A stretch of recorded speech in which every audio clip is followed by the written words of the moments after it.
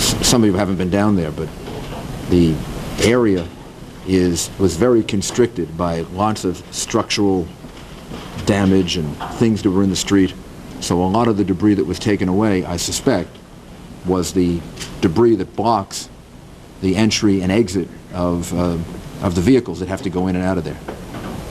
Altogether, I think so far, we account for about 45 bodies. So are the other ones still buried in the debris? I imagine that that's the case, yes. Are there still sounds of life? Are the rescuers hearing with listening devices?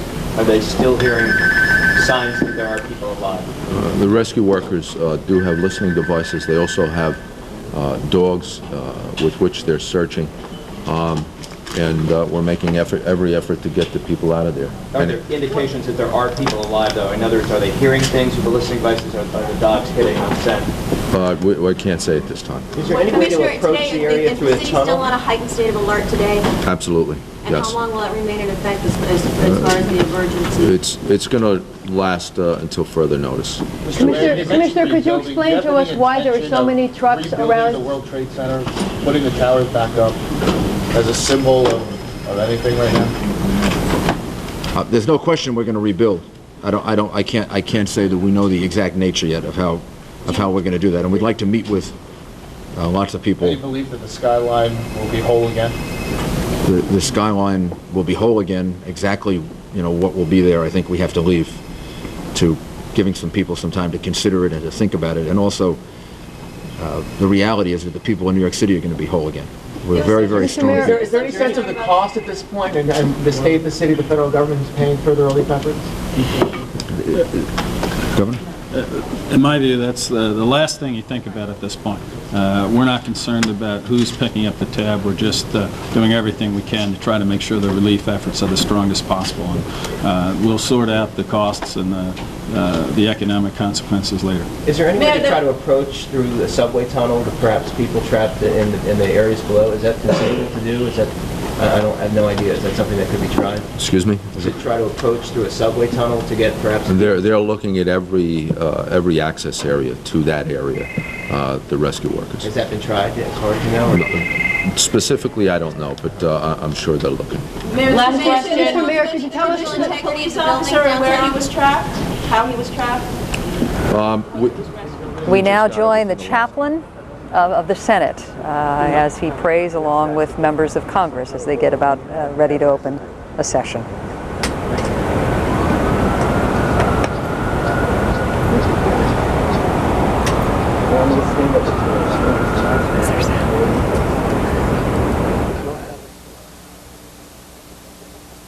Okay, unfortunately, as you can imagine, with the amount of stuff going on here today, we don't have that sound, but a session of Congress is about to get started. The chaplain presiding over a prayer right now.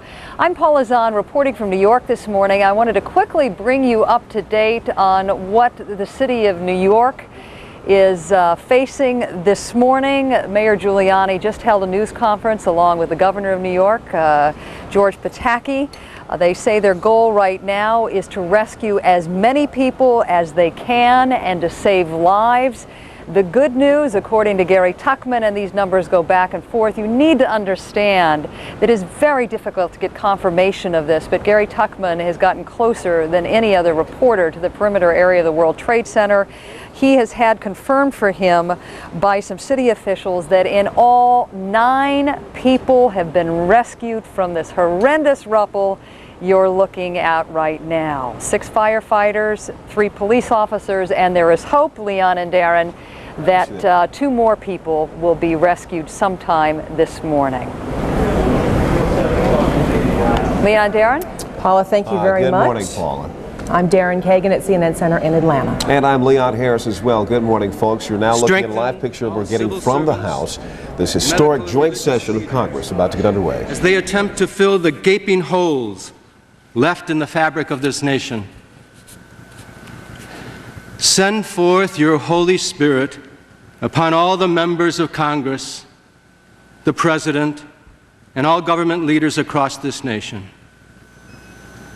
Free them of fear, any prejudice whatsoever. Remove all doubt and confusion from their minds. So with clear insight, which comes from you and you alone, reveal all that is unholy and renew the desire of your people to lives of deepening faith, unbounding commitment, and lasting freedom here, where liberty has made her home. We place our trust in you, now and forever. Amen. Amen. Thank you, Chaplain. The Chair has examined the Journal of the last day's proceedings and announces the House's approval thereof. Pursuant to Clause 1 of Rule 1, the Journal stands approved. The Speaker at this time will lead the Pledge of Allegiance. I pledge allegiance to the flag of the United States of America and to the republic for which it stands, one nation, under God, indivisible, with liberty and justice for all.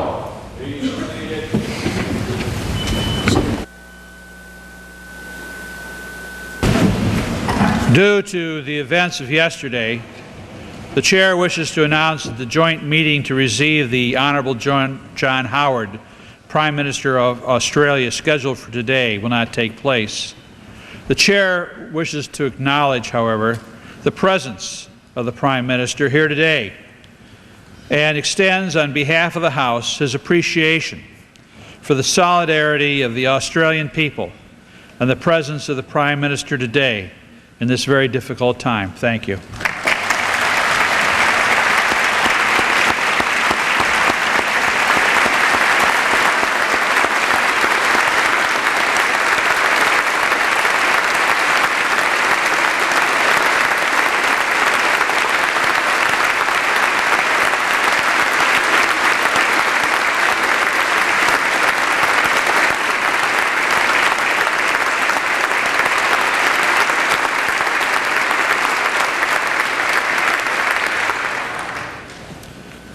This time, the gentleman from Texas wishes to be... Mr. Speaker, I ask unanimous consent to address the House for 1 minute to announce today's schedule. Without objection.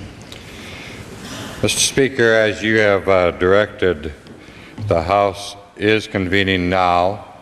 We will stay in session from now until 11 o'clock, where members will have time for 1 minute. At 11 o'clock this morning, we will take a recess until 12:30 while the chamber is cleared.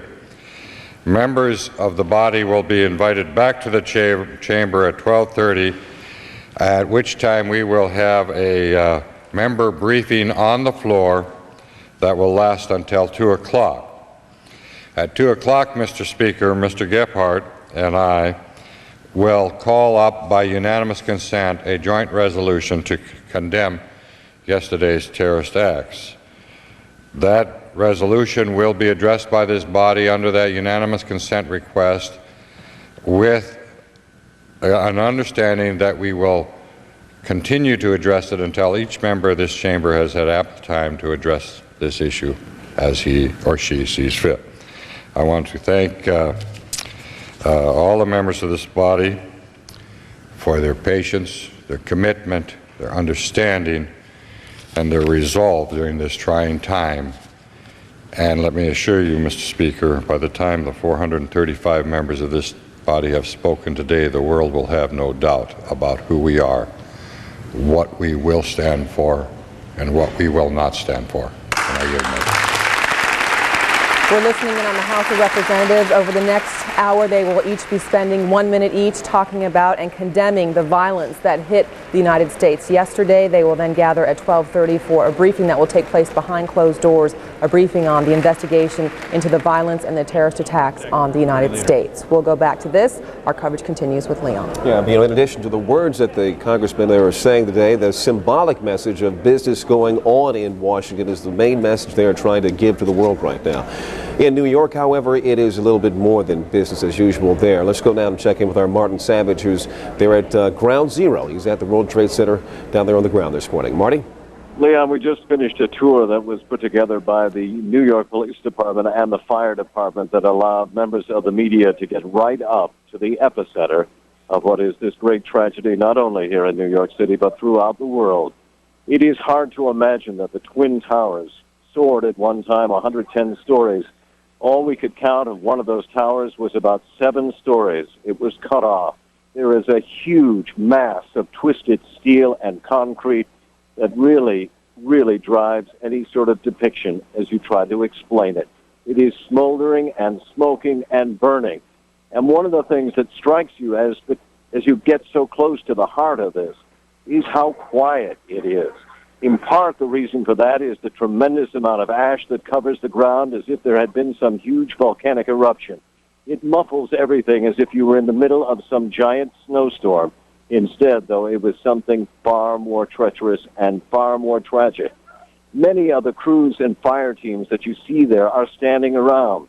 There is only limited access. There is only very minute efforts that they can make for fear of moving in any way the huge pile and possibly forcing it to collapse more.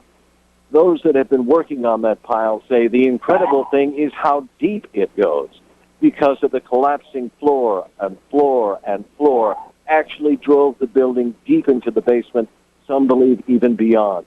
We also saw robots that are being brought in, small track-like devices that obviously they hope to use to sneak through any sort of crevasses or any sort of voids that may hold the opportunity for life. There was not jubilation when there were those that were rescued from the pile. Instead, it was very somber, it was very quiet, and they realized there is a lot more work to be done. Leon? Well, Martin, have any of the officials that you've spoken with given you any sense of how realistic it is that they will find more survivors today? Those that you talk to say that they believe there is still a chance. However, when you walk up to the building, when you see how great the devastation is, it is not only clear to a viewer's mind, but also clear to those that try to rescue. The chances are increasingly slimmer and slimmer. Still, there is hope, and the work goes on, and the two combined are what are inspiring the rescuers today. Yeah. And Martin, how about the situation with the fire? Any idea what it is that is continuing to burn some 24, 25 hours later, and how soon they think they can get that fire out? Well, it is hard to say because the math is just so great. It's perhaps the fact that everything that was in the building is now smashed deep into the ground, and that there is a lot of material that is still possible to burn, and with the fire not being directly exposed to air, it's more smoldering than it is. You don't see leaping flames, you don't see open flames at all. So it appears that that's part of what's at work. Also, you have to remember there were several hundred automobiles and vehicles that were in the area that were crushed and demolished. And there, too, you have rubber tires that are burning. There was even a threat of gasoline and diesel fuel that they were worried about. So there is plenty of material that is left to burn, and it still does burn in a gray, brown smoke that rises above a drastically changed New York skyline. Yeah. And it also means there's plenty of sad but urgent work to do as well. Martin Savage reporting live for us this morning from the World Trade Center, from what used to be the World Trade Center. Darren. And as rescue efforts go on in New York City, rescue teams also standing by at the Pentagon, and that's where we find our Bob Franken. Bob, I understand you have some new information for us. Well, I have several things. First of all, of course, this is a story so huge, and we talk about it in terms of institutions, when really this is the story, the human story as it is in New York, it is here too. CNN's Pentagon producer, Chris Plant, has just walked through the Pentagon, through a substantial portion of it, and he had some interesting things to report. You can see, of course, where the plane collided with the Pentagon a little bit over a day ago. Well, now that the firefighters have spent that day trying to put out the flames, he's reporting that they have not been entirely successful, and as a matter of fact, the fire has spread a little bit. The plane hit on one of the outer rings, as you can see, but Chris Plant reports that it has now spread to the inner rings. It's gone around to my left, your right as you're watching. And you can see that the flames are going in that direction. Plant reports that there are actually some fires still in the roof area, and that the area around the inner ring has some spot fires, that type of thing going on. That, by the way, has been confirmed by some of the firefighters who have been out here. We are also told that the entire Pentagon, all floors of it, seem to be at least covered in soot, and there's a smoke on the walls throughout all of the floors of the Pentagon. As a matter of fact, even the areas that were not directly affected, like the secretaries' areas, have been in effect abandoned. The secretaries, the leaders of the Pentagon, have gone down in the basement where they're operating right now, and of course trying to keep the military operation going. As far as the search for the casualties here, it's very dangerous right now. We're told by the people who are in charge of that it is so unstable they can't decide whether to try and knock down the wall where the plane hit or restabilize it somehow. These are the decisions that are being made. It's very, very risky now. When they do go in, it's very dark. They worry about tripping and they worry about a collapse. So this is a story of individual courage. It's huge as it is. It's a number of individuals trying to see just how successful they can be, finding somebody who survived, although one fire official told me highly unlikely, but he said we're not going to give up. That would be despair. Leon? Actually, it's Darren, Bob. You mentioned the talk with the firefighter, but is there any indication that people might still be alive inside the Pentagon? They have found nobody yet. They have found that there are some bodies. They have not been recovered. There are really a wide variation in the number of casualties we'll have. The best guess is it might be 100 or less, but the estimates have gone much higher than that. Thus far, no sign of survivors, particularly in the area where the plane hit. None are expected to be found, but there, in fact, have been some casualties spotted. Not removed, but spotted. Bob Franken at the Pentagon. We'll be checking back with you throughout the morning. Right now, back up to New York City and Paula. Thanks so much, Darren. I just wanted to quickly recap for you what we know at this hour. As we've been reporting all morning long, all the public schools are closed, the private schools, the parochial schools are closed. But the Securities and Exchange Commission has now told CNN that the SEC chairman believes that the financial markets will indeed open for trading on tomorrow. However, an official decision has not been made at this moment. Right now I want to go to Gary Tuchman, who is as close as you can get to what is left of the World Trade Center for an update on rescue operations underway. Gary, what do you got? Well, yesterday morning at this time, the tallest buildings in New York City, the second tallest buildings in the United States, stood in the street just a couple of blocks behind me. And now the Skyline here on this street, Church Street, looks like it did back in 1971, before the World Trade Centers were built. That beige building was there in the early 70s and the late 60s and the 50s, and that's what it looked like if you were here in New York City before that. It's a very strange sight indeed, not seeing those gleaming 110-story buildings behind me. We just saw a very disturbing sight on this area where we're standing. These are all emergency workers here right now, police. We have members of the military who are here. We have other emergency officials. And just a couple of minutes ago, you're going to look right now, this is one of the disturbing sights. There you see a car that was incinerated in the parking lot of the World Trade Center. It's very hard to look at those sites and imagine what happened to the people who were nearby.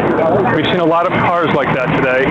This truck right here that just passed by has wreckage from the World Trade Center, but an even more disturbing sight about 5 minutes ago, we saw a vehicle from the medical examiner's office carrying body bags.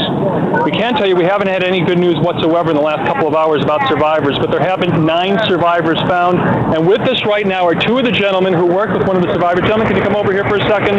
This is Brian Van Flander. This is Steve Martinez. They're emergency medical technicians. I want to ask you, Brian, you told me that you loaded up onto an ambulance a police officer who survived this terrible tragedy. Tell me about that. Yeah, I was going to say, as a transit authority officer, we worked on them for, when I say we, I mean the EMS, the firefighters. Those guys were just incredible down there. They worked on him for a better part of 4 to 5 hours.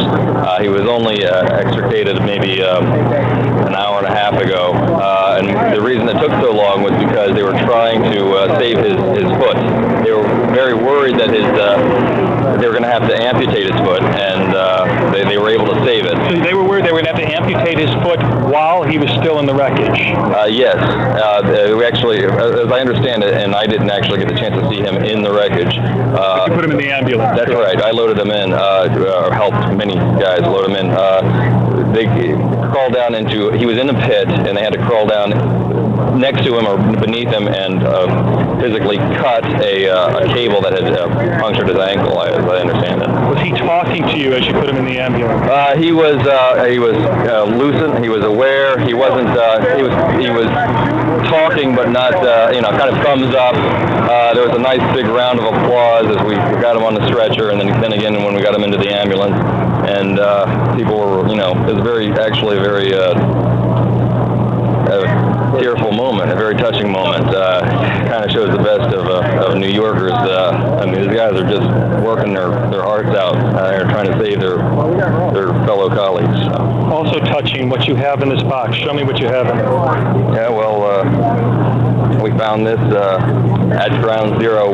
There's 3 command stations. We're at Liberty 1, which is about as close as you can get to Ground Zero without being in a pit. And we found her just lying outside amongst the rubble. The carnage, I know you guys hear everyone coming out of here saying the carnage is unbelievable, but it's just beyond comprehension. You cannot possibly imagine the devastation down there. And this kind of tells the story unto itself. Tell me what you're going to be doing with this. Well, I'd like to clean it up and give it to a young girl in memory of the people who died, and maybe when she's old enough, she can appreciate. Hard for you. Yeah, a lot hard. How are you coping right now, sir? I'm all right. I'm fine. It was rough in there, you know. We went in.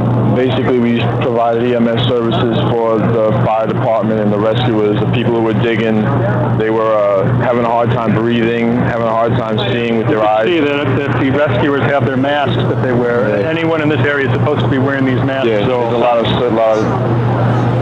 of crap floating around in the air, and it's rough in there. We had firefighters pass out on us, so we had to give them oxygen, things like that. Are you scared? It was scary a few times in there with the fire and all that. Then there was one point where they thought they had found somebody, so they called EMS in, and we ran in. And that's when we really got a really good look at it, because from the outside, it's a lot of hilly rubble, and you don't get to really see it unless you're in there digging. And when they called EMS in, we ran in and actually really got to finally see what it looked like, and it was just chaos. You know, it was chaos, and also it wasn't nothing but a couple of DOAs down there that they took out. Dead on arrival. Gentlemen, a country thanks you for your service. You're welcome. We appreciate it. We have one more gentleman over here. If you can come over with us, sir. This is a member of the Guardian Angels, the crime prevention group, who was crawling through the wreckage for many hours. Can I get your name, sir? Bill Coscarelli. Bill, tell me what your experiences were at the site just a couple of blocks behind us. Well, like he was saying before, you know, my mayor thing was yesterday night. I started, when the fire went down a little bit, I started to get into the buildings, over the basements, over the fire station, looking for people. I have a hard time finding people that want to come with me. Finally, I mean, would-be rescuers who wanted to come. Yeah, rescuers or firefighters. The firefighters were mainly on top of the building, and basically nobody wanted to leave the top of the building. I went on there. I went to the path train. Basically, I went to the station. Which is the commuter train in the bottom level of the building. Yeah, exactly. I went all the way down to the station looking for people. What did you see, sir? Everything is, I mean, it's no roof. It's basically, it's nothing left from the building. It's a 60-feet hole where the building collapsed, and everything is there.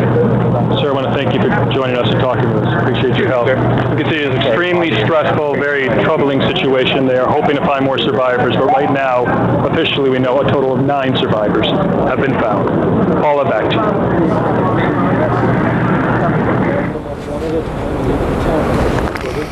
All right, well, it is absolutely chilling to hear these first accounts of what it is like for rescue areas to go into Ground Zero. As you may remember from last night, rescue workers weren't even allowed into the area till very late because of concerns about debris continuing to fall, the fumes that continue to come from the crash site. We will, I am sure, continue to hear more of these horrifying accounts of what it is like for the rescue workers that are going in there. We do need to make it clear there has been some positive news this morning.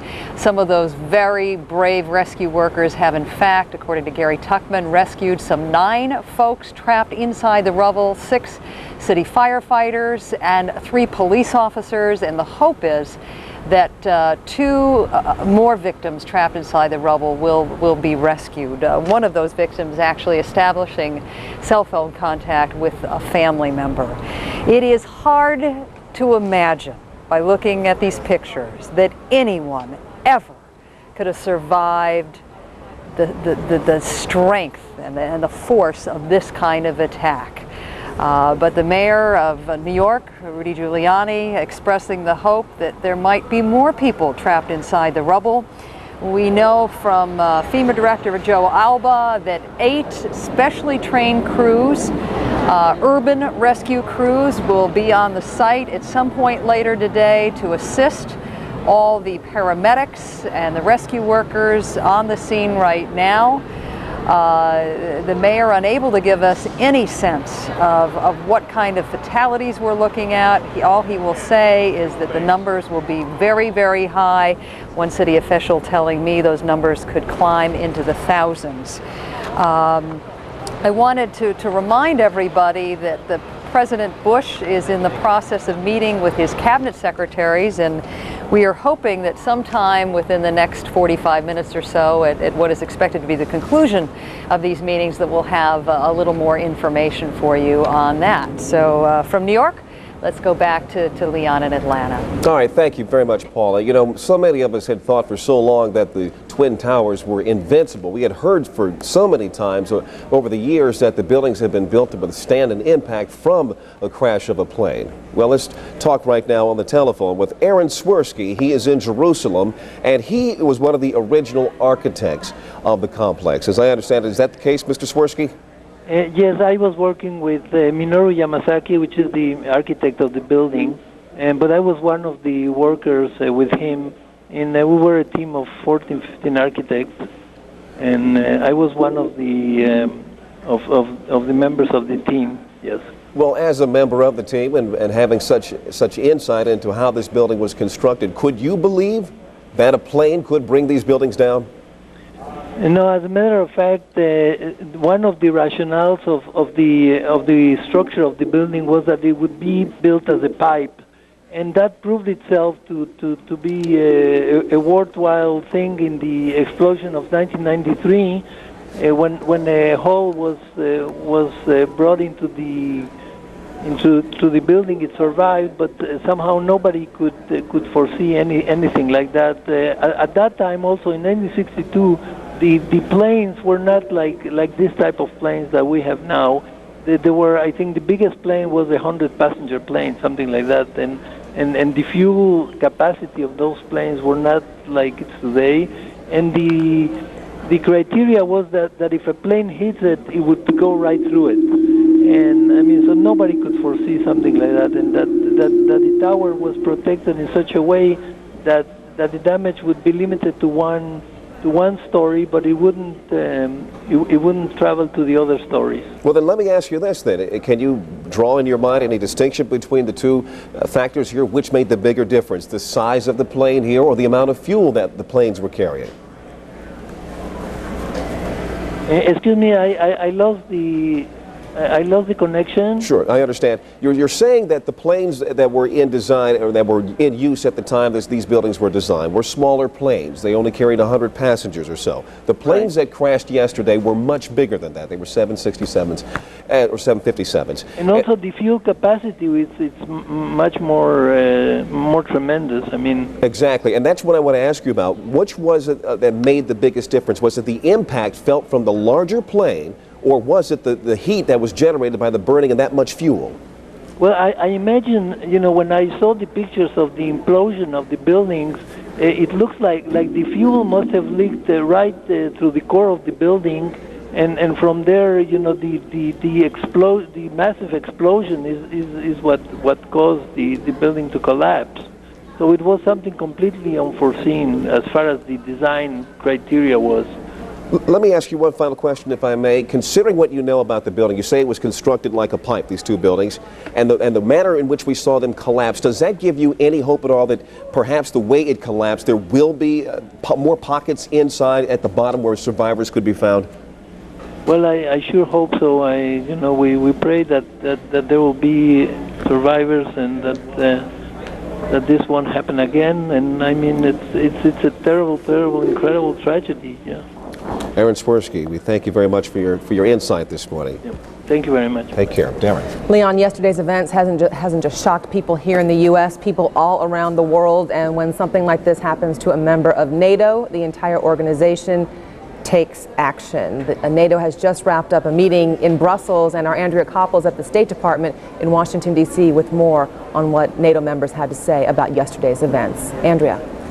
Darren, far away from the scenes of carnage in this country, in a very different setting in Brussels, we're told by both diplomatic and State Department sources that the member states of NATO are right now sitting in a room going over a draft document. That this is the first time in NATO's history that they would do this, that would give the United States an upfront guarantee that if and when they're able to figure out who in fact was behind yesterday's attacks, that NATO, all 19 states, would guarantee the United States any kind of military support it needed, whether it be logistical, intelligence, the right to fly through their airspace. All of this would be taken care of and would be in the waiting. It would be at the ready for the United States if it chose to ask NATO for its support, that NATO would in fact then give the U.S. that support. And this is being discussed right now at NATO headquarters, the first time it's being done under something known as Chapter 5 of the NATO Charter, and it's something that Secretary Powell, in fact, alluded to this morning when he said that he spoke with the head of NATO, Lord Robertson. He also spoke with the head of the United Nations, Kofi Annan, and with the head of the EU, Javier Solana. So right now, Darren, the United States, with the help of its European allies, member states of NATO, are laying the groundwork for a possible military retaliation if and when the U.S. is able to determine who is behind yesterday's attacks. Darren? Andrea, this would be hugely significant. Basically, as I understand it, it would be NATO saying to the U.S., if and when you decide to retaliate, we're giving you a green light and the support to do whatever you feel is necessary. Absolutely. This would be the first time in NATO's more than 50-year history that anything like this has taken place. Remember that during the crisis in Kosovo and the Balkan War, most recently, this took place off NATO soil. These were not member states of NATO. This is the first time in NATO's history that one of its 19 members has been attacked directly on its own soil, and for that reason, we're told the United States is getting the backing of NATO, and they're discussing this draft document right now that would lay the groundwork up front for the United States to use all of NATO's various military intelligence and whatnot, all of its resources to attack, if that decision is made, those responsible. But again, they need to make sure, first of all, that this was not something that was homegrown here in the United States, but in fact something that happened or was directed from overseas. And that's certainly what we've been hearing both President Bush and Secretary Powell allude to, that their intelligence is leading them to various places overseas. And once again, this would still be at the discussion stage, Andrea? Well, right now we're told there is a draft document that is on the table right now in Brussels that all 19 members are discussing, and it's our understanding from both State Department and diplomatic sources that this is something that could very well be approved in the very, very near future in a matter of hours. All right, we will have you track that. Andrea Koppel at the State Department. And now back up to New York and Paula. Darren, I'm actually going to focus my attention on a development out of Boston this morning. The Boston Globe is reporting that investigators in Boston have found a copy of the Quran, a videotape on how to fly commercial jets, and a fuel consumption calculator in a pair of bags that was apparently meant for American Flight 11, which of course crashed in the World Trade Center yesterday. The Boston Globe said that the suitcases belonged to a man with an Arabic name who investigators believe was one of those who hijacked the plane and crashed it into the World Trade Center. Right now, I want to check in with Bill Delaney to provide some perspective for us this morning on this story. First of all, is the Boston Globe the only one going with this story? Well, actually, it's the Boston Herald, in fact, Paula, that's been leading the way on this story as hundreds of federal, state, and local investigators fan out to try to determine who hijacked these planes. It was the Boston Herald, their entire staff of dozens of people thrown into this yesterday, who broke a lot of this important news this morning in their overnight edition. I have with me one of the reporters on that staff, John Wells. John, what did the Herald learn about the hijackers involved in these two planes that eventually crashed into the World Trade Center? Well, what we learned rather late last night is that authorities have identified 5 suspects of Arab men as possibly involved with this, that 2 of them may be brothers. Another 2 of them apparently traveled into Boston from Portland, Maine, originating, authorities think, in Canada. And that they also seized an automobile here at Logan Airport out of the central parking garage, a Mitsubishi sedan. And apparently within the sedan were pilot training manuals, or a manual that was in Arabic. This is what we're told by reliable law enforcement sources here in Boston, which, you know, it speaks to there's some roots to this in Boston, which not many people are aware of, but it speaks to the idea that there may be a terrorist cell in Boston. It was in the late 90s, the FBI said earlier this year, that there was a small, possibly just 2 men linked to Osama bin Laden here in Boston. What can you tell us about that? Well, yeah, there are 2 men. They're both cab drivers who have been, have alleged ties to bin Laden, who lived here in the 90s. One of them has since been killed in Lebanon. The other one has a death sentence over his head in Jordan, I believe. And they were linked around the time of the millennium. They were gone by then, apparently, from Boston, but they were linked to some plotting around the millennium for terrorist bombs in the U.S. A security source I spoke to this morning, I must say, because we do have to be cautious about these reports, somewhat scoffed at the idea that someone who was heading to a hijacking, who was going to fly that plane, would bring with him a manual about how to fly an airplane. What do you make of that? Understandable that he would have that reaction. This is raw information that we're getting from reliable law enforcement sources.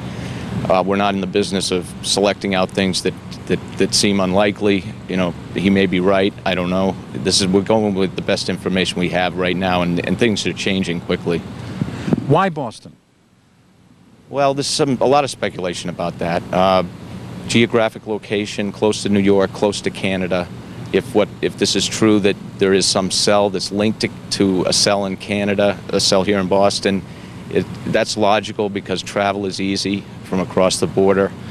I think that there's been talk also about that Logan has a spotty security record. So there's been speculation that terrorists would think this is a good place to stage something like this, although there's been no information regarding that.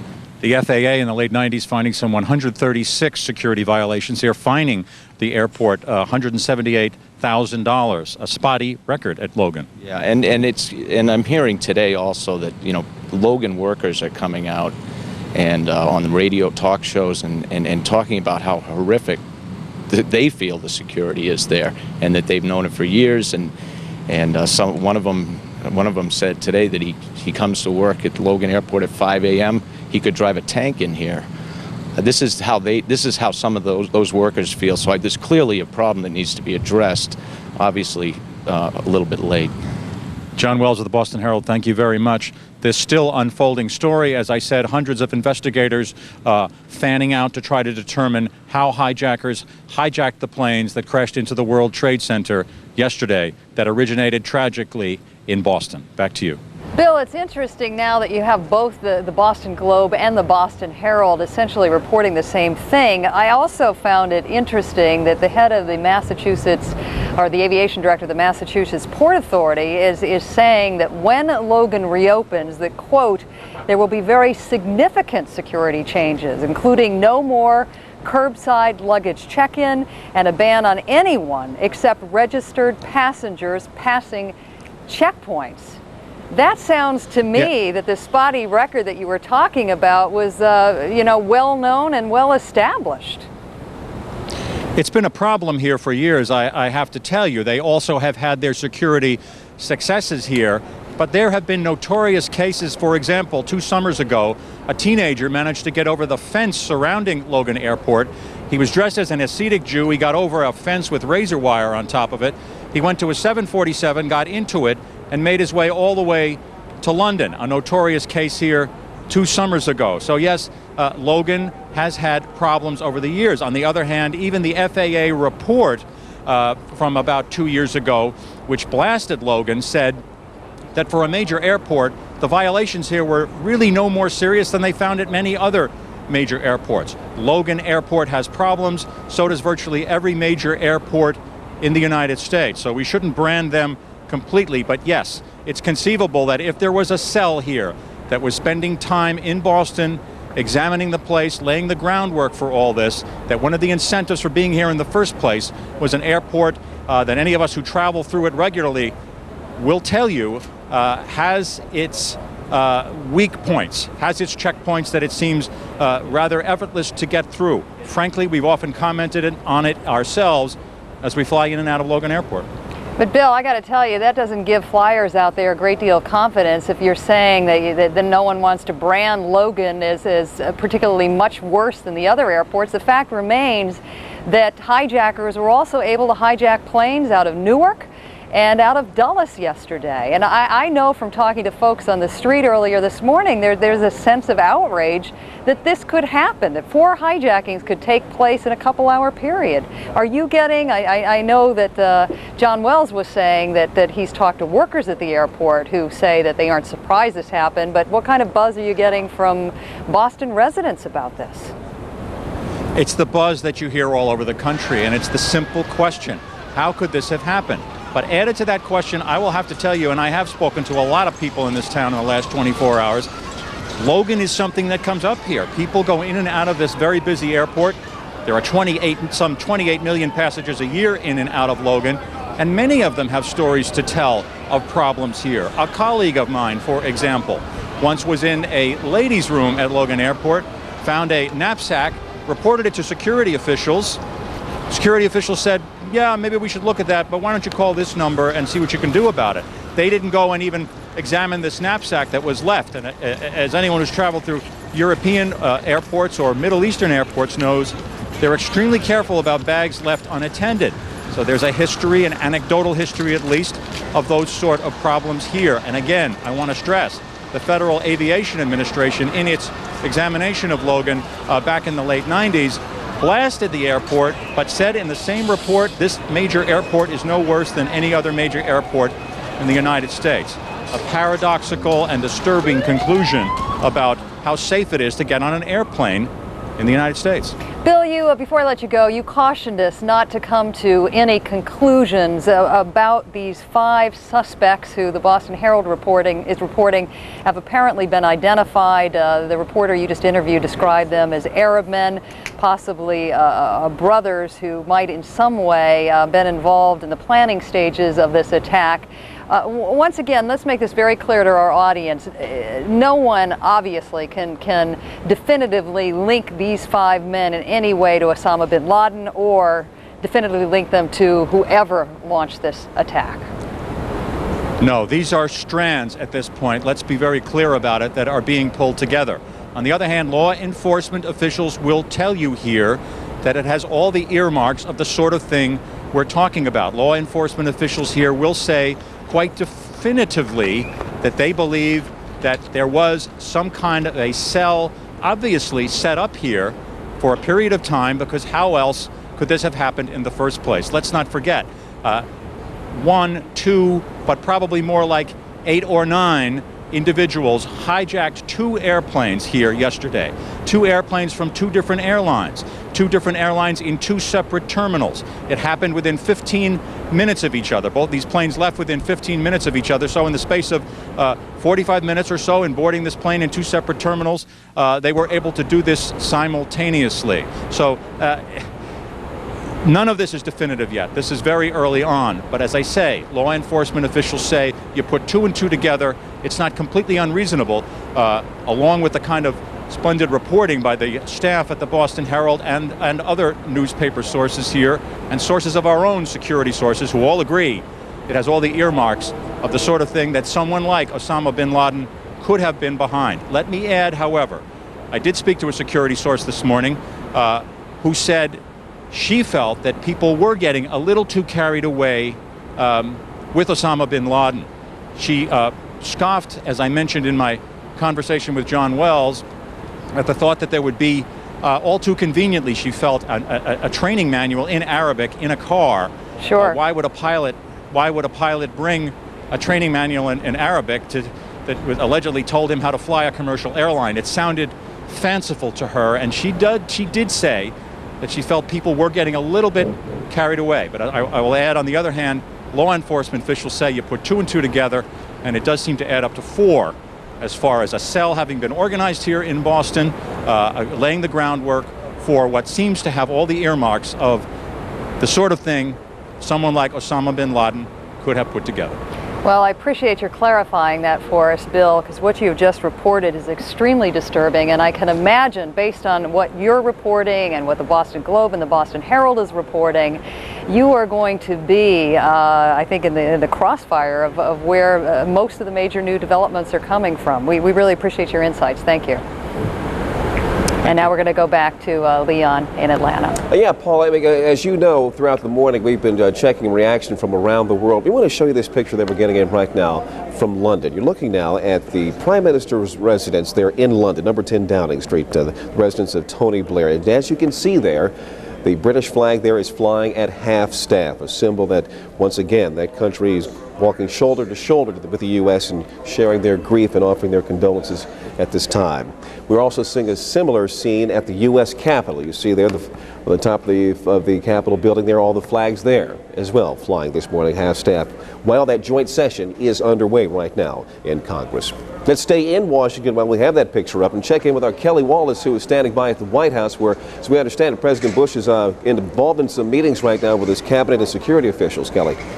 Absolutely, Leon. The president meeting with his national security team. That includes Secretary of State Colin Powell, his national security advisor, Dr. Condoleezza Rice, Defense Secretary Donald Rumsfeld, CIA Director George Tenet, as well as others. That meeting began at 9:30. It's expected to end just moments from now, at which point we will hear from President Bush. It will be the first time we are hearing from him since last night when he went before the nation. This to be the president's getting his up-to-date briefing on the latest on the investigation, as well as the search and rescue efforts. 2 goals really for the administration, Leon, today. One, to show that the U.S. government is doing everything it can to help with recovery efforts in New York, in Pennsylvania, and at the Pentagon, and that investigative teams are deployed to places like Boston and San Francisco and L.A., again, to do everything possible to find those responsible. Ari Fleischer, White House press secretary, talking to reporters a short time ago, not commenting, as U.S. officials have not been doing so far publicly, about this investigation, just saying that the full resources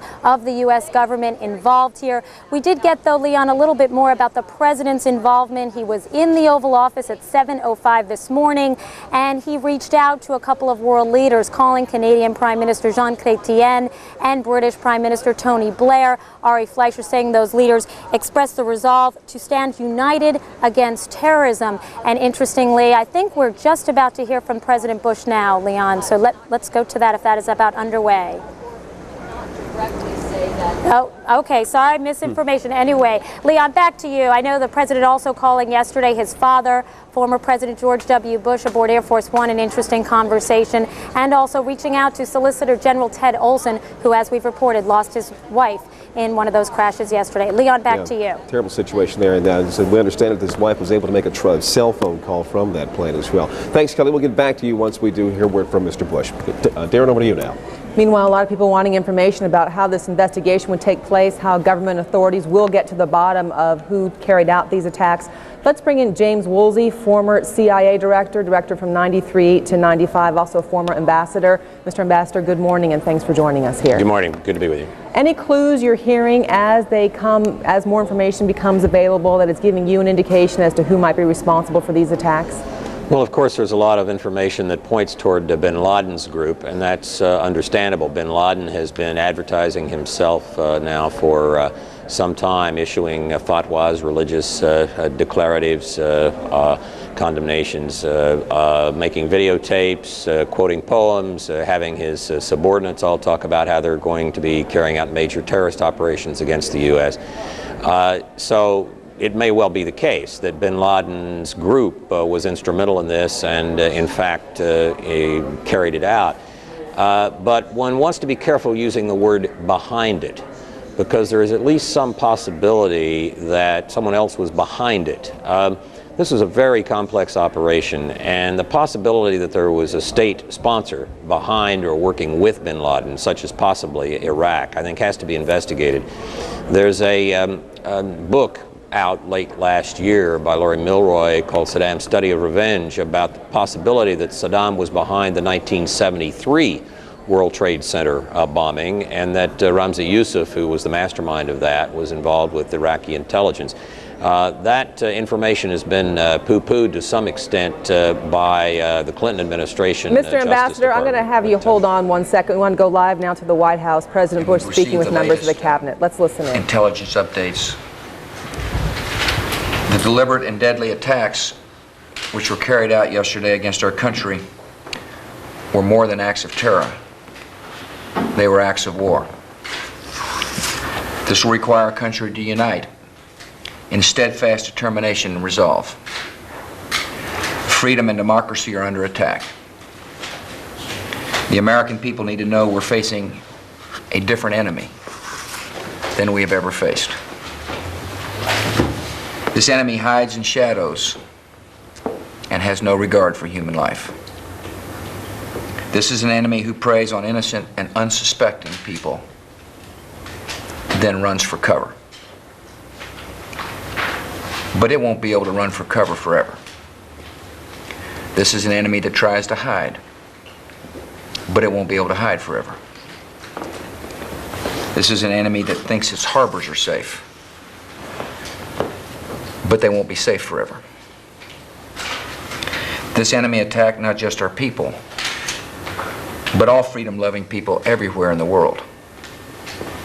The United States of America will use all our resources to conquer this enemy. We will rally the world. We will be patient, we'll be focused, and we will be steadfast in our determination. This battle will take time and resolve, but make no mistake about it, we will win. The federal government and all our agencies are conducting business, but it is not business as usual. We are operating on heightened security alert. America is going forward, and as we do so, we must remain keenly aware of the threats to our country. Those in authority should take appropriate precautions to protect our citizens. But we will not allow this enemy to win the war by changing our way of life or restricting our freedoms. This morning I am sending to Congress a request for emergency funding authority so that we are prepared to spend whatever it takes to rescue victims, to help the citizens of New York City and Washington, D.C. respond to this tragedy, and to protect our national security. I want to thank the members of Congress for their unity and support. America is united. The freedom-loving nations of the world stand by our side. This will be a monumental struggle of good versus evil, but good will prevail. Thank you very much. Seeking a formal declaration. Thank you all. Thank you all. Live, please. Formally, thank you, sir. Thank you. Thank you all. Thank you all. We'll take on. Live, please. Let's go. Thanks.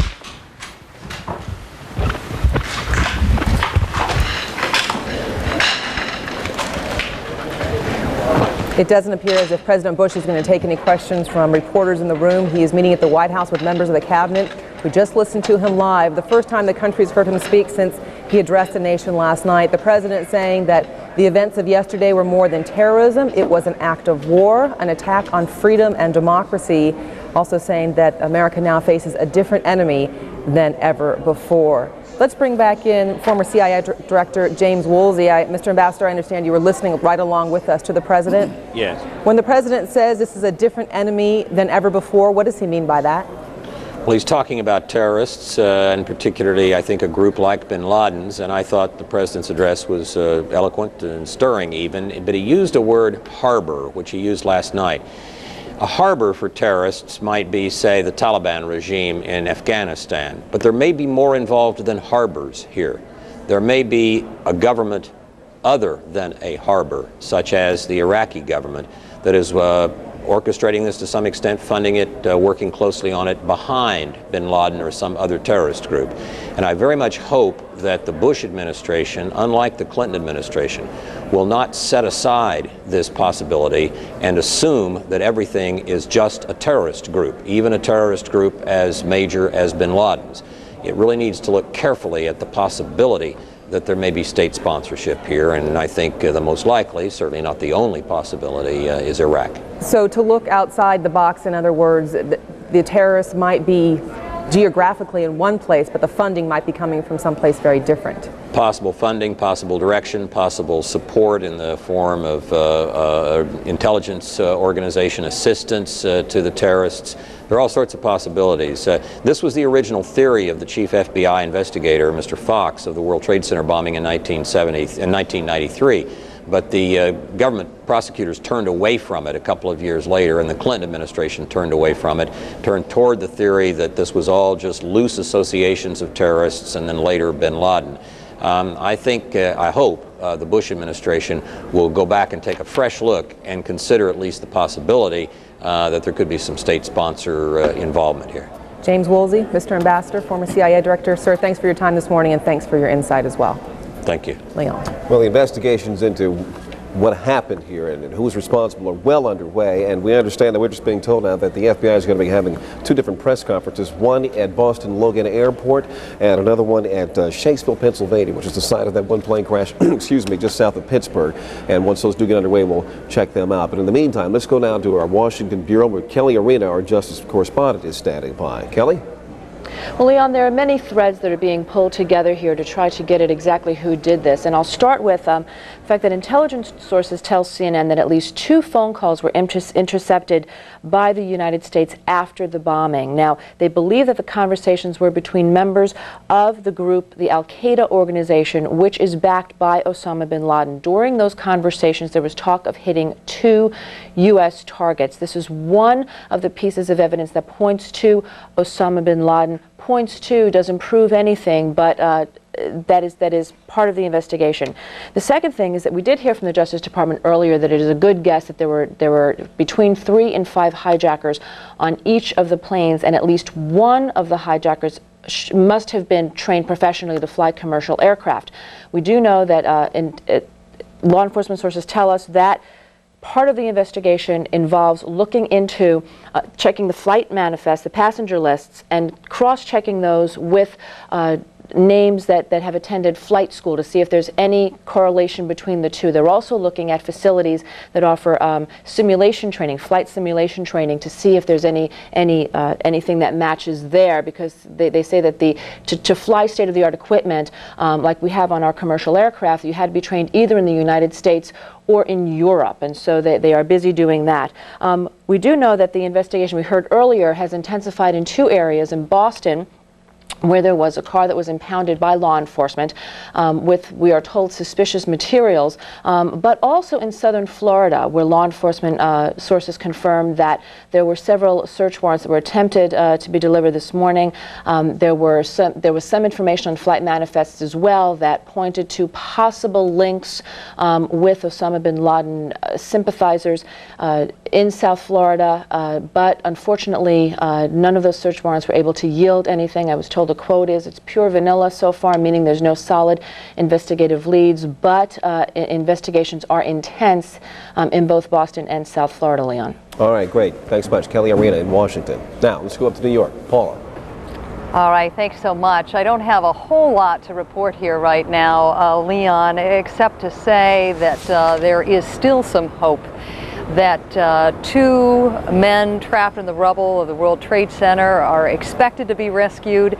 If you add that to the 9 that have already been rescued, that including 6 firefighters and 3 police officers, your total would come to 11.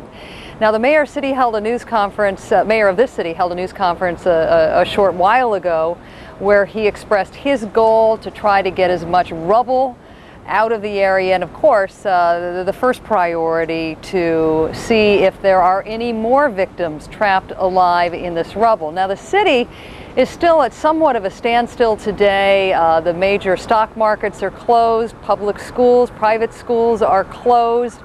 All businesses south of 14th Street, which is 20 or blocks away from here, are closed. Several inbound bridges and tunnels remain closed at this hour. You look at these pictures of the rubble, and it's stunning to think that paramedics and the special urban rescue teams that have been brought in will have success at rescuing even more people, but that is the expectation. Right now I want to check in with Christiane Amanpour for the latest reaction from Britain, and before I get to that, Christiane, I wanted your reaction to part of an interview I did with King Abdullah earlier today, where I asked him a series of questions as to what role he thinks U.S. policy in the Middle East might have played in the U.S.'s vulnerability to the attack. And at one point in the interview, he said if peace had been achieved in July, or an accord had been reached in July of 2000, this might not have happened. Do you have any thoughts on that? Well, Paula, clearly anti-American feelings in the Middle East have been on the rise since the Intifada, which started in Israel and the territories 11 months ago. This is clear. Moderate Arab countries have warned the United States that this was happening and that it has been happening, and Arab leaders have seen their people take to the streets over the months of the Intifada, demanding that something be done on behalf of the Palestinians. And also, you've had guests on your programs this morning, notably Dennis Ross, the former Middle East peace envoy and chief negotiator, who confirmed that anti-Americanism has been on the rise, and those kinds of sentiments are more pronounced now than they have been perhaps ever. On the other hand, the same people, Dennis Ross and other experts on these matters, say that it is not necessarily about there not being a peace agreement. They point out that in 1993, when the first attack was conducted on the World Trade Center building, that was at the height of the peace process, when it had just started, really, the Oslo process, and the governments of the Middle East, the United States, were all fully engaged, including the Palestinians, in trying to come to a peace agreement. Many people believe that despite the anti-Americanism that is palpable now on the streets of the Middle East, that it is not about having no peace agreement, that the terrorists who planned and meticulously carried out this catastrophe, they believe would have done it peace agreement or no peace agreement, because they are against the peace agreement in any event. They have spoken out clearly against the Oslo process, Paula. Christiane, if you would come back to you for more British reaction to the massacre that was unleashed yesterday. Right now I want to go to the floor of the Senate, where the junior senator from New York is addressing her colleagues. Chuck has, and all of our colleagues in the House, by the strong support we've received from the President, and I am very grateful. We've expressed our appreciation. Chuck and I will be going to New York this afternoon with FEMA, and we could not ask for more than we've received in the immediate aftermath of this horrific attack. But we are by no means anywhere near the end of what it will take to continue the search and rescue efforts. We are finding people even as we speak. Yet we know that there is a very grim task ahead to do everything we can to find every person, to account for every single person who went to work. That's all they did. They went to work on a beautiful September day in New York.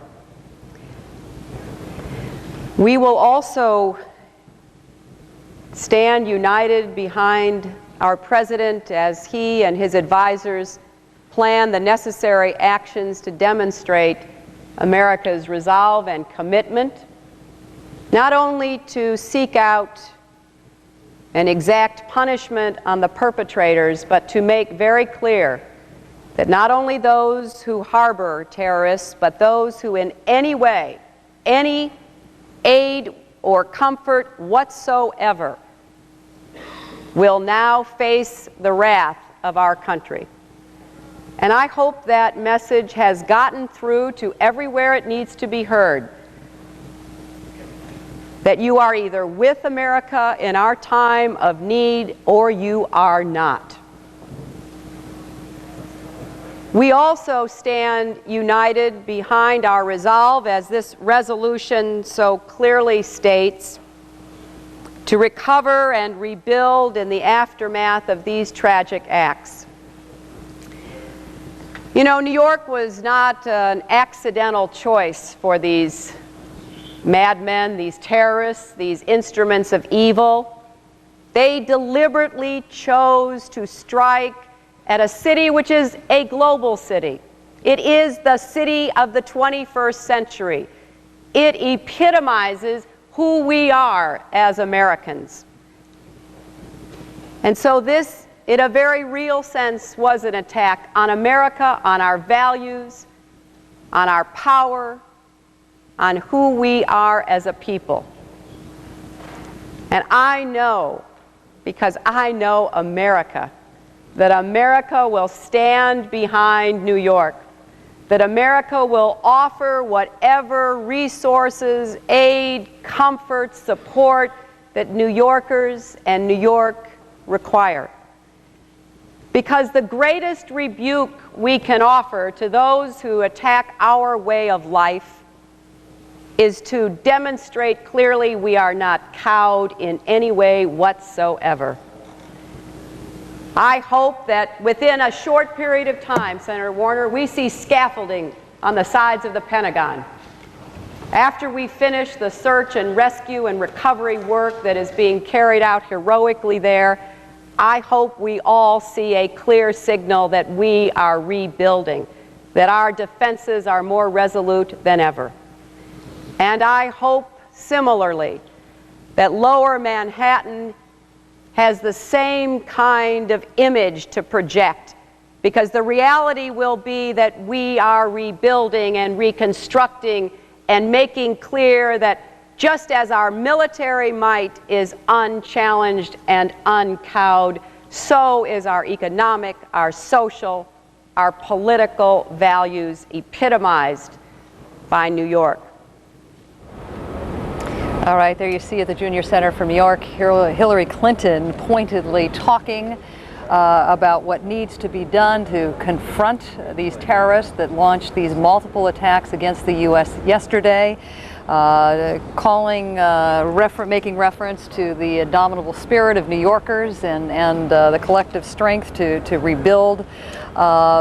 Not making a reference to what President Bush just made an announcement of, which is requesting immediate funding from Congress to deal with the rescue efforts and the cleaning up of the debris. So that is the very latest from here.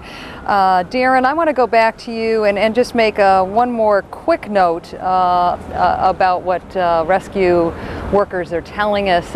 Once again, they have every reason to believe that 2 people trapped in the rubble will be rescued, that they will be found alive, and if that is true, that would bring the total to 11 of all of the victims who have been successfully brought out of these horrendous ruins.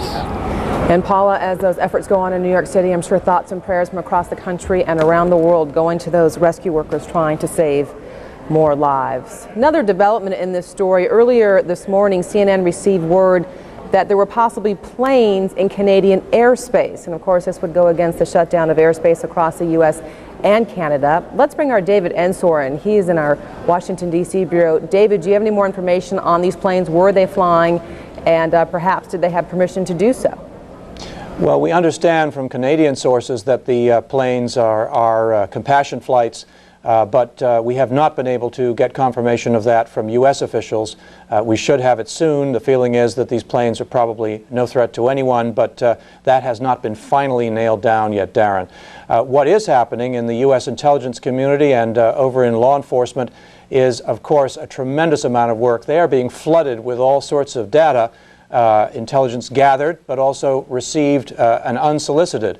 Countless emails and faxes are being sent to agencies from the White House to the CIA, claiming credit for the attacks, if credit is the right word, threatening future attacks.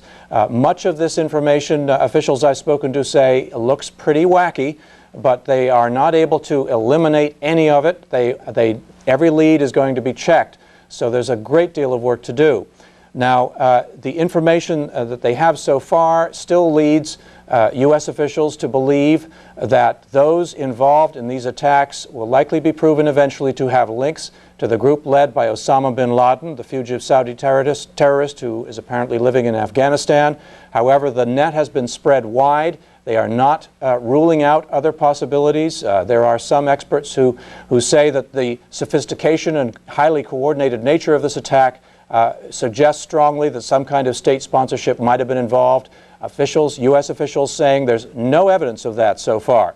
However, they're not ruling it out. Some of these outside experts saying that, pointing out that Iraq appears to have had some sort of a role in the Ramzi Youssef matter some years back, and that some involvement by Iraq cannot be ruled out. U.S. officials saying they have no evidence of that, but they are spreading a very wide net indeed. Now, officials are confirming that there were a couple of intercepts,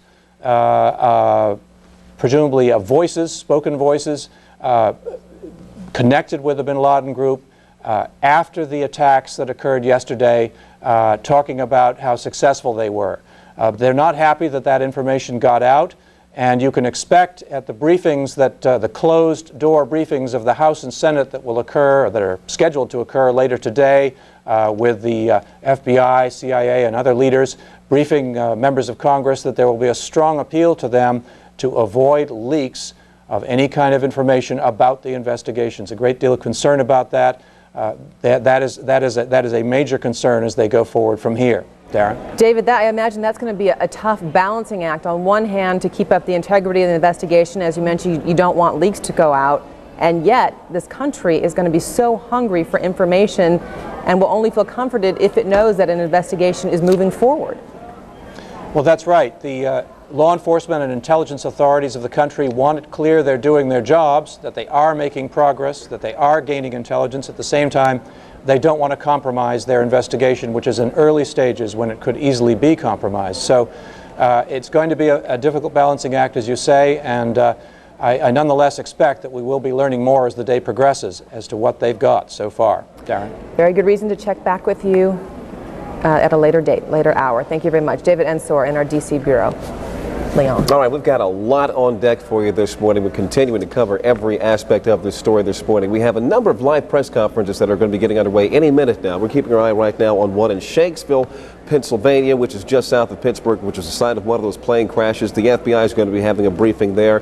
We're also expecting the FBI to have a briefing at Boston's Logan Airport, so we'll keep an eye on those as well. And we have also learned that Morgan Stanley Dean Winter, the company that occupied some 50 floors of one of those towers at the World Trade Center and have lost so many employees there, they are going to be having a press conference this hour as well. So we're going to have coverage of all three of those conferences for you. And we understand that President Bush is going to be meeting with congressional leaders, and we will have live coverage for you of that as well. So much more is coming up in just a couple of minutes. We'll take a break right now. We'll be back with more in just a bit. But in the meantime, we want to give you a look at this in the aftermath of this attack. We've heard so many stories from those who witnessed the devastation in New York and in Washington, and here now is a look at how one man experienced it. They told me just to wait here at this semi-staging area, see if I can help, so that's what I'm doing. My name's Mark Heath. I'm a cardiac anesthesiologist at Columbia Presbyterian on 168th Street. We saw that 2 planes had flown into the World Trade Center. Thought that they would need all hands on deck. So I hopped into some scrubs and grabbed some medical stuff and just grabbed, an ambulance stopped. I hopped in. Maybe leave the keys in the car so they can move it if they have to. Is there a staging area? They're evacuating this whole area. Yeah, but they have people who are hurt, right? They're going to pull them out. Estimate is we probably lost 200 firefighters. Oh my God. And God knows how many thousands of people. Okay. So you want me to wait right here? Okay. And stay away from any other high-rise building. Okay. Let's just station up right here, okay? All right. Why don't we set up? We were instructed by a fire chief to start setting up the staging area right there. Then the second building came down.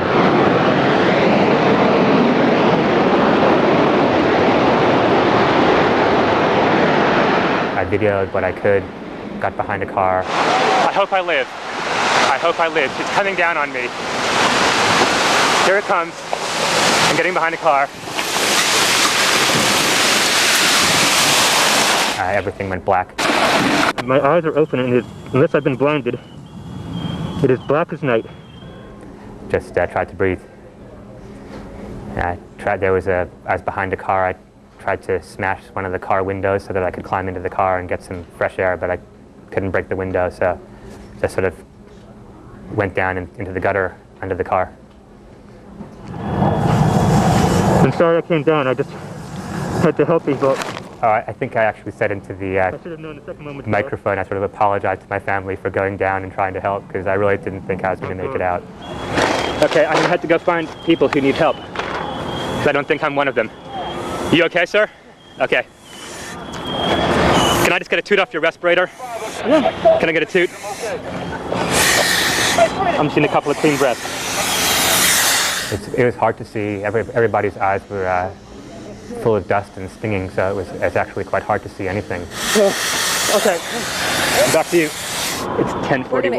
We're going to interrupt this piece right now. We want to take you live to the State Department. This is Richard Boucher taking questions and giving answers from reporters. Let's listen in. Still apply, but it's as each mission looks at its security situation.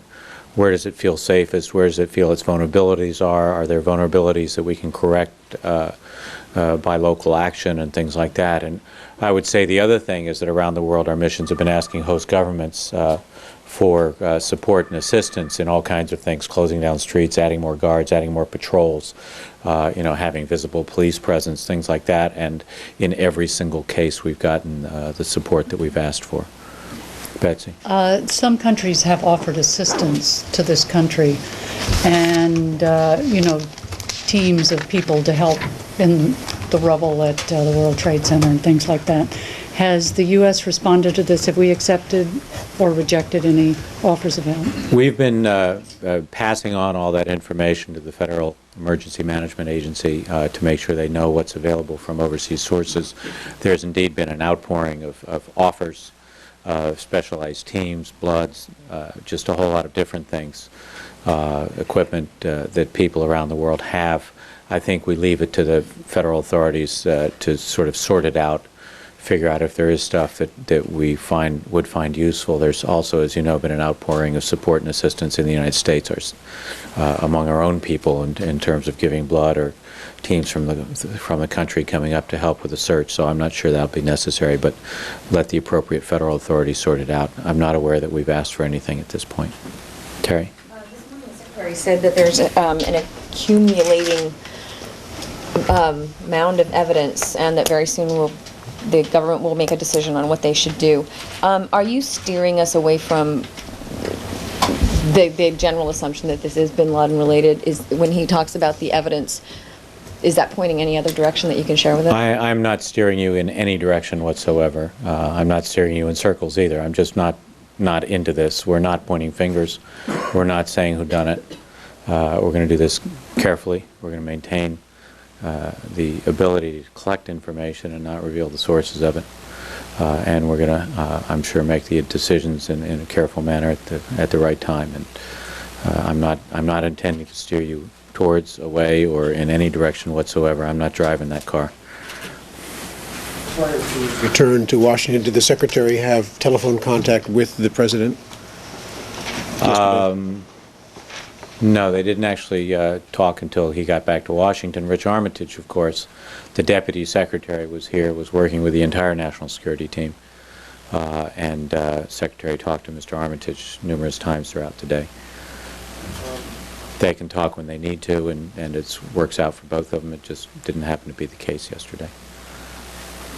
You said there were no warnings that led to the closing of the 50 embassies and missions, but have there been... No particular warnings. There's obviously worldwide threats. Well, that's what I want to Yeah. know. Have there been any new warnings that lead to new concern about subsequent actions? I think the warnings that we've issued before in terms of the June 22nd warning, the update that we did last week, those all still apply. I don't have any new information on that, though. Richard, the King of Morocco canceled the trip to Mauritania and returned home, and the King of Jordan was also on his way here and also returned home. Is there any possible relationship between that and this event in the sense that there's a dichotomy between these governments have all condemned the attacks and the people in the streets are all supporting it? Once again, I'm really down here to tell you that Secretary can't brief right now. I wasn't coming to deal with all the dichotomies in the world, so I really don't feel I can do that right now. The two windows look like early afternoon or later in the afternoon, so between now and the end of the day. I'm sorry, I don't want to get us all out. Some of us have to go back to offices. I know. I don't want to get us all, back here at some time because I speculate at this point. I got to talk. Like not before 1, not before 2. Can you give us a half-hour warning? Yeah, we'll give you as much warning as possible, and half hour seems more than reasonable. Okay. Thank you. We were listening to Richard Boucher, State Department spokesman. We'll wrap up what he had to say in just a moment, but while he was speaking, we got some very important information to us here at CNN. Word from the FAA. Of course, you were aware that flights were apparently or possibly supposed to resume across the U.S. at noon Eastern, 40 minutes from now. The FAA saying now that is not going to happen. They are not going to clear the hold on flights across the U.S. We don't have word yet on what the next deadline might be as to when flights might resume. But very importantly, FAA is saying those flights will not resume across the U.S. 40 minutes from now, as was originally scheduled. Leon. Yeah, that's going to complicate matters for quite a few people, because I heard reports this morning that people have been driving from city to city to try to get ahead of their travel plans for the day to perhaps get to the city they were going to leave on their connecting flight out of. And now it's going to complicate matters even further for them. So we'll keep our eyes on that and report you the latest details as we get them here. In the meantime, though, let's check in now with our Kate Snow, who's on Capitol Hill. Kate? Leon, Congress has been in session now for just over an hour, both the Senate and the House taking a little break right now. But on both sides, in both chambers, what we're hearing and what we're seeing is raw emotion from members of Congress, people talking about the horrific events of yesterday. There are themes emerging. One theme that the Congress is unified, that there are no party lines here anymore. These attacks were attacks on the U.S.'s freedom.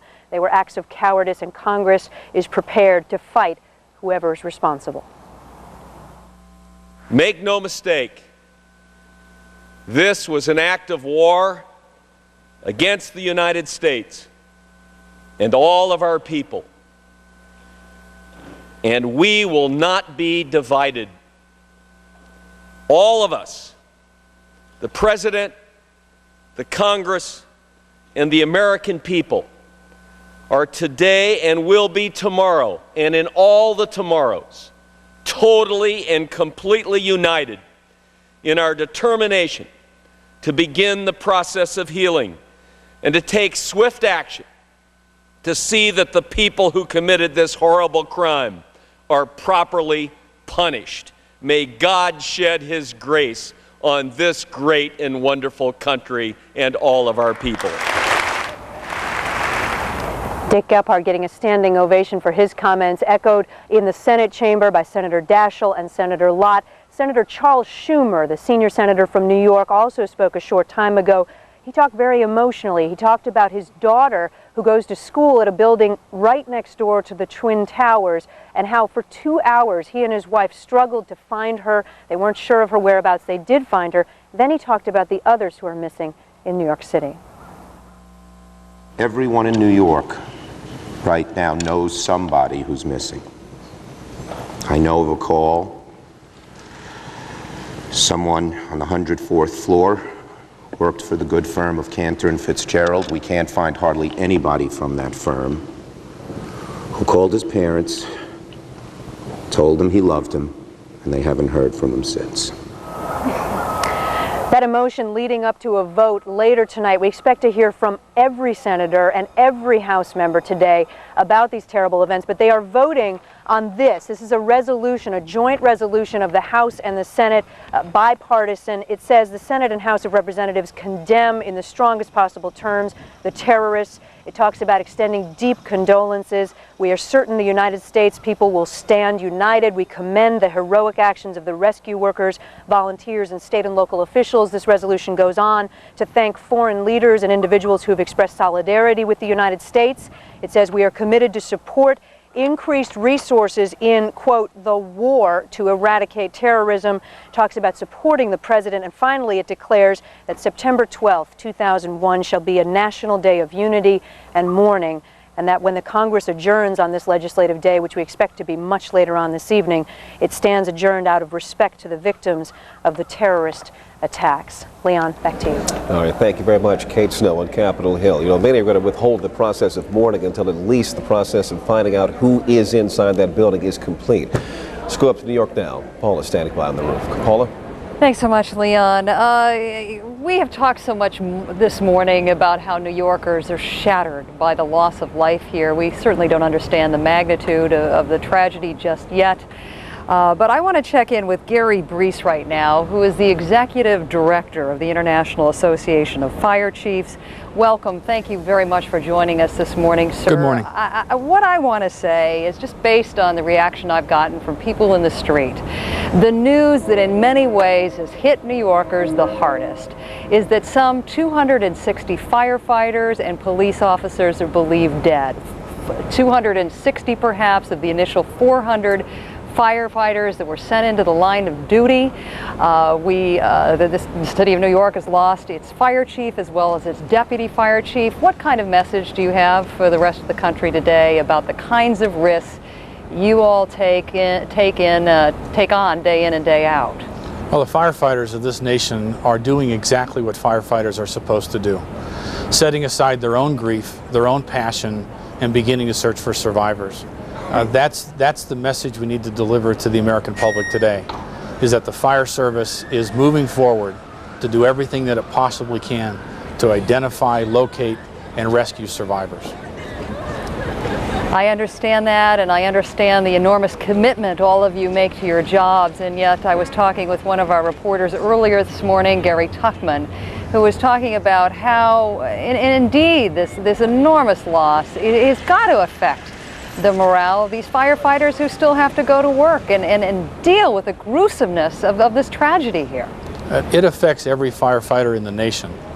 We have now on the ground in New York City 12 urban search and rescue teams that are beginning the work of organizing the rescue effort to assist the New York City Fire Department. This will be a tremendous effort, well beyond anything we've ever attempted in the past. If you go back to Oklahoma City, you recognize that it took us working 24 hours a day on a 5-story building, 10 days to clear that site.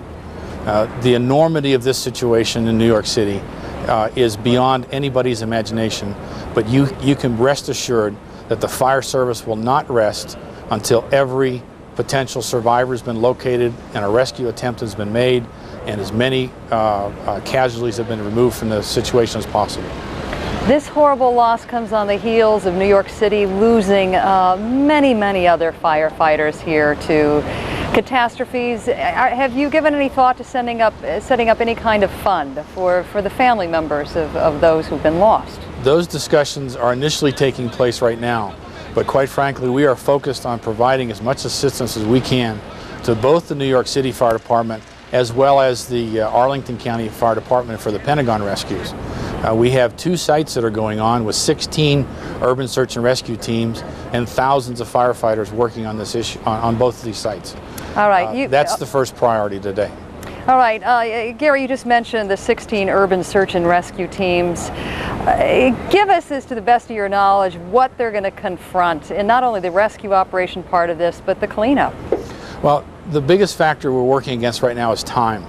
About 90% of the survivors come out in the first 24 hours, and we're on that time deadline right now.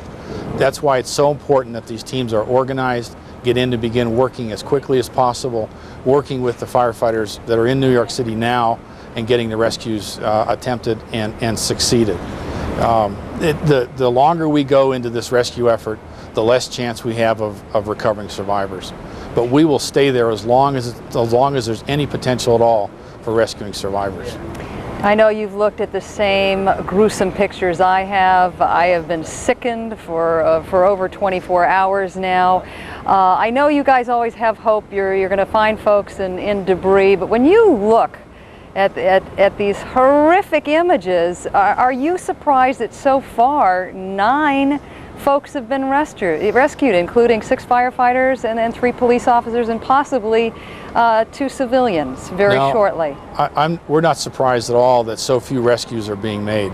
I'm actually suggesting the opposite, the fact that 11 people could potentially be found alive. I mean, we know that 9 have already been rescued and 2 are in the process of being rescued. Right. It seems a miracle to those of us that are looking at this debris, the tons and tons of debris.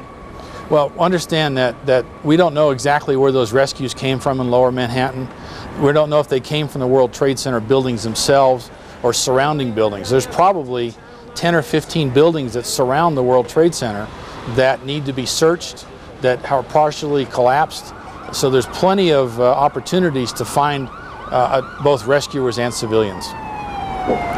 Gary, before we let you go, any final thoughts as to what your colleagues have experienced and will experience in the weeks to come?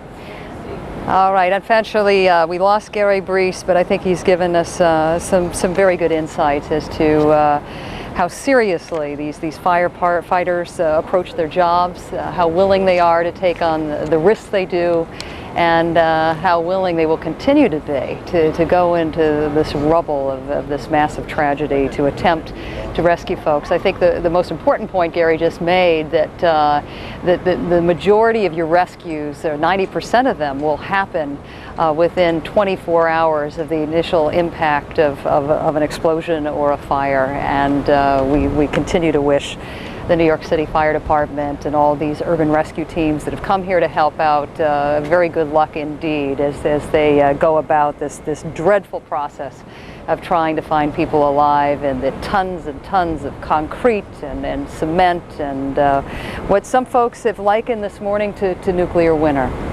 Darren, that's it from New York for the time being, and we'll come back to you later. Paula, thank you very much. I know the fire officials, as you're talking to them, they understand the reality of what they face, and as you reflected across America, the hope still goes on that many more people will be rescued from that rubble in New York City and perhaps even at the Pentagon. Meanwhile, while you were talking to fire officials, 2 important developments to tell our viewers about as we seek more information. At 3 p.m. Eastern, that's about 3.5 hours from right now, the FBI will be holding a news conference from headquarters in Washington, D.C. That FBI news conference will feature the new head of the FBI, Robert Mueller. Also, the Attorney General John Ashcroft will be at that news conference. Of course, you will see that live here on CNN. We told you a few minutes ago, for you travelers out there, those of you who have loved ones that are stuck somewhere across America or perhaps overseas, noon Eastern today, a half hour from now, was the original time set as the possible lifting of that ban by the FAA for flights to resume over U.S. airspace. We did get word a few minutes ago that the FAA is pushing back that time, that at 12 noon. We don't have word quite yet, I believe, as to when the new time estimation will be. Let's bring our Patty Davis in, who's been following this part of the story for us. Patty, are you getting any word now as to when the FAA says flights might resume across the U.S.? Well, Darren, what the FAA is saying specifically is that the 12 noon was the earliest time that it might reopen U.S. airspace to commercial flights.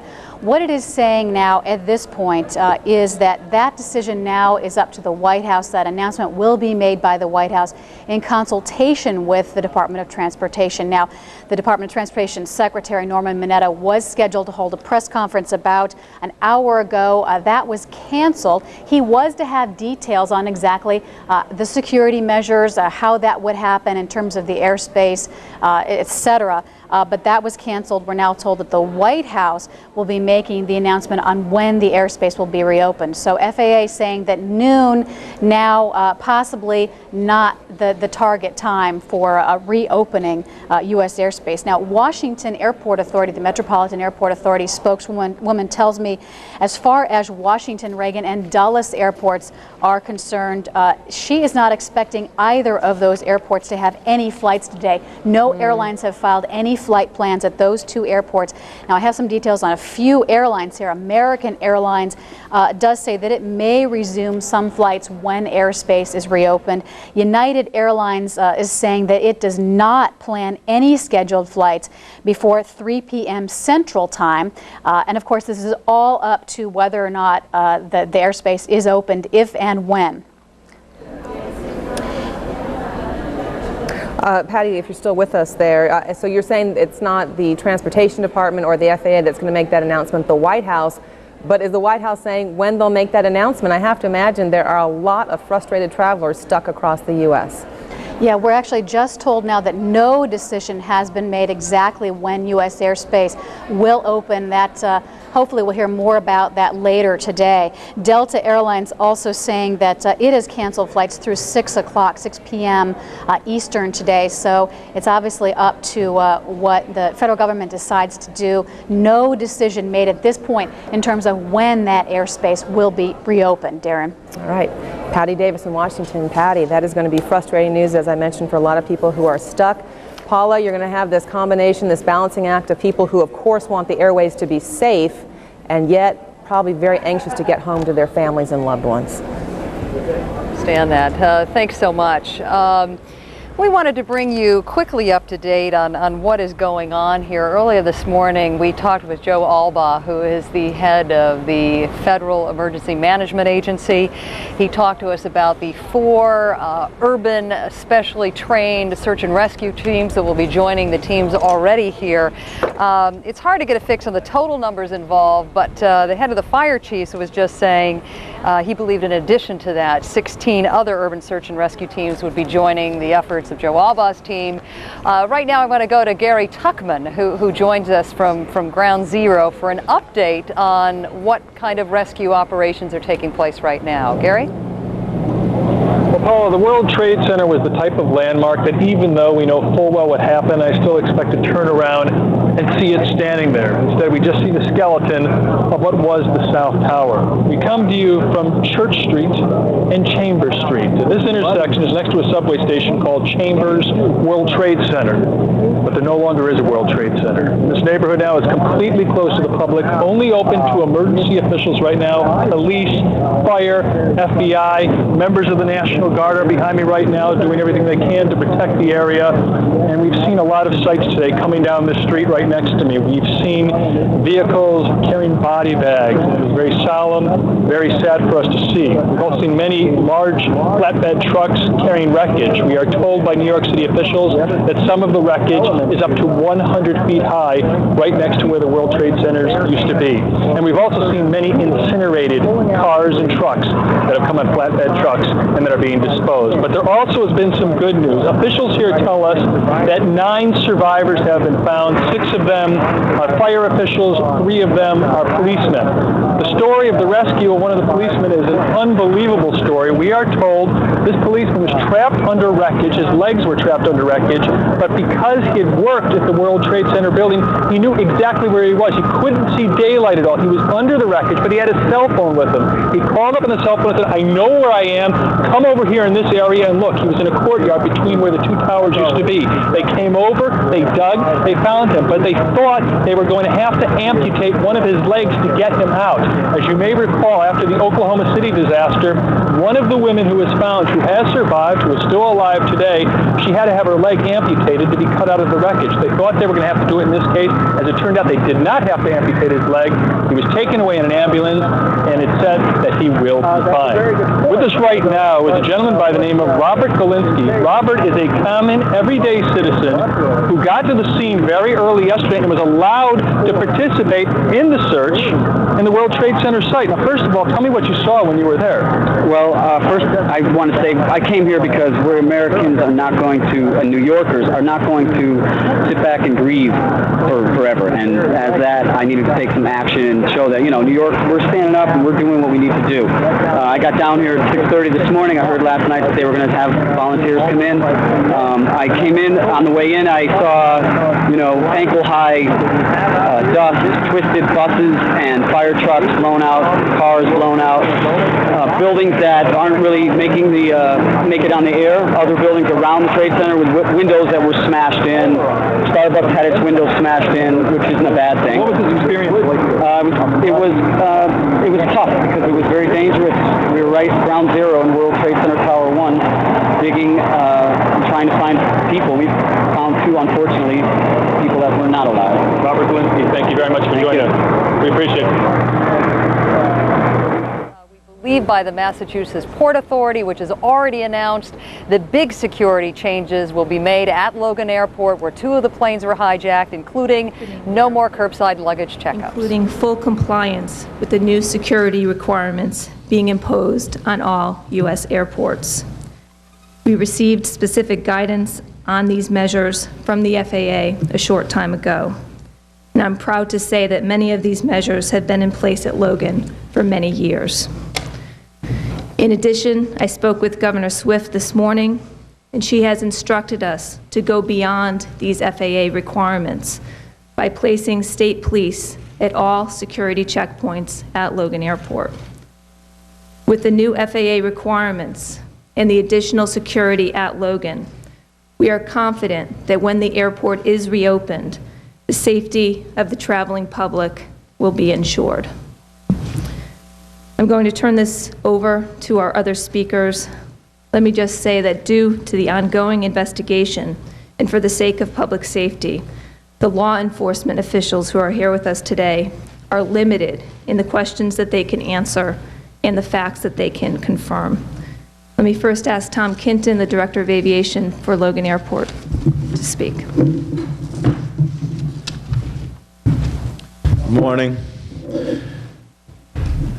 As Ginny mentioned, we are focused on a reopening of this airport, and I cannot tell you what time that will occur. I'm going to go through a number of issues, summarizing the guidance that we have been given by FAA, both the airlines and the airport operator, that has to be done and has to be in place before this airport can open. A lot of it, as you will see, will take a lot of time, and we are going to take our time. And if we have to delay the reopening of this airport, as others open around the country, we will delay the reopening to get it done and get it right. First of all, let me reemphasize that the guidance is for all U.S. airports. It will begin with immediately evacuation of all terminals and sweeping of K-9 teams, explosive K-9 teams. Increased presence of uniformed personnel, plainclothes security personnel, and others in all areas of the airport. And as you heard mentioned, we will be staffing the security checkpoints with uniformed state police, which goes beyond the guidance given to us by FAA. Be increasing the frequency of random ID checks in the secured areas of Logan Airport. We will secure, we already have them in place, bomb detection teams for quick response here at Logan Airport. We will be reducing the number of operational access points into the airport. We will also discontinue curbside check-in and remove unauthorized vehicles that are within 300 feet of any terminal building. And that point there is probably one of the most time-consuming things we have to accomplish, because presently there are over 9,000 vehicles parked at Logan Airport. One of the garages, Terminal B, has almost 2,500 vehicles, and it needs to be emptied. We're in the process of doing that and relocating those cars to Suffolk Downs, and we will not reopen that terminal, certainly, and perhaps not the airport, until that task is completed. There is FAA is prohibiting the sale or use of knives, regardless of any size, in any sterile areas of the airport. That includes concession operators, food and beverage, as well as any retail operators that may sell such items. That means anything metal or plastic. Airport operators will develop an awareness plan to keep all airport employees informed about security, and the airport operators and the FAA shall review and reevaluate these contingency plans for ongoing airport security threats that may develop. Airlines will not be accepting cargo or mail. And prior to passenger boarding of any airplanes, those aircraft must undergo a comprehensive search. That's each and every flight before they are boarded by passengers. And as I said at the beginning, we do not have an estimate on when this airport will reopen. Possibly it could be for some relocation of flights that are on the ground, ferrying empty airplanes back into position later today. And again, no estimate on reopening the airport for commercial flights until we have a better handle on both the airline responsibility here and the airport operator responsibilities being fulfilled. We've already had an air carrier meeting. We held it this morning. This work is underway, and we'll be meeting with the air carriers later this afternoon to update and keep the traveling public updated relative to the reopening of Logan Airport. Thank you. All right, you want me to go? The next speaker is Colonel John DeFava, Massachusetts State Police. Thank you, Director. Good morning. The Massachusetts State Police is prepared to provide all necessary resources to assist the Massport Authority in reaching and surpassing those new security measures as mandated by the FAA. These resources will include additional personnel, special and tactical units such as explosive ordnance disposal personnel, and canines that are capable of sniffing out explosives. These measures will stay in place indefinitely to ensure the safety of the public at the airport. Thank you. Thank you. Our next speaker is Charlie Prouty, FBI Special Agent in Charge, Boston. Thank you, Director. I want to reassure all New England citizens that your law enforcement is aggressively investigating this horrific event. First of all, my heart goes out to the victims and the families in this tragedy. Because this appears to be a terrorist attack, the FBI will be taking lead investigative status in this. We set up a command post in the FBI office in Boston yesterday as soon as we received notice of the hijacking. This is a joint command post with State Department, ATF, Customs, the Massachusetts State Police, OSI, Boston Police Department, Department of Transportation, U.S. Secret Service, and the U.S. Marshals represented. We're also involved in Massport's command post at Logan Airport. We'll continue to man these command posts and continue our joint investigations around the clock until all investigations have been completed. We are coordinating our investigation with FBI headquarters and with other federal agencies. A website and a toll-free tip line has been established. At Logan Airport, the airport where hijackers successfully hijacked two commercial airliners yesterday. They're talking about the number of regulations they will follow by the FAA. In addition to that, further strength they will put in place to make the public safe, among other things. They're now going to have uniformed state police officers joining the security officers on duty. Logan Airport has taken a deep hit by public perception today. There is a feeling, according to Bill Delaney, that security there has been loose in the past, and I think the fact that the Massport announced today that they will do no more curbside check-in, that they will remove any vehicles that are standing within 300 feet of the curb from the area, pointedly shows how seriously they're taking the scrutiny of the nation. Before I go on, I just want to share one little fact with you that is being reported in the Boston Herald. The Boston Globe has some of this information, but not all of it. It is now suspected that the hijackers were able to carry off what they did by not bringing guns on board the two planes in Boston, but by using shaving kits and other carry-on luggage to smuggle knife-like weapons made up of plastic handles embedded with razor blades.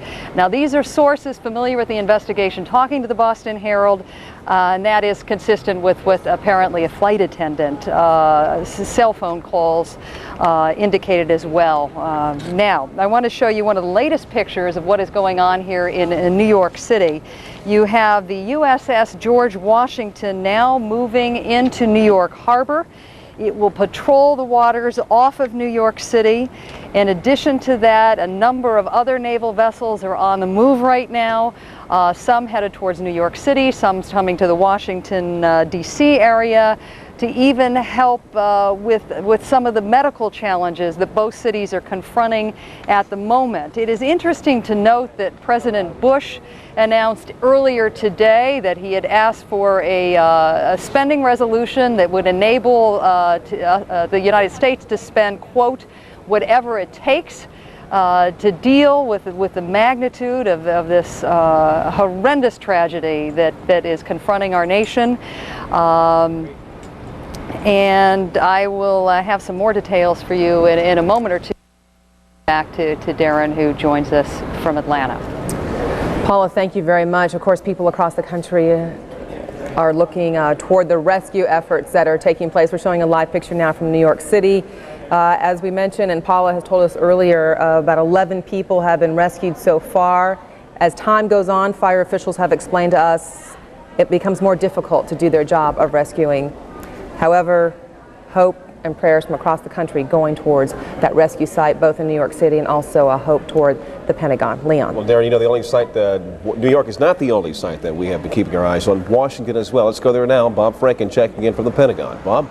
Oh, Leon, we're about to show you something quite remarkable. You, of course, have heard that every effort will be made to investigate this case. There will be an exhaustive search for evidence. Well, we just had a demonstration of that right in front of our cameras. The FBI obviously trying to make the point for the world to see. FBI agents fanned out just about 20 feet from where we are right now, fanned out in a grassy area that was close to the path of the airplane that crashed into the Pentagon, looking very closely at the ground, sweeping the ground, so to speak, looking for anything that might be relevant, looking for even the smallest little piece of information that might provide some evidence that would be useful in the investigation of this particular part of this, the three planes that crashed into various buildings. This one was an American Airlines 757. It crashed into the Pentagon about 26 hours ago, 26 hours ago. The investigation is going full tilt, as is the effort to try and see just how bad the damage is inside and just how many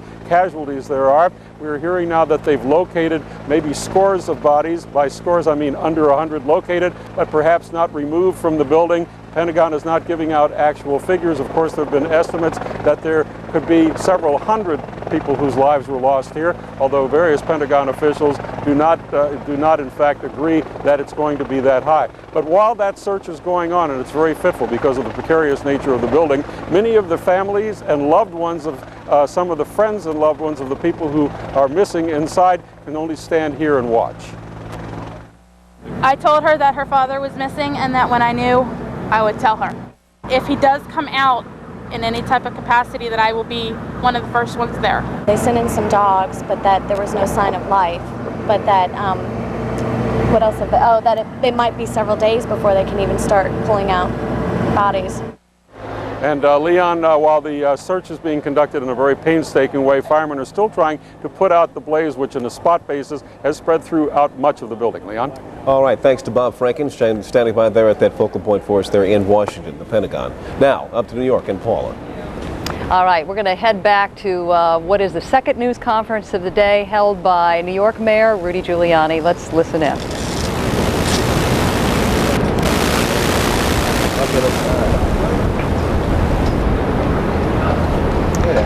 Unfortunately, it's very difficult to listen in right now because we're having audio difficulties. I think we need to make everyone in the journalism field is a little hampered today because the numbers of streets blocked, and it's tough for our equipment to get in where it needs to get in. And let's hope. Yes, we have a tremendous number of volunteers. We have more volunteers than we know what to do with right now. But please continue to volunteer because we're going to need you tomorrow and the next day and the day after. And you know, our firefighters and police officers are going to get pretty exhausted after a period of time. So the outpouring of volunteers has been tremendous, and we're very, very thankful for that. And the city, the people of the city, their spirit is tremendous. And I said that yesterday, and I'll say it again. This city is the greatest city in the world. It has the greatest people, and a bunch of cowardly terrorists can't make us fearful. We're stronger than they are. We're better than they are. And people of the city proved it yesterday. They're going to prove it today. And they're going to be a great example of what Americans are like. Thank you. Thank you. The city giving New Yorkers a great deal of credit for, okay, you've just heard the mayor of New York City giving New Yorkers a great deal of credit for their outpouring of support. It might be interesting to remind viewers last night that in fact it was Senator John Warner who said yesterday will go down as one of the worst days in history. I'm paraphrasing what he said, but he said in the end it may be our finest hour, and he was referring to the collective strength that we have seen exhibited in this nation as we all come together to try to get a better grasp of what this is that has happened to our nation. The mayor saying there's been such an outpouring of support to help in some of the cleanup operations. He's turned people away, but he wants them to know he probably will need their help in the days to come. One thing too that the medical facilities are desperate in need of is in blood, and apparently New Yorkers are turning out by the thousands again today to donate blood. So once again, I think as the mayor said, this shows the strength and the indomitable spirit of the folks who live here. We're going to show you one more time a live picture of what the rescue operation continues to look like at this hour. Gary Tuckman has been at Ground Zero all day long. He's had the opportunity to interview police officers, firefighters, paramedics. Gary, anything new? Paula, many of the emergency workers here are truly starting to seriously realize something, that they have their work cut out for them. There may be hundreds or thousands of bodies. There also may still be survivors. There were two 110-story buildings that plummeted behind me and a 47-story building. And all that wreckage is 3 blocks behind me. And some of the wreckage, according to New York officials, is 100 feet tall. And you also have, and this is something we tend to forget over the last 25 hours, there are 2 huge aircraft here that are in many pieces. As a matter of fact, there's a building right behind me. It's hard for you to see in the smoke, but it's the floor where the World Trade Center used to stand. The World Trade Center, the South Tower stood where you see that skeleton right there right now. It's a skeleton of poles. 2 buildings in front of it on the right is where authorities told us one of the jet's engines landed. It landed on the roof and then fell on the street, and it's already been cleaned up according to officials. An interesting little factoid here. The largest landfill in the world is in Staten Island, New York. It's called the Fresh Kills Landfill. For many years, New Yorkers, particularly Staten Islanders, were telling New York City, please close it down. It makes Staten Island smell. It's the largest landfill in the world. And Rudy Giuliani, a couple of years ago, decided he would close it down. A couple of years ago, it shut down completely. There was never supposed to be any more garbage put into it. However, it's now been reopened to take the wreckage of this disaster that has changed New York City forever. Paula, back to you. Gary, your audio isn't all that clean right now, but if you mention this, pardon me because I didn't hear it, could you please update us again on the number of folks who have been successfully taken from the rubble of what used to be the World Trade Centers? what we are being told right now by rescue authorities who are on the scene. And one thing we must point out, we have not seen these rescues ourselves. And normally we love, as reporters, to see things with our own eyes to know we can verify them. There's a lot of nervous people here, a lot of scared rescuers, a lot of heroic rescuers. We have to rely on what they're telling us right now in a very confusing time. But they are telling us that 9 people have been rescued from the rubble. 6 of them New York City firemen, 3 of them police officials from the Port Authority of New York. The Port Authority is the agency that owns the World Trade Center building and runs the airport here in New York City. Paula? Because we have some new developments coming from Atlanta to report, Darren. All right, Paula, thank you very much. We want to take our viewers now live to Pennsylvania. It is a news conference with the FBI with the latest on the plane that crashed there. Let's listen in. Wallace Miller. We don't have much to add from yesterday's press conference.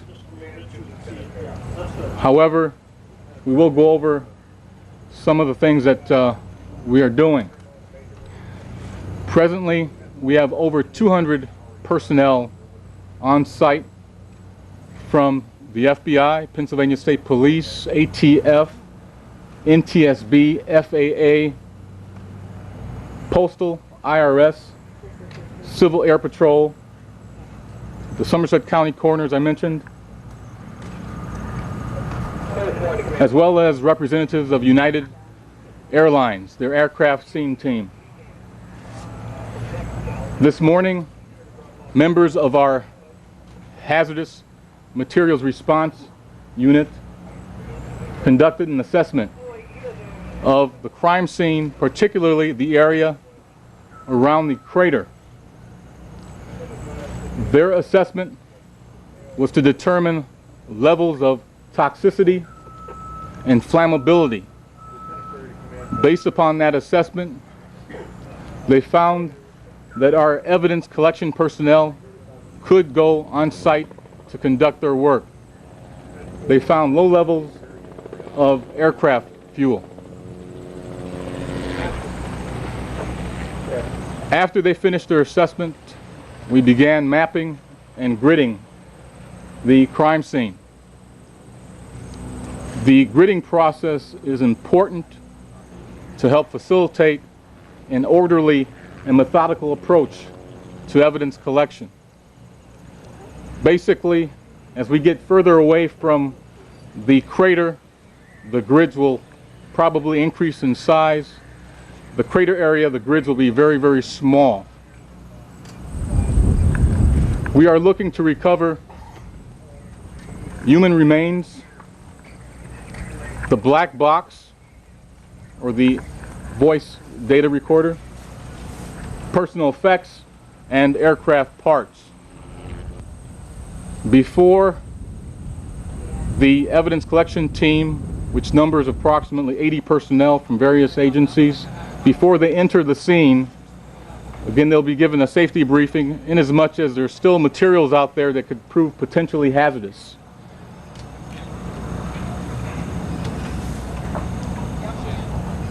As you can expect, the search will be painstaking, will probably last, and again, this is an estimate, 3 to 5 weeks. I can't overstate how methodical and painstaking this process will be. The NTSB will be conducting a flyover sometime this afternoon in order to better assess the scope of the scene. Certainly, in light of their experience, they are able to compare the scene here to scenes of past to give us a better indication of what we might have here. One important point I want to make is that if anyone out there has information to provide, they can do so via the internet, and the website address is ifccfbi.gov.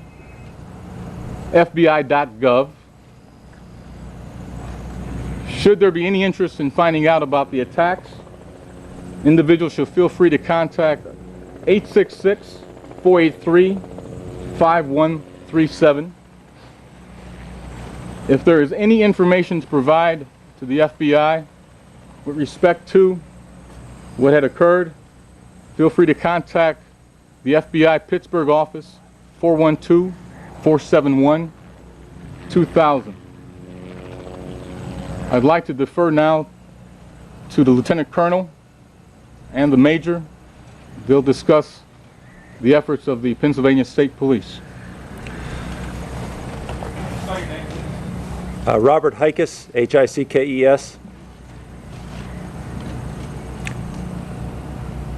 And we were listening to an update there from Pennsylvania, the latest on the information on United Airlines Flight 93 that crashed yesterday just southeast of Pittsburgh. We'll have more on that update in just a minute. First to Leon. Yeah, we're going to get back to our Bob Franken, who's working the crash site where that plane hit at the Pentagon in Washington. Let's go there now. Bob? Well, Leon, I'm outside, of course, overlooking the place where the plane collided, but CNN producer Chris Plant is inside. He reports that the Pentagon is being evacuated. Of course, they wanted to open it for business this morning, the parts that were considered safe. But Chris Plant says it's being evacuated because of the danger of a spreading fire. We reported a while ago that the fire had spread from over there to other parts of the building and, in fact, had reached the inner ring. So for the second day in a row, the Pentagon is being evacuated. To give you some idea of just how tense it is here, something happened about 10 minutes ago. About 10 minutes ago, a police loudspeaker went off in this area. Get out of the area, said this person on the loudspeaker. Incoming plane, get out of the area. Well, all of us, of course, the camera crews, all of them pointed their cameras skyward, everybody looking to see evidence of this. About 2 minutes later, the police voice came on again and said, never mind, it was a friendly. So they are being so very, very careful and sometimes tense, and sometimes, as a matter of fact, they overreact, but of course their concern would be much greater if they underreacted. And we've also seen evidence just in the last few minutes of how intensely the FBI plans to live up to its promise to investigate. We saw just a couple of minutes ago FBI agents fan out in the little grassy area right in back of me, fan out looking for whatever tiny pieces of evidence they could find in the grass, trying to in fact live up to the promise that they've made that they're going to investigate this very thoroughly, and of course to make sure they did it in an area that cameras could see so the message could be delivered to the rest of the world. Leon? Well, Bob, let me get back to you. You're saying that the Pentagon's being evacuated right now because of concern about spreading fire and causing more damage. What is the latest right now on the extent of the damage inside the building? And do you know how many people were actually back at work in the building today?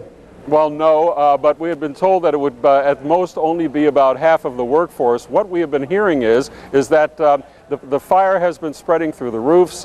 It has made it to the inner ring, and according to Chris Plant, that fact has caused them to decide that they want to, in fact, get people out of the building now because it is becoming unsafe. All right. Bob, can we give us an idea right now of which side of the building you're on and which side is perhaps is the biggest, I guess, looking at the biggest threat right now from this fire? Any idea on that? Well, right now the biggest threat continues to be the side where the airplane collided. You can see, of course, right over there where it crashed into the building yesterday morning. It crashed into the building, and there is a concern that there's going to be a collapse, particularly of that area. And as a result, the people who have been searching for some of the casualties have been very, very careful about going on. There's an ongoing debate about whether they need to just collapse that part of the building or whether they want to try and shore it up and make it safe. However, the other side of the building is where many of the top officials of the Pentagon are located, and the fire has continued to spread, sometimes through the roof, but it has gotten to the inner ring, and it has become a bit of a threat. The secretaries of the Army and the Navy, as a matter of fact, were moved from their offices on that side of the building and went down to the basement. The evacuation is just a precautionary measure, but the fire is not under control. All right, understood. We'll let you get back to covering that. Bob Franken by the Pentagon in Washington. We'll check back with you later on. In the meantime, let's go over to Derek. Yeah, we wanted to get to Bob very quickly to get that information on the air, and so I didn't give you a complete recap on what we learned from the FBI in that briefing from Pennsylvania. It was Wallace Miller of the FBI giving us the latest on the investigation into the crash of United Airlines Flight 93. That's the flight that yesterday crashed around 10 a.m. Eastern. It was going from Newark, New Jersey to San Francisco, California. 38 passengers, 2 pilots, and 5 flight attendants on board that flight. All of them lost their lives. Wallace Miller of the FBI telling us that it now is safe for evidence collection experts to go into that crash site and start picking up pieces of evidence that will include human remains, looking for the black box for more clues as to what happened on board that flight, also aircraft parts and personal items that hopefully at one point would be returned to family members. This, as Mr. Miller pointed out, is going to be a painstaking process, very slow and deliberate. It could take as long as 3 to 5 weeks for all of the evidence collection to take place. He also let us know that later this afternoon, the NTSB will be doing a flyover of the area to get a better idea of the total size of that crash site. Once again, that's the latest on the crash of United Airlines Flight 93 that crashed just about 26 hours ago. Paula, up to you in New York. Darren, I don't know whether you mentioned this. You might very well have, but I was busy talking with the producer during the tail end of your reporting. Apparently, government sources are now telling CNN that senior administration officials actually informed members of Congress and said that they believe that plane you were just talking about was initially directed at another government target, possibly the White House, the Capitol, or Camp David. Perhaps if those black boxes you were talking about are ever retrieved, we will have a better understanding of why that plane went down in a rural area outside of Pittsburgh. The paramedics in New York City, who have been working around the clock now, have just held a news conference in New York, and we want to share a part of that with you right now to give you an idea of just exactly what they're up against and trying to get to those folks they think might even be alive under all of this rubble. Let's listen. As was mentioned before, it's not so much an asbestos effect. The problem really has been the dust, the concrete and paper. When you look at the site, there's literally feet of dust. So that from that standpoint, there's been a lot of respiratory maladies. There's no toxic chemicals as best we can tell, and that's an advantage. But there have been a lot of respiratory problems such as wheezing and asthma-like symptoms. All right, there you have a paramedic describing some of the conditions that paramedics are up against. He was just describing wheezing. I imagine we caught that mid-sentence that he was talking about the tremendous amount of smoke that is still billowing from what is left of the North Tower, South Tower of the World Trade Center, both of which collapsed within an hour and a half of the initial blasts of the hijacked planes crashing into them. The third tower going, actually, which is called Building Number 7, much later in the day. Let's come back to what city officials are confronting in terms of the injured and the potential dead. Hillary Lane has just finished listening to a news conference that St. Vincent's Hospital held. This was one of the hospitals closest to the World Trade Center area. What can you tell us, Hillary? Well, Paula, I can update you again on the numbers, and that is going to tell you a lot. They are not very different from the last time we reported them. 369 patients passing through. That's just about 5 more from the last time we reported. 4 deaths reported here, 1 at an affiliated hospital. That says a lot. According to one doctor here, and I'm going to quote him, by not seeing a lot of patients, they fear that there are not a lot of survivors. So the process down at the site moving very slowly, meticulously, gently. We had been reporting earlier they had pulled some people out of the wreckage. The hospital here had gotten a phone call at 7:45 a.m. telling them to expect some of those people, but they have not received any more phone calls alerting them of any more survivors who may have been pulled out of the wreckage this morning. They have brought in quite a number of firefighters and rescue workers who were involved in the rescue effort, and some of their injuries are incredibly telling. They have abrasions on their fingers from literally digging with their fingers, trying to move rubble, trying to help people who may still be alive. And that really says a lot for the rescue effort that's going on. But what also says a lot is behind me, empty stretchers, empty wheelchairs, and dozens of hospital personnel here on standby and waiting to do what they're needed to do if they should be called into action. Paula? Hillary, you just mentioned the folks on standby, and I think that Mayor Giuliani wanted the message heard loud and clear that New Yorkers will not be paralyzed by what has happened to this city. He said there have been thousands and thousands of people who volunteered to help the paramedics, who volunteered to do whatever they can in the cleanup process. We know people in record numbers are offering to donate blood. And I understand, Hillary, at a bunch of hospitals around the city, you have doctors traveling from out of town to volunteer their services at emergency rooms. Have you seen that there at St. Vincent's? I think you mentioned a part of that about a minute ago.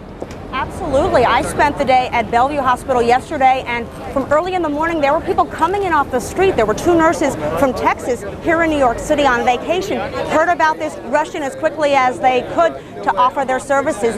Dozens of volunteers, and I tell you, the line to donate blood stretched out the door. They were moving people in groups of 50 to get them processed, to get the blood in and to be ready. So an incredible, incredible volunteer effort, professionals and civilians as well. At more. All right, Hillary, thanks so much for that update. If I'm understanding this clearly, someone's just giving me some messages from the New York medical examiner saying they are perfectly, the system at least, this sounds very hard and cold, but this is a fact of dealing with this tragedy, that they can handle more bodies. There were some reports, and in fact we reported some of the Associated Press reports this morning that barges had actually taken some of the dead from New York into New Jersey. That is not the case. However, it is true that some New York City cab companies have removed seats from their vans to help in the transport of victims across the river to New Jersey, where some of the city hospitals there can accommodate some of the wounded. And I think it'll be clearer in the days to come exactly what transpired last night. I think one of the biggest frustrations of all of the workers who've been involved in this rescue process is that they weren't able to even get into that perimeter area surrounding the World Trade Center until the wee hours of the morning because of the fear of structures continue to fall on them, and the amount of smoke billowing out from the area, and other safety concerns. So there you have it, Darren, the very latest from New York now. And as you've seen, or actually Leon, a tremendous outpouring of support for these firefighters and police workers who have to do the Lord's work right now.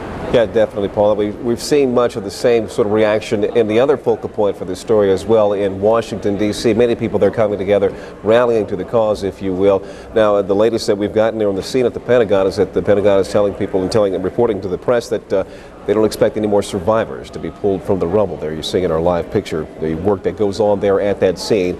We just checked with our Bob Frank, and it was saying that they believe that they have found some places where there may be bodies, and they will be getting them after they get more control over that fire that is still continuing to burn. But the victims that were pulled out of there and that were able to walk away from that location there are at Arlington Hospital, which is where our medical news correspondent Rhea Blinky is right now. Let's check in with her to get the latest from there. Rhea? Yeah, Leon, more than any other hospital in the United States, the Virginia Hospital Center at Arlington is the one that should be most prepared for a terrorist attack because of its close proximity to the Pentagon. This hospital's metal was tested yesterday when during a 3-hour period, make that a 2-hour period, some 30 patients were brought here with various contusions, burns, broken bones. The staff here was on an orange alert at that time, and there was nowhere near any level of great concern because of this hospital's preparation. Periodically, they do actually go through a number of procedures to make sure that they have all their procedures in line. In fact, some of the administrators who were involved in the emergency services yesterday mentioned that they had seen the plane crashes into the 2 World Trade towers, and that they indicated, what would happen if something like that occurred here just moments before the plane crashed into the Pentagon. They went back through their materials, and within 10 minutes, they got the call that, in fact, we've had an attack. We need to make sure that we have everything up to speed. We want to make sure and show you some pictures of some of the people who arrived yesterday. As I mentioned, during that 2-hour period, 30 patients, but overall, some 44 patients treated here at Virginia Hospital Center. Many of those people have been released, 26 of those people discharged, but some 17 were admitted. Of those 17, 9 of those people went to ICU. 2 of them listed in serious condition, 7 of them in critical condition. Some of the others are now stable at this time, and one of the people was transferred because they're military personnel to Walter Reed Army Medical Center in Washington, D.C. There are a couple of other hospitals in the area, including the Washington Hospital Center, which is the only major hospital center here that has an adult burn center. They took more of the serious injuries at the Washington Hospital Center. There are some 12 patients patients there now, 7 of those patients listed as critical with severe burns. At Walter Reed, we mentioned there's one transfer from here, but also 2 other patients, military personnel. And it's anticipated that some of the other patients who have come to this facility and others around the area will also go to Walter Reed as they stabilize, if in fact they are military personnel. And one other hospital in the region, Inova Alexandria Hospital, took in 14 patients as a result of the attack on the Pentagon. It's been a very challenging time for this hospital, but again, they feel that they've stood up extremely well. In fact, their Code Orange alert, which is their highest status of alert, in which they call in all the staff members and get as much help as they can, is now canceled. They suspect, it's not very likely, they will receive more patients from the rescue and recovery operations. Even though they want to keep hope alive, they certainly don't anticipate that they will see large numbers, the waves of patients that they saw yesterday. Leon?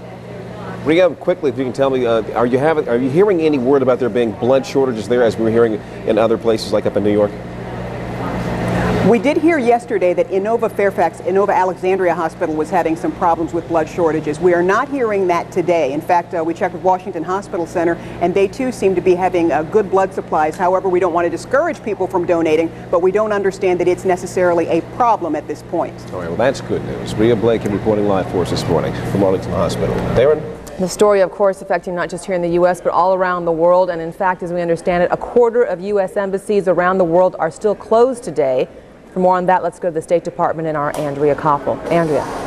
Darren, this is really the other half of the story. While the search and rescue is going on here in the United States, the diplomats in this building, including the top U.S. diplomat, Secretary of State Colin Powell, sent out orders yesterday for all embassies to review their security procedures. And as you mentioned, the final tally as things stand right now is that more than 50 out of more than 260 U.S. embassies and consulates around the world have now temporarily closed their doors. And we're told that all of the embassies in both the Middle East, on the Arabian Peninsula, and in North Africa have closed. Now, they say that this was done really as a precautionary measure. They have no real specific or credible threats to these embassies, but they'd rather be safe than sorry. Now, while the embassies are closed, there is another effort that's underway. In the words of one State Department official, Darren, it's really a message of, are you with us or are you against us? That's the message Secretary Powell is sending out as he speaks with leaders around the world, trying to rally the international community to the United States side. That's not a difficult effort right now, as we've heard calls coming in from around the world expressing support for the United States. And as we've already reported, right now at the NATO headquarters in Belgium, in Brussels, ambassadors there from all 19 NATO member states are right now reviewing a draft which would give the United States upfront support if and when it makes the decision that it knows who was behind yesterday's attacks, that all of NATO's military capability would be at the ready should the United States need it. So right now what you're seeing is an intense diplomatic effort both within NATO, the United Nations, the European Union, with the Russians, with the Pakistanis. We understand Secretary Powell also spoke with people in that country. Why is that significant? Because they're the neighbors and supporters of the Taliban militia in Afghanistan. Darren, so right now as things stand, we have more than 50 U.S. embassies that are closed and intense diplomatic efforts underway. Yeah, and on Darren? that point, Andrea, I want to get this quick, but I think important question in here. I imagine there are a lot of Americans traveling overseas who are following the story, are perhaps scared. If they're in a country where the U.S. embassy is closed, who are they to contact if they're in trouble and need information? That's a very good question. If there are emergency needs that any U.S. citizens might have, we're told that they can still contact the embassy. What it means is that the embassy isn't open for business for things like visas and whatnot. But if an American citizen should have need for information or any advice, things of that nature, they can call their U.S. embassy or consulate as they would do under any circumstances. Very good point in clarifying exactly what closed means in terms of an embassy and business. Andrea Koppel at the State Department, thank you. Paula, back up to you in New York. All right, Darren, I want to share some new pictures with our audience out there of what Ground Zero looked like yesterday, shortly after the impact of the multiple terrorist attacks here, when two hijacked planes slammed into 2 separate World Trade Center towers, 18 minutes apart. A lot of the people who evacuated the North Tower, which was the first tower hit, describe it taking 45 minutes to get out of the building. So in fact, the second jet had hit the South Tower at the time they were being evacuated. They didn't even know what was going on above them. This looks relatively calm as you look at these pictures, but folks who are being evacuated from these buildings describe something different. Some people in a state of panic, some people screaming, and those diligently following the instructions of the law enforcement agents. The one thing you also need to understand, where this picture obviously was taken after both towers had collapsed, which had happened in sort of the 10 o'clock hour of this broadcast. The one striking thing about the city today is that it is, at least to me, as someone who's lived here a long time, Eerie, it is unbelievably quiet. There's a good reason for that. Most companies advise their employees not to go to work today. All the public schools are closed, the private schools, the parochial schools, the major stock markets are closed today. As you just heard Darren and Leon say, no flights are expected to resume today, at least not at noon today, as was originally expected. And right now I want to go to a piece that Maria Hinojosa filed to give you an idea of just how strange it is out there, particularly for those of us who are used to a city that's full of vitality. Let's go. Midtown Manhattan, the heart of New York City. Usually abuzz, today quiet. An awful quiet. This is what downtown looks like where I come from. A quiet that stretched all the way from the foot of Manhattan through what should be bustling streets. Normally you just pass and go about your daily work, but now you stop to say hello, how are you? A quiet at the Port Authority, where hundreds of commuters should be gathering. Quiet too at Penn Station, where a flood of travelers is supposed to emerge, today a trickle. Usually it's elbow to elbow, trying to run and get the train and just get to your job. And outside on the street, the Madison Square Garden marquee, black. This is the M104 to the United Nations. It's hard to believe that in the middle of a Wednesday morning, in the middle of 6th Avenue, in the heart of Greenwich Village in Manhattan, that there's no traffic, nothing behind me, nothing coming from in front of me, standing in the middle of 6th Avenue. It's the eeriest of feelings. People jostling around, running around, bumping into people, not caring about anything, because we're in such a great free society. And now we have to be careful of what we may do. People look at people apprehensively. So it's a different feeling altogether. Businesses were closed except to help rescue workers. So were bridges and tunnels. Even the pet shop was closed. Not up there. Not up there. Usually trucks roll by at 5:30 in the morning in front of our home, and it wakes us up, and you're kind of, and today there was nothing. It was so strange. I actually want the noise back. Instead of work, the sign said that people should give blood or pray.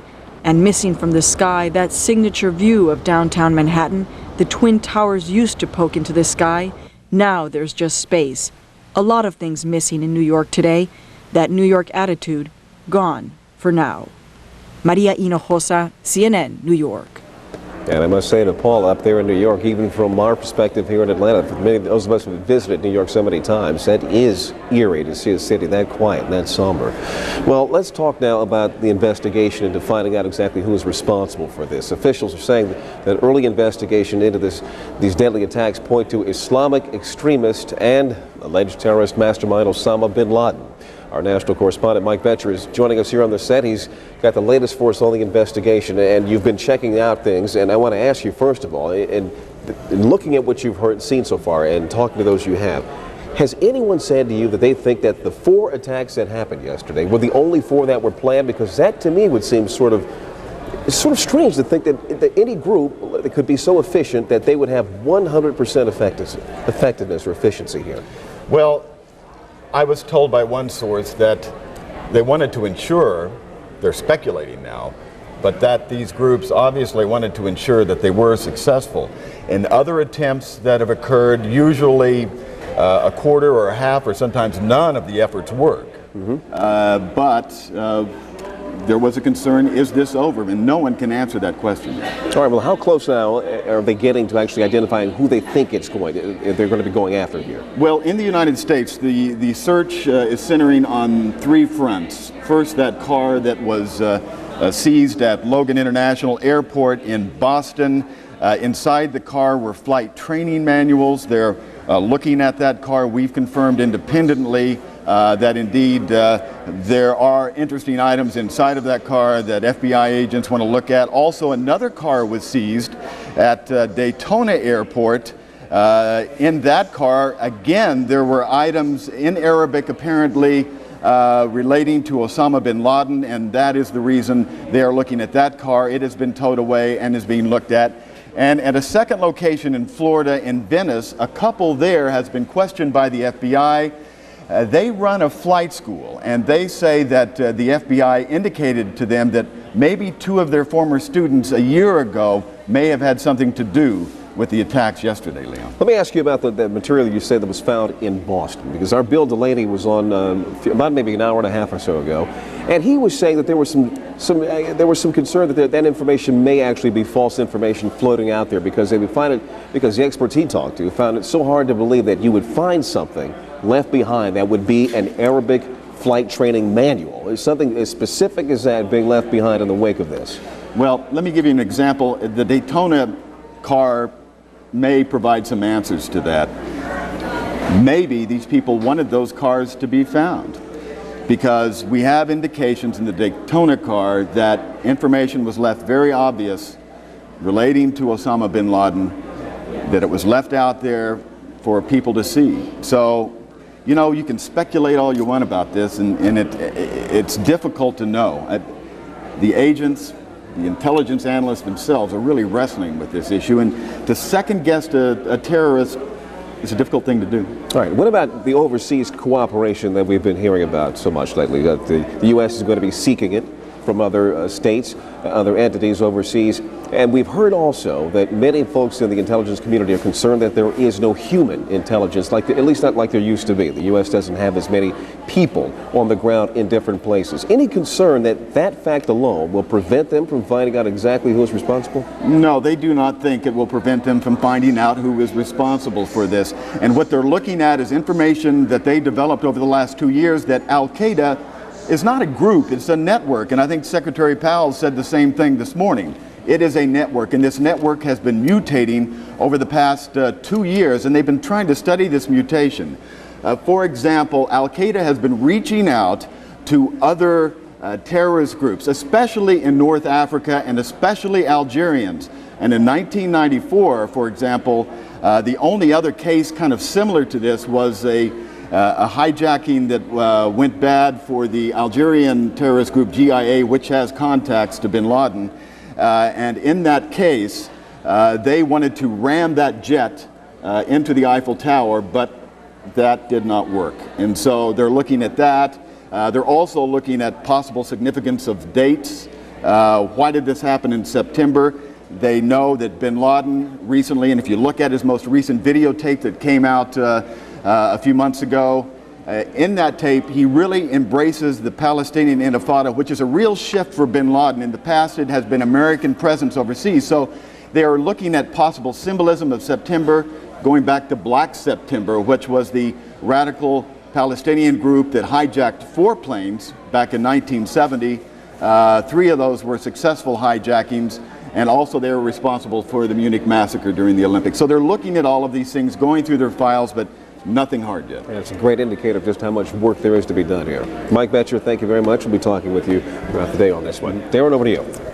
Leon, thank you. The stories about so many things, of course, fear and shock about what has happened to the United States. On a very practical matter, though, for many travelers, it means they are stuck wherever they were yesterday morning and they can't get home. Originally, the FAA had said early as possible the air restrictions on U.S. airspace would be lifted at noon today. We reported over an hour ago that that was not going to happen at noon. We have yet to hear what time that could be reinstated, but meanwhile, we're getting word that when flights do resume in the U.S., they will look very different than what we are used to as Americans. And with more on that, let's go to the White House, and our Kelly Wallace is standing by with more information on that. Kelly. Well, Darren, obviously a big concern for many passengers around the country, but certainly a big concern for the administration. Senior administration officials telling my colleague John King just a short time ago that the full expectation is that Transportation Secretary Norman Mineta would have some announcement later today. Now, that the reason that this 12 noon Eastern time deadline has come and gone, we had senior administration officials telling CNN last night that the full expectation was that the airports would open at 12 noon Eastern time. These senior officials saying that the reason that deadline has come and gone and that the airports have not been reopened is that they really haven't had enough time to put sufficient security precautions in place. We heard Secretary Mineta say last night that they are going to impose tougher security guidelines and measures at the nation's airports before they reopen. Now, I did talk to another law enforcement source earlier who said, look, the U.S. government wants to be comfortable. It certainly wants to open up the airports as quickly as possible, get people back to normal, get U.S. business up and running. But the U.S. government also wants to be comfortable that proper security measures are in place. This source saying that there is a whole menu of recommendations on the table, including toughening security on the ground, such as checking in, such as identification, maybe even no curbside checking at some airports, and even some more security measures in the air, such as putting more air marshals on planes. So a lot of discussion right now, though, Darren. The full expectation, though, some announcement coming from Secretary Mineta later today. As you can see, the U.S. government trying to balance sort of competing priorities here, trying to get things back to normal as quickly as possible, but definitely wanting tougher security measures in place. Darren, back to you. Clearly, people flying across America want it to be safe, Kelly. I think one of the things that's difficult right now, before travelers and their loved ones had that noon deadline to at least look forward to, and now not only did the administration take that off the table, they haven't even put another one on. Any word on when that announcement might come? No, as I told you, my colleague John King, hearing that Secretary Mineta expected to make some sort of announcement today, some expectation that possibly airports could reopen today, according to one law enforcement source. But again, while you said, Darren, that many people sort of hoping that airports would be up and running, I bet you that a lot of the people around the country certainly want to make sure that tougher security measures in place, steps are being taken. There's a lot of concern, as we've heard reported all throughout the day. I heard it yesterday when I was up in New York. A lot of people are concerned about how could this happen? How could 4 airliners be hijacked? And so certainly I think the American people would like to sort of see tougher measures in place to try to in some way make sure this never happens again. Yeah, Darren, back to you. Absolutely. No one wants to fly if it's not safe, and you look at the same time, 4 different planes, 2 airlines, and 3 different airports, and it makes people feel very unsettled about how safe it is to fly here in the U.S. Kelly Wallace at the White House. Thank you, Leon. Well, you know, this is a perfect point to check in on a few airports, and we've got a reporter spread out this morning. Kathleen Koch is standing by there at Dulles Airport, and we've got our Ed Lavandera. He's in Dallas. And Bill Delaney is standing by at Logan Airport, which is the point of much scrutiny today. Let's go down and start with Bill. Bill?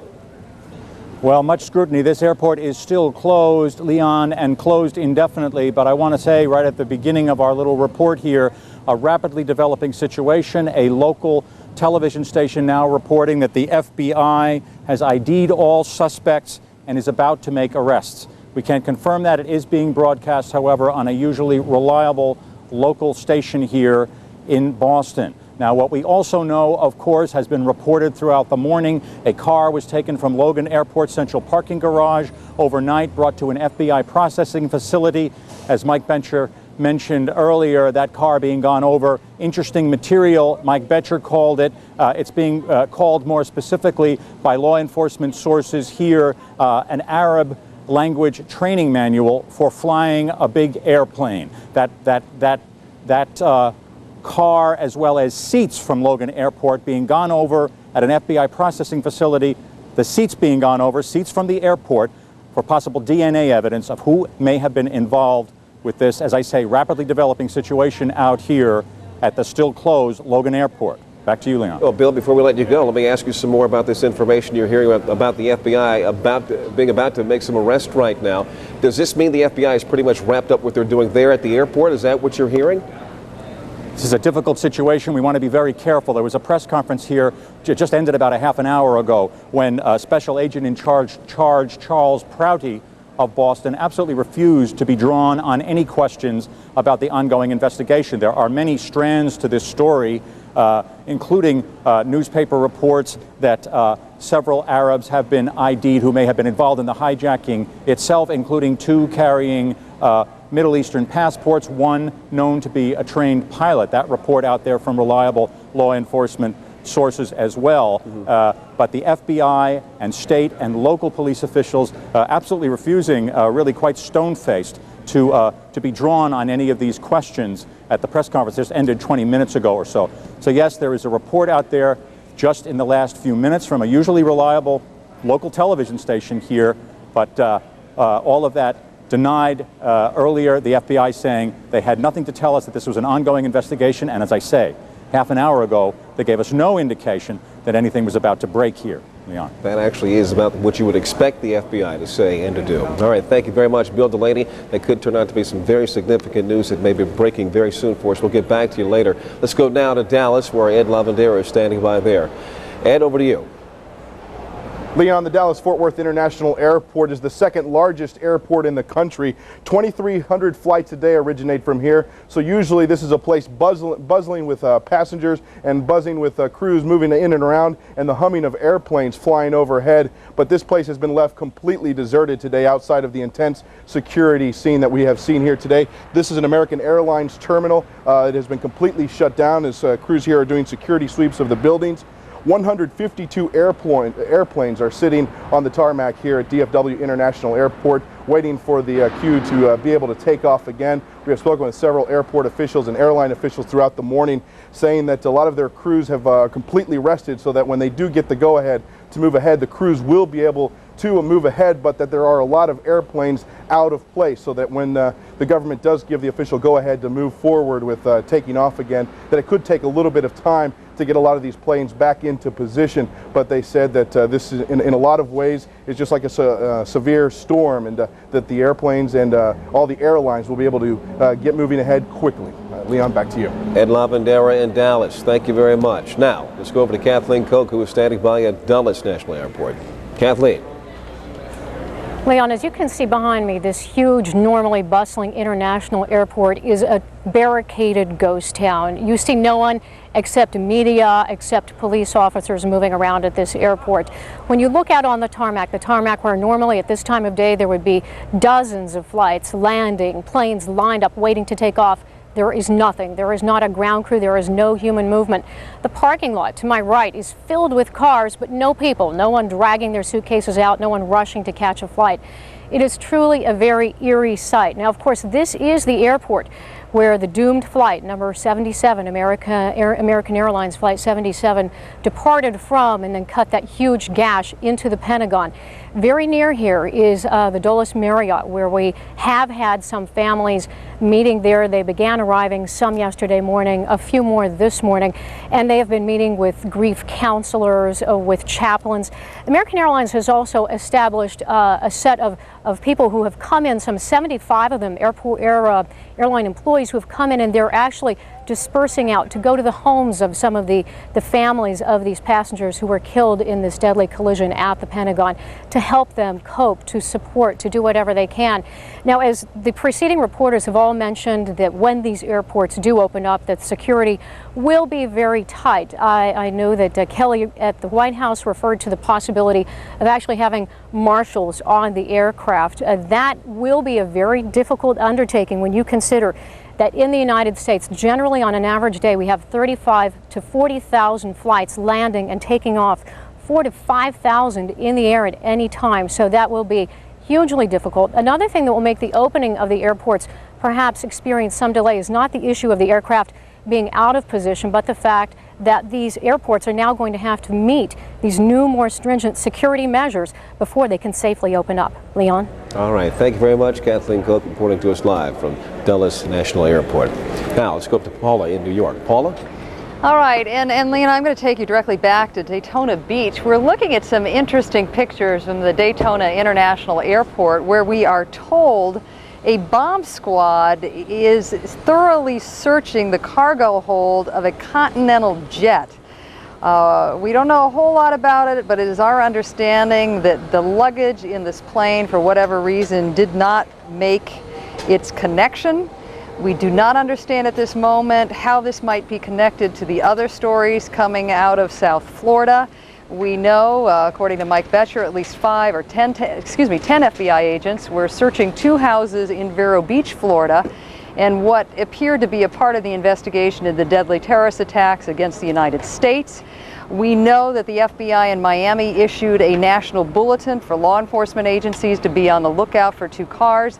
The bulletin did not mention whether the vehicles were linked to Tuesday's attacks. This also comes on the heels of a report that a South Florida couple is indicating that they may very well have trained several of these hijackers, some men that might have trained with them a year ago. So once again, we don't know exactly what the connection of this bomb squad search at the Daytona International Airport has to these other Florida stories.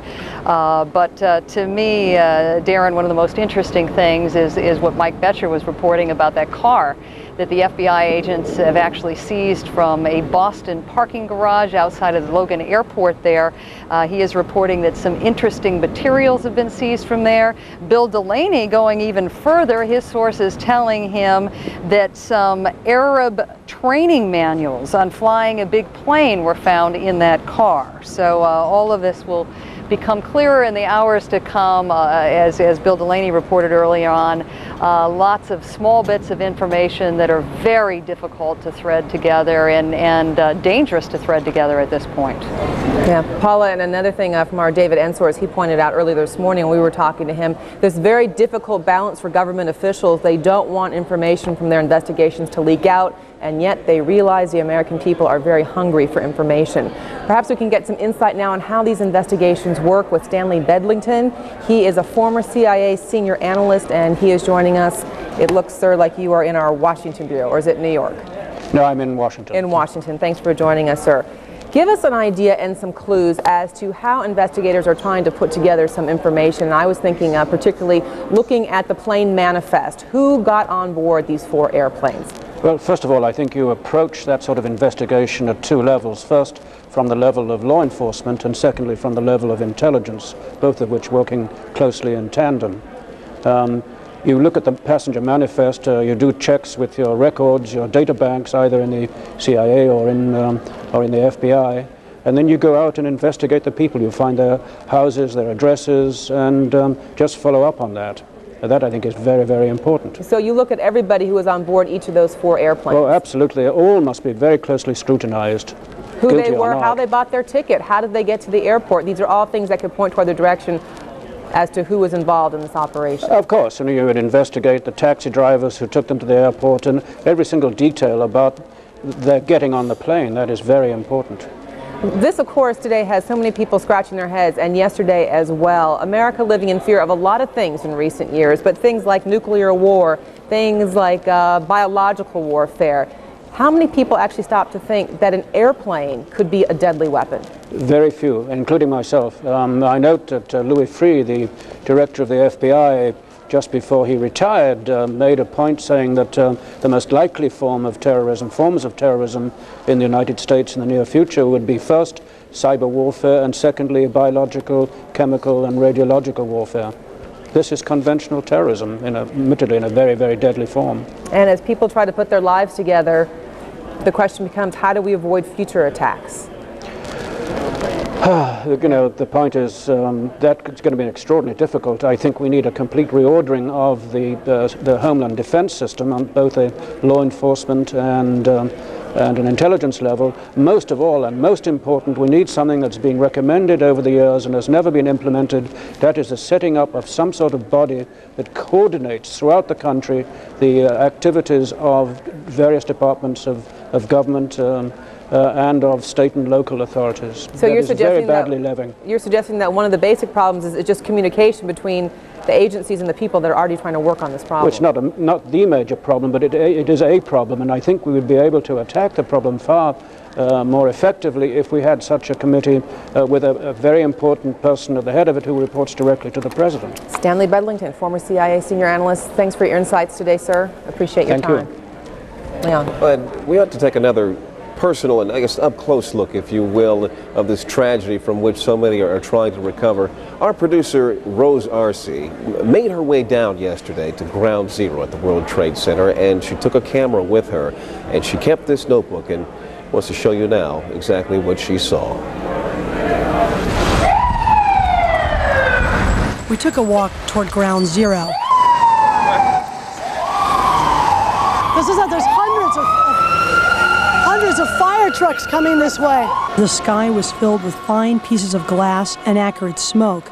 Cars were covered with dust. The street had a thick coat of debris. There was like 4 inches of dust back there right by that building, and down on the ground there was people's resumes lying, office supplies. There was, pictures from people's desks that had been just singed, and they'd blown up. The building had blown up and the stuff had just come down like confetti. There were doctors rushing to help people. Emergency workers were moving cautiously toward the building. You hear that? Keep your eye on that building as they're coming down. This firefighter was trying to rescue people from 2 World Trade Centers. What did it feel like? Very hot, pitch dark, couldn't see almost anything. Almost crawling on your feet. A lot of debris everywhere going. A lot of rebar, a lot of broken glass, a lot of brick. Just not really too much smoke at the time, but a lot of debris. And what about the people? There are people in there.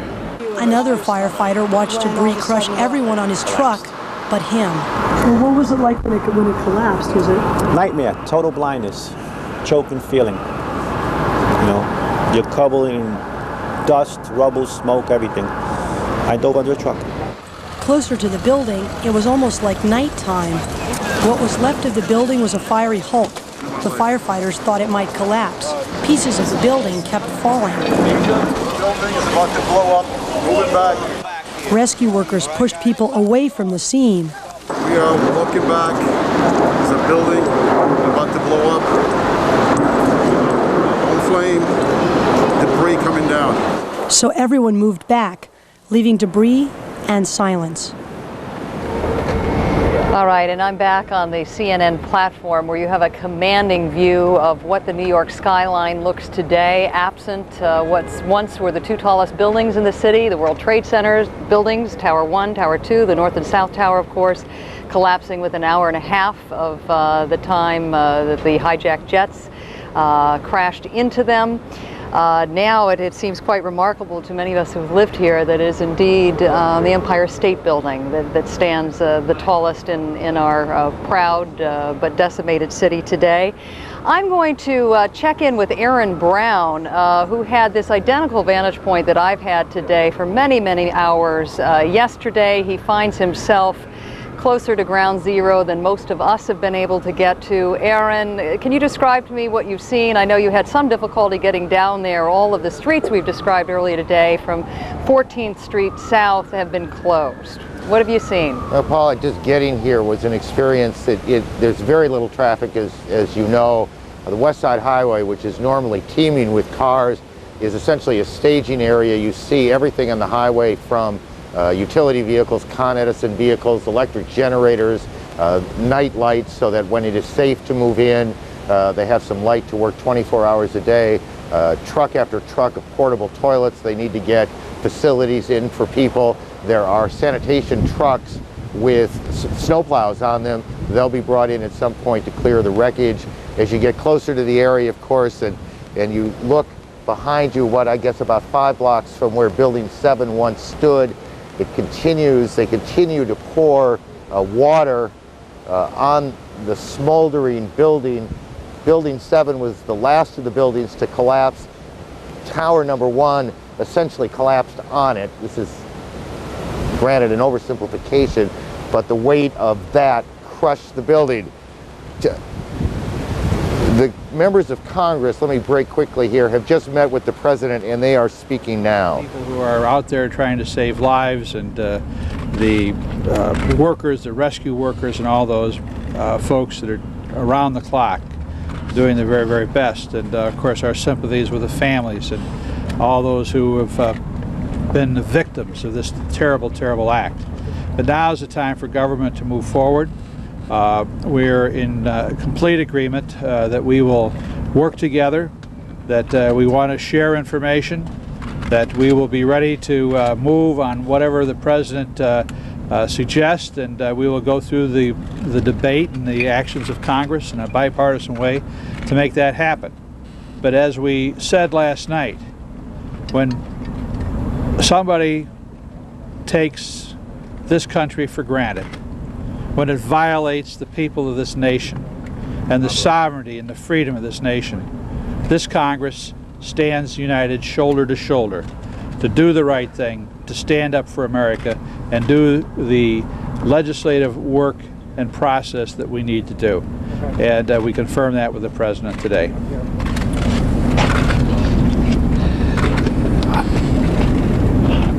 On a bipartisan basis, I think it is accurate to say that we literally and figuratively stand shoulder to shoulder in our appreciation of the job ahead. It is to help the victims, to care for the families, and to punish those responsible. With a single-mindedness of that appreciation, we begin our work this afternoon. On a united, bipartisan, bicameral basis, we will be passing a strongly worded resolution this afternoon. We will work with the administration to allocate the resources and to dedicate whatever strategy may be required to fulfill our obligations. It is our strong desire to do this not as Republicans or Democrats, but as Americans. And we will continue to demonstrate that desire as we consider whatever other actions may be required in days ahead. We good? Thank you. Thank you. What did the President ask of you? The congressional leadership, having met with the President, coming out to talk briefly with the press. First, the Speaker of the House, Denny Hassert, followed by the Majority Leader of the United States Senate, Democrat Tom Daschle. Kate Snow joins us now from Washington. Kate, good afternoon.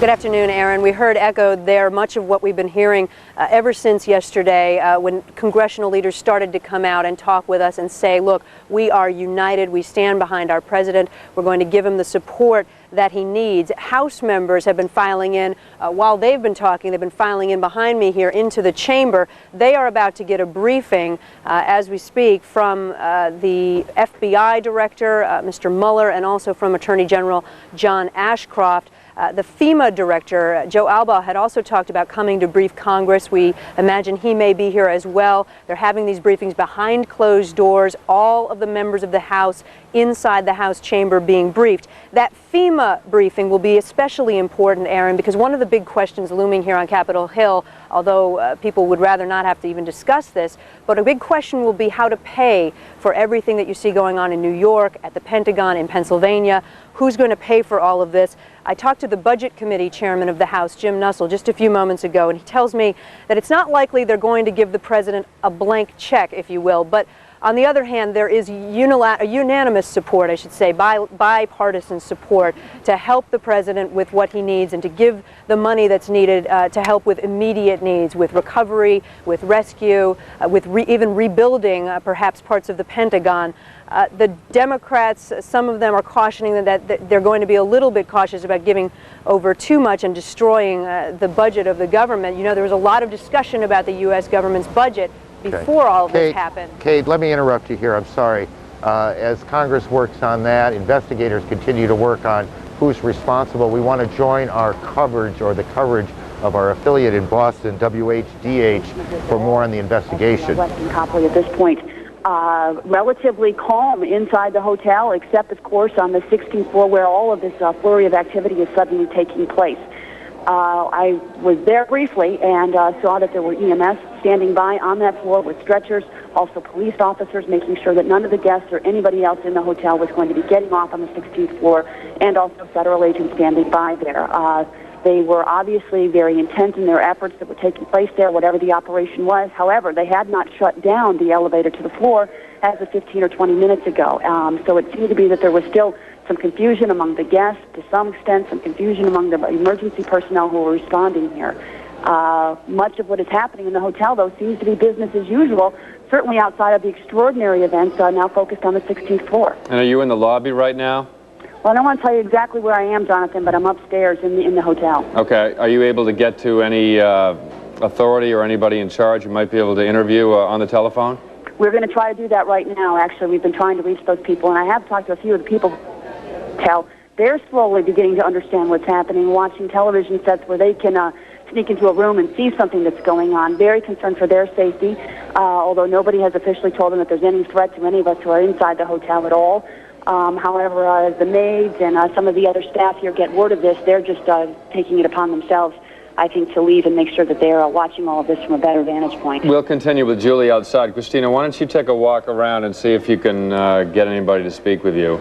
It's very curious as to what really might be going on, because if you think if this is a bomb threat that the hotel would immediately evacuate everybody, but Christina is saying it appears there are still guests there and the maids are still walking around and they don't really know anything about what's going on. It's a tale of two scenes. From Christina inside, it seems to be business as usual, but outside, Julie O'Clair, this picture is anything but a normal day.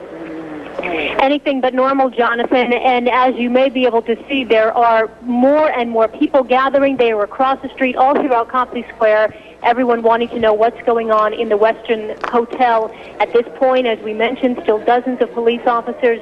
They have the street blocked off just in front of the Westin Hotel. Tactical response team still inside. The entry and apprehension team, as I mentioned, going in with full gear, with their shields up, with their guns drawn, up to the 16th floor where Christina McKenna saw them. They brought in the fiber optic equipment. They want to look under the doors. They want to see exactly what they're getting into before going into these rooms. We did get word a few minutes ago that possibly some suspects were in custody. That is not confirmed, but that they had gone back in to look and see if anyone else was in the rooms. I can't tell you how many people are out here. People are standing on top of cars just trying to get a better look. But as Christina said, it seems to be business as usual. I'm not sure what floor she's on at this point, but I can see into the lobby, still people milling about, employees still inside trying to do their best to keep people calm, let everyone know that everything is okay for the time being. No evacuation at this point. But again, 2 ambulances waiting here outside. The armored truck that the tactical team came from, they have been going back and forth to get more equipment. The last time they came out, they did get that fiber optic equipment, and they haven't come back since. But there is a huge police presence as they wait to see exactly inside. This story, the wires, the Associated Press crossing the flash that dozens of police officers have pulled up outside the Westin Hotel in the Back Bay. A tactical team is seen running in and out of the hotel, as we've been reporting to you for about the past 15 or 20 minutes. Julie, we see from the glass doors of the entrance to the hotel a lot of plainclothes people just walking out slowly, almost like there really isn't a rush to get out of that hotel. Are you near the lobby, able to see inside the windows there to see what's going on inside the lobby? Julie? Julie O'Clair, are you still with us? I'm still here. I heard that, but I'm having a very difficult time. I didn't hear the question. Okay, we're just wondering, as you walk around, whether people are rushing in and out of the lobby. Are people still able to enter the hotel, or has it been blocked off at this point? No, people are apparently still entering the hotel, but they're... We continue to look now at this scene outside the Westin Hotel in Boston as some considerable operation, law enforcement operation has gone on. We heard reporters on the scene talk about police officers moving in with full shields, essentially riot gear with guns drawn, whether they are going in to search rooms, searching for suspects who may or may not be in the building. CNN's Kelly Reno, who covers the Justice Department for us, joins us now. Kelly, can you tell us anything about arrests that have been made or that are pending?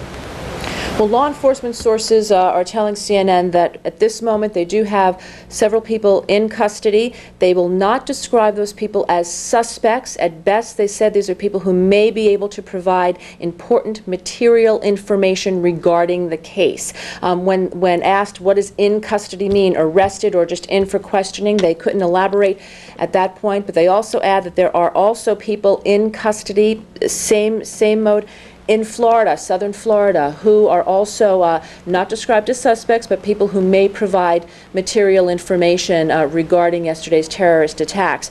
As I said, Aaron, we do not know what information led them to these people. We do know that there have been several investigative leads that have led them to certain flight schools. We know that there is Huffman Aviation School. FBI officials are there. They are interested in particular in one student there, we are told by sources. So we do know that investigative leads have led the FBI to various flight schools and facilities that have flight simulator training equipment. And we do know that those passenger manifests on the plane have led investigators to both Boston and Florida. There were people identified on those lists as either people who had been either sympathizers with Osama bin Laden's cause, or people that for one reason or another raised a flag with INS or with federal investigators. Aaron? Kelly, just help me with one thing. This first group of, we won't call them suspects, I'm not sure what we will call them. They are in custody in Boston, is that correct? That's right. Several in Boston and several in southern Florida as well. In South Florida. Then let's go to Bill Delaney, who's our bureau chief in Boston. Bill, tell me what you're hearing, what you know. Well, Aaron, what we're hearing very much is what Kelly Arena is reporting for about an hour or so now. Reports flying around here of imminent arrests. We had heard rumors of that sort of thing, even from sources in the Middle East. Earlier this morning, it now appears that these these people that may provide some sort of material information, as Kelly said, they're not being specifically described as suspects, have now been arrested. Now, we had a press conference here about 45 minutes or so ago, including the head of the FBI here. He could not be drawn at all to confirm any of the many reports here in Boston about arrests.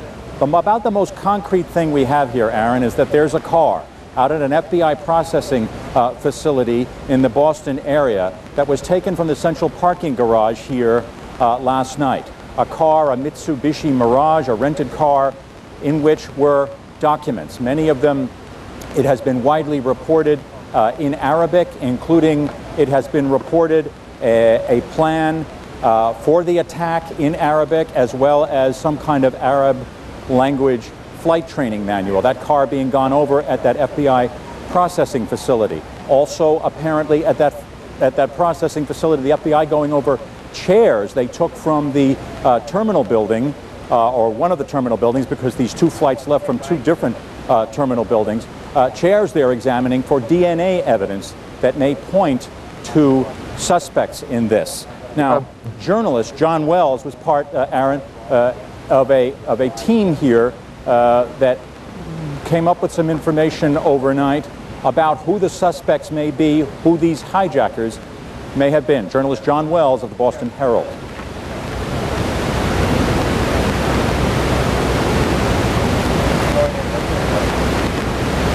All right, we're having a problem getting the tape. We'll continue now with the coverage of our Boston affiliate WHDH. I see at least 4 ambulances. I see 2 parked outside here from our vantage point. There's one parked right beside the door, and then there's another parked up near the garage entrance. I also see the bomb squad truck here, the special operations truck, so they are on board here as well. And as we continue looking at the front entrance, we should probably explain to people, give them a little bit of a sense of what it is we're looking at. For those of you who are not familiar, the Westin Hotel is in the heart of Copley Square. It is bordered by, on one side, Huntington Avenue. It faces the square itself, and on the other side is Stewart Street. And it's in a slim triangle between Huntington and Stewart, and what we are looking at is actually considered to be the front door. Correct me if I'm wrong, Ann. Ann, are you still with us? No, that's correct. Yes, I was. I was just hopping up on an abutment so I can see if I can get a better view, and one of the passersby was giving me a hand. So we're looking at the front. I'm trying to get a better vantage point. We're looking at the front. And I still can't see. and probably through the camera lens is at this point the best possible angle. But we are looking at the front door, a revolving door at the Westin. It is the side of the building that faces Huntington Avenue and Trinity Place, the new condominium complex that was recently constructed in Copley Square. And as as we get that that wider shot of the hotel, we can see that the ambulances appear to be parked on the street and not actually. The hotel has an inner circle, an inner driveway where guests can pull in and drop off luggage and so forth. That's right, Susan. And it looks as though police have realized that the crowd has grown to the point where it really is hampering this operation. They have formed a police line and they are pushing people, gently pushing people away back from the entrance. That has resulted in the road in front of the Westin being completely blocked by people now. They have blocked off the road. It's creating quite a traffic jam here in Copley Square as we await what is happening inside, where tactical police wearing bulletproof vests, heavily armed, strode through the lobby. There was no running. There did not appear to be a rush. They walked into the lobby, a number of them, and presumably up to the upper floors where some kind of operation is going on, presumably connected to the hijacking and the terrorist attack. Folks, we want to just bring you up to date for a moment. If you have just joined us, what you're looking at is not New York City, it is not Washington, it is the heart of Boston, Copley Square, where within the last half hour, SWAT teams arrived at the Westin Hotel in Copley Square. SWAT teams identified as members of the Boston Police with an armored car, some of them carrying automatic weapons, wearing helmets and masks. Also, as we've heard Ann Dufresne report, there are at least 4 ambulances on the scene. They're parked on Huntington Avenue outside the front entrance of the Westin Hotel, not in the inner circle where the taxi cabs go and where people pull up to unload passengers and luggage, but actually on the street.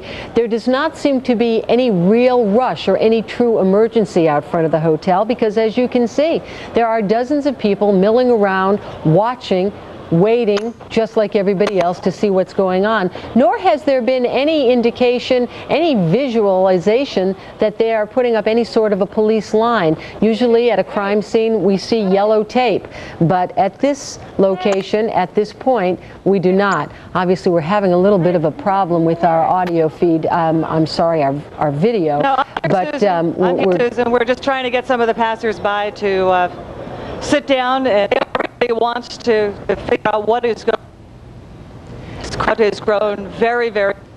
Perhaps you can hear me. I hope. Well, clearly there is a major operation going on at the Westin Copley Hotel in the heart of Boston. It is unclear. I think it is fair to say it is unclear exactly what this SWAT team is in that hotel looking for, what they believe is in there.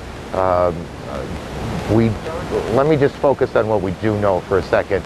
We do know that some number of suspects, that we don't know how many, I don't want to use the word suspects here because police aren't, some people have been taken into custody. It's not even clear to us that they've been arrested. They are in custody, and law enforcement officials are not calling them suspects, at least not yet, simply suggesting that they may have information that is relevant. That is in Boston. There is another group, we don't know how many, of people in custody. Again, this is in South Florida. We don't know how many, and we don't know precisely why law enforcement agents believe they may have information or may in some way be connected to what is going on in Boston. Boston, of course, was the origination point for flights involved in this incident yesterday in the hijackings. There were also reports in Boston some time back that there was some small number of people who may have been involved in a terrorist cell somehow connected to Osama bin Laden. That was a report some months ago. Bill Delaney, our Boston bureau chief, helped me on this a bit. Bill, I believe I have that right, and absolutely correct me if I don't. And earlier this year it was that the FBI said that in the late 90s, 2 Arab men had suddenly left Boston in 1998. One of them had been a cab driver here for 15 years. The other had been here for a shorter period of time, but both, the FBI said, had ties to Osama bin Laden. Now, interestingly, the man, the taxi driver who had lived here for 15 years, Bassem Khanj his name was subsequently killed in Lebanon in an attack on the Lebanese army that was believed to be financed and driven by Osama bin Laden. The other man is presently in a Jordanian jail. He was arrested on the eve of the millennium for planning an attack on a hotel in Jordan that largely served American and Israeli tourists. Now, the FBI at the time said they couldn't say for certain whether these men were here actively working as a terrorist cell, if you will, for Osama bin Laden, or whether they were just living here for a period of time to raise money or whatever. And as I said, in 1998, they left, the FBI saying they left suddenly at that time. So there are antecedents for the possibility of some kind of cell here that may have laid some kind of groundwork for this boarding of these airplanes yesterday that led to the hijackings that led to those horrific crashes into the World Trade Center. Aaron, a lot of information flying around here, but we do know for certain that there was some sort of an Osama bin Laden terrorist cell here just a couple of years ago. Okay, there is indeed a lot of information flying around, and trying to grab it out of the air and make sense of these floating pieces of information is the task of the moment.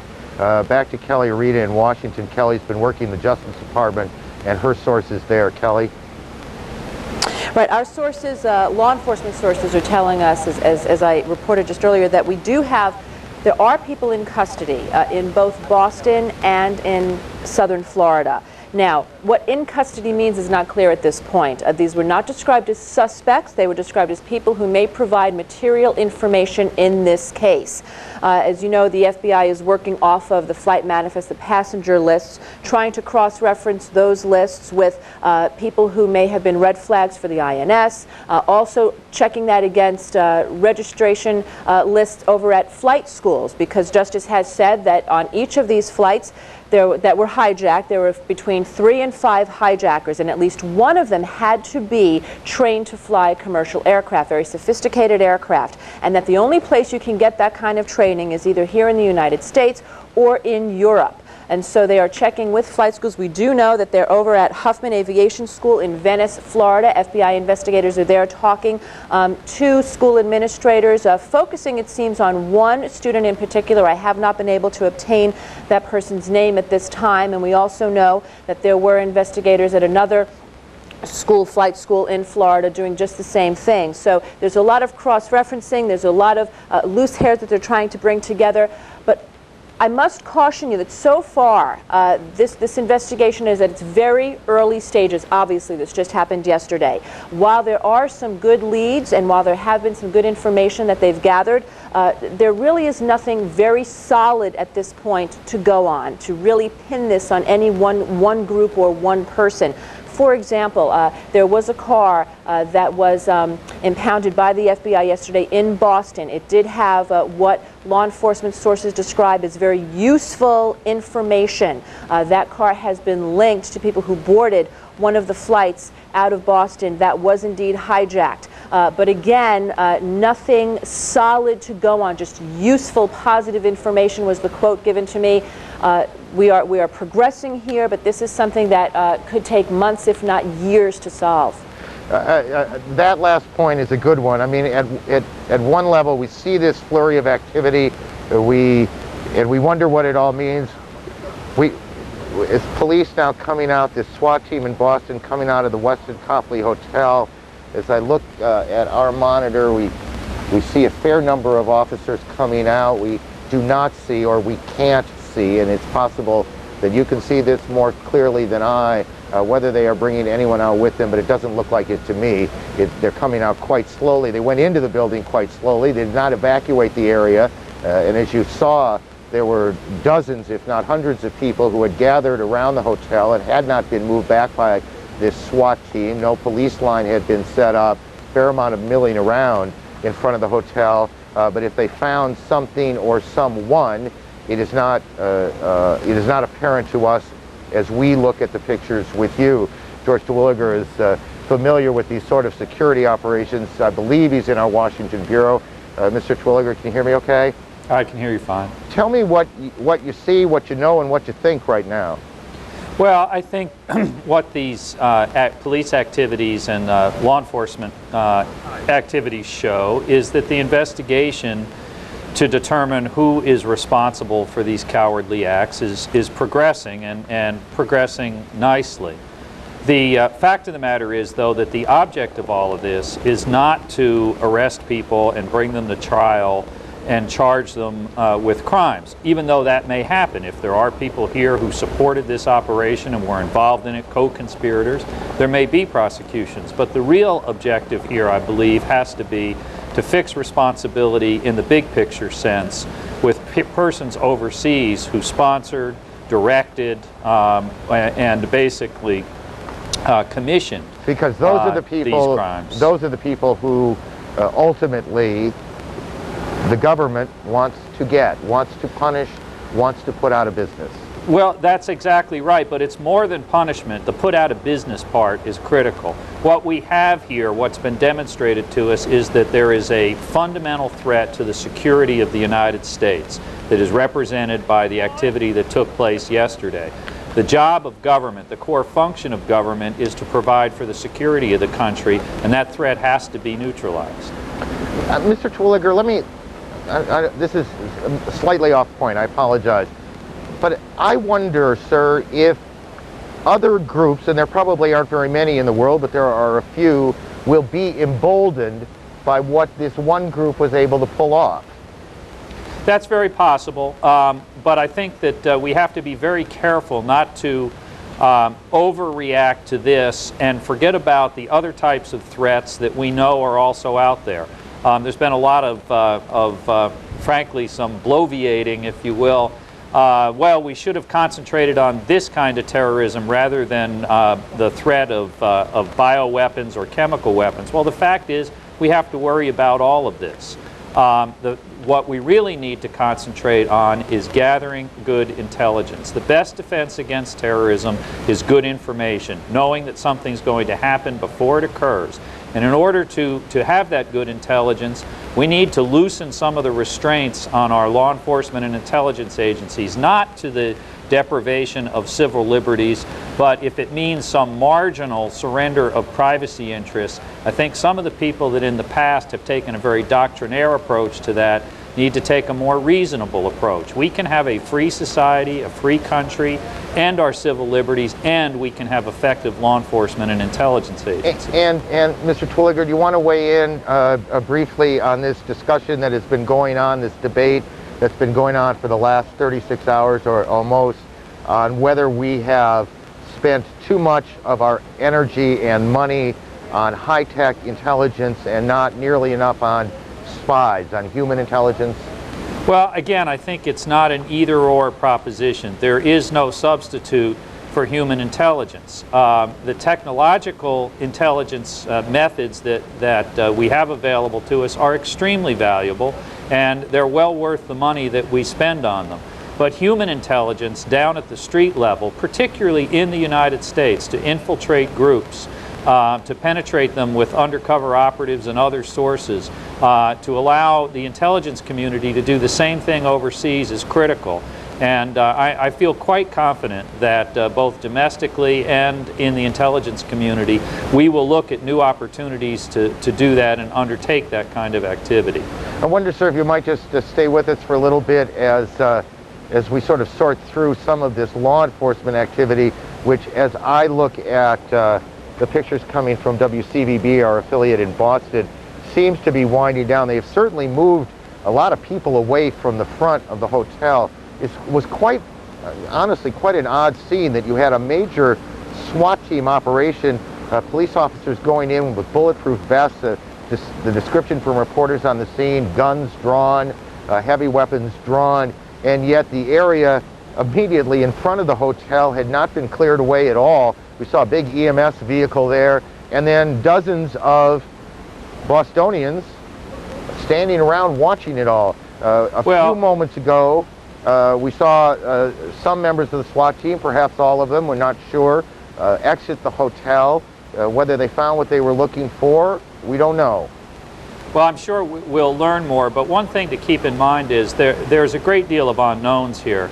And if someone was going to be arrested or even interrogated in a consensual way, perhaps the police just don't know exactly what the circumstances that they might face. And in that circumstance, it is a standard tactic, I've been involved in these cases before, to utilize an overwhelming show of force, both not just for the security of the officers, but also for the security of people in the area.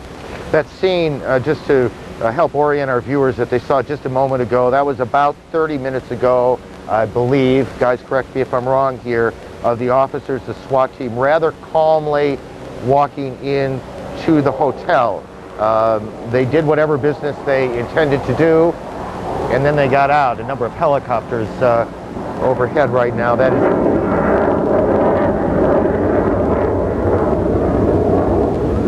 is the noise that you're hearing.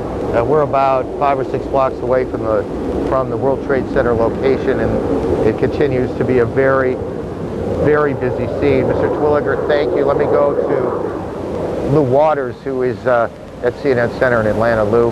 All right, Aaron, the Taliban of Afghanistan has been meeting, as it had been rather intensely yesterday, meeting and responding to reporters' questions, trying to deflect any accusations of its involvement with Osama bin Laden or the attack on the World Trade Towers of the Pentagon. We have Nick Robertson by video phone from Kabul in Afghanistan, the capital, where Taliban officials have been meeting. He has the latest developments from there. Nick. Well, Lou, big developments here late this afternoon. CNN reported a few hours ago that senior Pakistani diplomats were meeting with senior Taliban officials. Now, Pakistan is one of the only 3 countries in the world to recognize the Taliban as the rightful leaders of Afghanistan, and Pakistan is widely regarded as one of the only countries that can have influence with the Taliban leadership. Now, CNN has learned that the Pakistani diplomat was asked to pass a message to the Taliban leadership. We have also learned that meeting concluded inconclusively, diplomatic language for not a positive outcome. What happened after that? Almost immediately, we received a call from the senior Taliban spokesman, Abdul Hai Mutmain, with a new message from the Taliban, again condemning the attack in the United States, calling it a sad humanitarian catastrophe, saying that they had the sympathy of the people of the United States.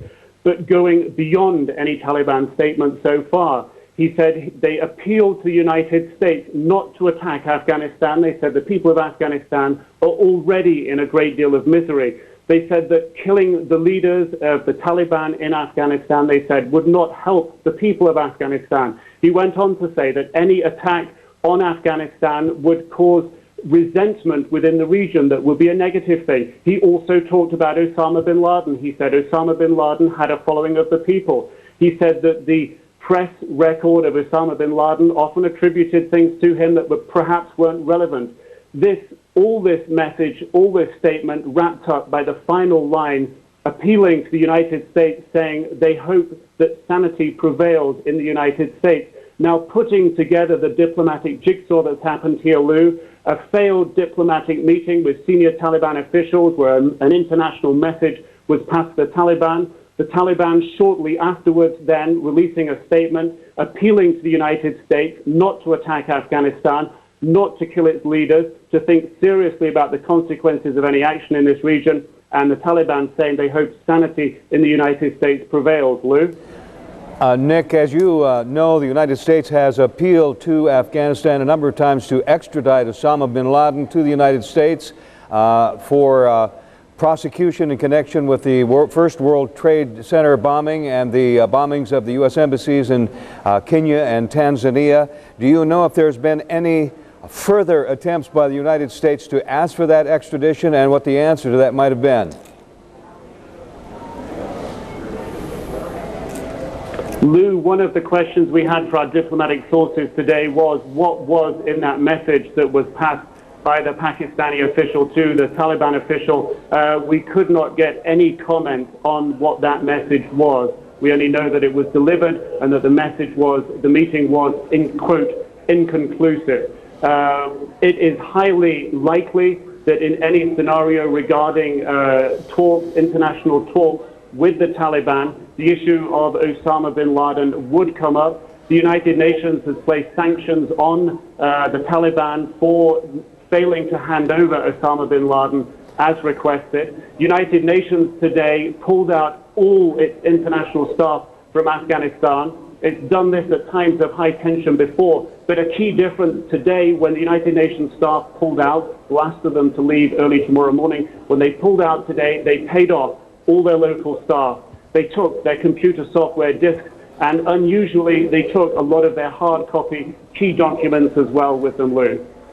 Nick Robinson on the ground in the capital of Afghanistan, Kabul, where the Taliban has been meeting and has again condemned yesterday's terrorist attacks in the United States and has pleaded with the United States of America not to attack its country.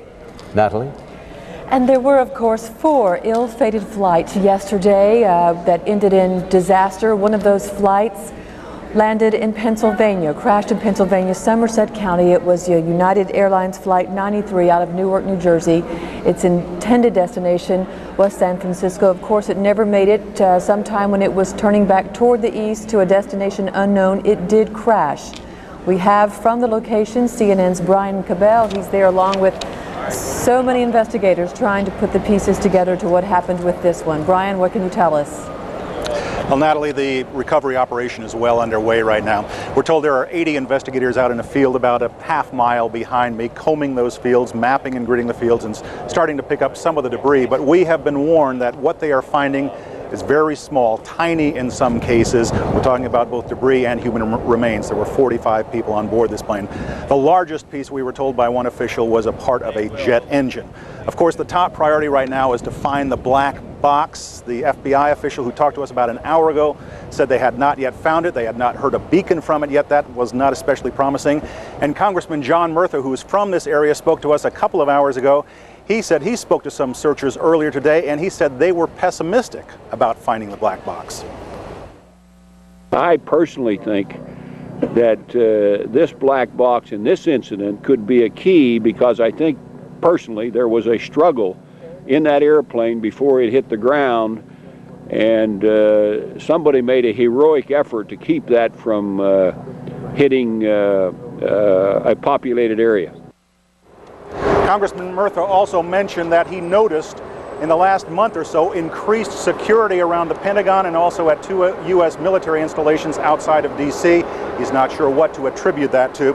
As for the scene here, as I say, it's about a half mile behind me. We're told it's a 3-mile perimeter.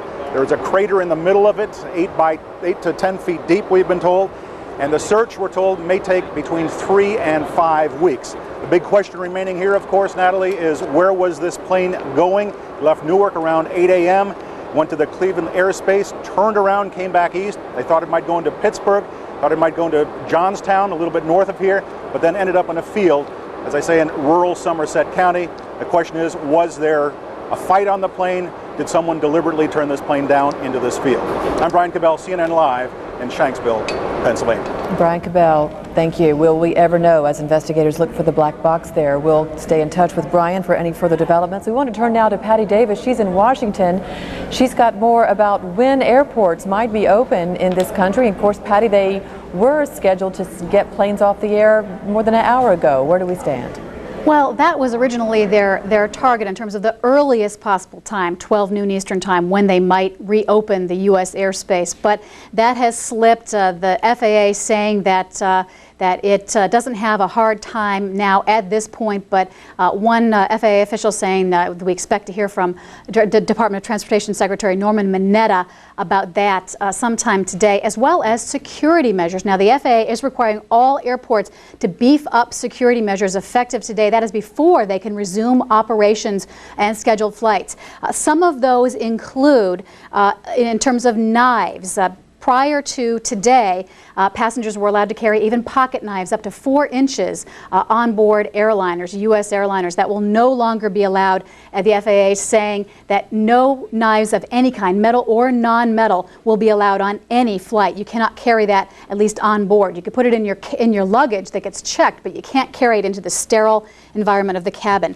Now, they're also going to discontinue curbside check-in at airports, also discontinuing off-airport check-in. Sometimes you can check in from different locations, a train, etc.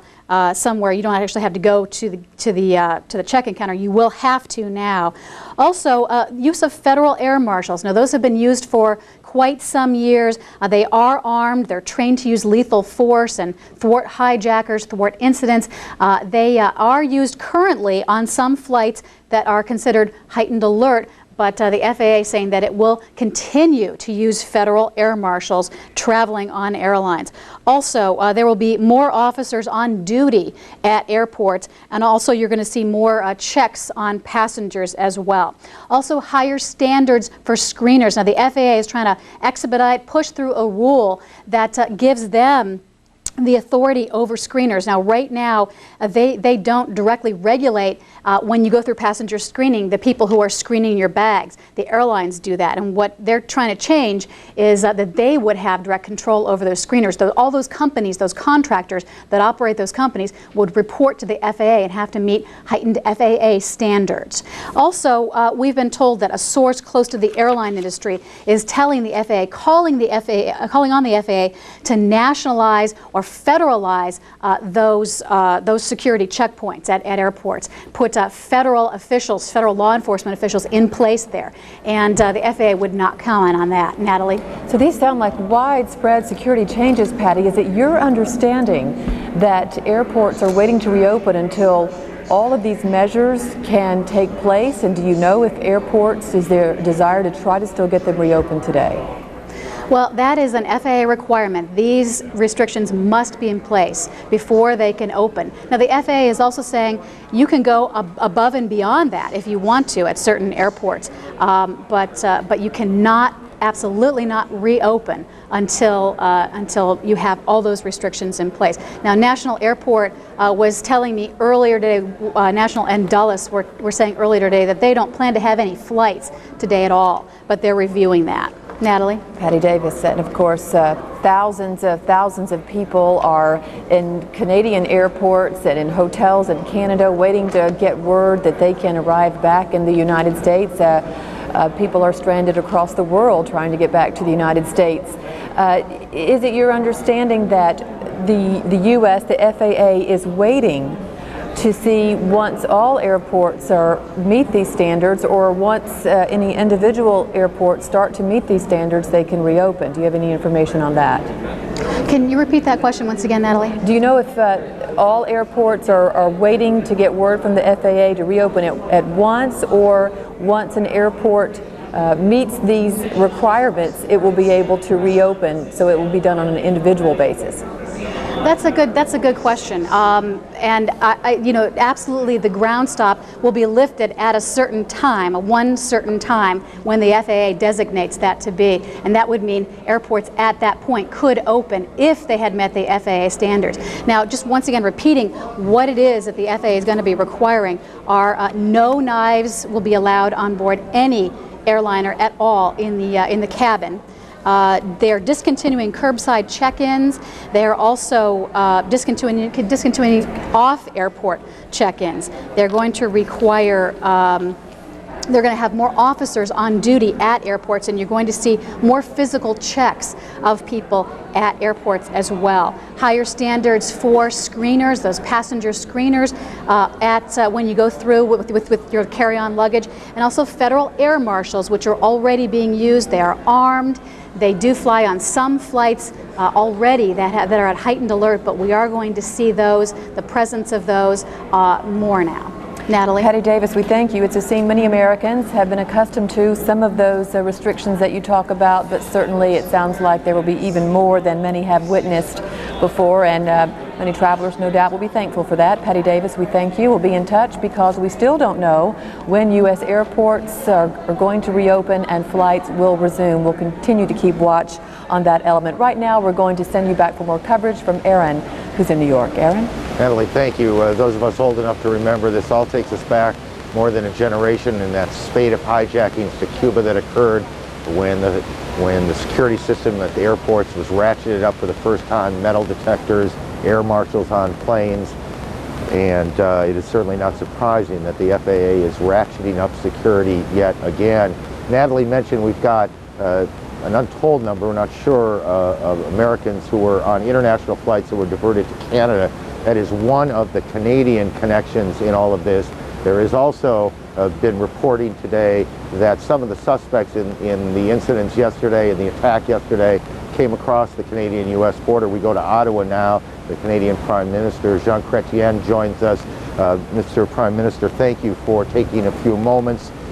Tell me what your law enforcement and Canadian intelligence has learned in the last 24 plus hours. First, I would like to take the occasion on behalf of the people of Canada to offer the President and the people of the United States our condolences and assure the people of the United States of the Canadian support in these very difficult hours.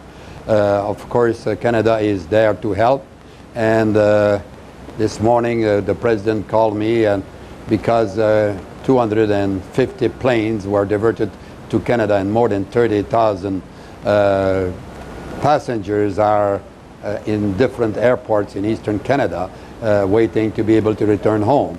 So we're there to collaborate with the authorities of the United States and do our best so that we can collectively fight this horrible devil that is terrorism. Sir, before we go on to the law enforcement, let me talk about those passengers. 30,000 is a lot of people. Are your airports and support people there overwhelmed at this point by what they have to take care of? Yes, in some areas, for example, in Newfoundland, Labrador, there's a little city that has more people at the airport than the people in the city.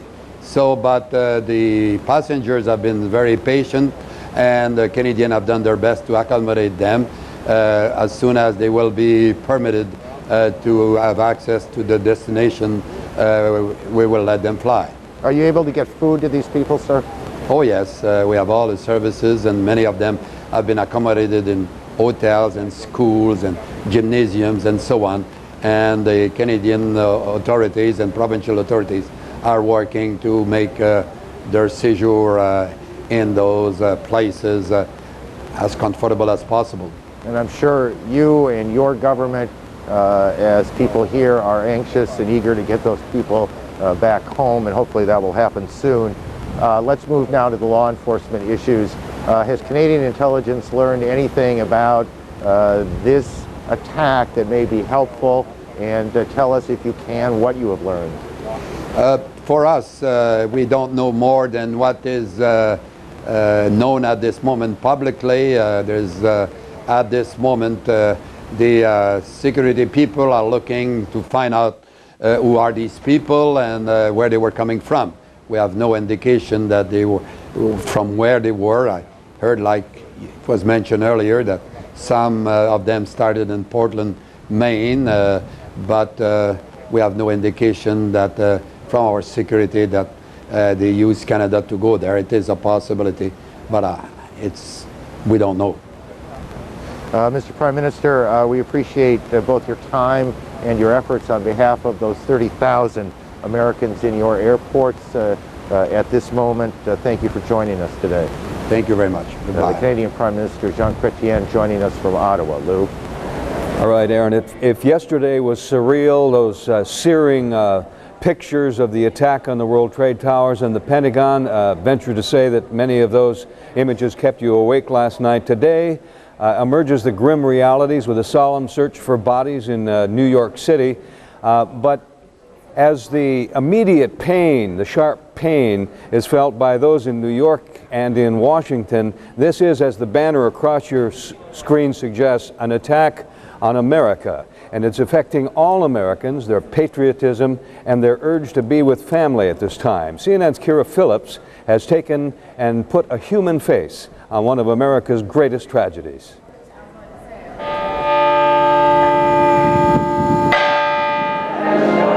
At a time like this, we need a shoulder big enough to lean on and cry on. And the only shoulder big enough is God. I hope I live. I hope I live. It's coming down on me. Jim Oganowski is looking for God's shoulder. I ask all of you for your prayers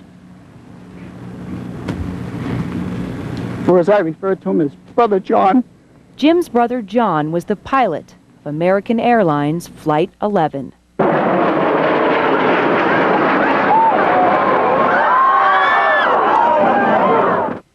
We, along with Jim, witnessed the horror, but we also can testify to this pilot's strength. I consider my brother a hero for many reasons. It's hard to explain losing your big brother. Just one of many heroes we are yet to meet. Rescue teams search deep beneath the rubble for survivors. They're shocked, yet not defeated. In a time like this, you can't really understand what's going on, but you can scream and holler and cry and be in pain. America may be under attack.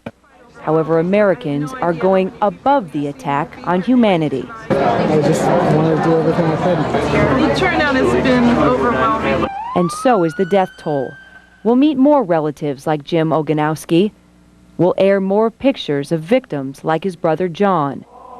And we'll continue to hear the cries for peace and demand for answers. My home, sweet home.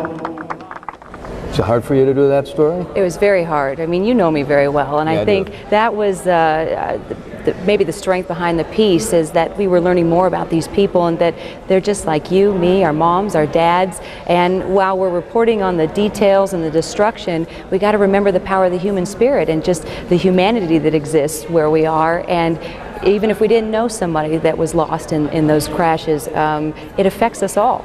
Kind of gets caught right here. Absolutely. And Lou, I was going through, I was doing all kinds of research and sort of trying to put more faces to these names. And I mean, I was finding people like David Angell. He was executive producer and creator of the NBC sitcom Frasier. A lot of people watch Frasier. They love Frasier. He was one that was on this plane. A group of Washington school children headed for a field trip to the Channel Islands. They were going on an expedition, gone. En route to an Australian adventure. This was a family, Georgetown professor Leslie Whittington, taking her family on a fellowship to go to Australia and experience life there. And so it puts it all into perspective, and you know, we need to value family and human life. If even not directly, my boy's teacher had a friend who worked at the World Trade Center. She got in touch with his relative yesterday who overslept, was unable to make it into work on time, and look what she missed, and there are prayers being said today about that.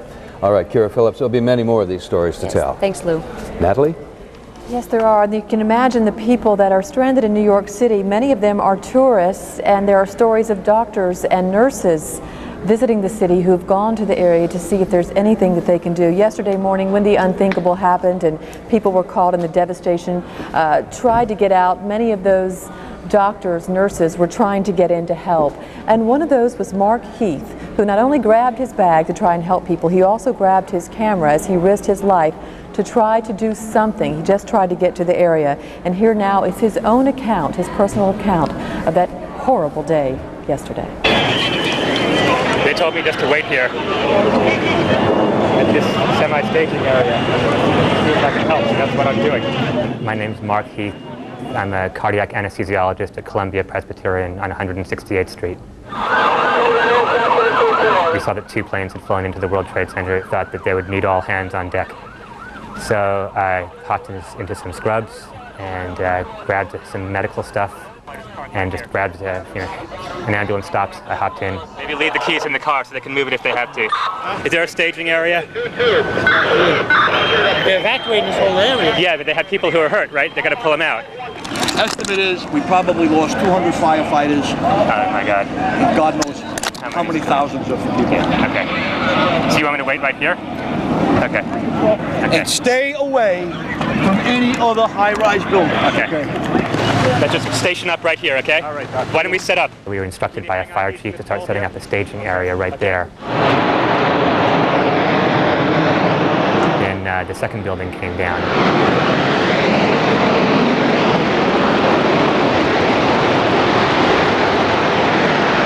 I videoed what I could, got behind a car. I hope I live. I hope I live. It's coming down on me. Here it comes. I'm getting behind a car. Everything went black. My eyes are open, and unless I've been blinded, it is black as night. Just tried to breathe. I was behind a car. I tried to smash one of the car windows so that I could climb into the car and get some fresh air, but I couldn't break the window, so just sort of went down into the gutter under the car. I'm sorry I came down. I just had to help people. I think I actually said into the microphone, I sort of apologized to my family for going down and trying to help, because I really didn't think I was going to make it out. Okay, I'm going to have to go find people who need help. I don't think I'm one of them. You okay, sir? Okay. Can I just get a toot off your respirator? Yeah. Can I get a toot? I'm seeing a couple of clean breaths. It was hard to see. Everybody's eyes were full of dust and stinging, so it's actually quite hard to see anything. Okay. Back to you. It's 10:41 a.m. I can't do very much because I can't see. My eyes are full of stuff. There was initially complete disarray. All the emergency crews, the firemen, the policemen. Do you have an extra mask? No, I just gave it out. You all right, Tom? Yeah, I'm good. See if we can help anybody. They won't let me go any closer. No one can go in to get the people out. There's small explosions still going on. So they have hurt people over there? Yeah, they got people over there. We've been pulling out. We've done about 3 trips already also. Okay. Let's go. Having seen the buildings come down, I was expecting an enormous number of casualties, and it is striking how few injured people there actually were. I think, unfortunately, a lot of people who were in the building perished in the building. And nobody moving on the Bell Parkway on the westbound side up and beyond Pennsylvania Avenue. It's not a thing that you think about. You just move, try to get out of the way. That's it. Be thankful that I wasn't in closer.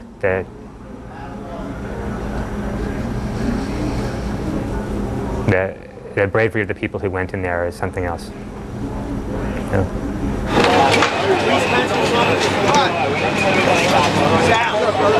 It's just a wasteland.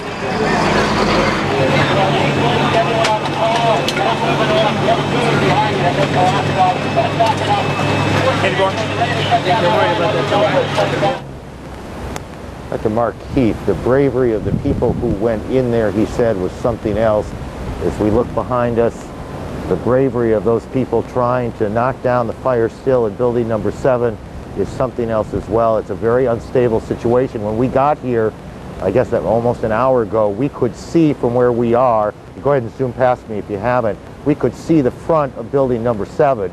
Now all we can see is smoke. We can still see the fire truck pouring water, but it has moved. It was pouring water sort of dead center on the building. If you drew a line in the middle of the street, it was kind of aimed straight. It has now moved off to our right. The color of the smoke has changed, the density of the smoke has changed, and we won't hazard a guess as to the significance or lack thereof of either of those things. We will tell you that there is a concern down below us about asbestos in the air. Cars are being marked. There's an enormous amount of dust. The Trade Center buildings were very shiny and very big, but they were not necessarily new. They've been up there for a generation, and there is some concern that asbestos has been shaken loose by the collapse of these buildings, that it is in the air, it is on the ground now in this almost volcanic looking dust. And it does in fact remind us of our coverage in 1980 of Mount St. Helens, transported to an urban situation. But it is one more danger down there that officials have to deal with, and everyone else in this city has to deal with. We continue to draw information from many different sources. In about an hour and a half, at about 3:30 Eastern Time, we expect the President's press secretary, Ari Fleischer, to brief reporters on everything that at least the government is willing to say, and we'll be carrying that, of course. Down below, as he has been, is our Gary Tuckman. He joins us on the phone. Gary, tell me, I guess first locate yourself for us. Give us some sense of where you are and what you are seeing. away from where the World Trade Center buildings used to stand, on Church Street. There's a familiar sight to New Yorkers. You walk down Church Street and you see the majestic 110-story South Tower of the World Trade Center. That was the #2 World Trade Center, and now there's nothing there. And to talk about the smoke that you see and the ashes and the dust that you were just talking about, fire officials are telling us right now there are still spot fires they are trying to put out, including one that's in a restaurant. That's leading to some of the smoke. And regarding that dust, you're absolutely right. We've all been given masks. When we don't have the masks, your throats get quickly irritated, you cough, and that's the scenario for everyone who's in this area right now. Almost everyone's wearing masks, but we can tell you that this area of New York City, which is one of the most crowded parts of Manhattan during the business day because it's the financial district, is now off limits to all members of the general public. It's only emergency officials, police, fire, members of the National Guard, and that is a sight that is very hard to get used to, seeing members of the military with their helmets on surrounding the neighborhood.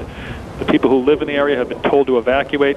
Some members of the news media have gotten in, like us, to report on what's going on here. You know, the feelings we go through as we cover this are familiar. In 1993, we were here for the first terrorism incident at the World Trade Center, the bombing of the North Tower. In 95, we were in Oklahoma City for the bombing of the Murrah Federal Building, and now in 2001, we're here.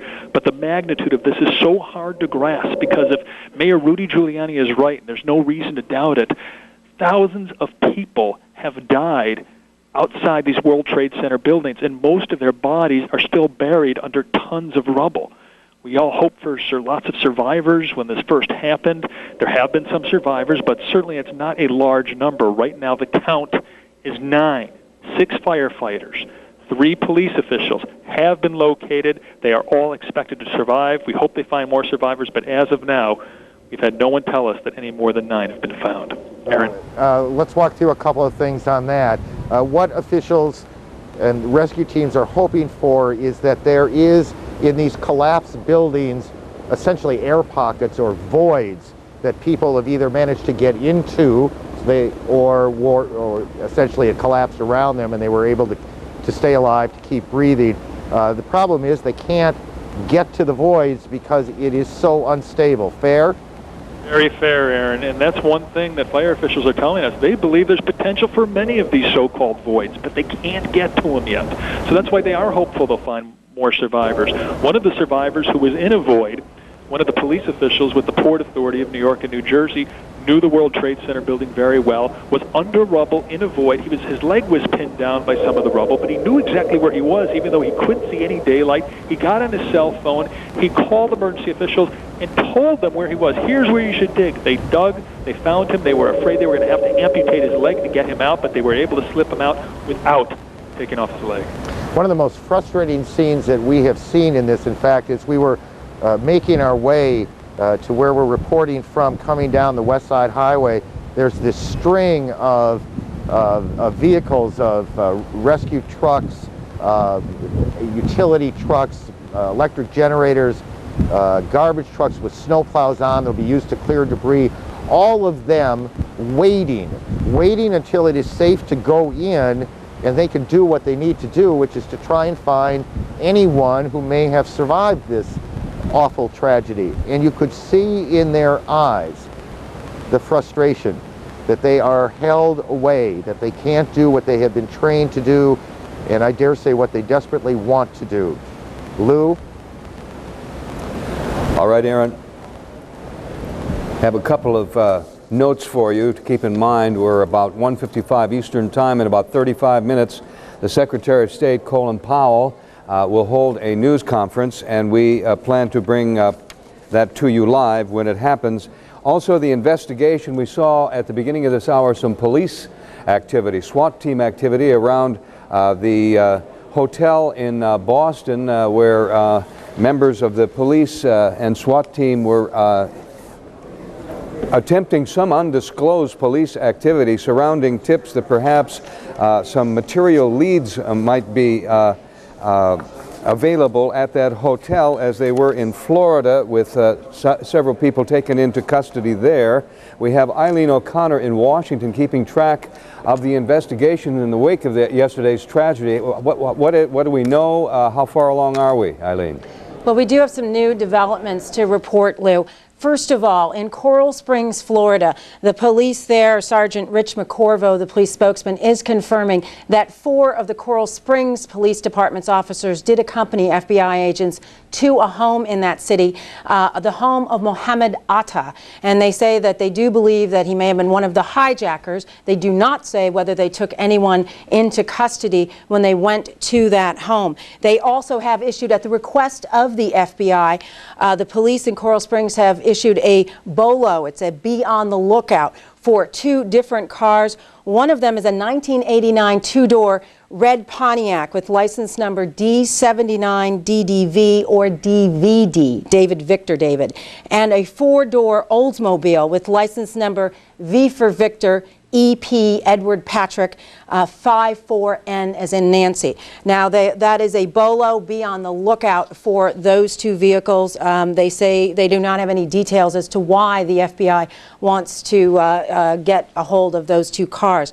In addition, we're also being told by a law enforcement source that the agents on the ground in Florida do have some people in custody, they are saying, and that they are talking to them. Now, these are not necessarily suspects at all. These are people who they want to talk to about perhaps any leads, trying to trace back some people. They have been in touch with Huffman Aviation School. That is an aviation school in Venice, Florida.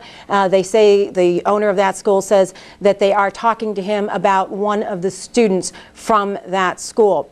And in addition, we also know that over in Boston, the Maine spokesman for the Maine Department of Public Safety, Steve McCausland, and the governor there has confirmed that they seized a vehicle from the Portland, Maine jetport yesterday evening, the police did, and they believe that 2 of the hijackers used that car to travel to the jetport, where they boarded an early morning flight from Portland, Maine, the jetport, to Boston very early in the morning. It was a commercial flight. They're not releasing the name of the airline. That was a rental car, but they do not know how long that car was in Portland and exactly where it was rented. They are now tracing back. They also have not searched the car. They may well be in the process of that now. And they say that it was a Nissan Altima silver with Massachusetts license plates. Again, also police sources say that they do have some people in custody in Boston, again, saying that these are people probably helpful to the investigation. Lou? Eileen, do we know how authorities got so quickly back to Coral Springs? Well, they believe that they are obviously cross-checking manifests, and they believe that in this case it could have been one of the hijackers, and perhaps his name is on the manifest. Obviously, if he's a hijacker, then he would be dead, and so they went to this home yesterday evening with the FBI. They are not confirming if anyone was there, in fact, at that home. As you can see, it's 1001 West Atlantic Boulevard in Coral Springs, and as I said, the police went there last night with FBI agents. And are authorities saying anything about that car that was confiscated by the FBI out of the central parking garage in Boston overnight, and the evidence that they found inside that the FBI says is useful and positive? Sources say that they did have some material seized from that car, and that it was Arabic material, and they do believe that it is useful to the investigation. Lou? Eileen O'Connor following the investigation, which proceeds apace in Washington and elsewhere, Coral Springs, Florida, and Boston, Massachusetts, where 2 of the airliners that were hijacked and involved in yesterday's terrorist hijacking were from. Okay. Natalie, it's now up to you. Lou, we've just learned there will be an FBI news conference at 3 p.m. Eastern. We'll, of course, provide live coverage, and perhaps they will provide more information about the information we're giving you today from Eileen O'Connor and elsewhere in Washington and Boston. And now to hear about the investigation spreading to Florida, we hope to get more information from the FBI in just 1 hour. And again, Colin Powell, the Secretary of State, will be coming before the cameras in just 30 minutes. Right now we want to talk with Frank Lucier, who is with the North American Emergency Management. Mr. Lucier's firm specializes in emergency and disaster planning, and we know that you teach rescue skills, and we thank you for being with us. Thank you. I want to talk to you first about the scenes that we are witnessing in New York. I don't know if you saw a few moments ago, we had video from the doctor who went in yesterday right after these planes hit the World Trade Center towers. And he was there in the thick of things when this happened. The towers collapsed, and you could see the aftermath of that. Many of us can't begin to comprehend what it's like to be in there, but perhaps you can give us a sense, as we see these pictures from Dr. Heath, of what these people are dealing with. Well, it's definitely unprecedented. If you compare this to the Oklahoma City bombing, the Murrah Federal Building was 9 stories high, it was 200 feet wide, and the rubble pile that ended up was about 35 feet high, that it took 11 search and rescue teams, 14 days working round the clock to get all the victims out. And we're talking about 2 towers, 110 feet high, a couple of other buildings, 1 other building. It's an undaunting task. Right. They describe the rubble being as 5 to 6 stories high in some places.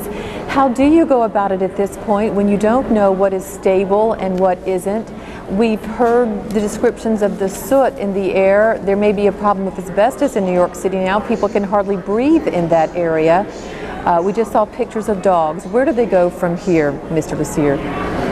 Well, first thing you have to do is extinguish the fire so that they can get to the locations. And then there are techniques using listening devices and search dogs, and I know there's some search robots they're using to find if any signs of life, people in that rubble pile.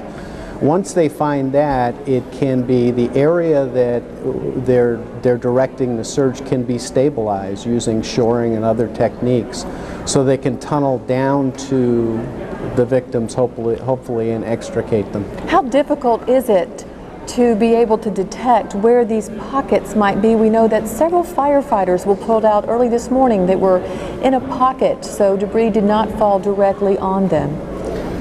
It's impossible from the exterior to identify where these pockets are. You really have to depend on the technology that's available, both technology and the dogs, to find people that are tapping on something or screaming or calling out, whatever. That noise can be identified with these listening devices, and those pockets can be identified where they are.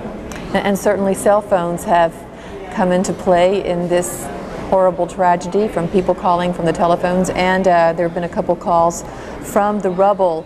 We have heard that this could take weeks, if not months, to sort through all of this rubble. From what you're seeing, is it impossible to tell? Well, it's impossible to give you an exact timeline, that's for sure. It's still a crime scene, so it has to be treated as such.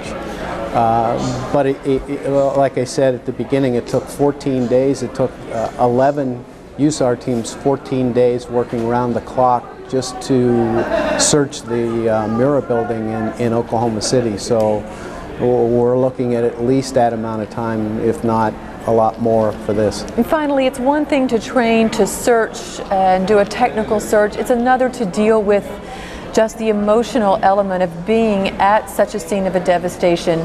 How do these officials train to handle what they are seeing and experiencing?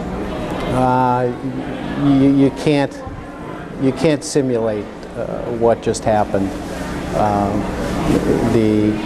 The fire service, the emergency responders know that they have a job to do. There's a potential for saving lives, and that's what they do every day. So they will deal with the emotions as an ongoing process, and at the end of this rather than right now.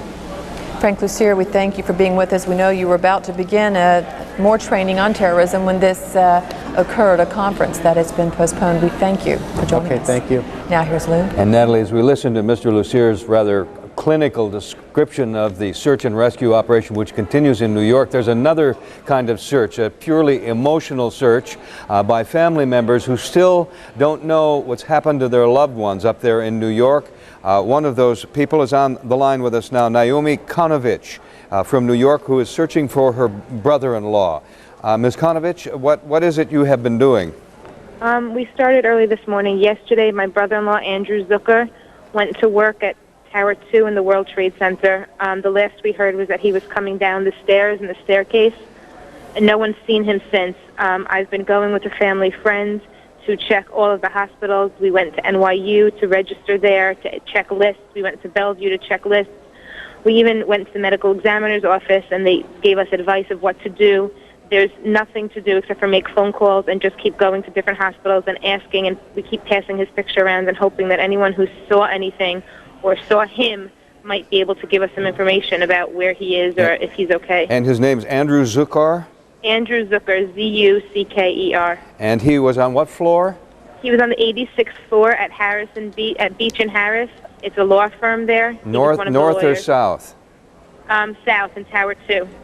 In Tower 2. And what kind of reception are you getting at hospitals and places where you are checking? We've seen and heard other stories of other people in search of their relatives and have been deflected, not necessarily out of any disregard for those people, but because of the sheer exhaustion of the amount of work that needs to be done there. There's a lot of work. In most of the hospitals, when we were in Bellevue, they have crisis counselors set up where they have lists talk to you, and they have lists of people at different hospitals, whether it's an unknown person or in the name of a victim, and they're trying to be as helpful as they can, but it's very difficult for them. They have their jobs to do in taking care of patients as well as dealing with people who are coming to look for patients. Have you been able to be in touch with any people who may have worked with your brother-in-law at that office? We spoke to one of the partners from his law firm who had seen him, who said that if it were not for my brother-in-law, for Andrew, people would still be sitting at their desks. Andrew went around and told them all that they should get out of the building. And we spoke to actually his secretary, who told us that she had seen him in the staircase and doesn't know anything further than that. That was going to be my question. What kind of a man is your brother-in-law? Because we've heard the stories of folks who engineered the exits of several other people after the first explosions and the call to get out of the building quickly. Would your brother-in-law have been one of those kinds of people? My brother-in-law has a heart of gold. After the first plane hit, he called my sister called him. He said, "I'm okay, I'll call you back." And then she hadn't heard from him, but he is the sweetest man who would go back in to try to help people. And apparently an announcement was made that the building was secure. So maybe he was trying to tell other people to get out and to move out and that they should keep going. He's the kind of person who would put others' safety probably before his own. He's just a very, very sweet man. I know there must be others who are in a similar situation to yours. Is there anything you can tell folks who may have been attempting to find their loved ones only to run into a stone wall? The only thing that I can tell people is what seems to be working for us. I mean, we haven't found anything, but to keep calling the hospitals, to fill out the missing persons report, and to bring in all the things they're asking for, like pictures and fingerprints and hair samples, and to just keep doing it. And it's hard, but you got to keep calling. They're updating lists constantly. Every couple of hours, they update lists at all the hospitals, and to just keep trying and to get their name or their picture out there for people to see. That's the only thing that I can help for. Where were you, Naomi, when this happened? I was actually at home. And you? I was getting ready to go to work. And how did you find out about it? And my sister called to tell me that my brother-in-law was okay, but that she doesn't know more than that. And that was before the second plane crashed. And your immediate reaction, I can imagine, was one of horror. It was of tremendous fear to make sure that everything was okay with both my sister and my brother-in-law. Well, we certainly wish you good luck and Godspeed. Naomi Konovich searching for her brother-in-law in New York, where my colleague Aaron Brown is now with more information on this terrible story. Aaron? I suspect you could take her story and multiply it by 10,000 or more. As we look behind us again, we can't see any longer. Just go ahead and zoom past me here. They don't need to see me now. We can no longer see building number 7, the third of the buildings that collapsed. I'm not sure, to be perfectly honest, that this is anything more than a shift in the wind. It just feels to me like the wind is kind of moving up from the south now, and this cloud of smoke and dust and asbestos and who knows what else, frankly, moving kind of directly in front of us. In the World Trade Center, of those 50,000 people who went to work there, many of them were involved in the business of money. Analysts, investment bankers, brokers, and the like. The largest tenant, Morgan Stanley. Our colleague Lou Dobbs, the anchor of Moneyline, has been working that part of the story, and Lou joins us now. Lou? Aaron, thank you. As you say, 50,000 people worked in those towers. The tragedy only now beginning to be counted in terms of human life that has been lost, but certainly there will be thousands, not only in the towers themselves, but in buildings surrounding. And Morgan Stanley, the largest occupant of those towers, is some 2,500 people working in the South Tower in the mid floors, some 11 floors there. Those 2,500 employees have been certainly the focus of management at Morgan Stanley over the past 24 hours. And Phil Purcell, who is the CEO of Morgan Stanley, had some good news for employees of Morgan Stanley and for everyone here in New York today. Miraculously, I'd say, we had 2,500 people in 1,000 people in World Trade Center 5. It appears the vast majority got out safely. We have some missing people that we are looking for. We have all efforts trying to track down everybody that we know who worked in the building. Well, that search for other people in that building and the other tower and the surrounding buildings will of course go on. And the tragedy is beginning to mount for all of us who work in New York and live in this area. Already we have learned of friends and colleagues who have lost their lives in this tragedy. And as we begin to count the human toll and as it exacts its pain on all of us, we are also looking at a community that is resolved to get back to business as quickly as possible. At this hour, the New York Stock Exchange, the principal brokerages and banks in this town are meeting at the New York Stock Exchange. Dick Grasso, the chairman of the New York Stock Exchange, leading that meeting. Their efforts to determine when and how soon they can get business back to some semblance of normal. The desire by everyone I've talked with in this town is that business return to that semblance of normality as soon as possible, certainly tomorrow. But as you look at that devastation behind me, what was once the World Trade Center and all the debris and the devastation that surrounds it and the pain and the loss of life, there are also some very practical issues involved. They trade $43 billion a day at the New York Stock Exchange, and that huge amount of money also is supported by operations groups, SIAC and DTC, the clearinghouses, and they are in buildings, in part, what was once the World Trade Center, but in buildings surrounding it. And no one knows at this point how secure those buildings are, when perhaps they themselves might collapse. So that will be an important part of this determination that this group of business and financial leaders are meeting to resolve at this hour. Also, as a statement of resolve, the New York Bond Club, certainly the leadership in fixed income in this world, canceled a meeting yesterday that would be held tomorrow night. At the request of Lawrence Lindsay, the president's chief economics advisor, they have been requested to restore that meeting and to go ahead as had been planned. So the Bond Club will again be holding that meeting here in New York City tomorrow. And for now, Lou Dobbs in New York. Lou, before you get away, quickly, when I left last night, the Nikkei had dropped significantly. Can you give me a quick pulse on the world markets and how they're reacting to this atrocity here, this tragedy here? Certainly. We saw, as one would reasonably expect, human nature being what it is, an immediate decline in the dollar yesterday as news of this devastating tragedy is spread around the world. We saw major markets decline sharply, most specifically amongst those, of course, the Tokyo market, the Nikkei average, plunging to what is now a 17-year low. And we are also seeing today the return of some stable thought and stable markets. In Europe, there has actually been an improvement in the dollar, and those markets stabilizing, as I said, and in fact, a couple gaining on the day. Lou, thank you for the information. Natalie? Thank you. We want to go over some of the developments from this day in case you're just joining us and want to have the latest on any developments. First, as far as the rescue goes in New York, we are sad to report there haven't been that many people pulled out alive from the huge blocks of rubble, the stacks of rubble from the scene where the towers collapsed. Less than a dozen people sent to hospitals alive, some of those firefighters who were all trapped together.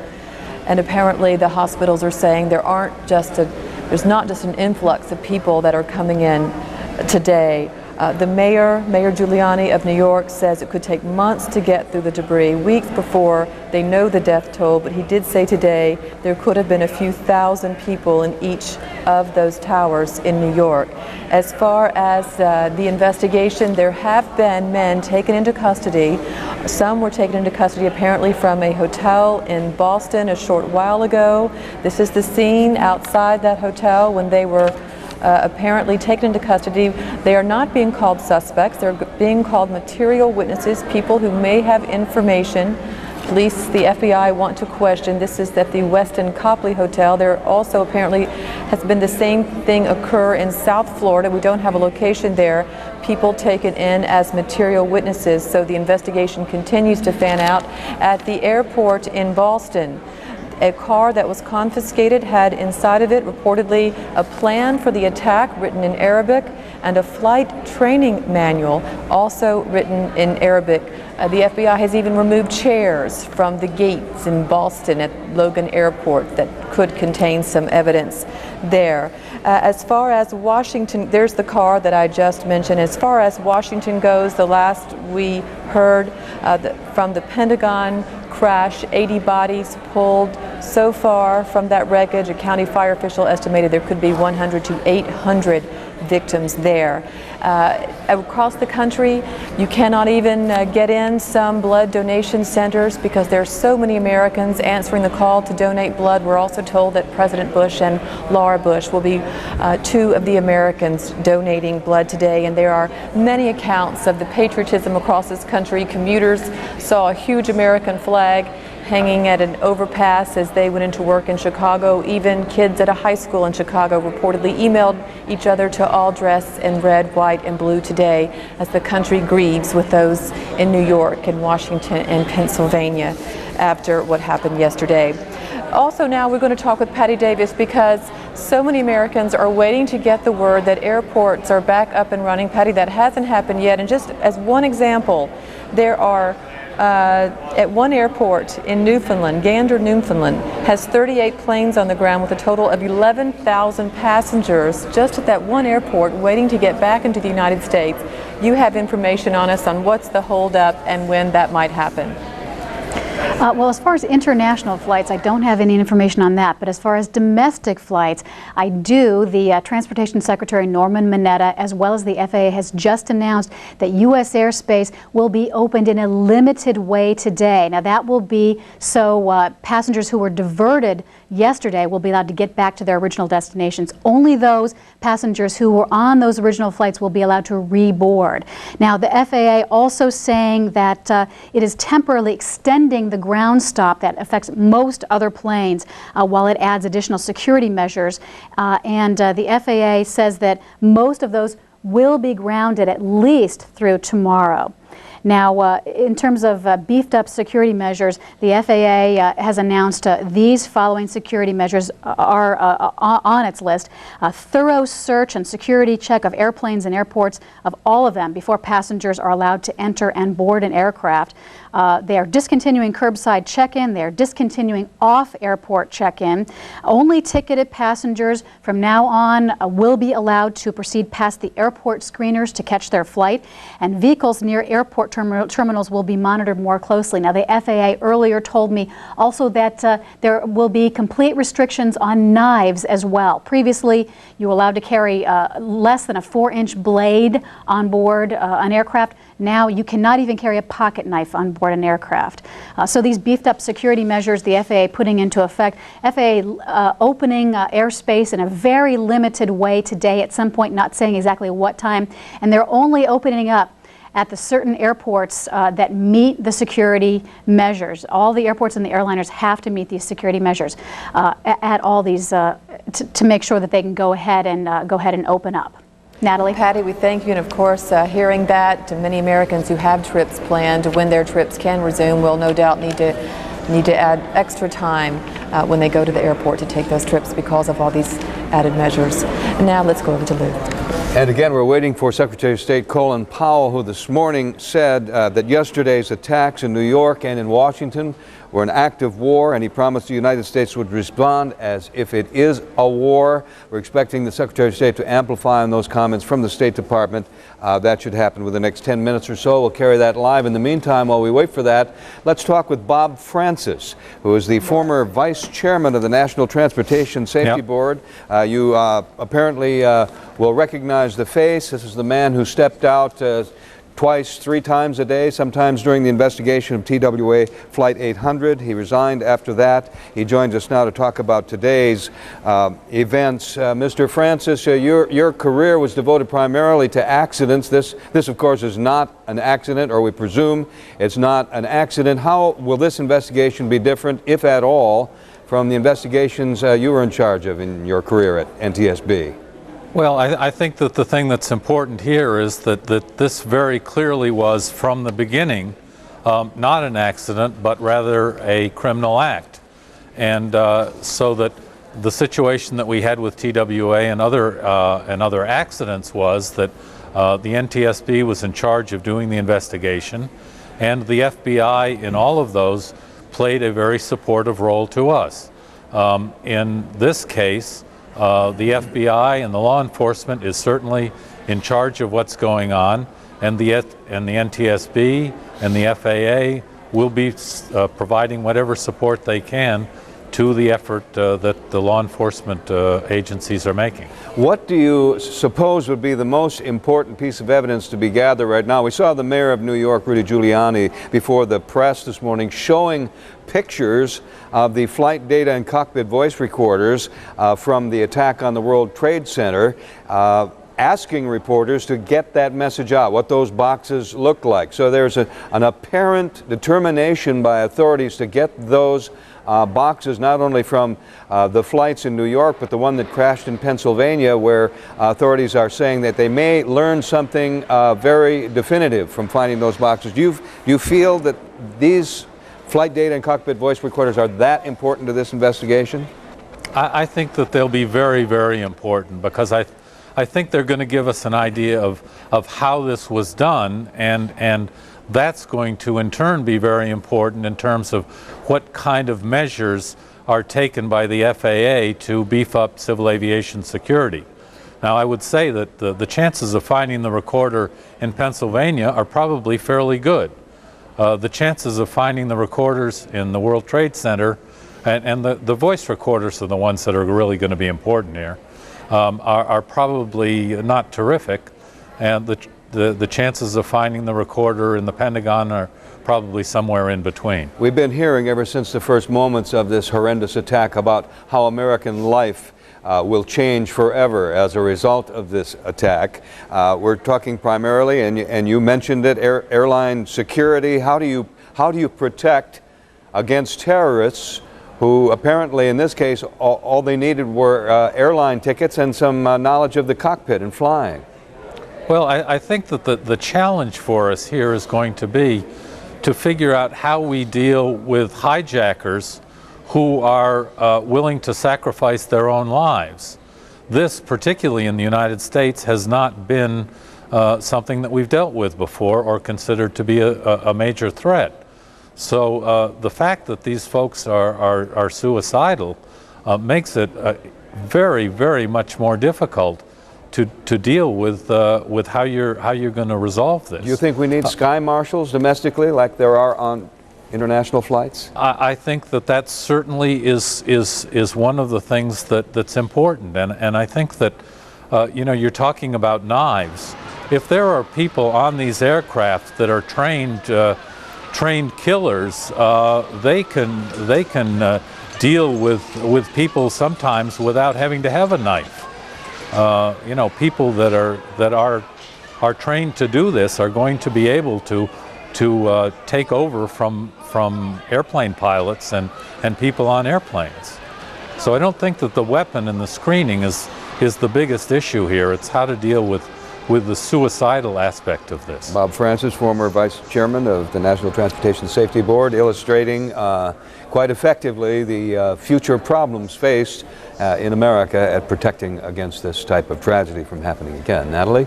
Louis Leshy was on the 86th floor of the first tower when it was hit, and he joins us now on the phone. Mr. Leshy, tell us about what happened, what did you think happened, and how close were you to the impact? I was on the 86th floor, and I was reviewing some work, and it was about 10 to 9, and the building shook. And I felt it was an earthquake, and it didn't bother me because I felt the building could sustain earthquakes. They were built for that. And then there was a huge explosion, and the ceiling fell. And I got out of that conference room, and there were 5 other people on the floor, and we decided to leave, but when we opened the door, there was a black wall of smoke. So we closed that door right away, and we sat in the conference room and debated what to do, and then we decided to break the windows. And one of the gentlemen found a ball-peen hammer, and then we said, well, if we break the window, what's going to be effective? We're going to be sucked out? Is the smoke going to be sucked out? Or is air going to come in? So we had no alternative. So we broke the windows, and at that point, glass flew in as well as hot shrapnel. We didn't know where that came from. And the smoke began to subside because it had begun to fill the office. And finally, about 20 minutes later, someone came up and said, we're going down. And we started to walk down. There was gray smoke. Could only see the shadow of flashlights. And between the screaming of the sirens, which is very eerie, and water coming out of the walls and the ceiling, much like a shower, and about 2 inches or 3 inches of water cascading down the steps, we started to make our way. And about 5 minutes or 6 minutes into the descending, there was the lights went out. Could you feel as you descended heat coming down on you? No heat. No heat. Just water, and that's all it was. And we would be going down. The lights came on. We'd go down maybe 5 or 6 stories, and then it'd be absolutely dry. And we'd go down some more, and then there was a shift from stairway A to B as things got congested. There were people passing, with bruises and bleeding, and some people being carried down. But what was marvelous is we were on the right side, and here were firemen carrying maybe 30, 40 pounds of load going upstairs where we were trying to escaping. They were going into it. Did you have any idea as you were trying to make your way out of the building what had happened? Were people starting to talk about what it could have been? Nobody knew what happened. Nothing. People were comforting one another. Someone said to me, you look kind of tired, buddy. Let me hold your jacket. And he did. Someone else asked to hold my briefcase. We made it all the way down. I don't know where those people are. And we were in the mall, on the mall level. And there were about 30 people with me. And we were walking down, and they said, okay, go left. And as I went left into this passageway, which is, sort of right by the PATH trains, I heard a huge in back of me, and I turned around, and it was collapsing. The building was collapsing, and the next thing was this huge rush of wind pushing me, and I fell down immediately and hugged the ground, and debris went over my head and just buried me. And all those people I was with, I heard nothing. I kept voice contact, hello, hello, hello, nothing. Finally, a pin of light showed, and after about 10 minutes, that pin got bigger and bigger. Gentleman picked me up, and we walked out. He said, there's right or left. Let's go left. We went up into light, kept walking along. Some other people were with me. Then we went down an escalator that wasn't moving.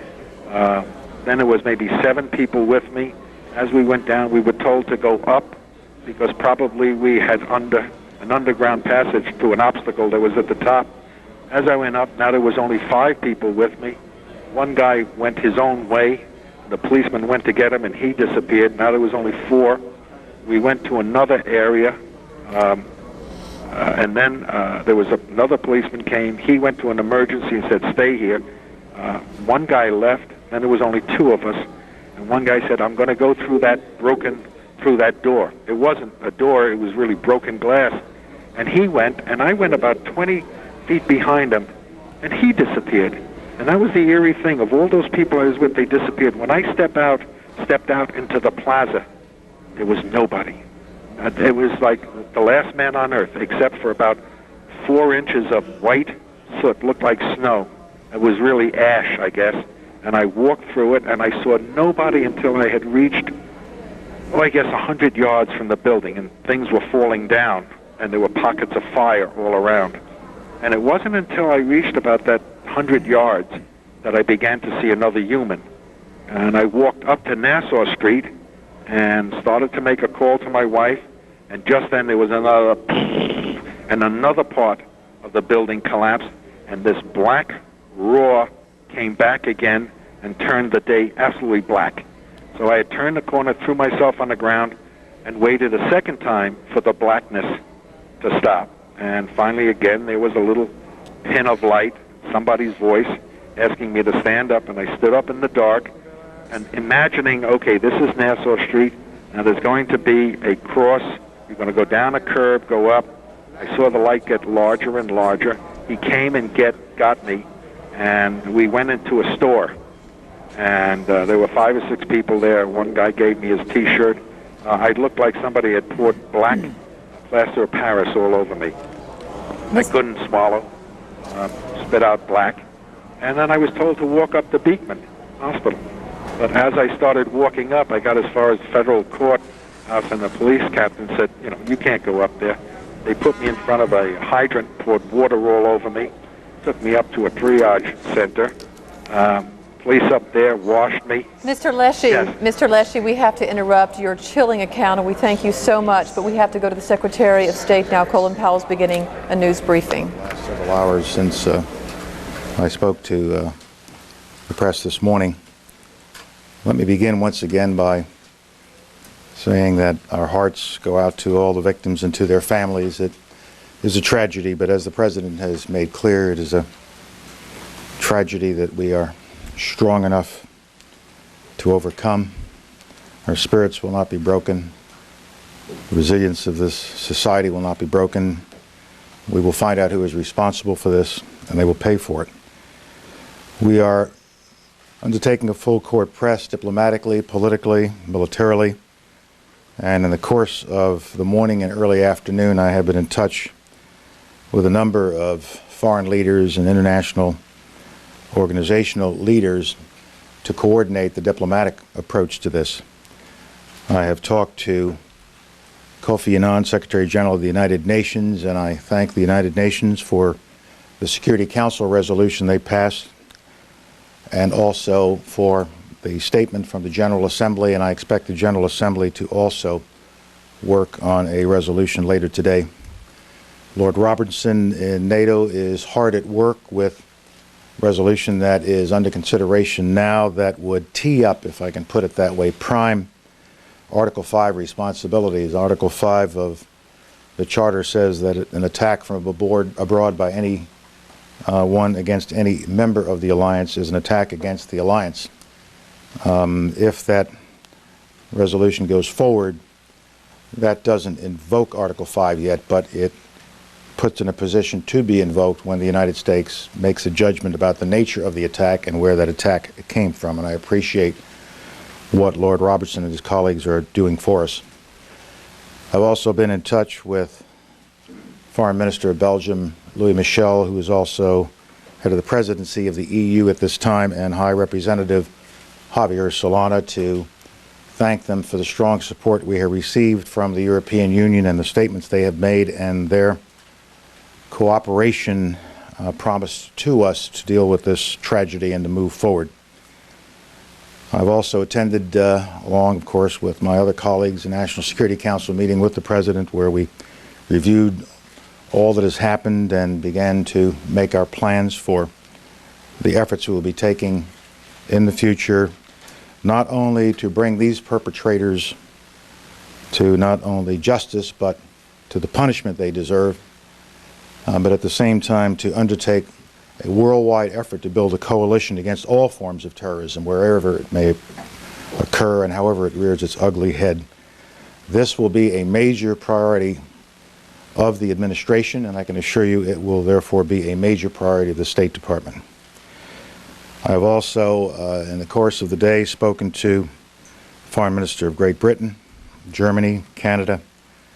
I have spoken to Foreign Minister Perez twice, Prime Minister Sharon, Chairman Arafat, and Foreign Minister Manley of Canada, if I didn't mention that, Foreign Minister Ivanov of Russia, Foreign Minister Ruggiero of Italy, and I have another number of other calls that are in the process of being made so that we can bring all of this together. And I must say I am deeply touched by the expressions of support I have received from my colleagues. And as I think you all know, the President has been very busy, and I'm sure the White House has announced his 2 phone calls to President Putin as well as to Mr. Chirac, Jiang Zemin, President Jiang Zemin, Prime Minister Blair, Chancellor Schroeder, and Prime Minister Chrétien.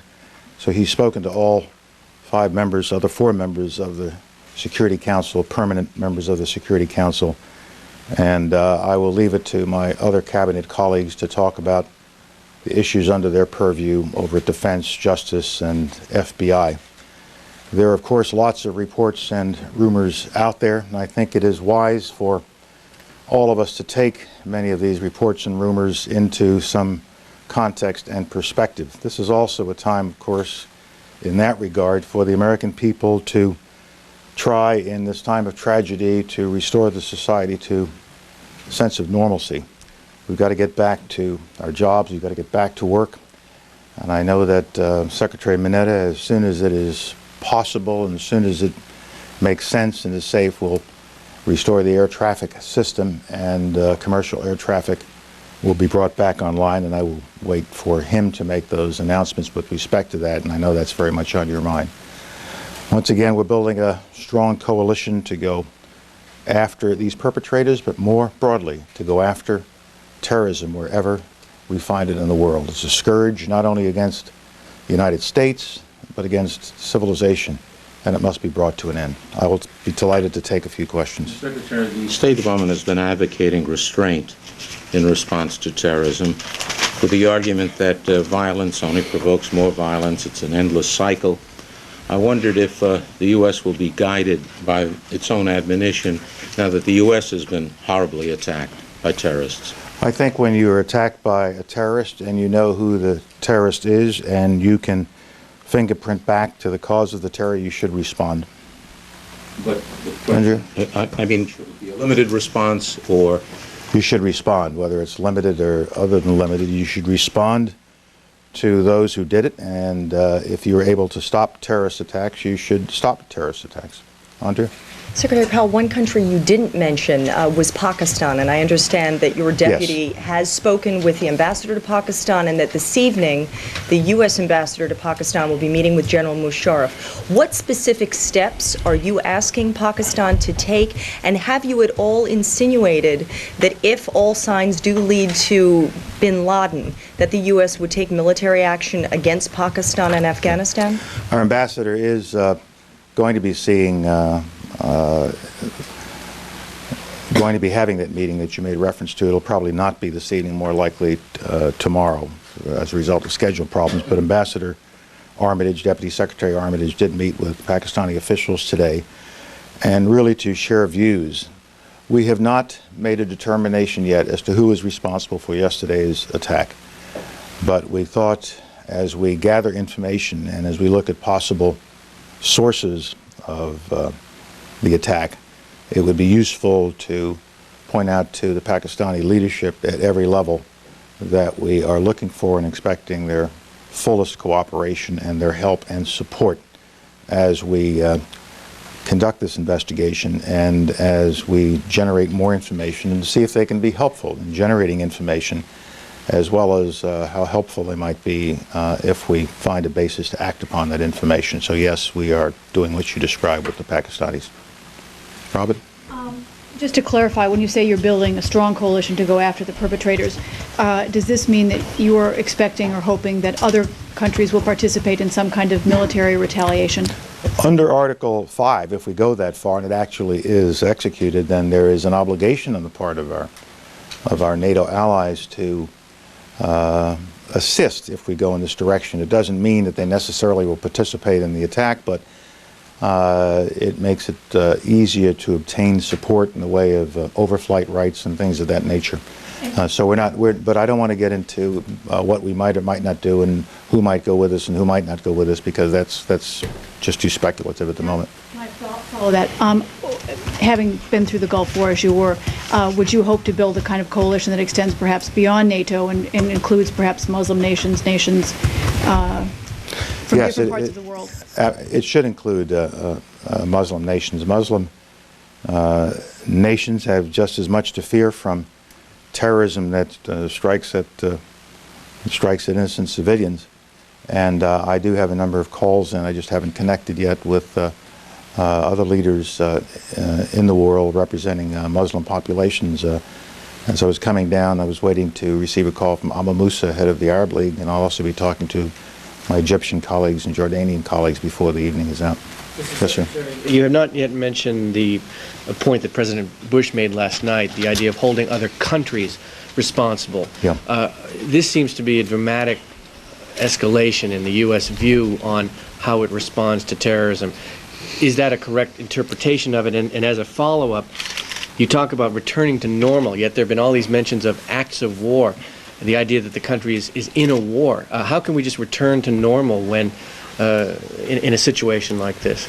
Well, on your first point, I mentioned in my earlier statements, and I will mention it again, that it's not just a matter of going after the perpetrators, but it's going after and dealing with the sources of support that they have, whether that source of support might come from a host country or other organizations that provide them. We have to make sure that we go after terrorism and get it by its branch and root.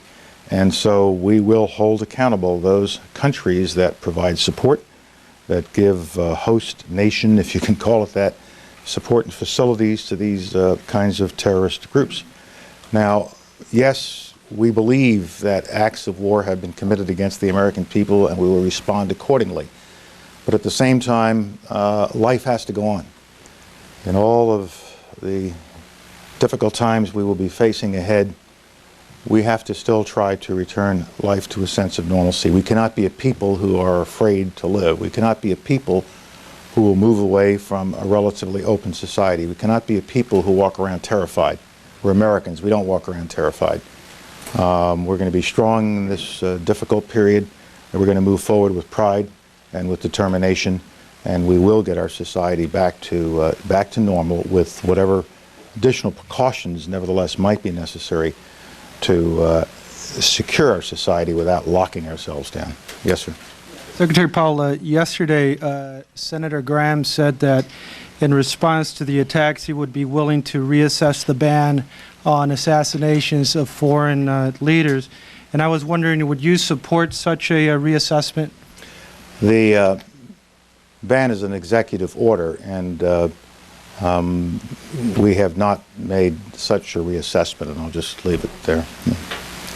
Jane? India has said many times in the past that Pakistan is harboring terrorism, and there are training camps in Pakistan, and now U.S. officials, including a number of lawmakers here on the Hill, are saying that Osman bin Laden have his training camps in Pakistan, and because he's sending all his, running his empire or terrorism empire from Pakistan. So now, is it time not to go after those countries who are harboring terrorism really? Because how long can we wait, or how many innocent people can we kill? Well, I don't want to confirm what the Indian government may or may not have said.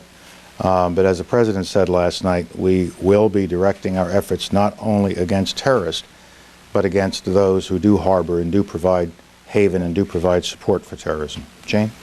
Deputy Secretary Armitage heads a task force with the Russians on Afghanistan, where the United States and Russia seem to share some interest. Can this be used as a platform in the coming days? Yes, and we're planning to do that. In what way? As you know, it's a little difficult to travel right now, but we're looking at ways that he and Deputy Foreign Minister Trubnikov can pursue this. Yeah.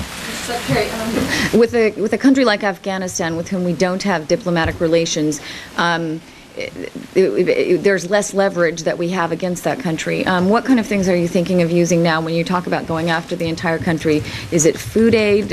How else? We haven't singled out any country to go after. What we're trying to do now is gather the evidence and the information so that we can make a judgment as to who is responsible for this act.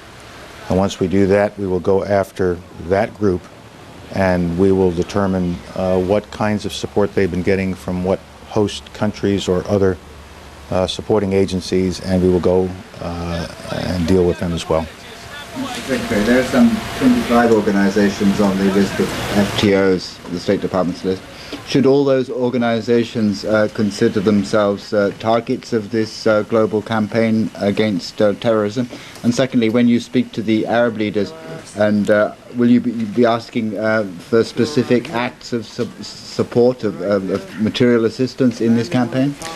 On the first question, just the very designation that they have been put on that list of foreign terrorist organizations suggests that the United States will be taking action against them, and we just identified another one this week, the AUC in Colombia, and we take certain actions against them. It doesn't mean we go in and attack them with military force, but there are a variety of political and diplomatic and other and legal actions that you can take against them. With respect to conversations with Arab leaders, I'm sure I will discuss with them a full range of possibilities as to what kind of support they can give us of a political and diplomatic nature. I don't know of any other kind of support that I would ask for at this time.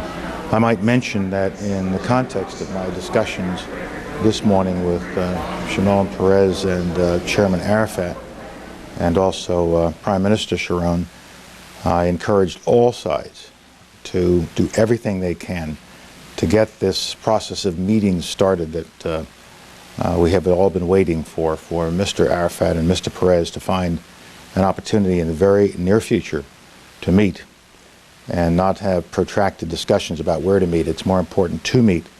So in this time of tragedy, in this time of heightened tension throughout the world and especially throughout that region, let's seize this opportunity to see if we can not start this process of meetings, this schedule of meetings, so that we can get to the Mitchell Peace Plan. So even while we are dealing with this situation, this crisis that is here in Washington and New York, we are also working on the Middle East situation and seeing if we can get that jump started. Yes.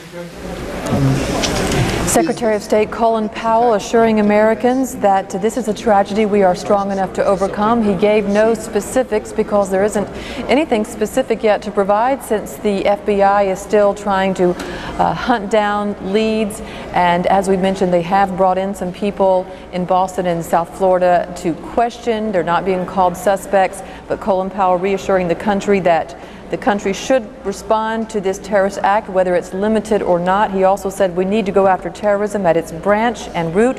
We will go after countries that provide support to terrorists. We should hear more about where the investigation stands, whether the United States is getting close to knowing who backed this, if this was a state-sponsored act yesterday, from the FBI, which is holding a news conference in about 10 minutes. And of course, we will provide live coverage of that. Lou? And Natalie, we have some indications now of why the effort by authorities, including a SWAT team at the Westin Copley Hotel in Boston, may have wound up inconclusively. We have indications out of Rhode Island that authorities have stopped an Amtrak train near Providence. Broadcast reports are telling us there may be a suspect or suspects on board who eluded authorities in that Boston part of the investigation. The streets near the train station now, we're told, have been cordoned off. The terminal was evacuated.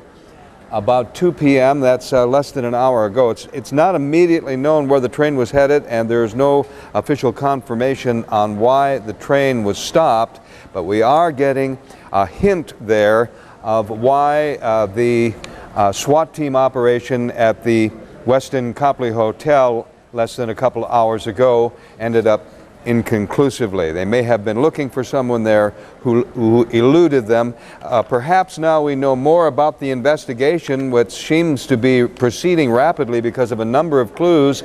And we have Susan Candiati down in Florida, where some people have been taken into custody, not as suspects necessarily, but Susan, maybe you can tell us exactly what's happening down there. Good afternoon, Lou. Let me fill you in. We do know this, that the FBI is concentrating certainly a key part of its investigation in at least 4 different areas of Florida.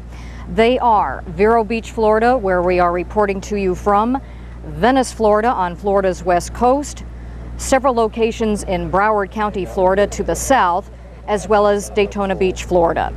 Now, reporting to you, giving you a live look at what's happening now on a very quiet residential street in Vero Beach, Florida, we can tell you that about 2.5 hours ago, the FBI took in for questioning a man identified by a law enforcement source as an acquaintance of a man who rented one of 2 homes located side by side, homes that have been searched here on this street by the FBI since about 5:30 this morning. We counted at one point at least a dozen FBI agents here. We also saw someone here from the ATF and someone dressed in protective garments. Again, these 2 homes are located side by side. They were being rented, according to neighbors, by 2 men who identified themselves as being commercial pilots from Saudi Arabia.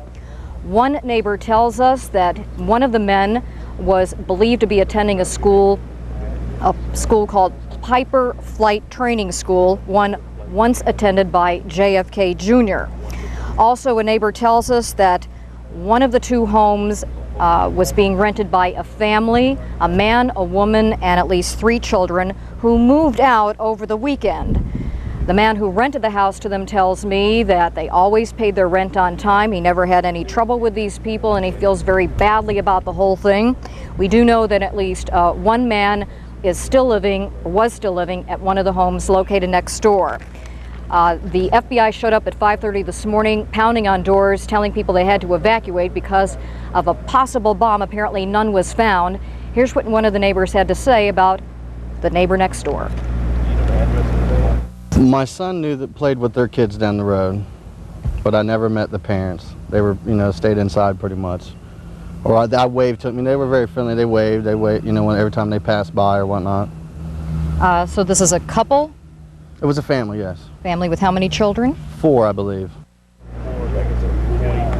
Lou, we've run out of time, but when you come back to us, we will tell you about additional information of searches going on in other parts of Florida. Back to you. All right, Susan Candiati in Vero Beach. And now back to Aaron Brown in New York. Lou, thank you. The rescue operation continues at an agonizingly slow pace.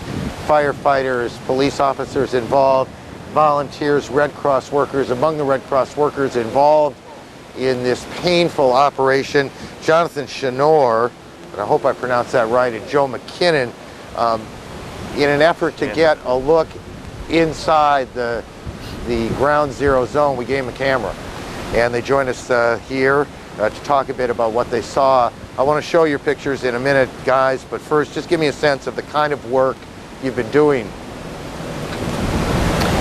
Joe? Just basically going through buildings, sifting through debris,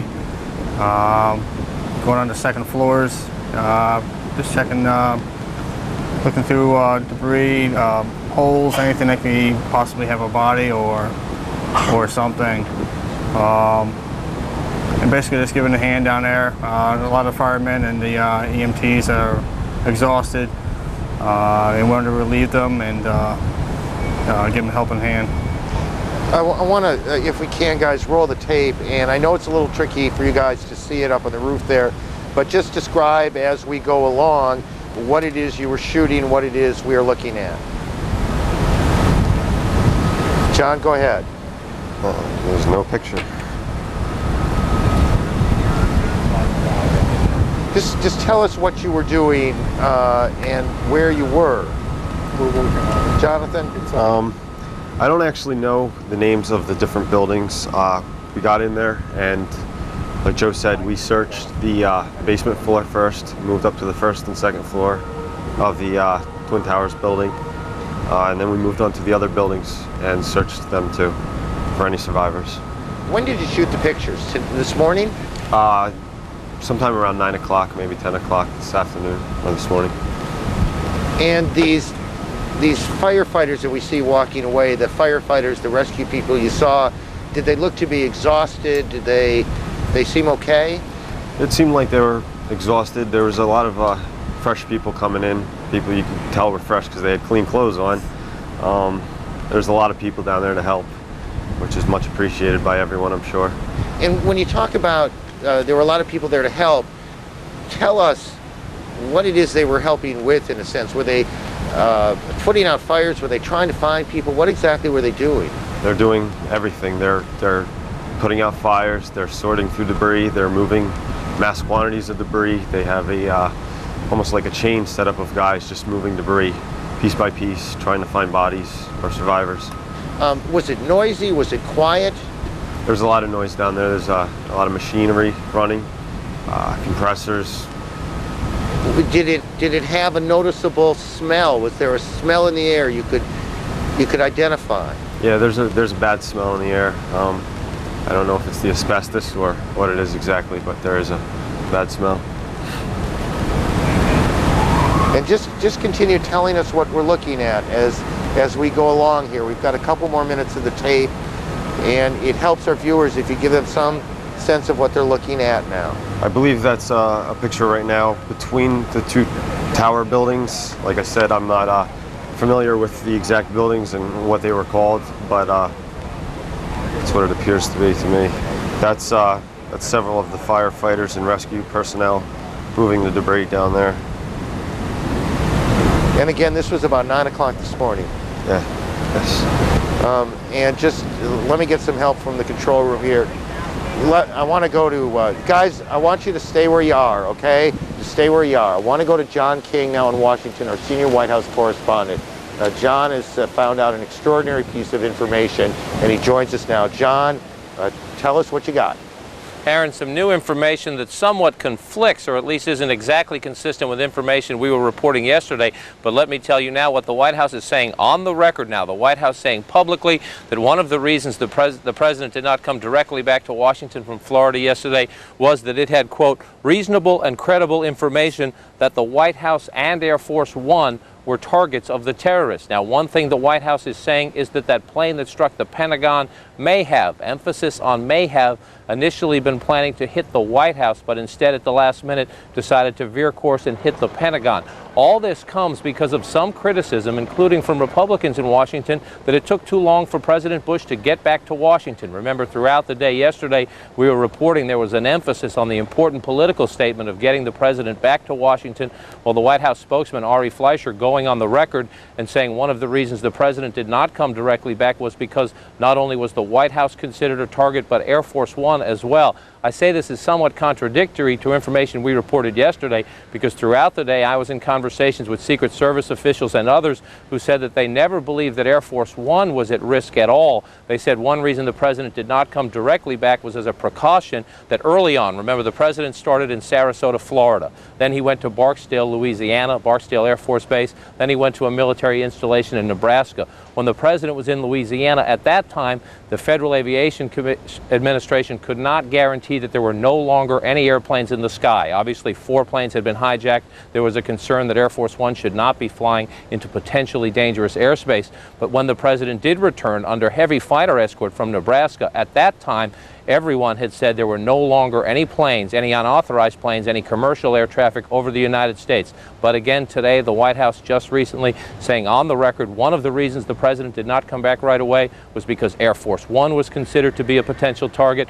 And they're also saying that that plane that hit the Pentagon may have initially been aiming for the White House. Now, remember the plane that crashed in Pennsylvania. We also know that senior administration officials are telling members of Congress that they believe that plane also was turning south toward Washington for 3 potential targets. One, perhaps the presidential retreat at Camp David, Maryland. One, also the White House or the United States Capitol as well. So as the investigation continues, Aaron, obviously some new information coming out. This time, the White House extraordinarily going on the record to rebut criticism from some members of Congress, including Republicans, that the president should have gotten back to Washington sooner. John, let me ask a couple things. The first of all, maybe one of those questions that is obvious to everyone but me. How do they give you any indication of how they think these terrorists were planning to take Air Force One out? Any idea at all? That is the question we cannot get answered. Obviously, we saw extraordinary pictures yesterday. Air Force One, the president's 747 in this case, traveling with fighter jets visible to those inside the plane. Now, we know when we travel with the president, he is often escorted by fighter jets. Never do we see them that close. Occasionally, you will see one of them pass by when you're on these trips. This obviously was an obvious effort by the military to demonstrate that Air Force One was safe, but they're not saying how Air Force One could have been a target, whether they believe these hijackers were going to go to the extraordinary lengths of trying to ram a flying 747, and it is an extraordinary plane. It is not your average 747 with a commercial air travel. They're not saying that. All they're saying right now is they had, again, quote, reasonable and credible information to believe that both the White House and Air Force One, the president's jet, may have been targets. And those pilots who fly Air Force One are not run-of-the-mill commercial airline pilots. I mean, no disrespect, but these are Air Force pilots who have a great deal of training in avoiding all manner of dangers to the president, to themselves, to that airplane. They have a great deal of training. That plane is also equipped with some extraordinary devices, some of which we will not discuss publicly, but it has devices on board that are meant to help it in the case it is attacked, as any military airplane would be. This is the president's plane, but it is a military aircraft. And it also travels, you see here, looking out, you see the wing of Air Force One here. If you look out, you see that fighter jet right off the wing. Again, that is an extraordinary sight. For those of us who travel on Air Force One on occasion, every now and then you will see a fighter jet in proximity, or you will land or leave a military base having just seen fighter jets take off to be part of the president's escort, especially on international trips. This extraordinary, the president flying with a fighter escort just off the wing. Again, given the events of yesterday, 4 commercial planes hijacked, rammed into the World Trade Center and the Pentagon as well. No surprise that they would take such extraordinary security measures around the President of the United States, but the White House now saying one of the reasons for that was that they believed Air Force One was a potential target. But again, I want to say at the time of those pictures taken when the President was flying back from Nebraska to Washington, D.C., at that time we had been told by government officials at the Transportation Department, at the White House, and elsewhere that the government was certain there were no longer any planes in the skies over the United States that were not authorized to be there. John, just quickly one more thing. And again, one of the things that strikes me about this is that they're saying it at all, and that's the truth. Whether it was a target, not a target, this close to the event itself, I'm a bit surprised that they would discuss it. This, you believe, is simply to respond to the criticism that some have offered up. That's right, Aaron. Remember, this is a president who this morning in the cabinet room, surrounded by his national security team, said he too considered this an act of war, and that the people of the United States and the government of the United States needed to dedicate financial resources, moral resources, if you will, and perhaps military resources down the road to responding to it. This, a major test for a first-year president, 8 months in office now, the White House bristling at the suggestion that the president did not come back to Washington as soon as possible, taking the extraordinary step today. One of the things we have heard throughout the past 24 hours is that the administration does not want to discuss the details of the investigation, does not want to give away certain clues, because that could tip off those responsible for this and perhaps help them elude the authorities. But the White House going on the record in this case saying that one of the reasons the president did not come straight back to Washington was, again, because both the White House, and remember the White House was evacuated just after that plane hit the Pentagon yesterday morning, and Air Force One, the White House saying, again, reasonable and credible information that they were targets. John, our senior White House correspondent, John King, I know you well enough to know that you want to get back to the phones and work the story. I'll let you go, and we'll hear from you as the day and night continues. Back up the street a bit, about 30 blocks or so, to Jonathan Chenor and Joe McKinnon, who are the 2 Red Cross volunteers who we gave earlier today, this morning, a small handheld camera that they could take in as they went looking, helping the firefighters, the police officers, all the others in and around Ground Zero at the World Trade Center, and they are helping us as we go with what they saw and what they did and what it was like. Just orient me again, if you can, either one of you. Tell me what we're looking at there. Can you tell? I believe that's the building that's right above the Burger King. I don't, again, know which building it is. It's if you're looking straight at the World Trade Center, it would be off to the left. Okay. And was it? Obviously, there was an enormous amount of smoke pouring out. Was there fire as well? Were you aware of fire? The fire was farther back from where we were. There was some small isolated fires inside the buildings we were in. Just minor stuff, places the firemen had already been at. And guys, did you feel safe? No. You did not? Not at all. What did you feel the dangers were there? Those buildings can collapse at any time. And when you say these buildings, how many buildings were you warily looking at? 5 or 6, I believe. And what made you think they could collapse at any time? Just simply the fact that others had? Well, we looked up and there's metal hanging off the roof, pieces falling all around us all day long and all night long that we were working. It was quite scary. And was this, guys, was this the first time this morning that you had been into the area, or had you been working in and around the area last night and yesterday afternoon? Yes, we got here at 2 o'clock in the morning, and we've been working ever since. And where did you come from, by the way? Rhode Island. You came from Rhode Island. And again, Joe and Jonathan are Red Cross volunteers who came in, and we gave them a small camera to videotape some of what they saw. Those are the pictures. These are the pictures that you are looking at now. Was there a sense from fire officials, were they directing you to stay away from one area, move to another? What kind of direction were you getting? There's no real direction. Everything's pretty chaotic down there. There's no one really telling anyone what to do, at least at the point we were down there. We were allowed to go where we wanted. We searched the buildings with no problems. No one told us to leave. I'm going to ask you to do one of the things that I think is awfully hard. Give me a sense, just your best guess of how many people were in that area where you were. Are we talking hundreds of people? These are rescue workers, firefighters, police officers, and the rest? Several thousand. Several thousand people. By the time we left, several thousand people were there helping. And when you got there at 2 o'clock in the morning, and I realized the last thing you were doing when you arrived at 2 o'clock in the morning was counting the number of people around you, but were there a lot, a few, hundreds? There was quite a number. And what was their state at the time? Did they look exhausted? I really wasn't looking. I got to New York and I just started helping. Started searching. And either one or both, actually, when you first arrived on the scene at 2 o'clock this morning, what did you think? What went through your mind? Any comment, Joe? I'm sorry, say it again for me. I was amazed at what I saw. It's incredible that people can do this to each other.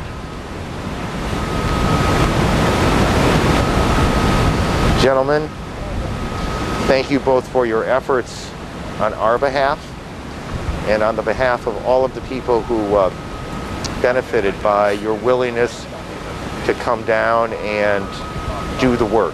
You were not here, obviously, to shoot pictures for us. You were there to do serious and important work, and we appreciate your efforts in both regards. Thanks for coming in this afternoon. Get some rest. Thank you. Thanks. To Atlanta, and Bill Hemmer and Joey Jin. Aaron, thank you. And with deference to our colleagues, Lou Waters and Natalie Allen, throughout this entire event, we'll be changing our crews here at the CNN Center in Atlanta. Also at this hour, more than 30 hours after the first plane crashed into the World Trade Center, New York's Mayor Rudy Giuliani now speaking again with reporters in Manhattan.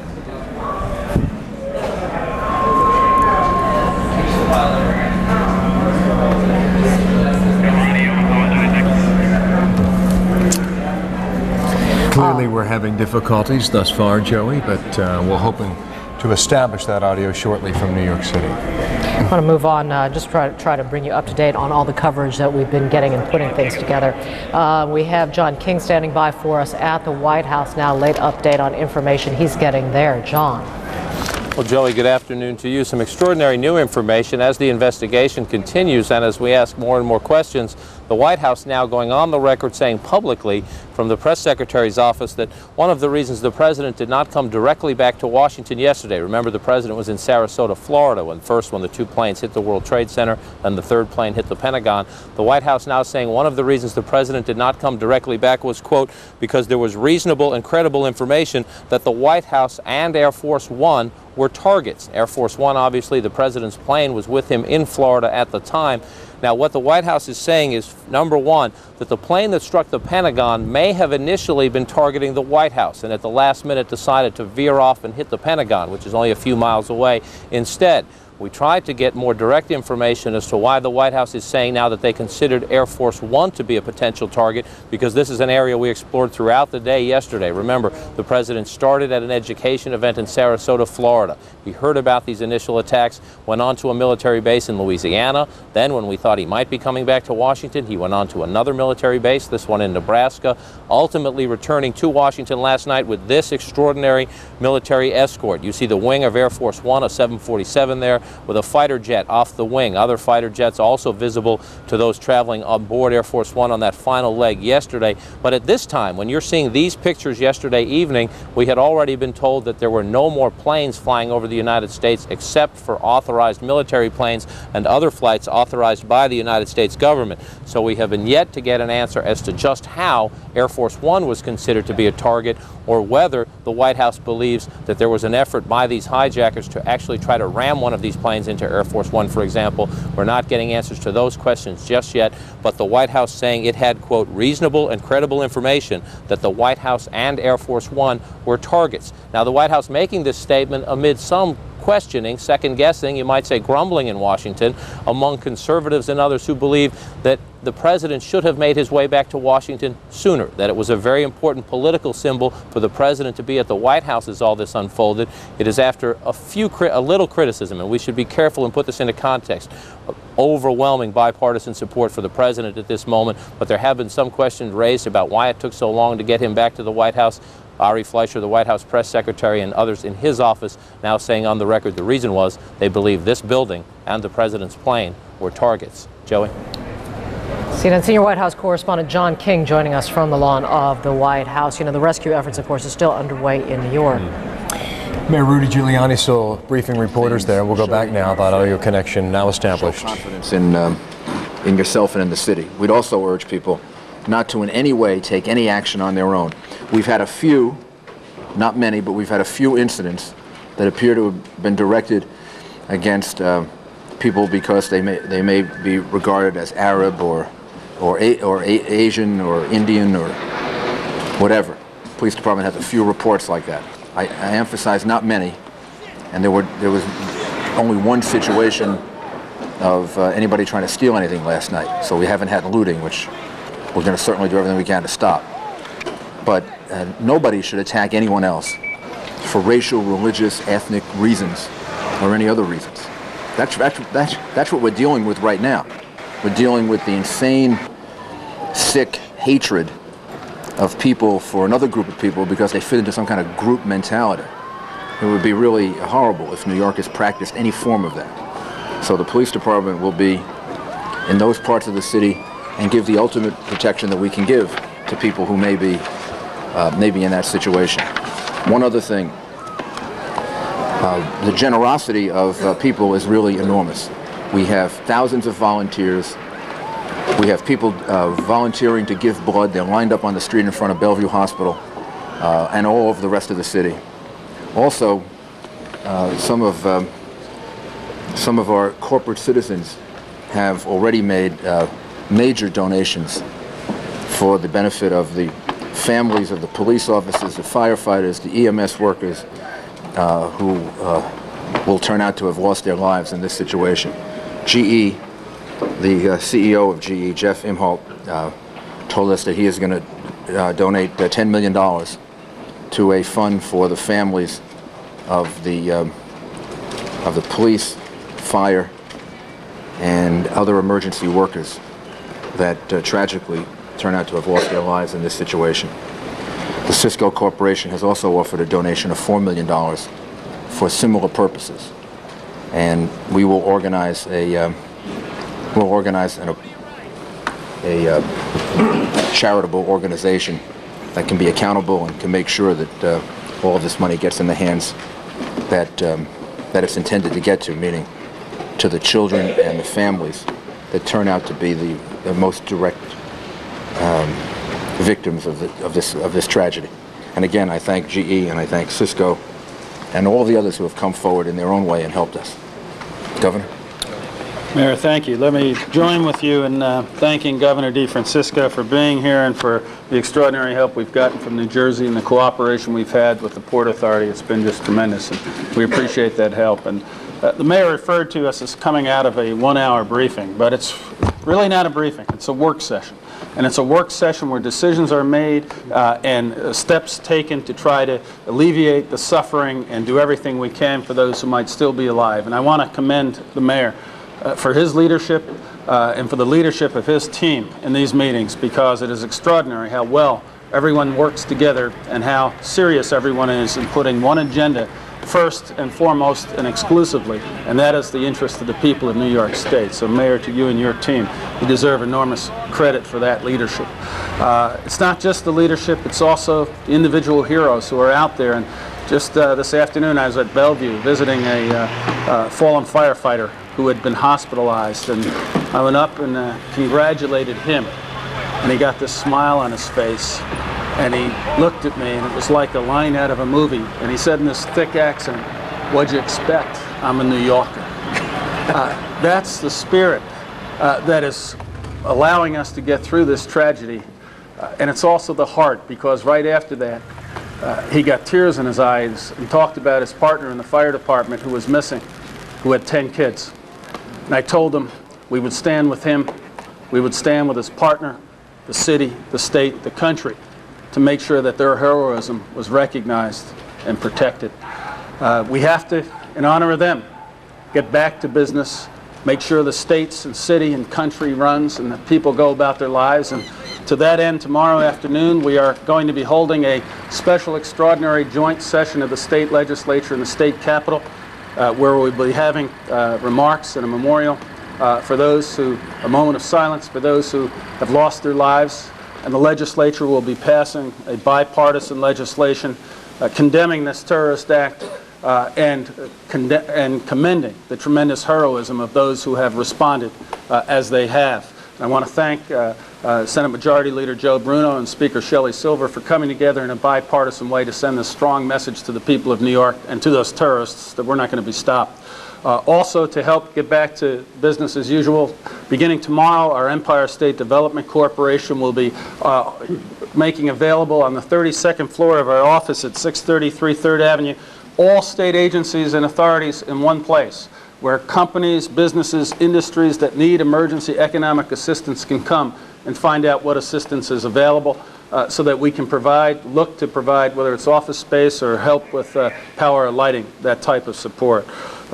This is an incident that was going to remain in our minds throughout our lives, but it's an incident that we can overcome, put behind us, and move forward in protecting our freedom and the future of our city, state, and country. We are going to do that. Mayor, again, thank you for your leadership. Thank you, Doug. Thank you. Governor? If I could, there are a couple of reasons why Thank you very much. I was able why I wanted to be here was, first of all, to tell the both of you that you've exercised great leadership during this very difficult time. I expressed my sorrow for the many, many people that we've lost, but also our support. Really, we're here to tell you that we support you in any way possible. We don't want to be in your way, but we want to bring support ranging from the state police to the National Guard or to the volunteers and many thousands of people that want to do something to help New Yorkers who have done just a fabulous job. Your city and state workers, your fire department, your police personnel, your emergency management people, your emergency medical services people have all, based on what we've seen, done an outstanding job. We were prepared to handle many, many people who were injured, and we still are. But the New York people have just done a fabulous job in dealing with that issue, and I congratulate everybody, but I do express my tremendous sympathies on behalf of the state to all of you for the losses you've incurred. And thank you very much for having me. Thank you, Governor. Thank you. Thank you, Governor. Mr. Speaker, thank you so much for your help and Thank you, support. Mr. Mayor. Thank you, Governor. I just want to say on behalf of all of the council members and really the people of the city that during a terrible, terrible time of crisis, I can't think of the better leadership that we've had, probably the finest hour I've ever seen, with Mayor Giuliani and with the governor standing next to me. You know, it's during a time of crisis you know who your friends are. It's during a time of crisis you know the people that really are able to help. This is like being in a foxhole together. They've responded to the greatest horror in my life, probably all Americans' lives. Can't imagine anything worse, but I can't imagine anything finer than to see how New Yorkers have risen up to this challenge. And I guarantee everyone that New York will rise from the ashes, be much better than it ever was before, and that those responsible for this are going to realize they picked on the wrong city. Also want to thank Congressman Nadler for joining us and for his support and for his help. And as I said, we'll be counting on him and the members of the delegation for the help and support we're going to need in the future. Thank you very much, Congressman. Commissioner Parrott, can you talk a little bit about some of the incidents that have happened? Really, I'm extremely happy. There has really not been much of anything. There was one attempted looting event last night. Someone was arrested, I understand, and there were some people that were called names or harassed. No arrests were made, and that's about it. Policing in the rest of the city is going on as normal.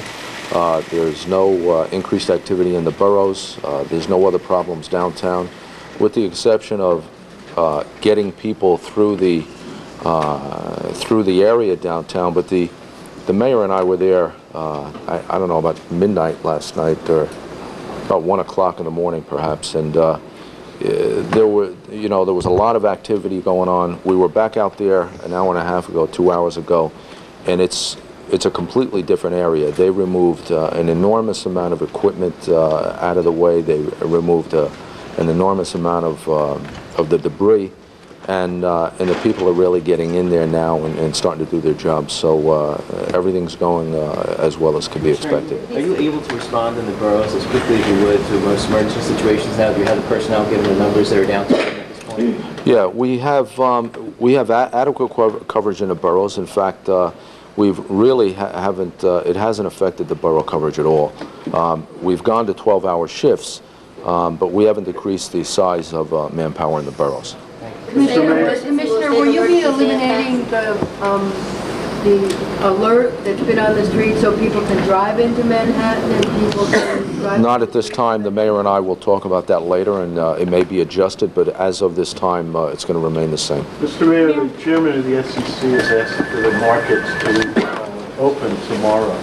Is the city ready for the city? As I spoke to Dick Grasso earlier. The governor also spoke to Dick, and I told him that we would do everything we could to help them open, including providing police escorts, providing whatever security is necessary, and doing whatever cleanup is necessary to make sure that they can open the stock exchange tomorrow.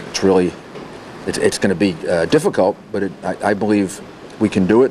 And I believe it would be a good thing to do it, a really good thing to do it. Is there electricity and telephone service? There is electricity and there is telephone service. Downtown now? No, for the stock exchange. Oh, I see. The stock exchange has its own source, so there would be enough power for them to operate, and there's also telephone service to the stock exchange. The major issue is access, getting people there. Since, however we open things up, that area is still going to be an area tomorrow in which we're going to be doing a lot of relief work. So we're working out a plan with them to try to provide access for their people so they can get a sufficient number of people to open. And we're hopeful it can be done. How about the many city agencies that have their headquarters down there, from the Housing Authority, hospitals and healthcare, sanitation, transportation, we're setting up temporary facilities for them. DCAS has found one large office area in Lower Manhattan, but out of that site. And then we have temporary trailers in which some of them are operating that we use sometimes in emergencies. So they should be all, if not fully operational, pretty close to fully operational tomorrow. Could you talk about the cleanup, where the debris is being taken, and is it being kept because it's part of the plan? The debris is being taken to fresh kills, where under the supervision of the police and the FBI, we'll separate debris that's pure debris from items that are evidence of a crime that the FBI and the police will need. And in addition, I should emphasize that there's very special focus on trying to find the black boxes, the four of them, the 2 instrument and the 2 voice boxes that could tell us so much about what happened. Quite a bit of civic pride coming out in the leaders there, Mayor Rudy Giuliani, Governor George Pataki in New York, as we have seen so many times in these briefings thus far, and taking pride in the city of New York. A bit of news coming out of there, 1 case of looting thus far, some verbal harassment. Other than that, it appears throughout the various boroughs of New York City, things are quite normal. And again, as we have reported throughout the day, the stock exchange on schedule to reopen tomorrow with trading, full electricity and telephones available there.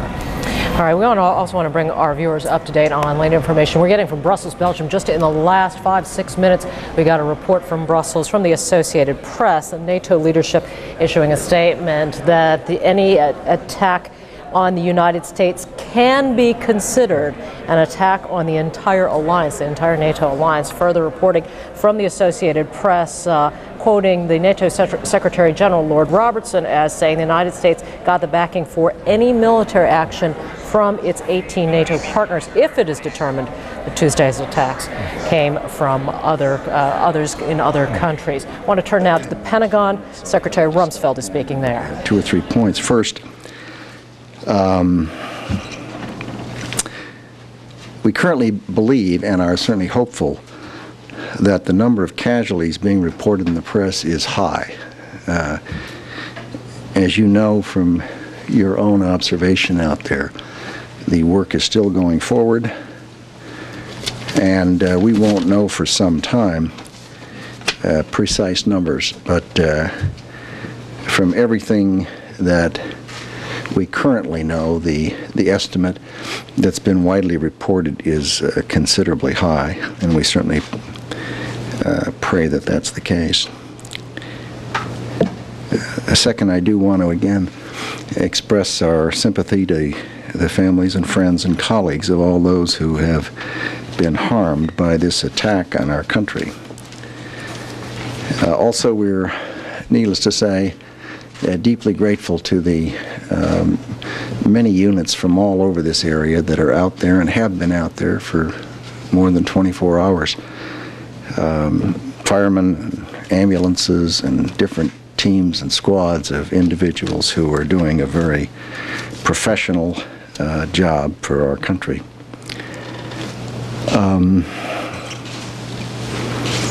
We are, in a sense, seeing the definition of a new battlefield in the world, a 21st century battlefield, and it is a different kind of conflict.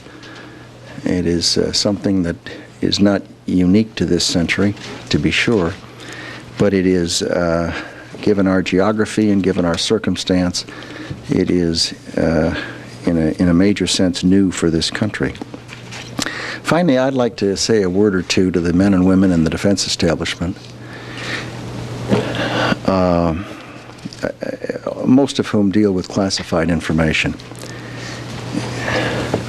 Since the end of the Cold War, there's been a relaxation of tension, and it's had a lot of effects. It's led to proliferation. It's led to the movement towards asymmetrical threats as opposed to more conventional threats. One of the other effects has been it has had an effect on how people handle classified information, and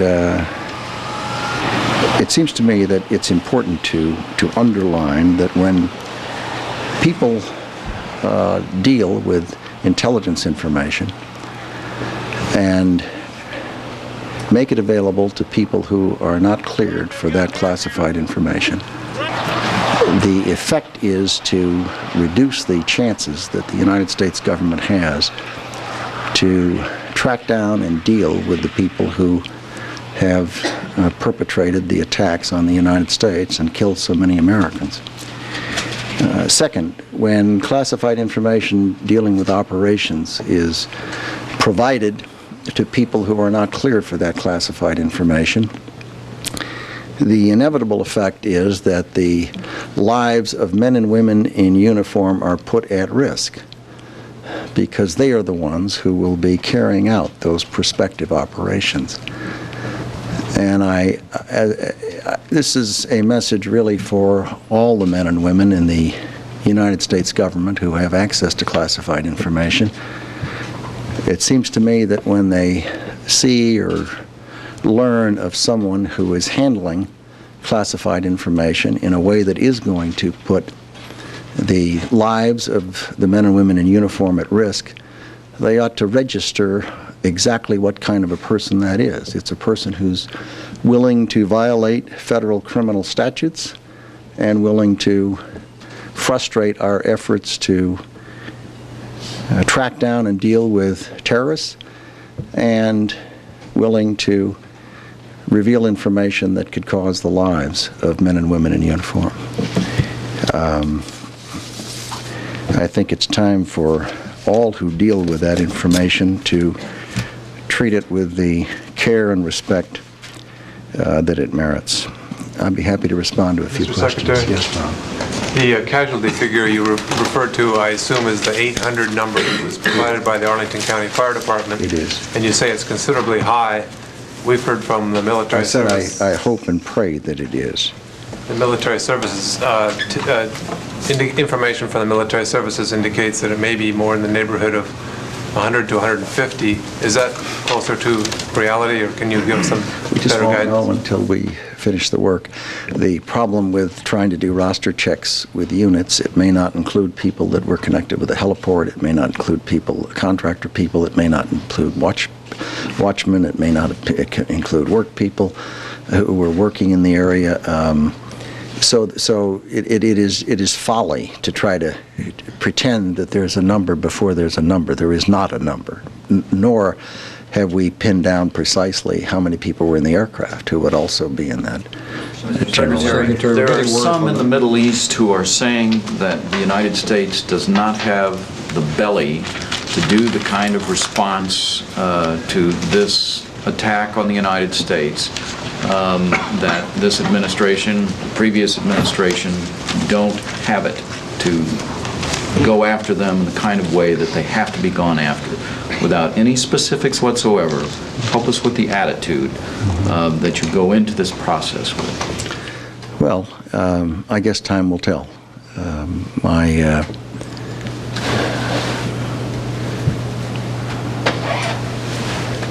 I guess I'm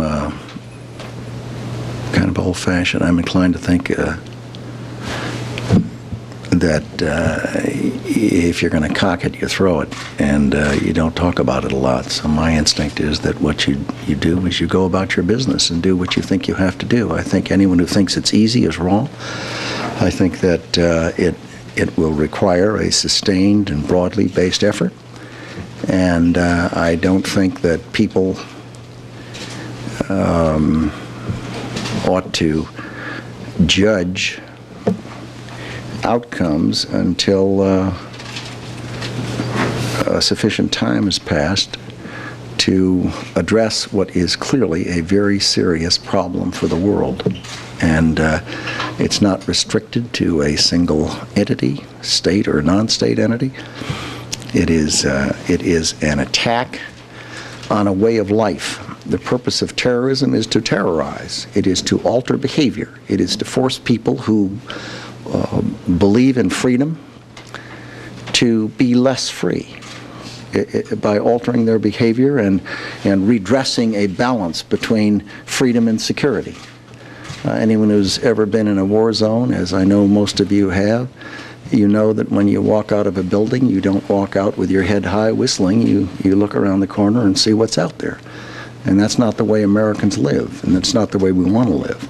Secretary, Mr. Secretary, may we ask what, I was just cut off for a second, which I kindly left to my colleagues. So we're getting word from reporters at the White House, quoting Ari Fleischer, that the target of the 757 was actually the White House, and also Air Force One was targeted. Can you shed any clarification on that? I'll leave that to the White House. Mr. Secretary, your comments on the handling of classified information, are you suggesting that it's time to move to a more secretive government in which there's less transparency about what it is you're doing, and how does that square with the goal of openness that reassures both friends and foes around the world that the United States intentions are good? We all know that there's a wealth of material that's classified unnecessarily and doesn't necessarily need to be. Well, as I'm sure you've discovered, I do believe in openness, and I think it's enormously important in a free system with a free press and a democratic underpinning to our wonderful success as a country that we recognize that and respect it. I also know that you're quite right. There are things that get classified that ought not to be classified. But what I said is enormously important, and that is that when classified information is compromised by people who ought to know better because they're unprofessional or uncaring and perfectly willing to violate federal criminal law and seemingly willing to put people's lives at risk, their colleagues and their neighbors and their friends, I think it's something that should stop. Yes. Secretary, was this... Jim's question, folks, he needs to leave. We need to get you across the river. Last question. Was sloppy handling of classified information, did that play some role in the attacks? Not to my knowledge. Okay, sir. It is an issue that I think, however, needs to be elevated and looked at, and that people in all aspects of government. What's the catalyst? What are you raising that today? Yeah, has it happened in the aftermath? It has been happening daily. Sir. Thank you, sir. Thank you. Defense Secretary Donald Rumsfeld, you just heard him speaking at the Pentagon. Again, he began by speaking about his appreciation for those who were involved in the rescue efforts still underway at the Pentagon as they pick through the rubble there, try to bring things under control there. Also made some interesting comments about classified information. We're going to continue to follow up on that and check in with our military affairs correspondent Jamie McIntyre shortly. Bill. Joey, thank you. Within the past hour, you may have been with us when we reported on an Amtrak train that was stopped in Providence, Rhode Island. Police then boarded that Amtrak train, and since then, 3 men have been held, detained for questioning. We have some videotape courtesy of WPRI in Providence of one of the 3 men who have been detained at this time. Again, we do not know why they were stopped or where they're being taken at this time, but clearly we can assume that police and other investigators will have questions for the men who have been stopped today. In the meantime, though, back to Washington and CNN's Jonathan Carl with more from Capitol Hill today. Jonathan, more reaction on what a response could look like if the U.S. indeed decides at some point to take retaliatory strikes. Well, Bill, I want to bring you up to date on that. The Senate a little while ago passed a resolution 100-0 condemning the attack, expressing sympathy for the victims, and getting into that question of retaliation. I want to play for you now the vote. It was an extraordinary vote on the floor of the U.S. Senate. 100. The nays are 0. On behalf of the American people, SJ Res 22 is adopted. And Bill, that resolution, the most important line on the resolution perhaps was the one that said that the Congress would support the president, quote, in his efforts to, quote, bring justice and punish the perpetrators of these attacks as well as their sponsors. Now, while that vote was going on, we also have a debate going on here behind the scenes in the Congress about whether or not the Congress should go further and issue a formal declaration of war against whoever is behind this, whatever state or non-state entities are behind these attacks. That is a debate. There's much disagreement about whether or not that would be necessary. As a matter of fact, the top Republican in the Senate addressed the issue a short while ago. Here's what he said. Whether we declare it or however you describe it, we are at war. Terrorists are at war with us. And we have to deal with this in a very dramatic and firm way. But I do think we also need to take the time to understand the legal ramifications of that, what it really means, what it doesn't mean, what does it mean in international policy, what does the president think he needs, what does the president ask for, and that process is underway, and I believe we'll be making decisions in that and other areas within the next 24 to 36 hours. Now, Bill, one other important point. When leaders of the Congress went to the White House, the president today asked point blank for essentially a blank check to provide whatever funding would be necessary to deal with this emergency. We are told by multiple congressional sources, both sides of the Capitol, that request for a blank check was rejected, although congressional leaders were quick to add they promised that they would provide whatever money is necessary, but they want a dollar figure attached to what it would cost to go through this. Right now they're talking about in the tens of billions of dollars emergency funding to be granted very soon here in the Congress to help deal with this situation. Bill. All right, Jonathan, thanks for the update. We'll cut you loose. Go get us some more information. Jonathan Karl on Capitol Hill with us now. The former U.S. Secretary of the United Nations, Richard Holbrooke. We have spoken for the past 30 hours, it seems, at this point. Quick reaction out of what we're hearing out of NATO in Brussels, sort of what appears to be an all-for-one strategy, saying, in other words, an attack against the U.S. is an attack against every entity of NATO. Define that for us, interpret that for us, for what that could mean out of Brussels today. The NATO treaty, which was forged by Dean Acheson and Harry Truman in 1949, provides under its famous Article 5 that an attack on one nation will be considered an attack on all. As I understand it from your report, and this is very sketchy, the Secretary General of NATO, Lord Robertson of Great Britain, said that he thought that this constituted an attack that might fall under Article 5. That's all I understood from your report, so I can't comment further.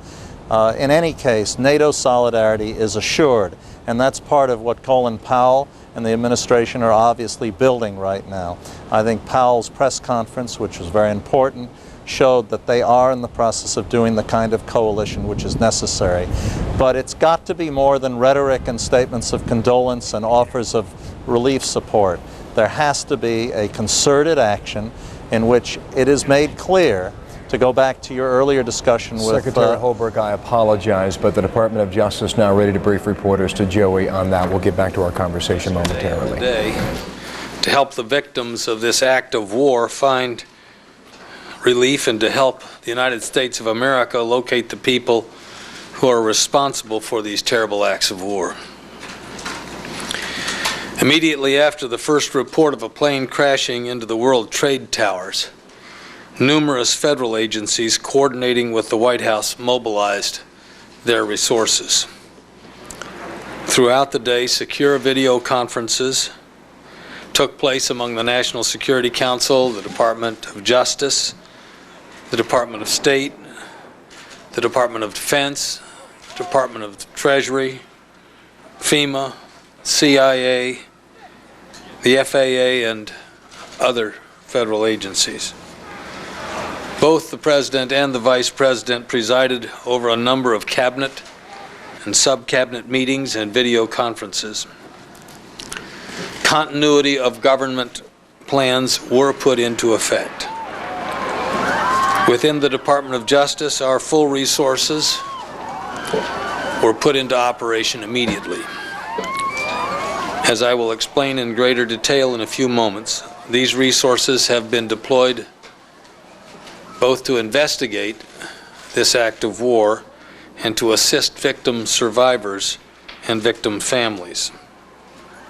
But let me stress that this is not simply a Department of Justice effort. The response of the federal government across the board has been, I believe, from the President of the United States to the rescue workers, magnificent. I'll now turn to the information that the response we have been making has developed. I'll give you the information that we can give you.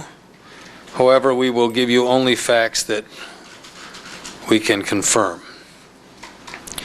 You may be hearing things that we have not told you, but some people have the luxury of speculating. We won't speculate, but we'll only give you confirmed facts. And also, we must be careful to protect confidential intelligence sources and the methods of our intelligence so we do not compromise this ongoing investigation or the capacity of this nation to undertake such investigations as this. The 4 planes were hijacked by between 3 and 6 individuals per plane, using knives and box cutters, and in some cases making bomb threats. Our government has credible evidence that the White House and Air Force One were targets. A number of the suspected hijackers were trained as pilots in the United States. The Department of Justice has undertaken perhaps the most massive and intensive investigation ever conducted in America. The full resources of the FBI, the Justice Department's Criminal Division, the U.S. Attorney's offices, the INS, and other components have been brought to bear and will be focused in this endeavor. Throughout the day and into the night last night, Deputy Attorney General Larry Thompson and Assistant Attorney General Michael Chertoff, who is not with us at this moment, and I were present at the FBI's Strategic Information and Operations Center, together, of course, with the director and a number of other individuals. The Justice Department is working closely with investigators, the FAA, and the intelligence community, including the CIA, the NSA, the Defense Intelligence Agency, and the Defense Department. Numerous agencies have assigned personnel to the SIOC at the FBI to coordinate investigative efforts so that information which is received on these premises becomes immediately available to the cooperating agencies. And I might add that we reciprocate with similar deployments in a variety of other settings. The Justice Department's Terrorism and Violent Crime Section is coordinating the response of the U.S. Attorney's offices nationwide. These agencies have a presence at the SIOC here in the FBI 24 hours a day and are coordinating efforts both in the United States and worldwide around the clock. Investigators are reviewing intelligence and have received numerous credible leads. Command posts have been established at all crime scenes. Evidence response teams and the FBI's disaster squad have been deployed to the crash sites. The recovery of bodies and the collection of evidence is ongoing at the Pentagon and at the crash site in Somerset County, Pennsylvania. Investigators are working with the National Transportation Safety Board to recover the black boxes from the crash sites. The crime scene at the WTC has been secured, but is not yet a crime scene accessible to investigators. The United States Attorney's Office's terrorism units and the FBI's Joint Terrorism Task Forces are obtaining the passenger manifests, rental car receipts, telephone logs, videotape from parking garages, and pay telephone videotape records at all scenes for review and appropriate follow-up interviews. All investigative resources of the FBI's laboratory and crisis response capabilities have been mobilized. Now let me turn this podium over to FBI Director Bob Mueller to talk more about the investigation itself. Thank you, Mr. Attorney General. I want to start by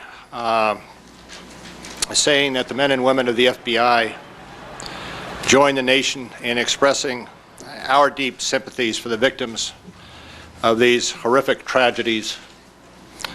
and their families. And we, all of us in the FBI, pledge to those directly affected by these attacks that we will leave no stone unturned in our quest to help find those responsible and to bring those individuals to justice. Let me turn, if I could, for a moment to the effort that we have undertaken at the FBI to investigate these tragedies. Early after the planes started to fall yesterday, as soon as we heard that there was a particular city that was either a city of origin for a flight or a city such as New York where a flight went in, we established command posts. We have at those command posts and at a number of offices around the country where there are leads, more than 4,000 special agents who are assigned to assist this investigation. 4,000 special agents and 3,000 support personnel. We have over 400 of our laboratory personnel deployed at the crime scenes in New York City, south of Johnstown in Pennsylvania, and at the Pentagon. And we anticipate this level of resource commitment will continue for the immediate future. In the last 24 hours, we have been addressing two objectives. The first objective is to determine, identify the hijackers on each of the planes. Having identified the hijackers on each of the planes, we then have sought to identify any of their associates remaining in the United States.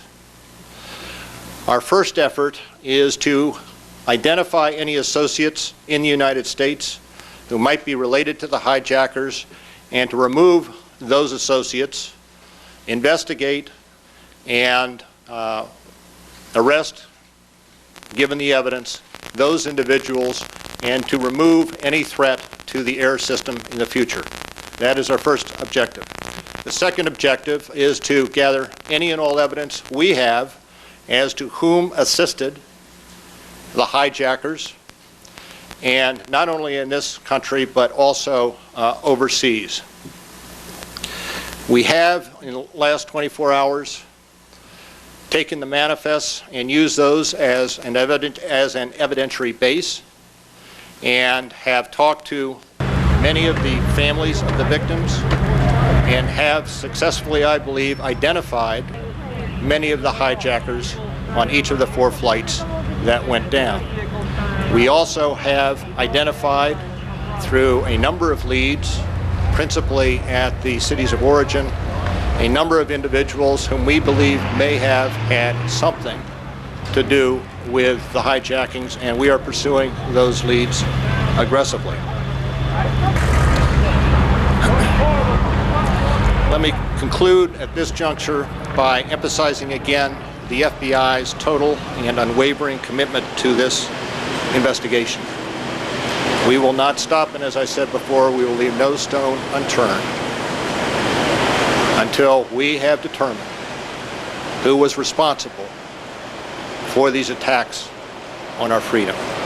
Now, I would be happy to entertain questions, as I'm sure the Attorney General would. Director, have there been any arrests of any of these associates that you've identified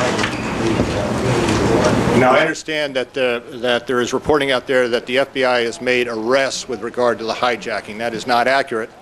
There have been occasions where we have interviewed individuals and come to find that the individual is out of status and that individual has been detained on an immigration hold. But there have been no arrests relating to these hijackings at this point. Talk to and the people that you've identified, are these people that have been under FBI's watch in the past relating to other kinds of terrorism activities? Are they people who you're familiar with? As we identify names, there may be one or more individuals with whom we have information as to involvement with individual terrorist groups. We've seen activity today in Boston, Rhode Island, and in southern Florida. Can you walk us through, in any of these cases, and give us any guidance on why these particular individuals have been stopped and what the FBI is doing? We have in Boston, my understanding also in Providence and also in Miami, we have leads indicating the presence at some point in time of either the hijackers themselves, and we are attempting to recreate the travels of each of the hijackers on the planes, either the hijackers themselves or their associates, and consequently we are following all leads with interviews, with search warrants, and whatever investigative techniques are necessary to obtain the evidence. They've got to get to the White House for a meeting. How many? How many associates, Mr. Mueller, do you think? And how many were workers at the airport? I can't give you a definitive number on the associates. Have you linked this to Osama bin Laden? Thank you very much. FBI Director Robert Mueller, along with Attorney General John Ashcroft, was speaking with reporters a relatively brief briefing on the current status of the investigation underway. Mr. Ashcroft talking about investigating the act of war against the United States. Some of the information that they've given in terms of new material really isn't all that new to those people who've been watching a lot of television. Mr. Ashcroft was saying 3 to 6 individuals involved per airplane, knives, box cutters, in some cases making bomb threats, and noting that the United States does have credible evidence that the White House and Air Force One were targets, at least at some point, and that some of those involved were trained as pilots in the United States. They also said that a number of efforts are being made to try to recreate the travels of those suspected of being involved, including looking at passenger manifests, phone records, security camera videotapes, that sort of thing. Following up on the investigation, the efforts to track down who was responsible and how this thing was put together, CNN's Mike Betry joins us now. We've heard what the Attorney General and the FBI Director had to say. What have we learned in addition about the investigation underway now? Well, the investigation is moving very quickly across the eastern seaboard from Maine on down to Florida. Now, in Boston today, the hotel there, the Westin Copley Hotel, was surrounded by FBI agents who went in to rooms in the hotel, and the Boston Globe is reporting that they detained 3 people because they believed that the credit cards that they had were used to buy some of the airline tickets used in the attack. But that's a Boston Globe report. We have not confirmed that. And again, just from the FBI Director a moment ago, he said on the record before the reporters that there have been no arrests made to this That's point. exactly right. So, but according to the Boston Globe, those 3 people were taken off. Now, in Portland, Maine, police there are examining a automobile that was found at Portland International Airport. It's been taken to state police headquarters there, and it apparently was linked to 2 of the hijackers and attackers, alleged hijackers and attackers who came over the border from Canada, that we've learned. Now, as well, there is a second car that was found in Boston's Logan Airport that apparently had a flight manual written in Arabic. It is also being examined by police and FBI agents there. That automobile was registered to a Mohammed Atta. Now, CNN has determined that Mohammed Atta has a commercial pilot's license, and he lists the address as Hollywood, Florida. There as well is a second person with the same address listing with the FAA. His name is, let me grab that here, is Marwan al-Shahi. He also has the same address, and his pilot's license was reissued on the same day, which would have been in July, let me get this correct, June 19th, 2001. Now, the interesting thing, both the addresses, which are the same address, are registered to a mailbox, etc. It's not a real address. So if you go in, Joey, into, for example, what I have right here, which is the al-Qaeda manual for launching terrorist attacks, they list specifically these sorts of things using mail drops like this, not real addresses, not real names, and we'll go into this in further depth. This was used in the... Tell them what al-Qaeda is. Al-Qaeda is the terrorism network that U.S. intelligence officers say is operated by Osama bin Laden. Al-Qaeda is less a group than it is a network of various people around the world engaged in terrorism, and that is the name of it, al-Qaeda. This particular manual right here was used in the trial, in the African embassy bombing trial that occurred in New York. It was introduced there. It was confiscated and found in London, and so it's a very important piece of information related to this. So there's a lot of stuff going on around the country, especially in Florida as well.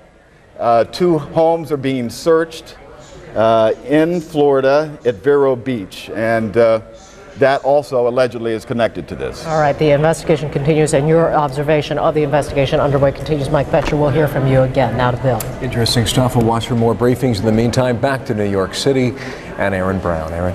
Thank you. About an hour ago, I guess it was, our senior White House correspondent, John King, reported that the reason the president was delayed in coming back to Washington, flown to Louisiana, Nebraska, and ultimately back to the White House was because the Air Force One was one of the targets. The White House was one of the targets. John has continued to work that story, and he joins us again with more pieces of that part of this broad puzzle. John.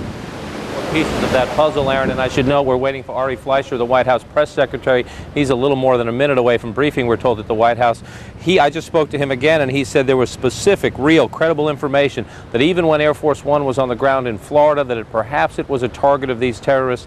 That's why the White House is saying they took extra precautions in getting the president back to Washington yesterday. He went from Florida to Louisiana. At that time, Mr. Fleischer saying the Federal Aviation Administration still had not accounted for all of the commercial aircraft. That is why the decision was made to have the president go to another military installation in Nebraska before returning to Washington. Now, one other quick note, as we hear from Ari Fleischer here at the White House briefing, the president is in his second national security meeting of the day with the Defense Secretary, the Secretary of State, the Chairman of the Joint Chiefs of Staff. CNN told by senior administration officials they are discussing the latest developments in the investigation, and we are told by sources beginning to discuss possible U.S. options to retaliate for these terrorist strikes yesterday.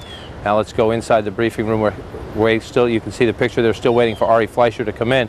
Ari told me just a few moments ago that he is prepared to offer a bit more detail as for why the administration decided to go on the record this morning and say that in its view there was credible information that both the White House and Air Force One were potential targets at least. And again, as part of that information, the White House saying the aircraft that crashed into the Pentagon may have indeed been heading for the White House and then decided at the last minute to change course.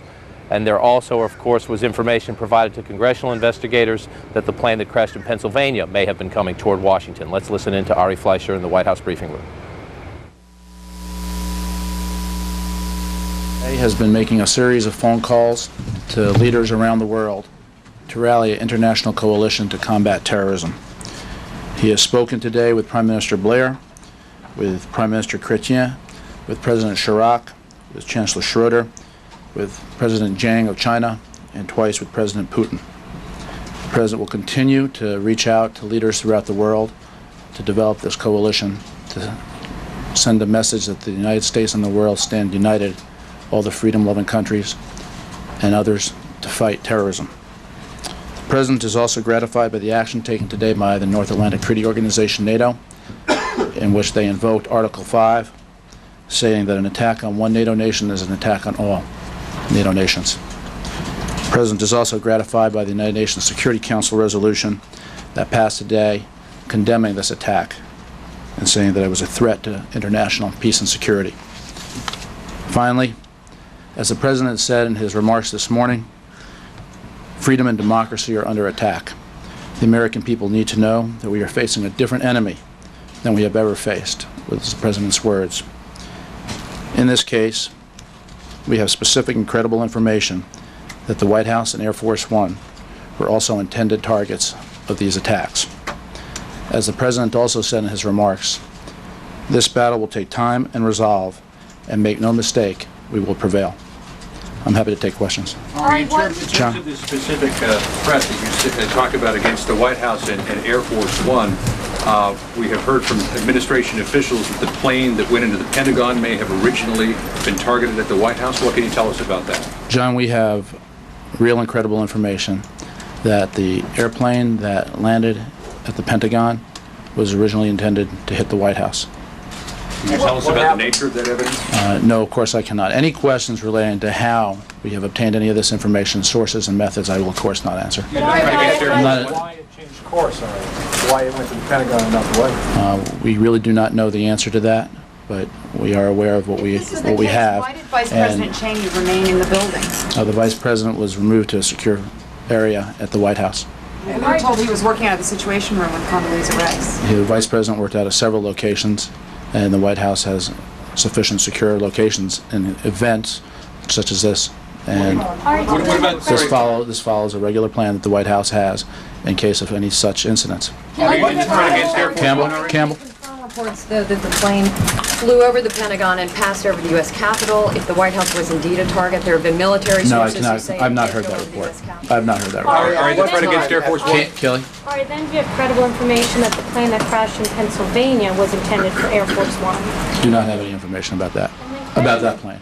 If Air Force One happened to be a target, isn't it true that when the president went to Louisiana, at that point, once he took off from Louisiana, there were no flights in U.S. airspace? No, at that moment, there were still reports of airplanes that had not yet been identified as to the whereabouts.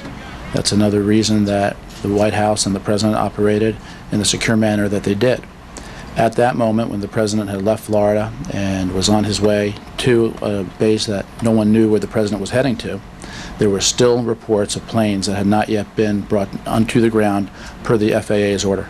But I can follow up though, but when Air Force One left Louisiana and headed to Nebraska, I believe at that time there were no U.S. planes, or any planes still in U.S. airspace. So then why did the president go to Nebraska and not back here to the White House? Because the information that we had was real and credible about Air Force One, and the manner in which Air Force One operated maintained the security of Air Force One at all times. And that also is one of the reasons why Air Force One did not come back to Andrews, where some people may have thought it would. If we can make the connection here, that would suggest, Ari, then that the threat against Air Force One came in the form of another aircraft? No, I'm not indicating what form it came in, John. And it will not. What time did the White House get this information? On the flight from Sarasota to the first location. So did the evacuation of the White House come as a result of that information?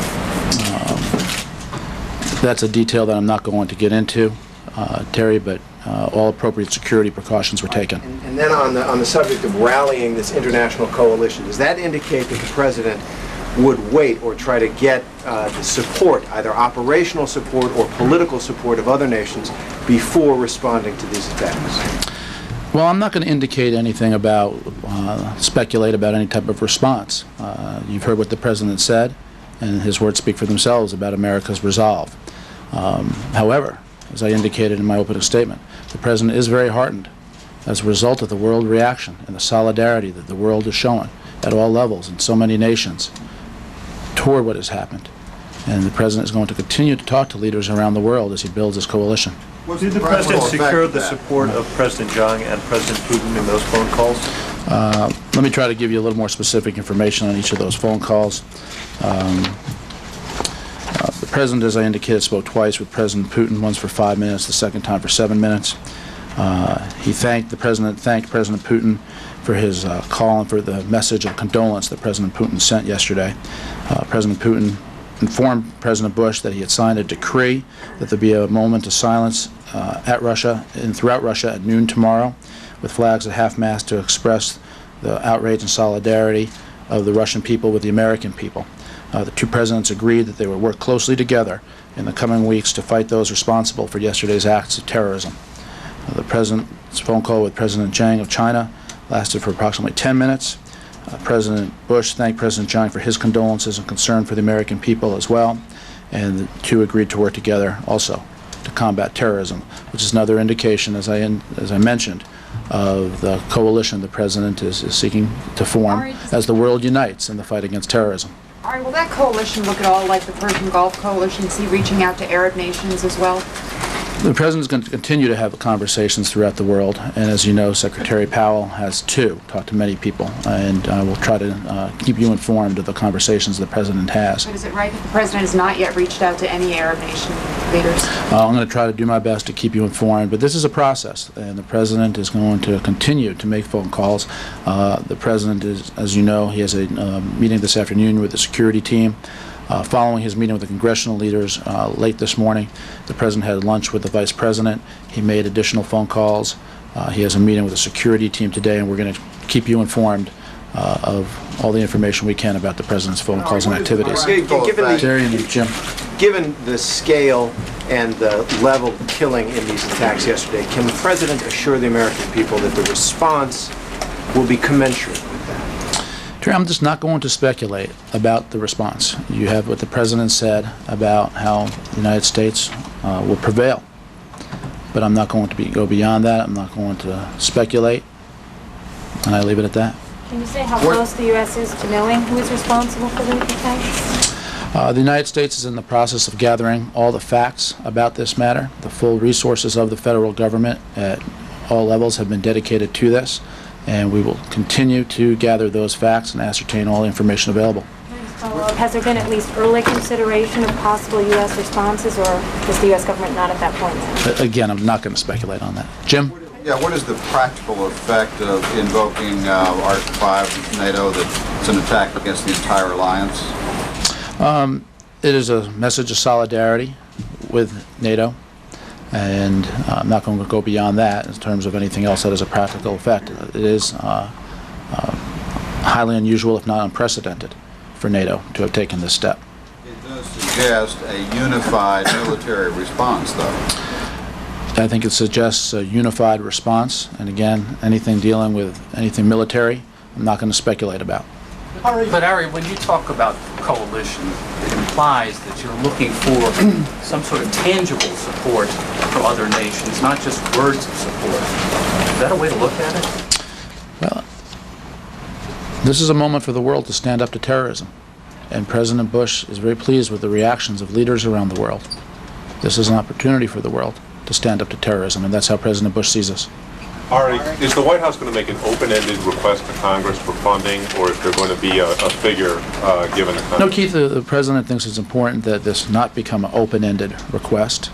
The President, and by the way, the meeting with the Congressional leaders today, bipartisan Congressional leaders, was a very important and stirring meeting of patriotism.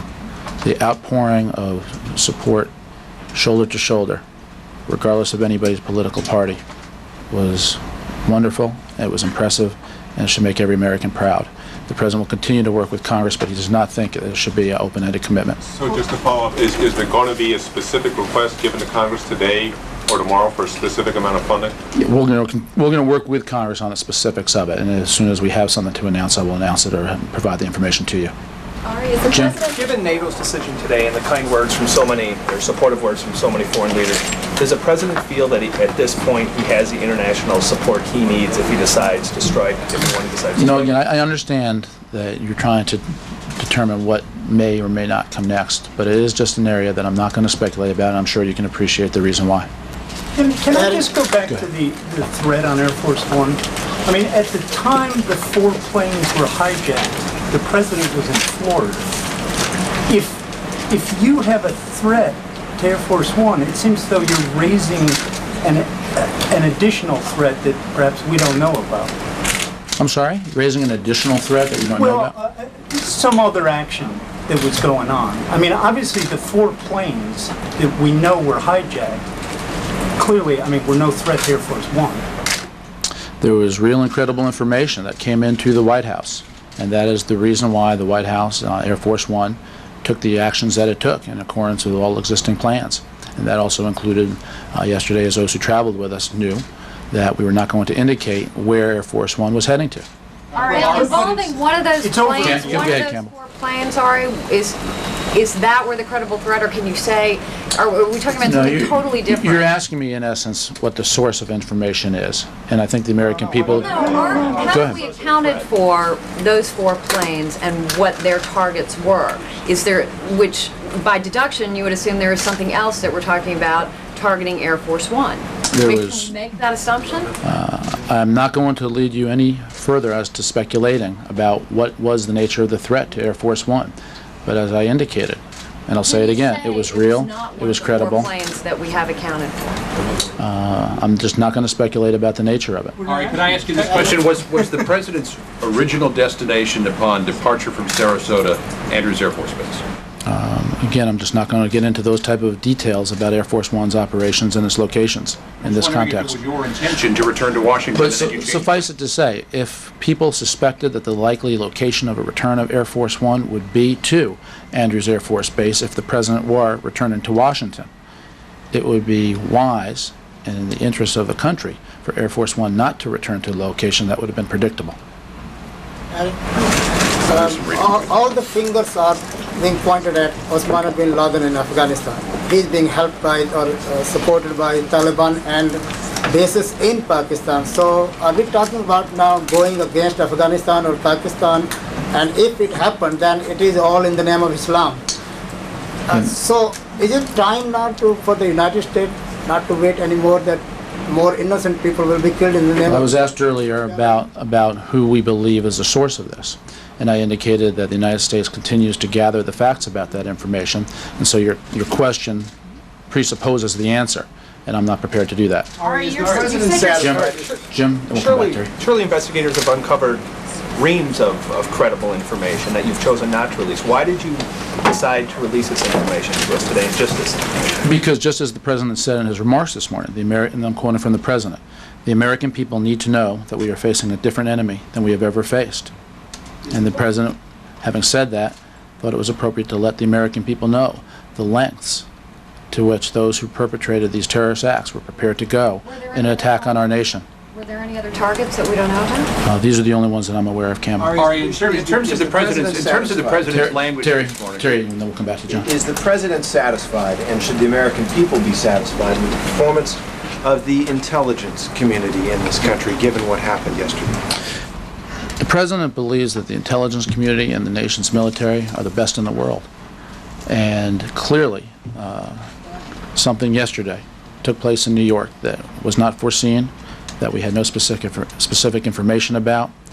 But the President's focus right now is on helping those who have the families of those who have lost their lives and those who are suffering in this tragedy, and then on taking whatever the appropriate next steps should be. Does he want to know what went wrong? Has he asked to find out where the gaps were? I think at the appropriate time the President will ask all appropriate questions, but the President is focused now on getting help to those who need help in New York, here at the Pentagon, and on to talking with his national security team about any appropriate actions. Ari, in terms of the President's statement this morning that this was an act of war, was it the realization that both the White House and Air Force One were targeted that elevated his language to talk about an act of war? Was it a threat against the head of this country that elevated it to that level? John, I think that the actions against the soil of the United States are what led the President to say that this was an act of war against the United States. But why not use the word war last night in his televised address to the nation? What changed overnight to ratchet up that rhetoric? I think that you're just going to continue to hear the President speak out on a regular basis, and the President will share his thoughts with you as his thoughts develop as a result of the conversations he has with his security team, and as he thinks this matter through in his mind and shares information with the public. How much money are you talking about in this spending request? You know, are we correct to assume it's in the billions of dollars? That's a correct assumption. And again, once we have specific information, more specific than that, I will get it to you. But the President made it clear that there should not be an open-ended commitment. We'll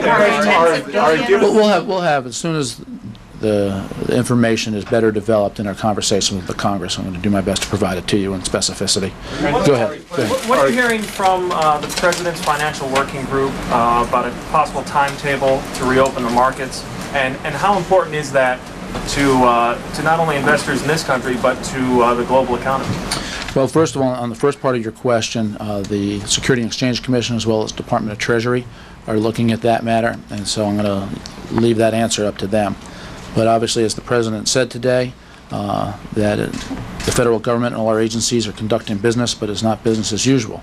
So the President is cognizant of the fact that it's important to get as much back online as quickly as is possible, and all the agencies of the government are tasked with doing so. All right. Given the President's language today, is there any discussion here of asking Congress for a declaration of war? You know, again, as the President said, there were acts of war that were carried out against our country, and the President will continue to work with Congress on any appropriate measures at the appropriate time. But you know, this is also a different situation from situations our nation has faced in the past, and the president is cognizant of that. You know, as the president indicated, in this case, as we ascertain information, we are dealing, at least at this point, with nameless, faceless people, and it is a different type of war than it was, say, when you knew the capital of the country that attacked you.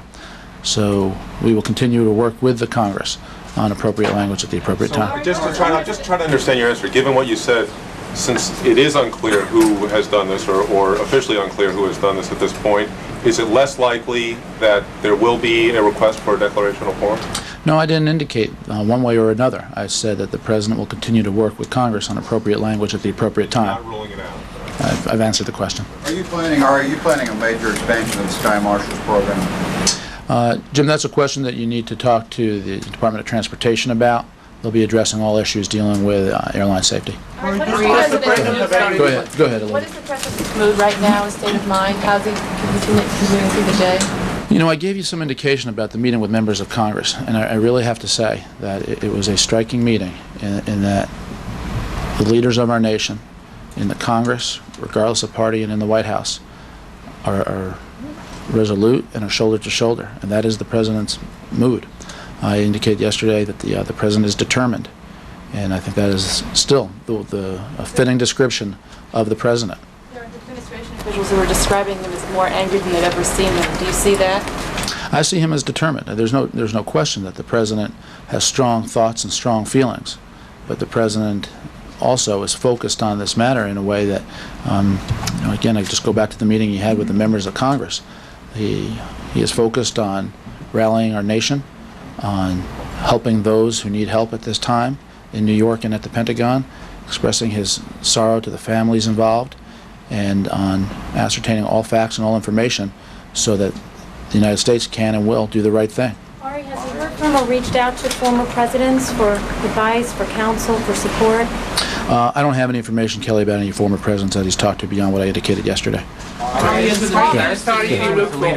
the meeting with the leaders of Congress today, does the president come out of that thinking he has carte blanche in response, etc.?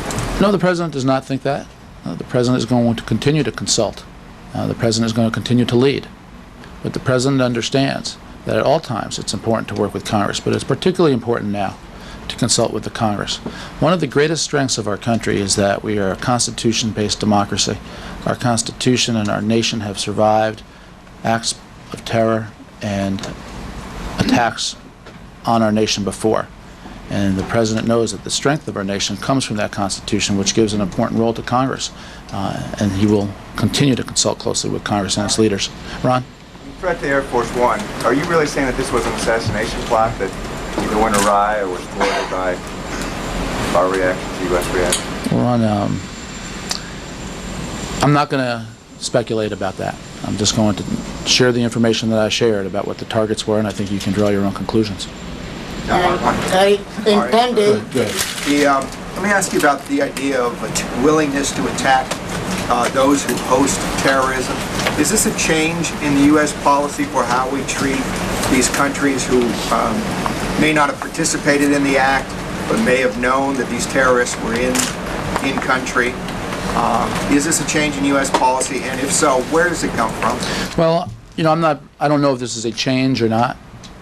Of course, given the fact that President Bush has been in office now for 9 months, this is, I think, an example of how President Bush is going to address this in a resolute manner. The President's words speak for themselves about what he said and why he said it, and everyone should be clear about what the President said. Ari, Go ahead. The President's outspoken about his religious faith. Can you tell us if he's had any conversations with the pastors over the course of events the last 2 days? Yeah, I have not asked him that, so I do not know. He quoted the Bible in the speech last night. Right. Is it safe to assume that We've been listening to the White House Press Secretary Ari Fleischer. Obviously, all of the questions concerning what the White House knows about the terrorist attacks yesterday in New York and at the Pentagon, the President's response to it. The President at this hour meeting with his national security team, senior administration officials telling CNN among the agenda items possible U.S. responses to this as the investigation continues. And Mr. Fleischer saying yet again at this briefing, one of the reasons the President did not return immediately to the White House yesterday in the middle of these unfolding unfolding events was that because both the White House and Air Force One were considered potential targets for terrorist attack, Mr. Fleischer saying the White House had credible and reasonable information to believe that. Back to you now, Aaron Brown in New York.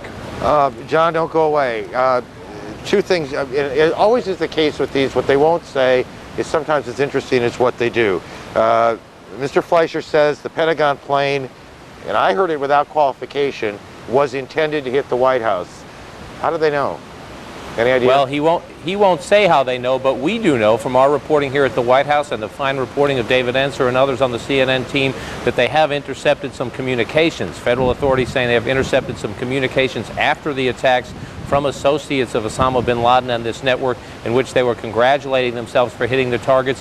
One hypothesis would be that perhaps in one of those intercepted communications or other information gathered in the investigation, it has been learned that that plane was initially targeted at the White House. The administration saying it won't discuss that publicly right now because to do so, in its view, would compromise the investigation. And again, Ari was very careful. I think he went out there to say a specific thing. We had real and credible evidence that the White House itself, Air Force One, were targets, and he never moved an inch beyond that, did he?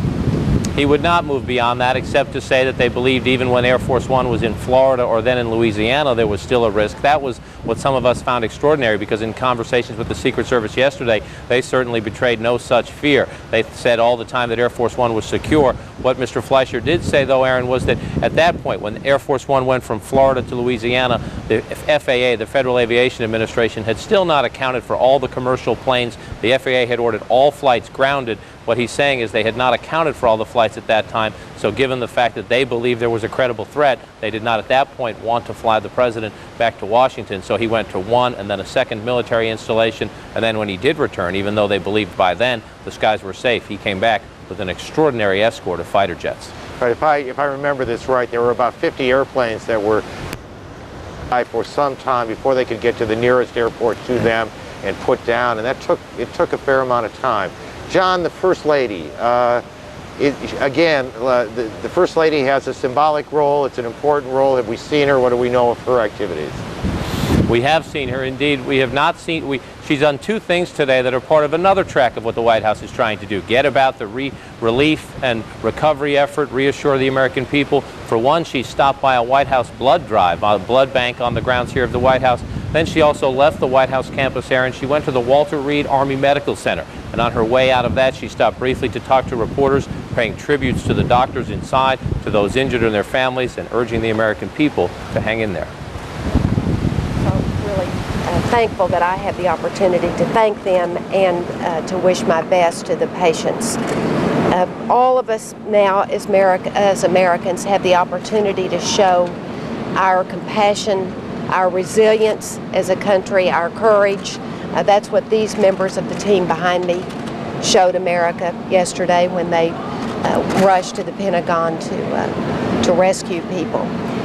We also know that the president himself wants to get out of the White House to visit both tragic locations, the Pentagon and the site of those tragic attacks, the World Trade Center in New York. But we're also told by administration officials the president will not go until he believes his being there would not hinder the research and recovery investigation, would not at all impede with efforts underway by law enforcement, by fire officials, rescue officials, and local officials. So it will be a day or so before we see the president go. We are told to expect him to go to the Pentagon first, and then perhaps several days down the road plan a trip up to New York. Aaron? We would suspect that if they want to make sure they don't disrupt the process and a presidential trip does that, it's going to be several days before they come here in New York. The world, John, thank you, John King, our senior White House correspondent.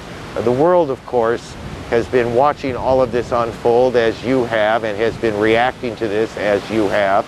Christiane Amanpour joins us now from London. She has been watching the world react. Christiane, good evening.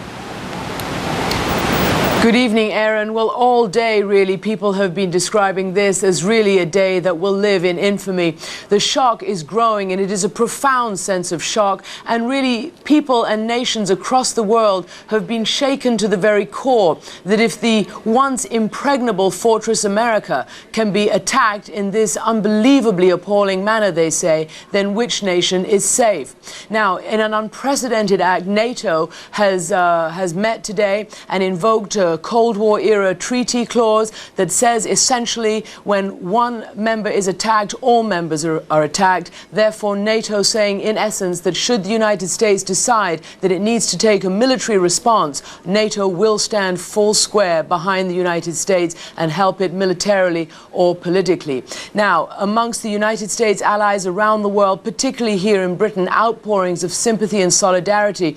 People here really believing that the momentum is gathering for some kind of retaliation, some kind of attempt to, as the British Prime Minister says, defeat and eradicate these terrorists. People saying, leaders here saying, that while cool heads should prevail, while leaders should make sure that they do not act under impulse, that they should be cool, they should neither ignore the scale and the magnitude of what has happened not just to the United States, but to the entire civilized world. Flags are flown at half-staff in England and around Europe. Flowers pile up at US embassies. Sympathy and especially shock are growing. In the wake of the worst terrorist attack anywhere, on a scale Western leaders say they had never even contemplated, newspapers talk of a declaration of war on America. Politicians from the world's democracies say that today everyone is American. We all agreed that this attack is an attack not only on America, but on the free and democratic world.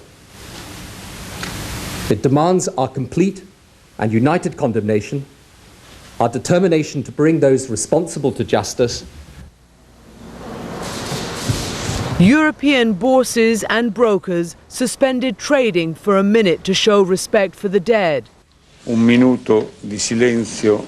European leaders have called emergency security meetings, and for the first time in its history, NATO has invoked its Cold War treaty that provides for all members to come to the defense of any one of its members under attack. We stand firm, we stand committed. Thank you very much. One after the other, world leaders stood up in sympathy and solidarity. President Vladimir Putin saying that Russia will observe a moment of silence on Thursday. German Chancellor Gerhard Schroeder says that Germany stands with America and everyone who's for peace and freedom around the world. The same messages came from all European capitals, from Japanese leaders and the Chinese president as well. There were sour notes sounded too. Some people in some countries said the catastrophe should be a warning to the United States. To have so many people die, though it's unreasonable, is a warning to Bush and his administration not to make policies that bully other countries, says this Chinese taxi driver. Back in Britain, which is one of America's strongest and closest allies, Prince Charles came to offer condolences to the United States ambassador, mindful that many Britons working in New York are likely to be among the victims.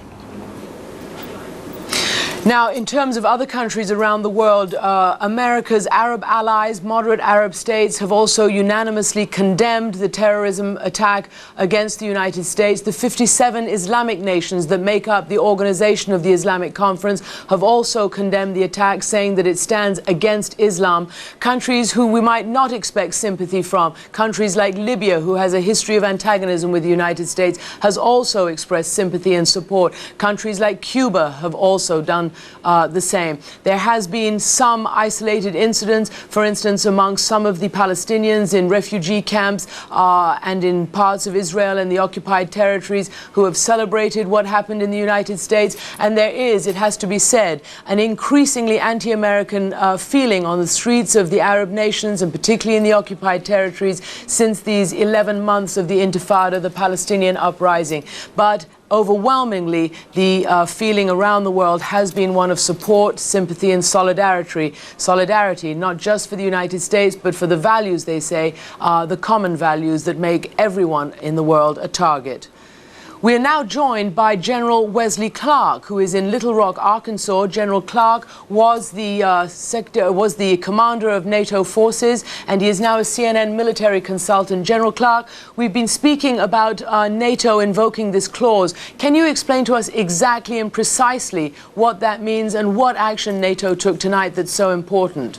Well, this is the essential political action taken by the NATO members acting together to say that they stand with and will stand with the United States in taking whatever actions might become necessary to deal with this attack on the United States. So it's the precondition that will make everything else possible.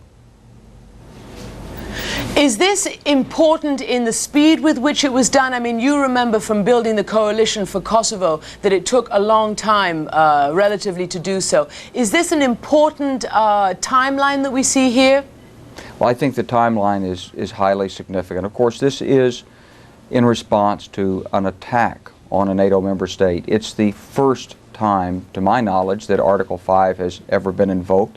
It's the first time we've had an attack on a NATO member state, and I think that NATO scholars and diplomats from previous eras would never have suspected that that state that would be attacked first would be the United States. And so I think that this is a very, very clear signal to those around the world that the United States is supported completely by its NATO allies.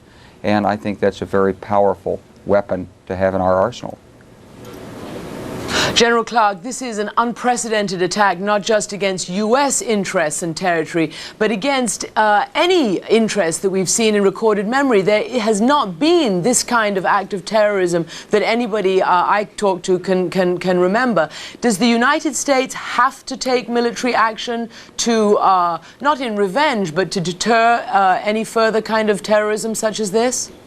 Well, the first thing the United States has to do is determine precisely what its objectives are. And as we've heard the President articulate over the last couple of days, it seems pretty clear that the objectives are beyond revenge. They're certainly beyond retaliation. He wants, and he's directed, it seems, that we're going to go after and destroy these terrorist organizations, and we're going to hold any states that supported them equally responsible. So this is, thus far, probably the most sweeping interpretation of the objectives. And what it means is that we're in for a relatively long campaign. We've seen some of the opening moves here by the United States today. We've seen the FBI extraordinarily active and very, very effective by first reports. We've had today the word from Attorney General Ashcroft and the FBI director about their activities and what they've found in the Boston area, for example, and they're following up leads in Florida. And presumably other nations are right now taking the same and similar activities, either in response to this or other chains of evidence that might be available. So the first step is to gather the information and then to follow it through and take this organization and the people out. And Christiane, if I could just say, there may well be a military strike or whatever associated with this, but let's remember that the target here, these aren't buildings that we're after. These are the people who masterminded this and all of their supporters. And so simply striking in revenge at an isolated training camp or whatever, that's not likely to be the objective here at this time. Not now. So what is, General Clark? We're talking about a faceless, maybe nameless terrorist organization, potentially, if they decide that it is Osama bin Laden. This is an organization, apparently, that has successfully morphed into sort of semi-autonomous operating cells around the world. Can you tell us how you take these people out? Well, I think we're seeing the first evidences of that right now by the action of the FBI and the local police in Boston. I think you take them out person by person, face by face. It is an organization with faces, and they can be identified and removed. General, we have to go. We've got some breaking news that Atlanta is making us aware of. Bill? Christiane, thank you. Back here, we're trying to again piece together the final moments of the 4 airline flights yesterday, specifically United Airlines Flight 93 that went down in Somerset County, Pennsylvania. Miles O'Brien tracking that with more information of what may have taken place on board before that plane crashed. Miles? Well, Bill, let's remind our viewers once again of the flight path of United Airlines Flight 93. Take a look at this information, which comes from Flight Explorer. This is based on Federal Aviation Administration radar data. The plane left Newark Airport at 8:43 in the morning, flew all the way out toward Cleveland, did a 180-degree turn, flew over Pittsburgh and then ultimately crashed in the Somerset County area. There's a good look at that track without it animated. You can see exactly what it did. The big mystery has been, why did it go down there when it appeared to be homing in on the Washington area? Well, we've just heard from some people who had a relative on board that plane, Jeremy Glick, who was traveling with his 2-month-old child, Emerson. During the course of when it became apparent this was a hijacked aircraft, he called home. In the course of that conversation, people at home, his mother and his wife, called 911 operators, conferenced them in. But during this conversation, it became evident to Mr. Glick that there had been a plane which had crashed already at the World Trade Centers. He put the phone down, according to his family members, shortly, came back on the line and indicated that he had just taken a vote among the men on board this plane, and there were a total of, it was a sparsely populated plane, only 38 passengers, had taken a poll of the men on the plane and had made the decision to try to overpower the hijackers. We don't know what happened then. The line went dead. We do know that this particular flight did not make it to the Washington area. There has been some supposition that it might have been intended to strike the Capitol, perhaps. Camp David is one of the targets. We don't know that for a fact, but the fact is there was a vote, according to a member of a passenger on that flight, a vote to overpower the hijackers. Subsequent to that, that flight apparently went out of control and crashed into this rural part of Pennsylvania. Just one more piece of the puzzle here as we go through these flight paths and piece together this information. Almost each of these flights has at least one phone call or some sort of conversation or air traffic control communication which is giving us some sort of insights as to what was going on board. And Miles, and while we discuss this, was there any information given? The Attorney General described 3 to 6 men on each airplane. Any description given of the hijackers at that time and the number on board that plane? Well, there was a description that was given. I cannot relay it to you right now. I don't have that information. There was an indication that there were 3 hijackers on board that particular flight. We have heard that on some of the others there were 2, but in this case we heard there were 3 hijackers on the flight. And Miles, I know you're a pilot. What strikes me from yesterday, these large airplanes, 757s, 767s, the very few number of passengers on board each one. And also if you look at the weather across the country yesterday, very few delays possible anywhere because basically there were clear skies yesterday. One would think in the planning and the detail this would have to be the case in order to avoid any possibility that one flight could be delayed in another part of the country or in another city. Have you picked up on that as well? Well, I mean, we are getting a little bit into the area of speculation here, but the fact that it was a clear day is quite remarkable. There's a couple things to consider. First of all, as you pointed out, less likelihood of a serious series of delays which would have undermined the timing of all of this. But another thing to consider as well is the fact that this aided navigation, aiming for those targets. If you presume for a moment that the hijackers were in control, and every pilot I've talked to a person tells me that the 3 flights that were successful at hitting those targets were undoubtedly controlled by the hijackers. If you accept that supposition, you're talking about someone who may or may not have a tremendous amount of aviation experience, perhaps very limited aviation experience, and might be just flying by what pilots call dead reckoning. In other words, pointing out landmarks and aiming toward them. If that were the goal, a clear day is the kind of day you'd want to have so you could pick out the coastline, find New York, and aim for the World Trade Centers. And back to the computer behind you, Miles, and the path that you're tracking right now. The reason we can do that simply is because there was still a signal emitted from that plane on board, correct? And that was not the case on every plane yesterday. Here's what we've basically been able to determine. Let me just show you. This is the track of the 2 flights which ultimately hit the World Trade Center. This information that we have for you is compiled by the FAA radar centers. There are actually 2 centers involved, Boston Center and New York Center, radar rooms essentially, which compile all of this information about these airplanes. We have some erroneous information about the altitudes, which it's kind of a complicated technical issue, but the bottom line is we wouldn't have that much information if a device called a transponder was not operative on these aircraft. The transponder essentially enhances the signal and allows radar systems operated by the FAA to learn a lot more about an aircraft, its altitude, its position, what sort of aircraft it is. Gives a much more fine-tuned piece of information to them. So we have that information for this, for example, American Airlines Flight 11, and that's exactly the radar track. We got about radar hit every minute or so. But the flight, which ultimately landed at the Pentagon from Dulles, took off, went somewhere for an hour and 20 minutes or so. We don't believe we have comprehensive radar tracking information on that. The supposition is that someone turned off that transponder. And if, in fact, you were a hijacker trying to engage in subterfuge, turning off that transponder, which essentially makes you more visible to FAA radars, would be something you might want to do. And Miles, just back to the computers, we watched the two lines come out of Boston, head directly south. It appeared to me, if I could see the small print correctly, the American Airlines flight was the first one we tracked. The second one out of Boston, United Airlines, went further south before banking back around over the skies of New Jersey into New York. I'm sorry, Miles, got to cut you off quickly here. Hopefully we'll come back to this in a moment. But in the meantime, to New York, Aaron Brown with more information. Aaron. Bill, thanks. That's just an extraordinary piece of information.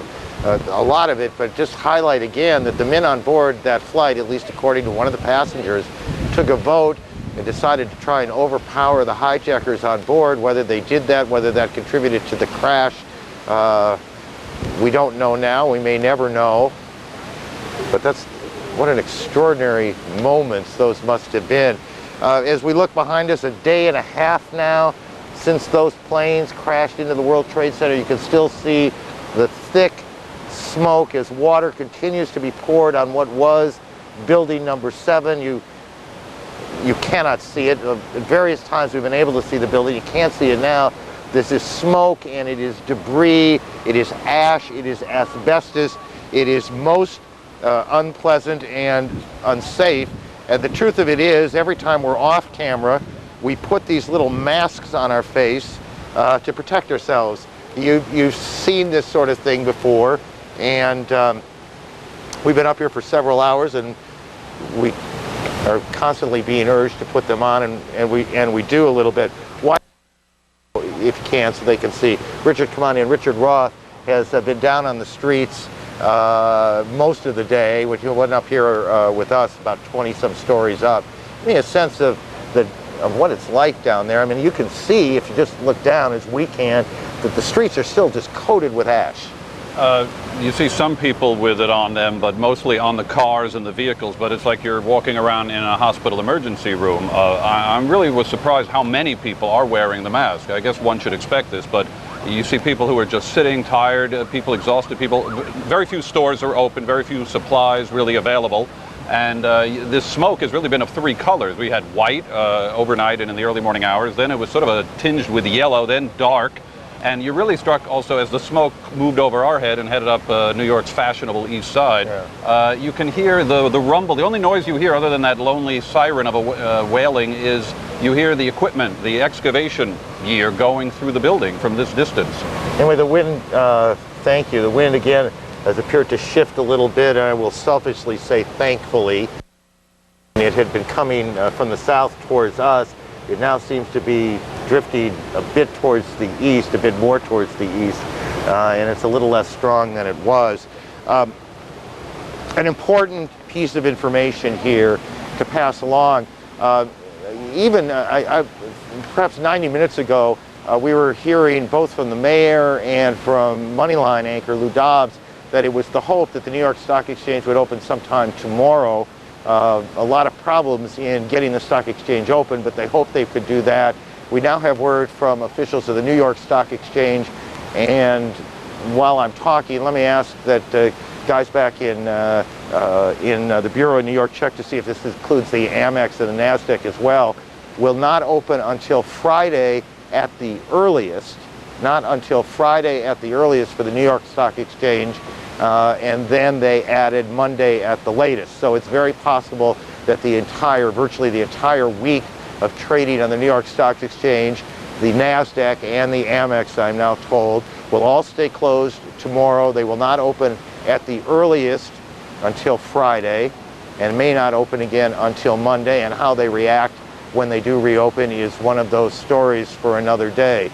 This is all complicated stuff. It is very complicated in Washington because this is not simply a criminal investigation. It is not simply an international and diplomatic situation. It is also for the president, and is early in his term, a political situation, a political problem that has to be addressed.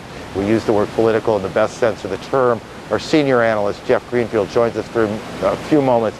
Jeff, anything in particular about this situation, this president, this early in the term, that makes it particularly difficult? Yes, it is unlike anything any president has ever gone through. We've had presidents take us to war in the past.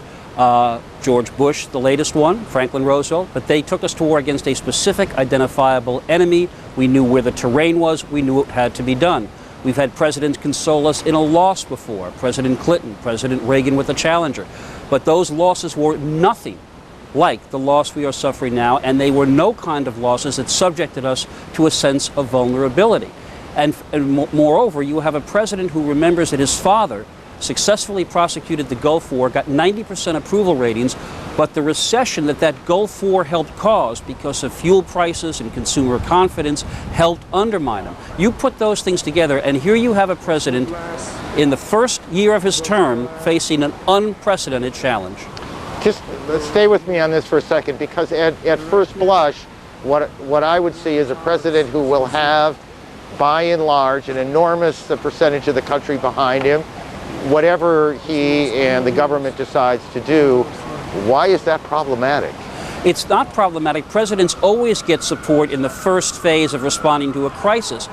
Part of the problem is when a crisis isn't resolved relatively quickly, this is not the most patient country in the world, that support gets undermined. Look what happened to Jimmy Carter with the Iran hostages. Look what happened to President Truman and the Democrats when the Korean War dragged on 2.5 years. This country does not deal with sustained long-term problems all that well. But if you look at the Carter example, the problem there, it would seem to me here, is that he seemed, to a great many Americans at least, to be impotent to do anything. If this president responds in some way, and whether it is totally effective or not, but responds, appears to be doing something, doesn't that mitigate any downside there? That is entirely possible. All I am pointing out here is that when we all tend to recognize the fact that the country rallies behind a president in a crisis, and Lord knows this is a crisis as big as any we have ever faced. That is not an overstatement. My point is only if you look at history, the challenges a president will face is that if that initial response is not followed by a pretty clear success, that support can be problematic. And we've all been pointing out, you and your colleagues have all been pointing out how difficult it is, unlike the Iraqi invasion of Kuwait or the North Korean invasion of the South, to identify exactly where to strike and how to do it. And my only point is to keep in mind, even at this early phase, simply to point out the difficulty that George W. Bush faces in dealing with a crisis this significant, this horrendous, and look at history, and it teaches you that a president cannot rely long-term on the unified support of Americans if he does not produce success. And just to button it up, Jeff, even in this sort of situation, it's hard to know what success is. Very good point. It's just difficult to know. Exactly. Jeff, thanks. Senior analyst Jeff Greenfield with us now. Back to Atlanta, Bill Hemmer. Aaron, thank you. Listening to Norm Mineta, the Secretary of Transportation, he has said up to this point, and I want to paraphrase his words, the airports in America have been reopened on a limited basis. The effort is to get passengers to continue their flights in order to get them to their original destination. There are strict security measures that will be implemented, and for the airlines involved, there's going to be a severe effort involved here to try and reposition the aircraft that have been mumbled and jumbled throughout America throughout the day yesterday, and they will continue to assess the threats on an ongoing basis. Norm Mineta now speaking in Washington. Passengers will be allowed to proceed past airport screeners to catch their flights, and all vehicles near airport terminals will be monitored more closely.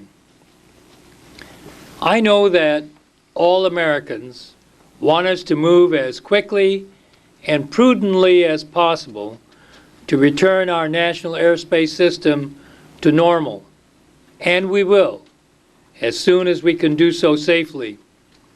In addition, I have the following announcements to make concerning other major transportation modes and venues. Major railroads are reporting normal operations and minimum delays. Amtrak is operating on a normal schedule and has returned normal operations in the Northeast Corridor. Many bridges connecting Manhattan and New York City remain closed, open only one way, or with limited access.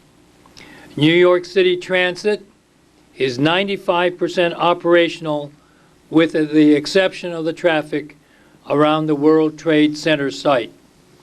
Washington, D.C.'s Metro Rail system is operating on a regular schedule. Greyhound bus service has returned to normal operations. The Port Authority of New York and New Jersey, in terms of their terminal operations, remains closed. Our biggest concern is for the victims of yesterday's terrorist attacks.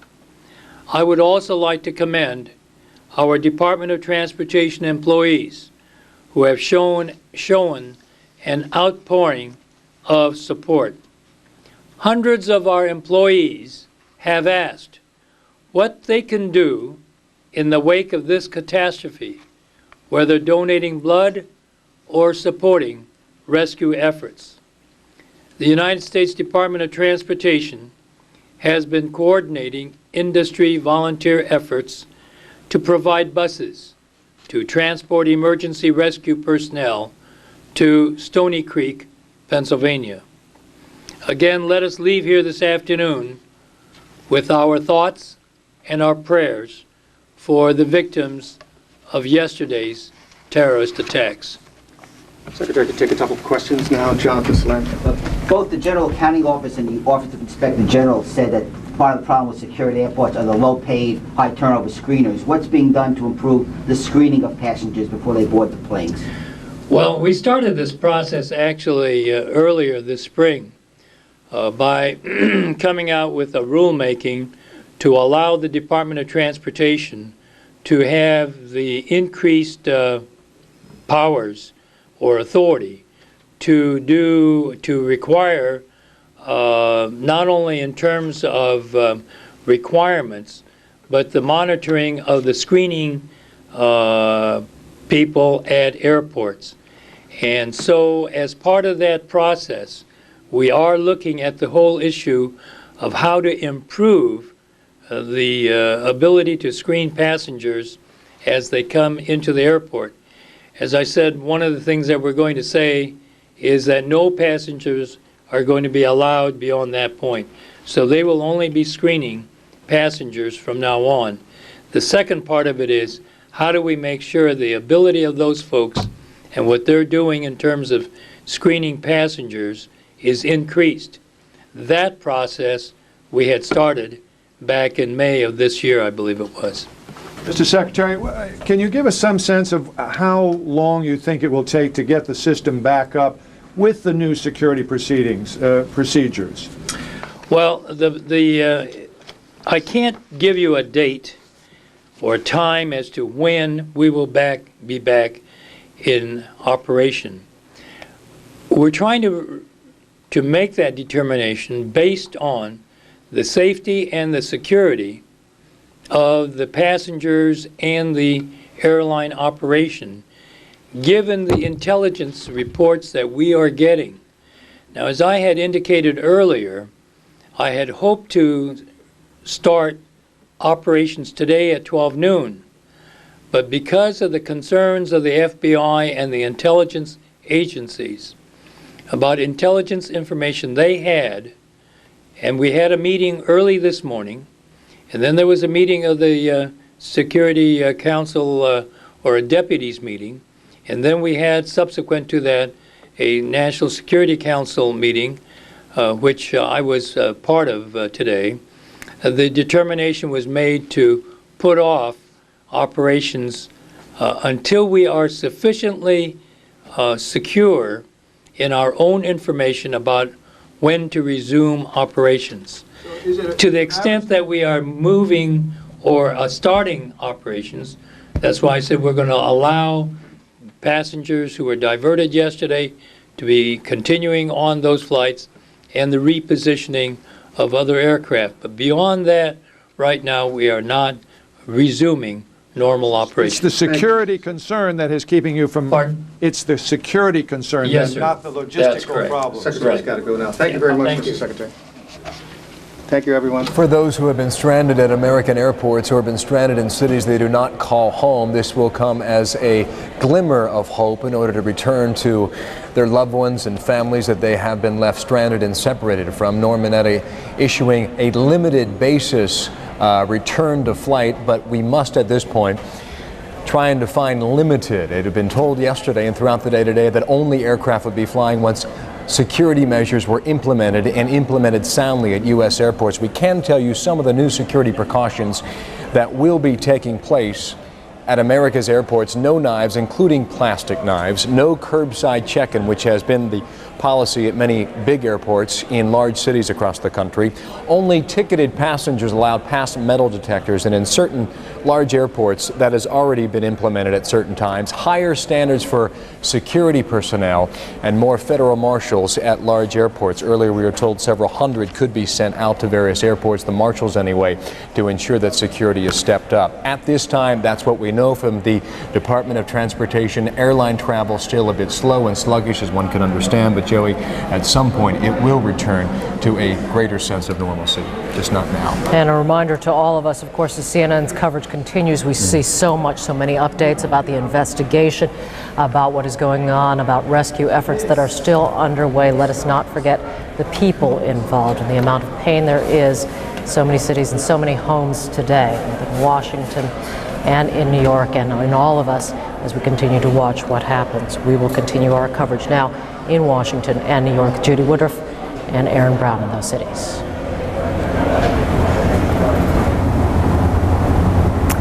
Thank you, Joey and Bill. I am Judy Woodruff in Washington. Aaron?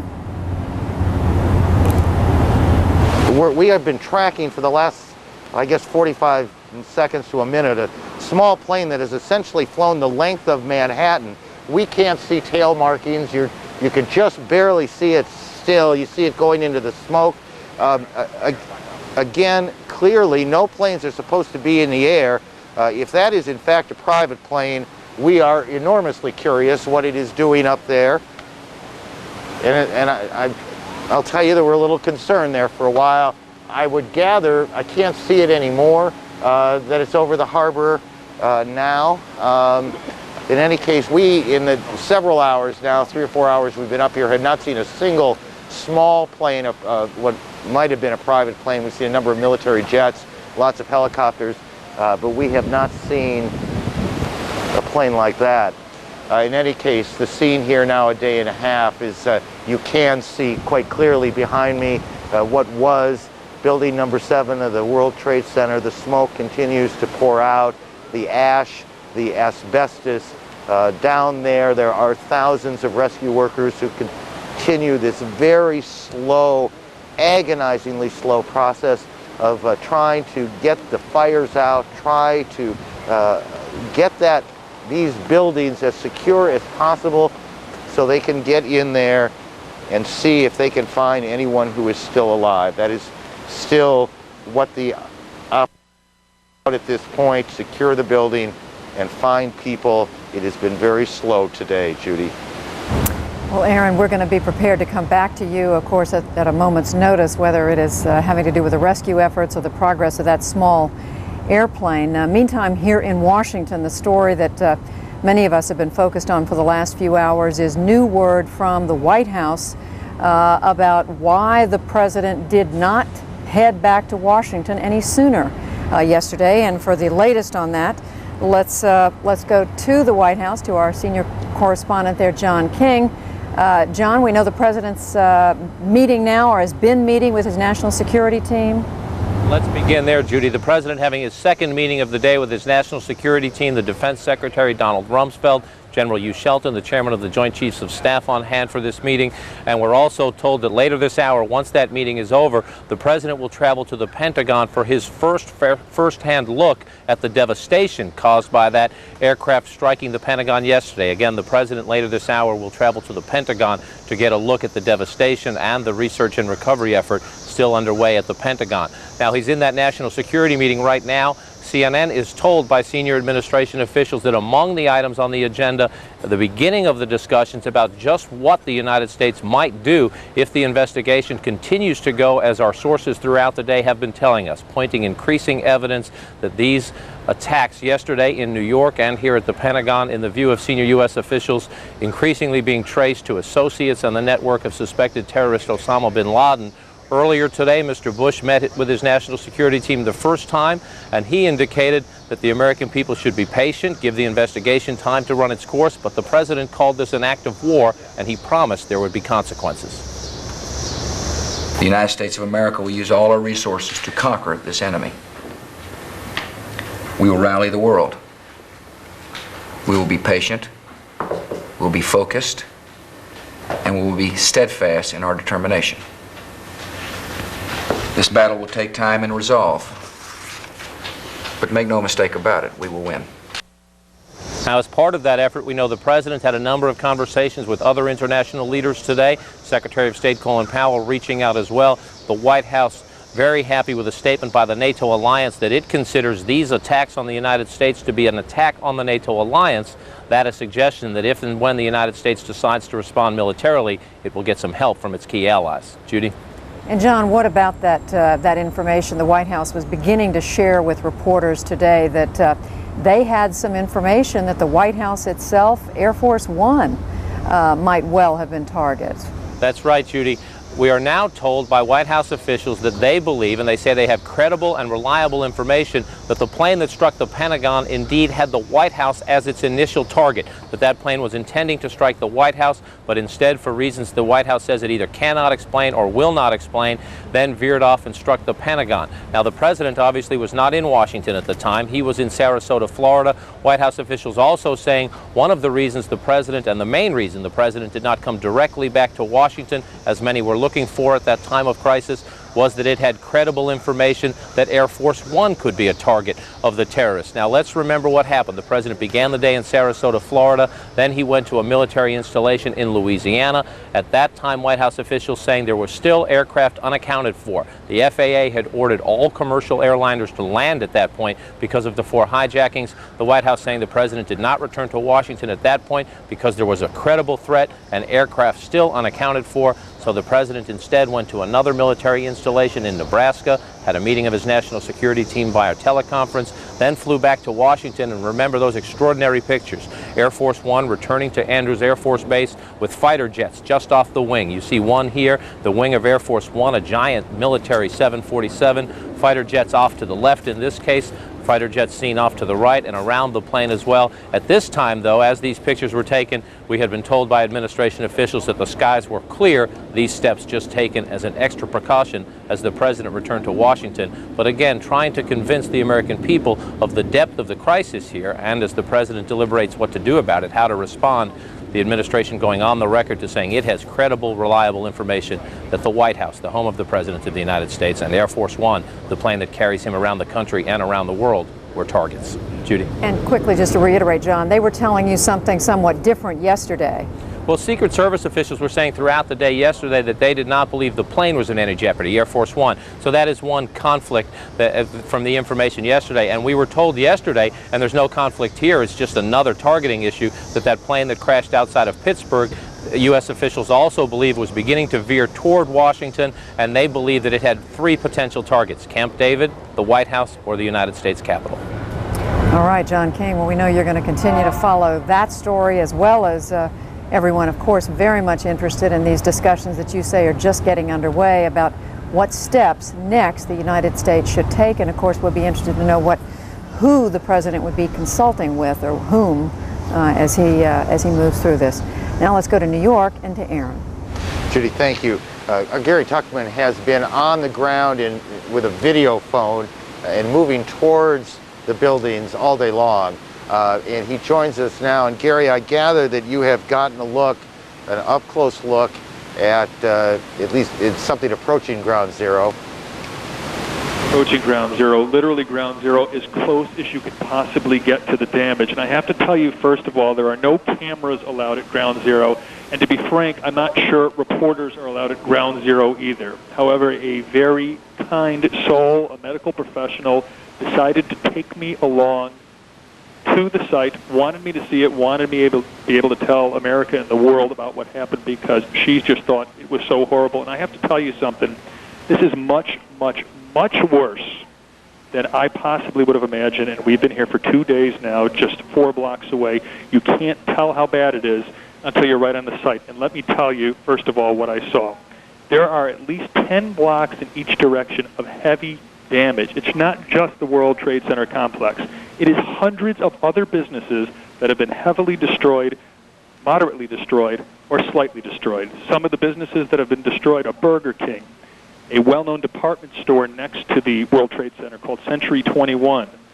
J&R Music World is a well-known record store and computer store and electronics store that has some damage. For blocks and blocks, about a half a mile from north to south, there is heavy debris in the streets. There are cars tipped over, trucks tipped over, just lying in the streets.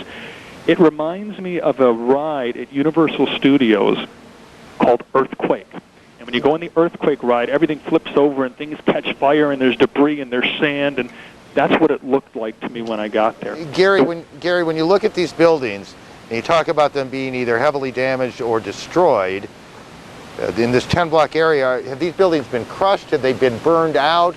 What is it that either damaged or destroyed them? Many of the buildings next to the World Trade Center complex have been crushed and burned out. The ones farther away just have some damage to them. But I've got to tell you, Aaron, one of the scariest things is there's a 20-story building right next to the World Trade Center complex, which has a huge hole in it, which many of the rescuers on the scene, and I should tell you there are at least 1,500 to 2,000 people on the scene climbing the wreckage, which is at points 75 to 80 feet tall. They are scared this building is going to collapse on top of them. These are very brave people, and I have to tell you another thing. And they are in this building or on this building? They are on top of the wreckage of the World Trade Center building, where the two towers stood. Many of them are. This is very sad, but it's true. Many of them are holding pans in their hand to collect body parts. I also have to tell you that the temporary morgue has been set up in a damaged Brooks Brothers store in a shopping complex right next to the World Trade Center complex that was damaged. Gary, were you able to see the towers or what is left of the towers themselves? I stood right next to the towers, Aaron, and some of the pillars are still standing up. They are in danger of imminent collapse. These people are extremely brave. There's certainly a lot of work they cannot do.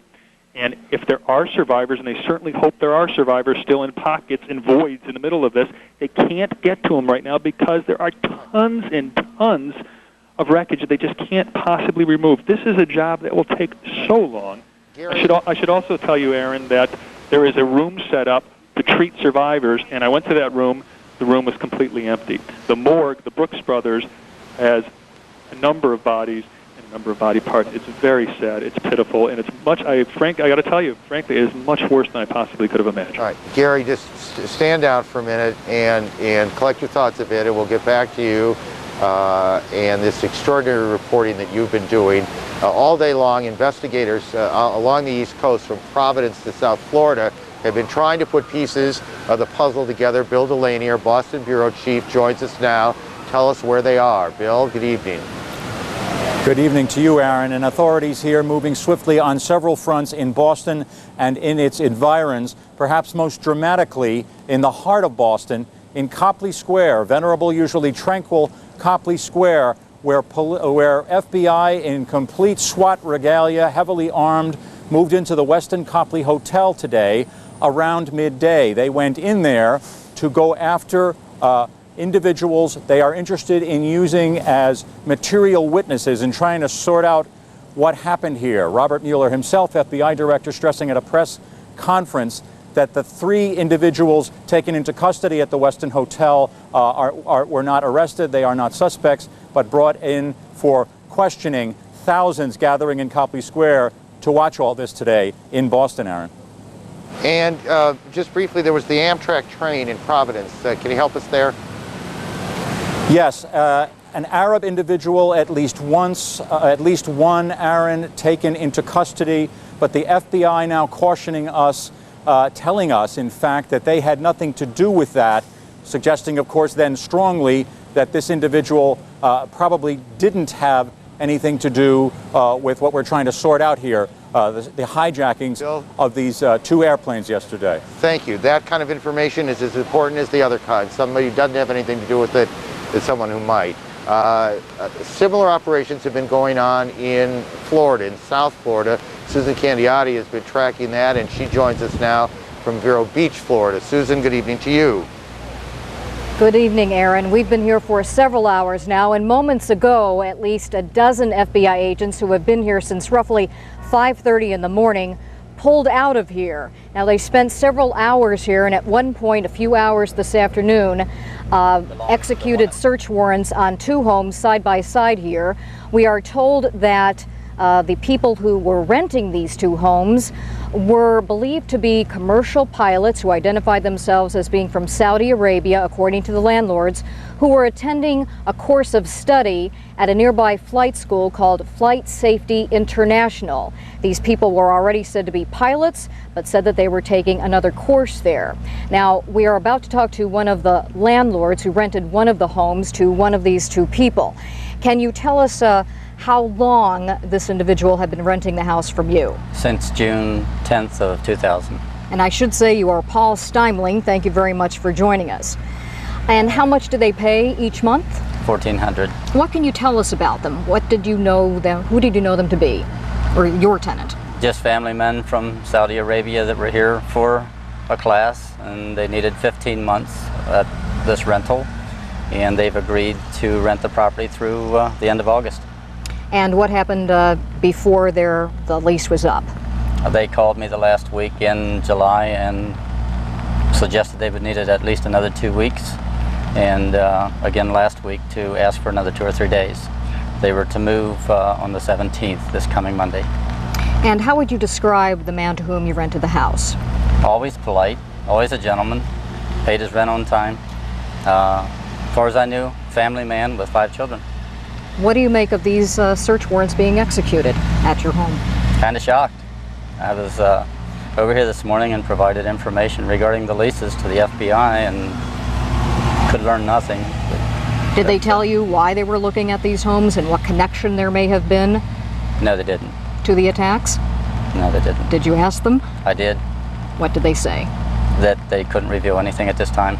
Did they show you any photographs of anyone? No, they did not. And ask you to identify them? No, they just asked me for a description. I gave that. What do you make of the situation?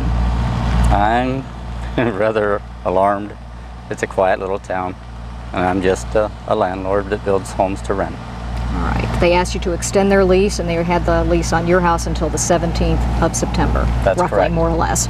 All right. Thank you very much. You're welcome. We can tell you this, Aaron, that several hours ago, again, the FBI did take away someone from that home. A law enforcement source identified that individual to us as an acquaintance of 2 pilots who may have been involved in the attack. It's our understanding that that person was driven down to FBI headquarters in Miami. We are in Vero Beach, and we have no further update beyond that at this time. We do understand that the family from the second house moved out earlier this month. Okay, just help me on one thing. I may have gotten a bit lost in some of this, and I apologize. It's a little hard to hear. How many people in South Florida do we now believe are in custody, and where do we believe they are? That's hard to say. We only know for sure about one person being brought in for questioning at FBI headquarters. We do know that the FBI has been spending all night and part of this day, most of this day, also looking at different locations in Florida. For example, a couple of apartments. They went to a restaurant in Broward County, Florida. They went to a home in Coral Springs, Florida.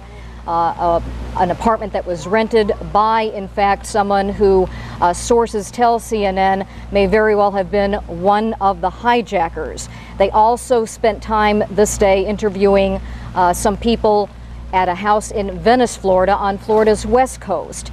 The owner of that home had allowed a couple of people to stay at his house, one of them identified as Mohammed Atta. And they also spent the day in Daytona Beach, Florida. Mohammed Atta, we are told by law enforcement sources, may very well be directly linked to the hijacking.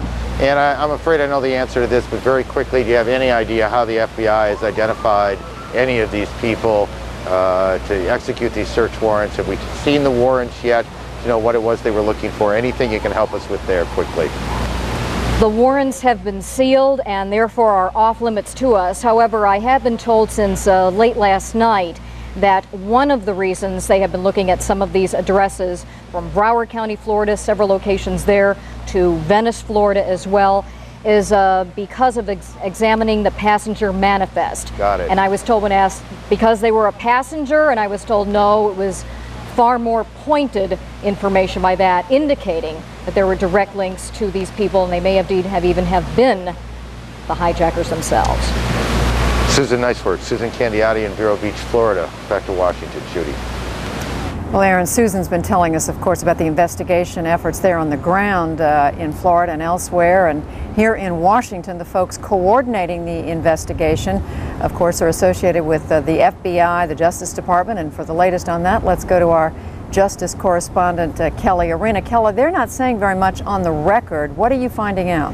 Well, that's right, Judy. Most of what we've reported has been reported thanks to a variety of sources. But we did hear from Attorney General John Ashcroft and FBI Director Robert Mueller today. To a certain extent, they've confirmed certain points that we have been reporting. Number one, that the White House and Air Force One were definitely targets, that some of the hijackers were trained as pilots, that they are working, of course, to recover the black boxes, that there are a number of individuals that law enforcement has ID'd that may have had something to do with the hijacking. They would not say how many, but they said that they have ID'd a number of people that they are looking for questioning. There have been no arrests made, but many people have been questioned. And as you know, earlier today we had been reporting that sources were telling us that some people were in custody being questioned. And I think Robert Mueller, the FBI director, cleared that up today by saying that many of these people had been detained on immigration hold. And so that's where sources were using the words in custody when it didn't seem to jive with not being arrested. They also say that leads in Boston, Florida, and Rhode Island were leading them to clues to the hijackers themselves. This is all that they would confirm. Those are the highlights of what they would confirm. As you know, Judy, much of this has already been reported by sources, but it's nice to get official confirmation. Well, Kelly, in addition to what you're telling us there, we know there have also been intelligence briefings for members of Congress. Have you been able to pick up anything from that? We have. Lawmakers said that when they were presented with a list of names, they did recognize many of the names of the terrorists on the list. They wouldn't say exactly how many there were on the list or how many they recognized, but those names were gathered from cell phone intercepts and passenger manifests. They believe that they're from basically two countries, Afghanistan, which is to be expected, but also Iran. And Iran is unusual in this case because they're usually not part of these types of terrorist operations. The lawmakers say that they are all but certain that it was Osama bin Laden masterminding the attacks. And they say that they know that the people were pilots because they actually had pilots' licenses, which may help in the investigation quite a bit if they're actual licenses that they can track down. One lawmaker telling CNN that he is more alarmed than he was before, never realizing how many terrorist cells were operating in this country, Judy.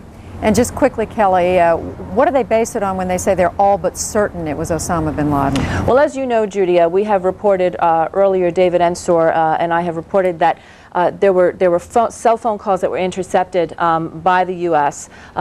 Where there was the organization al-Qaeda was mentioned, the fact that 2 targets were hit in the United States, and of course there's just the speculation that the organization and the number of people and the funding needed to pull off this type of a coordinated attack and doing it with existing cells in the U.S. really does point to Osama bin Laden or a group that is associated with him.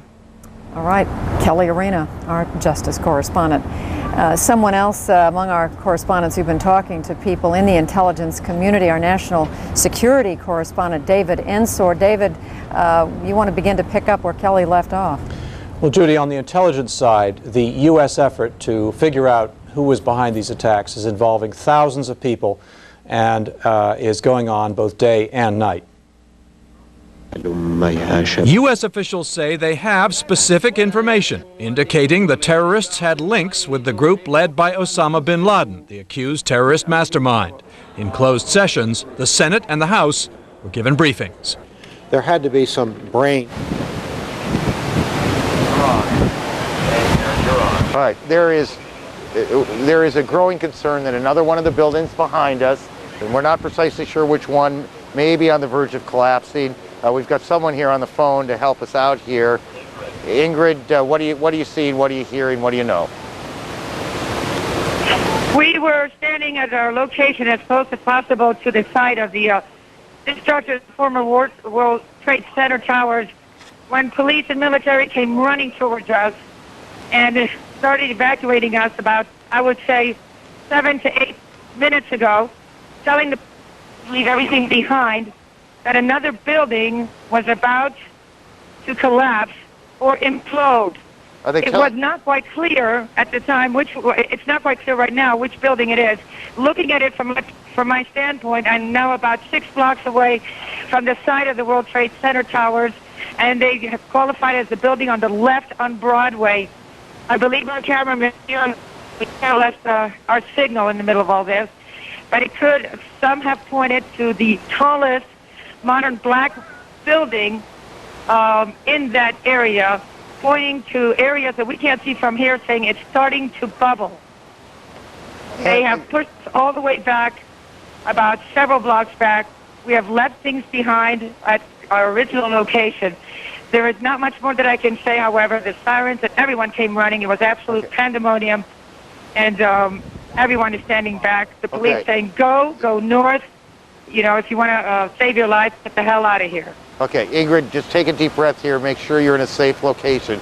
We now believe the building is 1 Liberty Plaza, which is in that extraordinarily tight complex of buildings that surround the Trade Center. Ingrid, do you have any idea how big that building is, how many stories it is? I'm trying to get the information. I would say that this is at least a 59-story building, but that's really an estimate. It's tall, modern, black. If some people don't know. So you're eyeballing this at 59 stories is what I think what you're saying to me. And officials are telling you it's starting to buckle. Is that the word they used? President Bush and his advisors are still studying. Ingrid, did they use the word buckle? Well, we've lost our producer down, and we want to get her, frankly, let's just get her out of an area that may be dangerous to her and the people with her. But again, officials are moving people away because of the danger that a building, 1 Liberty Plaza, may be on the verge of collapsing, starting to buckle. We're keeping an eye on it as we talk to you.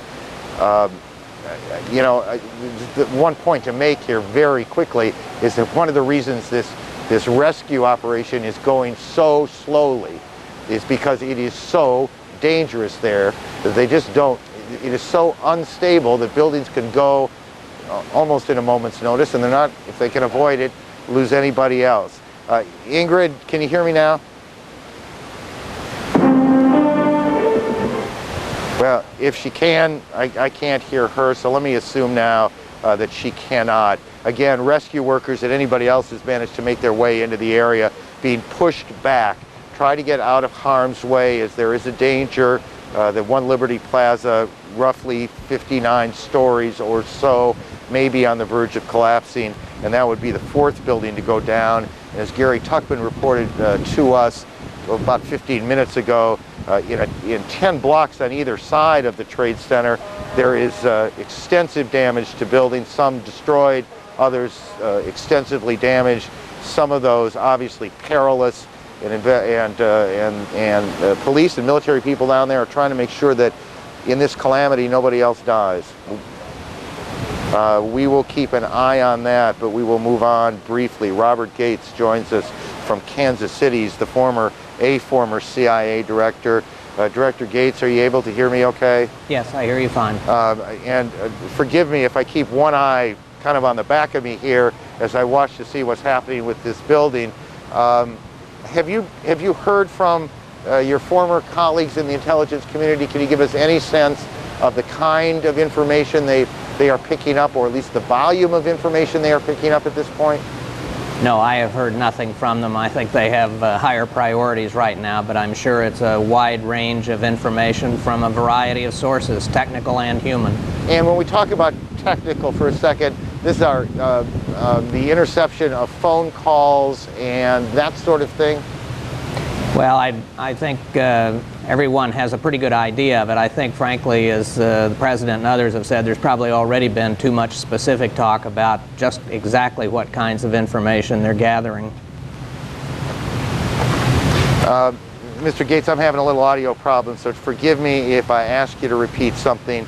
It is that I was unable to hear you for a moment, and we'll try and solve that. But just is the entire intelligence network now focused on this issue, this crisis? No, that's a luxury that American intelligence can never afford. The truth is that in addition to devoting enormous resources to trying to help with this investigation and find out who was responsible, they also have to keep a lookout for additional such moves. They have to keep a lookout on developments all over the world. So they certainly are devoting huge resources to this problem, but it's not the only problem they can look at. In moments like this, and I know that there is no moment precisely like this, is the intelligence community essentially depressed? Do they see themselves as having failed? No, I think right now they are probably so focused on helping with the investigation, on probing all of their sources, on looking back through all of the information that's been collected over recent weeks to see if there are isolated bits of information that were meaningless then but might help put the picture together now, that they really don't have time to reflect on what might have been or whatever they might have done that wasn't done, and so on. Those kinds of thoughts will come later, but I think they're probably totally focused on the job at hand right now. There's just simply too much work to be done right now. Absolutely. Director Gates, it's always good to talk to you. It's good to talk to you again today. We apologize for the problems that we've had.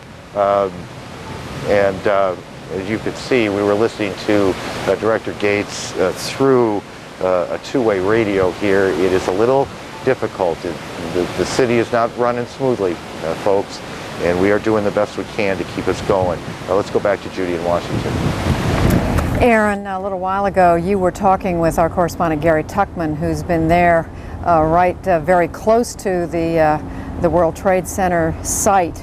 And Gary, you're on the phone now. We've been reporting that this One Liberty Plaza building is very much at risk now.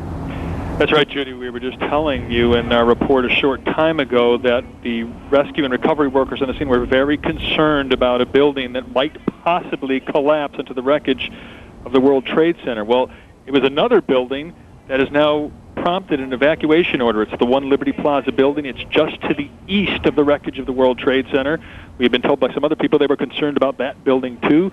So workers who are on the scene, and we estimate there are between 1,000 and 2,000 people who are on the scene. It's a 10-square block area, are now being told to leave, and the members of the news media who've joined us 4 blocks away from the wreckage have been told by police that they must evacuate the area. And as a matter of fact, I'm in a building right now talking to you on a telephone, a building about 5 blocks away from the World Trade Center, and we are being told we now have to evacuate this building where this phone is located.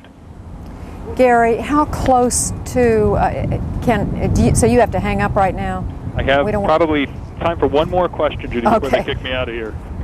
Well, just tell us how far away from the World Trade. You said 5 blocks, right? Yeah, I would estimate we're about a quarter of a mile. It's 20 blocks to a mile in New York City. We're about 5 or 6 blocks away. Right. So we're probably a quarter mile away. So they're evacuating most of the buildings. Most of the buildings are closed, to be honest with you. This particular building is a New York City building, and they are now evacuating this building. All right, Gary Tuckman, we're going to let you get out of there as fast as you can. Aaron? Judy, Gary, get away here. Just get to safety.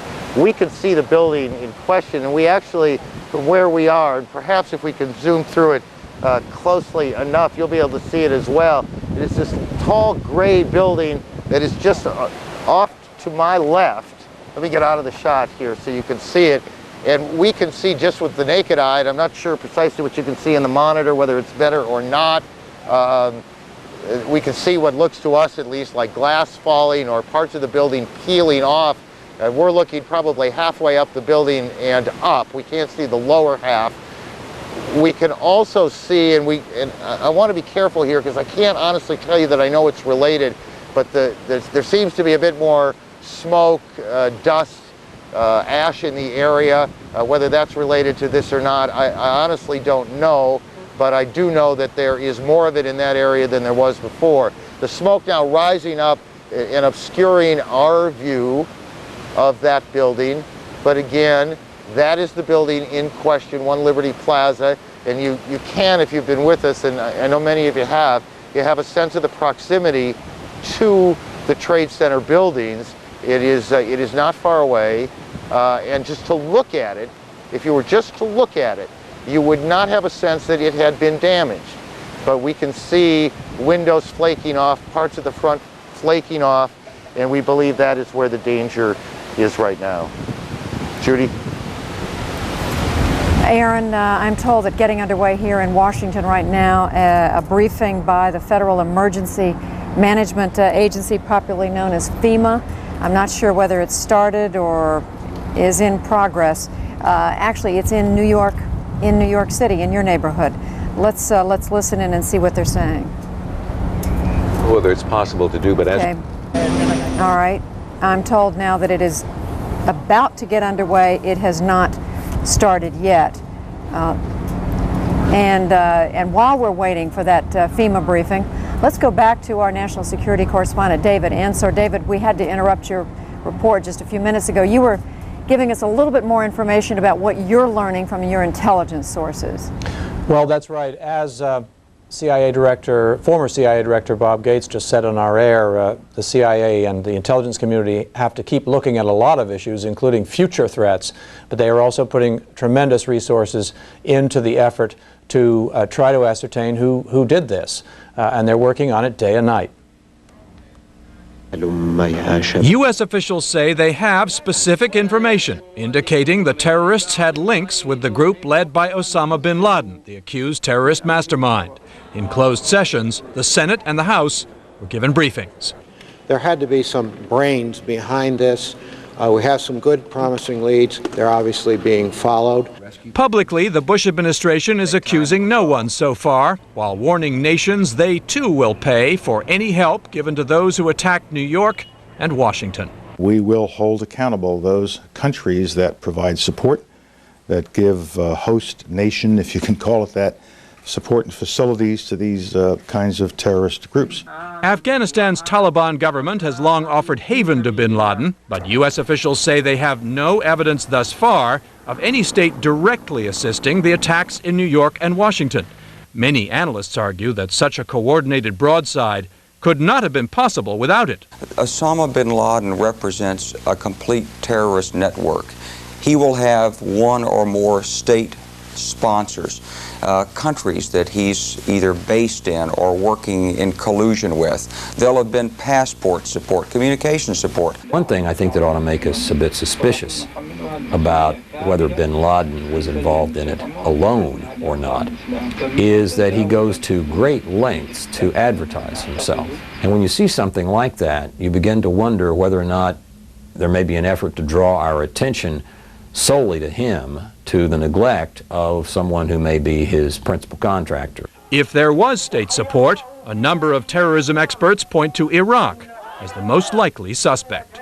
A statement from President Saddam Hussein on Iraqi television said, quote, "The United States reaps the thorns that its rulers have sown in the world." U.S. officials say they are developing good intelligence and law enforcement leads. They are not sure, they're not ready to say yet who they think was behind these attacks, nor are they ready to say whether they think any state was involved in helping, but they do believe they will be able to say quite soon. Judy. All right, David Ensor, thanks. And I'm now told that up in New York, that briefing, Federal Emergency Management Agency briefing, we're perhaps going to hear from New York City Mayor Rudy Giuliani and New York United States Senator Charles Schumer, among others. Let's see if that's gotten underway. I'm having a hard time seeing my monitor here. Here we Senator go. Schumer, Senator Clinton, all of the members of the Congressional delegation, Congressman Rangel, Congressman Meeks, Congressman Nadler, who's here, I know. He was at our briefing earlier. Thank you. This show of support for the city of New York is means a tremendous amount to all of us in the city. We know how much you care. We know how much you're going to help us and have already helped us. And we have to all work together now and work together to make sure that we save as many lives as possible, rescue the people that we can rescue, and rebuild the city of New York and the World Trade Center to be even greater and more wonderful and more beautiful than it was before. And I know with the kind of support that we have from the administration, from the Senate, from the House, the people of the city of New York are very well supported. And thank you very, very much for coming. And thank you for all the efforts that you're making for us. Thank you, Mr. Senator. Well, thank you. Well, thank you, Rudy. And on behalf of New York's congressional delegation, Senator Clinton, Congressman Rangel, our dean, Congressman Meeks and Nadler, we want to thank you. First, I've got a couple of points here to make. First, I want to thank the mayor and governor for the great job that they have done. We have watched television, and I have heard from more than 20 senators that they feel, as bad as they feel about this, they feel relieved with people like Giuliani and Pataki down here in charge and keeping things as best as they can be under these difficult times, so we thank you. I also want to thank President Bush. I spoke to the president yesterday. He assured me that he was going to do everything, and his administration was going to do everything that it could do. He said, you have a blank check.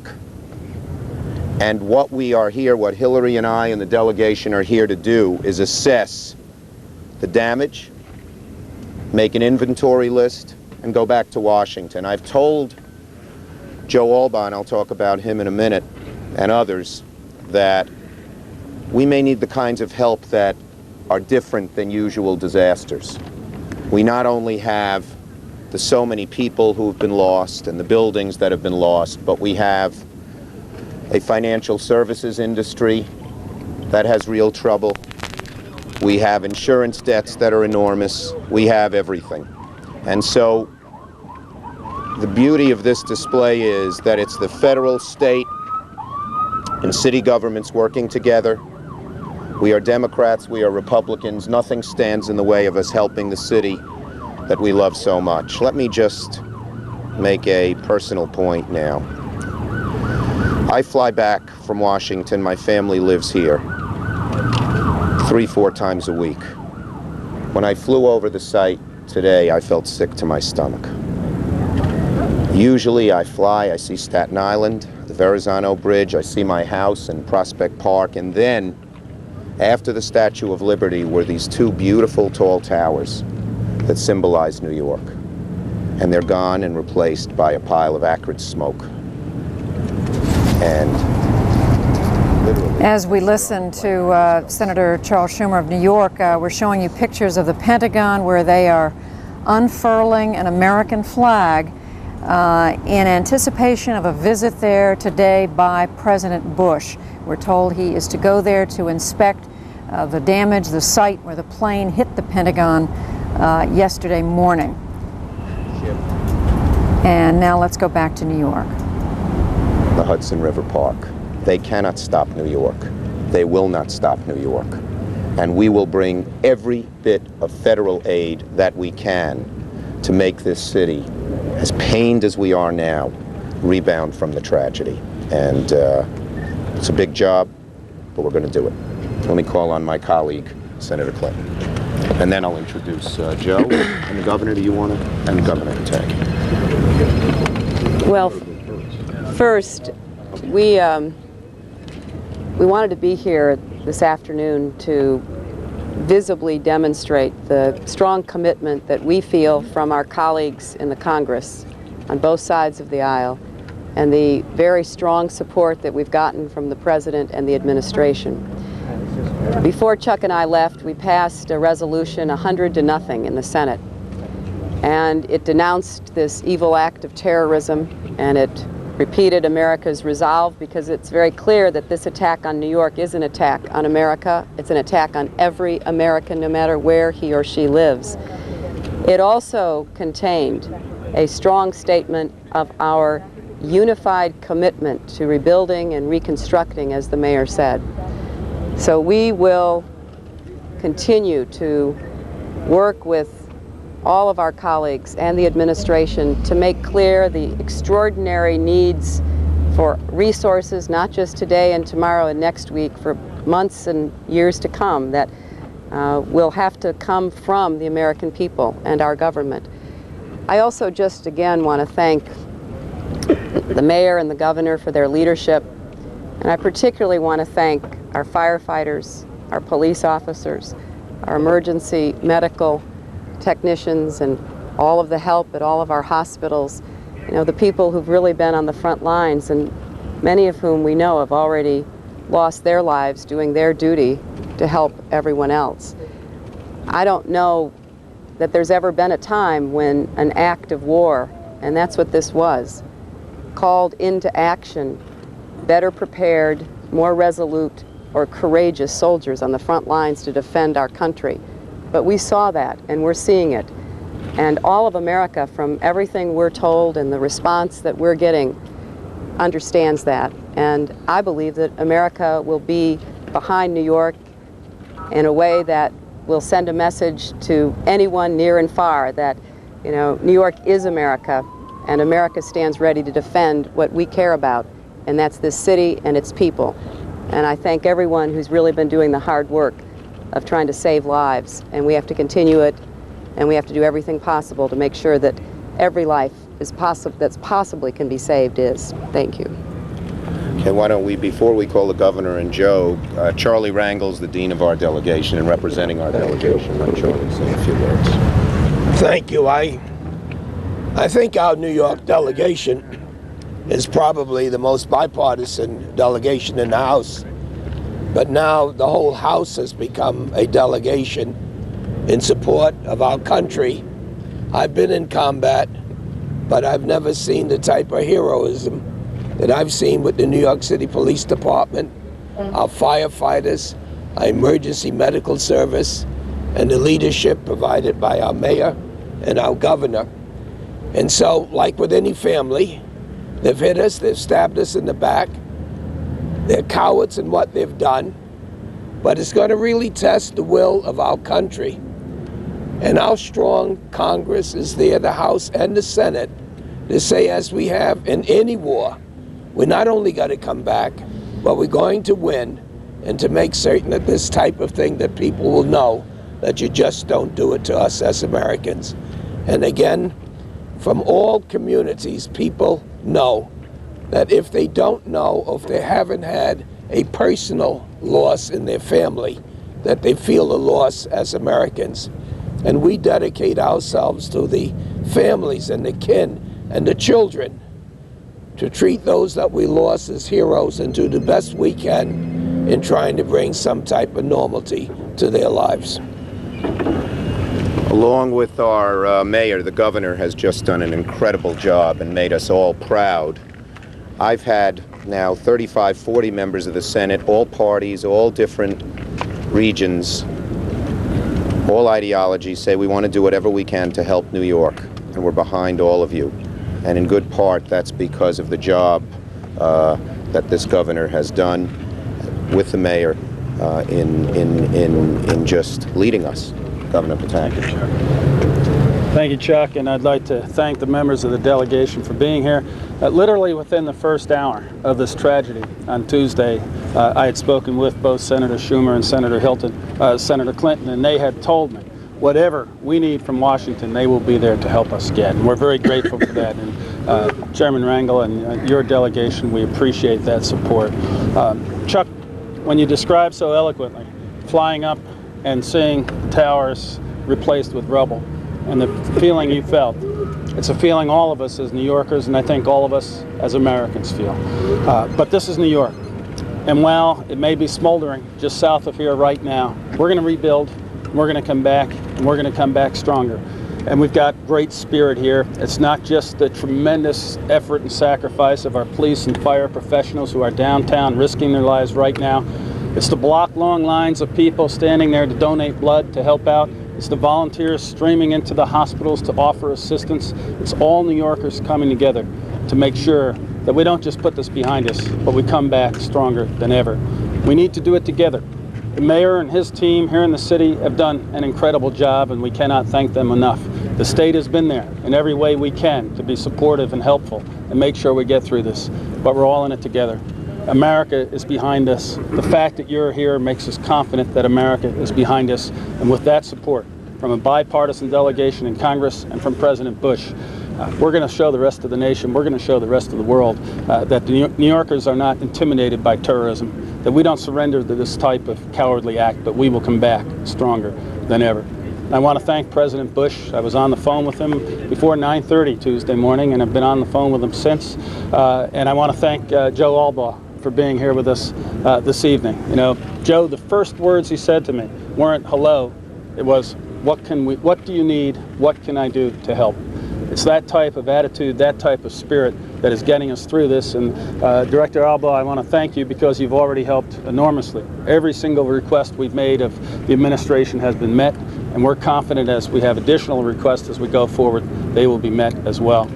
This is an outrage against New York. This is a criminal act against America. This is a threat to our way of life, to freedom around the world. And we will stand united and win over this barbarism and make sure New York is stronger and America is stronger than it's ever been. Thank you. God bless you.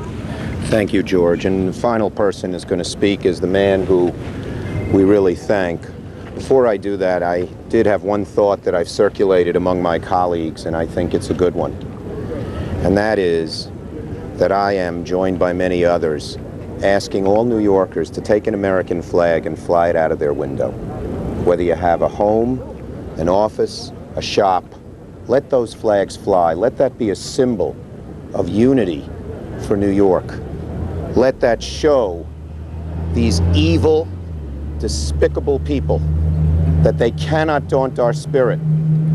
And in that way, we will show the kind of unity and fervor. People know what they want to do. They've been doing lots of things. But just letting the flag fly from your window, whether you live in a private home, an apartment house, or whether you're in an office, will really show them that we are Americans and we're proud of it. FEMA is a very, very important agency in the federal government. You don't know it until there's trouble. But they come in and they solve problems. It's been a remarkably nonpartisan agency. It's an agency that brings people together as we have all been brought together. It's an agency that is expert at solving problems. This is a different problem than we've ever faced. Hillary and Joe and I talked on the airplane this afternoon about the various new types of challenges that we meet. But we have a great leader in FEMA who cares, who's going to be up here for several days, helping us take inventory so that we can request of the President, who, again, I want to underscore his generosity and his immediate availability, so that we can make an inventory and go back to the House. We're listening to elected officials in New York State, New York City, the mayor, the senator, U.S. senators, the governor. These are politicians who normally are at each other's throats.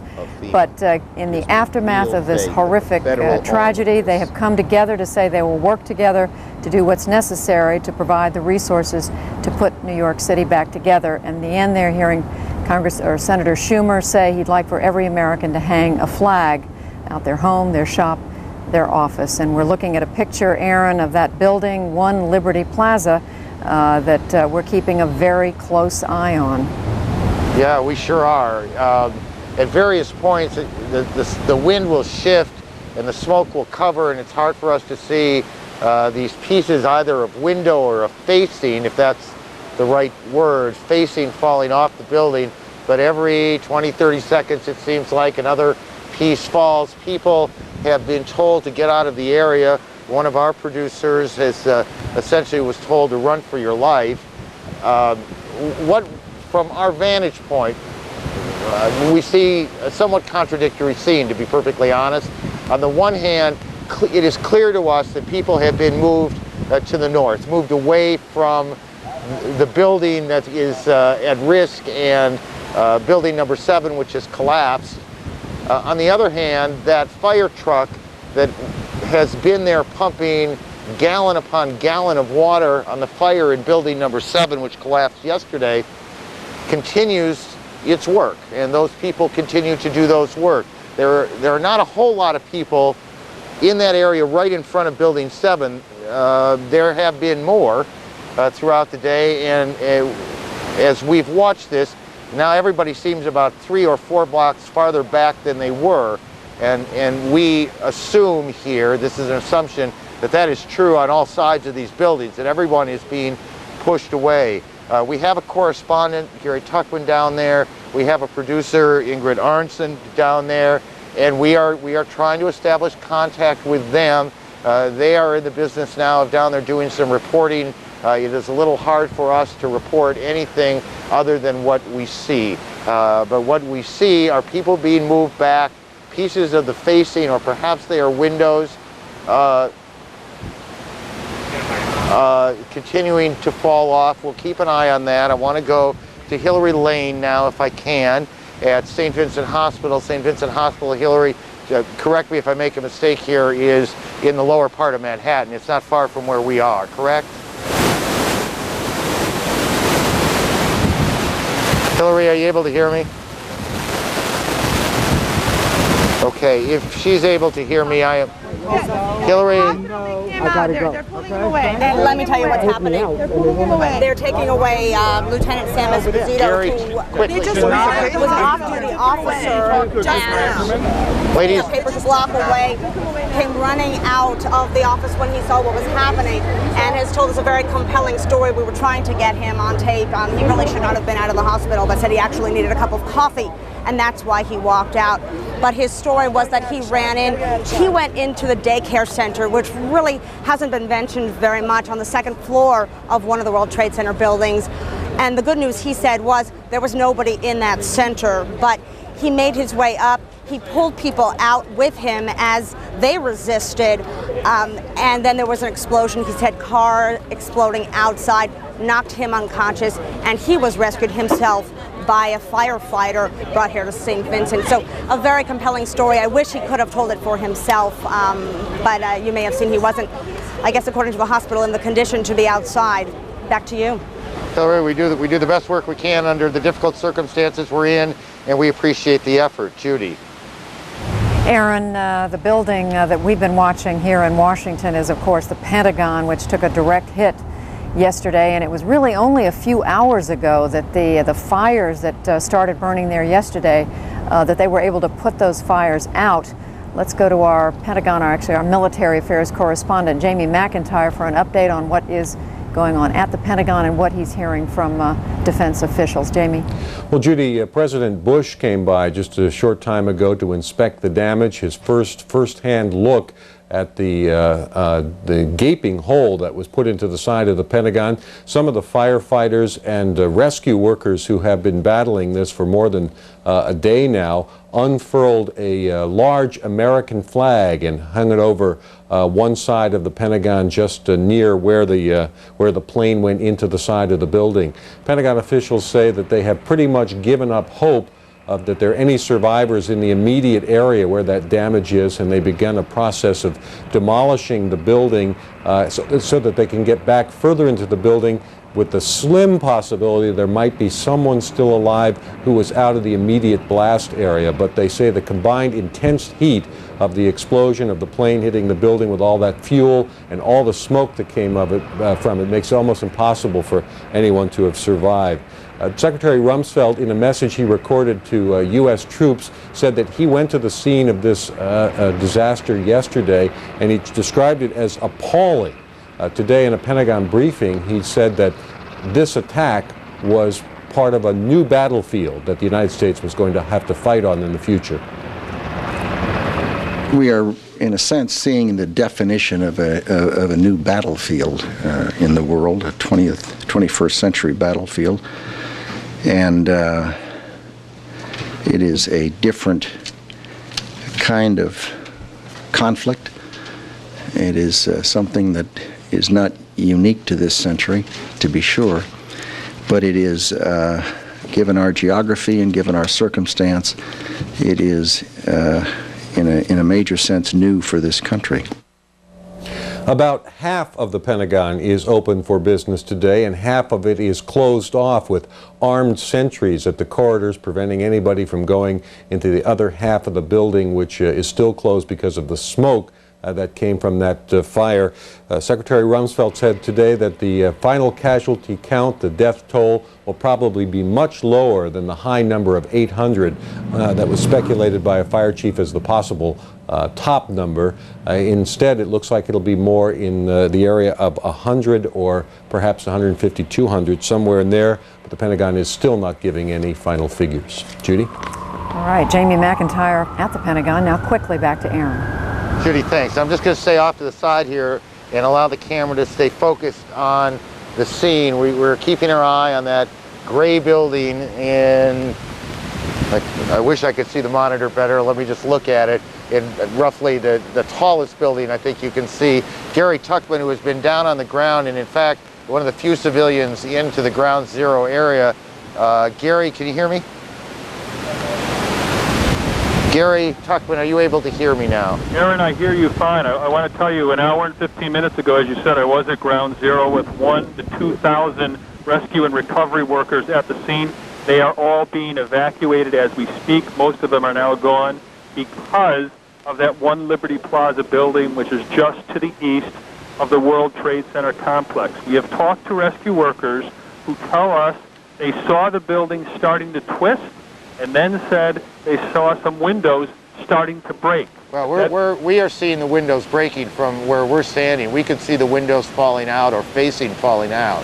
Okay, you have another angle, and you certainly have a better angle than me, because from our angle, and we're to the north of the building, we haven't seen the windows, so that's interesting information. I want to tell you, Aaron, that there are a lot of people who are at the site who are very frightened by that, because they had told us while we were there that they were quite worried about one or two of the buildings surrounding the World Trade Center complex. They had told us that while we were there, and now they're living through it. We can also tell you the media has been pushed back several blocks also from the perch that we were at, about 4 blocks away from the World Trade Center complex. Gary, if you can, and if you can't, just quickly say so. Orient me here. I'm standing here looking at what was Building 7. I look to my left, to the east. The tall gray building, I believe, is One Liberty Plaza.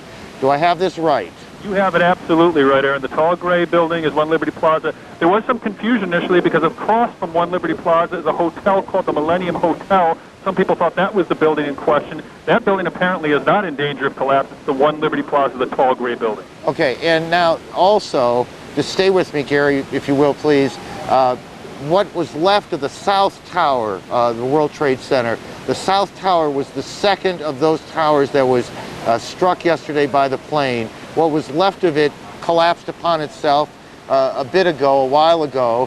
Whether that impacted the One Liberty Plaza building, whether that made it more unstable or not, we just don't know. It's hard to tell, Aaron, but as I was telling you while we were talking in our last hour, those pillars from that South Tower look very precarious. It looked like Stonehenge in Salisbury, England, the way it was standing up. It looked precarious. They were very concerned about that, so people are not surprised that happened. I also want to tell you one other thing about One Liberty Plaza. It is set up to be the triage unit, but unfortunately there's not a problem with evacuating it right now because they haven't found any survivors recently to put in the triage unit. All right, that's One Liberty Plaza. Let's do this. Let's just keep an eye on this for a bit. Among the businesses in One Liberty Plaza, the corporate offices, the executive offices of the NASDAQ, the stock markets, Wall Street is right here in this part of town. Moneyline anchor Lou Dobbs joins us now. While there has been no trading here, there has been business going on around the world, and Lou can update us now on that. Lou? Aaron, thank you very much. Indeed, the building you're looking at, the new headquarters of the NASDAQ, it, like the World Trade Center towers themselves, in the heart of downtown Manhattan, which is the heart of the world's financial capital. And indeed, the World Trade Towers were at the center of downtown Manhattan and creating great energy for what is the center of democratic capitalism all around the world. Now all of that, of course, has been rent by this despicable act of terrorism. We're only beginning now to learn the human toll, to learn about the property damage, the devastation, and the devastation obviously is not ended. Against this backdrop, the leaders of the financial markets, financial and corporate leaders meeting with government leaders today, joining together, trying to determine when they might be able to reopen for trading. We now know that for only the second time since the end of World War II, the stock markets will be closed not for 2, but for at least 3 days. And as yet another building threatens now to collapse in the complex, we know that the markets will be closed for a 3rd straight session. That has not happened, by the way, since the Great Depression of 1933.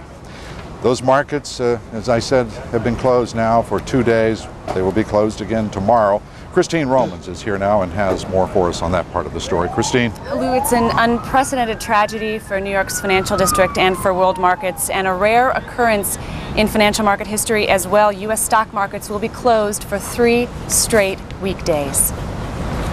We are committed that the equity markets will resume operations no later than Monday. The group that gathered today will gather again tomorrow with the idea that we may well be in a position to resume trading as early as Friday. Grim exchange officials and regulators chose the path of caution. The worry, of course, is that keeping stock markets shut will only exacerbate the nervousness and the uneasiness in the market that causes people to sell. A big sell-off is already expected when stock markets open. In the meantime, bonds and bond futures will begin trading tomorrow. The bond market functions more appropriately and best when the stock market and the bond market are trading together, but we can certainly trade bonds without stocks for 24 to 48 hours. Given the extent of the crisis smoldering in downtown Manhattan, economists say caution was the best path to take, but they do fear there could be panic selling when markets do open. I strongly urge investors to sit tight, because it will be that, simply panic selling. Nothing fundamentally has changed. Lou, people on Wall Street clearly would like to send a signal, get stock markets trading in, show that democracy and capitalism can't, but they say the human toll and the recovery and the healing comes first. And of course, as Aaron Brown has just been reporting, when One Liberty Plaza, one of the tallest remaining buildings and certainly one of the most important itself, is in some danger of collapse apparently as well, and there are other buildings there as well, it is all but impossible with any assurance for these leaders to put these markets open at the risk of any employee's life, of which there has already been such a devastating loss already. Christine, thank you very much. Well, the brokerage firm Morgan Stanley, some 3,500 employees resided within the World Trade Center. It was in fact the largest tenant in the World Trade Center, 3,700 employees across 20 floors. Many of those workers tonight remain unaccounted for. Peter Viles now has the story for us.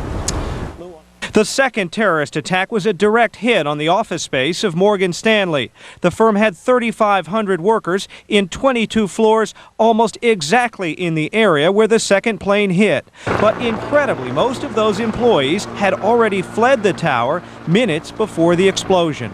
Miraculously, I'd say, we had 2,500 people in World Trade Center 2, 1,000 people in World Trade Center 5. It appears the vast majority got out safely. A miracle made possible by the firm's split-second decision to evacuate the South Tower immediately after the North Tower was hit. We have a lot of stories of courage, a lot of stories of compassion,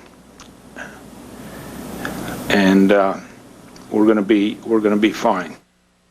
As you can see, a very emotional Philip Purcell. No official word from Morgan Stanley on how many of its employees are unaccounted for at this hour, but we have canvassed many other firms in that complex. This is a very partial count, we must stress, but we do know at this hour that other firms in that complex are telling us that 2,700 workers in the complex remain unaccounted for, and that, we must tell you, is a very partial count.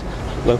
And the toll is just unspeakable. In point of fact, about those numbers at this point, we all. And as we see behind us right now, the damage to these structures continues. Peter, thank you very much.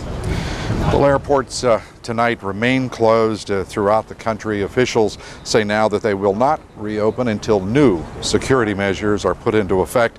As a result of those closures, airlines, of course, are losing millions of dollars in revenue. That is simply the latest hurdle for this industry. Airlines have watched their profits fall dramatically over the course of the past 2 years, and the economic slowdown has done nothing but accelerate that to losses. Kitty Pilgrim now takes a look at the industry. Thanks, Lou. Well, with air traffic at a standstill, the disruption of commerce is almost incalculable. But that does not stop economists from trying to assess the damage. Now, the airline business in this country generates about $90 to $100 billion in revenues. And that's just domestic travel. That's about 4,000 planes a day. A little more than half of that business is business travel, which probably will see a drop-off in months to come. And leisure travel may also dry up, so losses work out to about $250 million a day. I'm sure it will be a gradual flyback. Probably on the West Coast, you'll see the flight activity come back before the East Coast.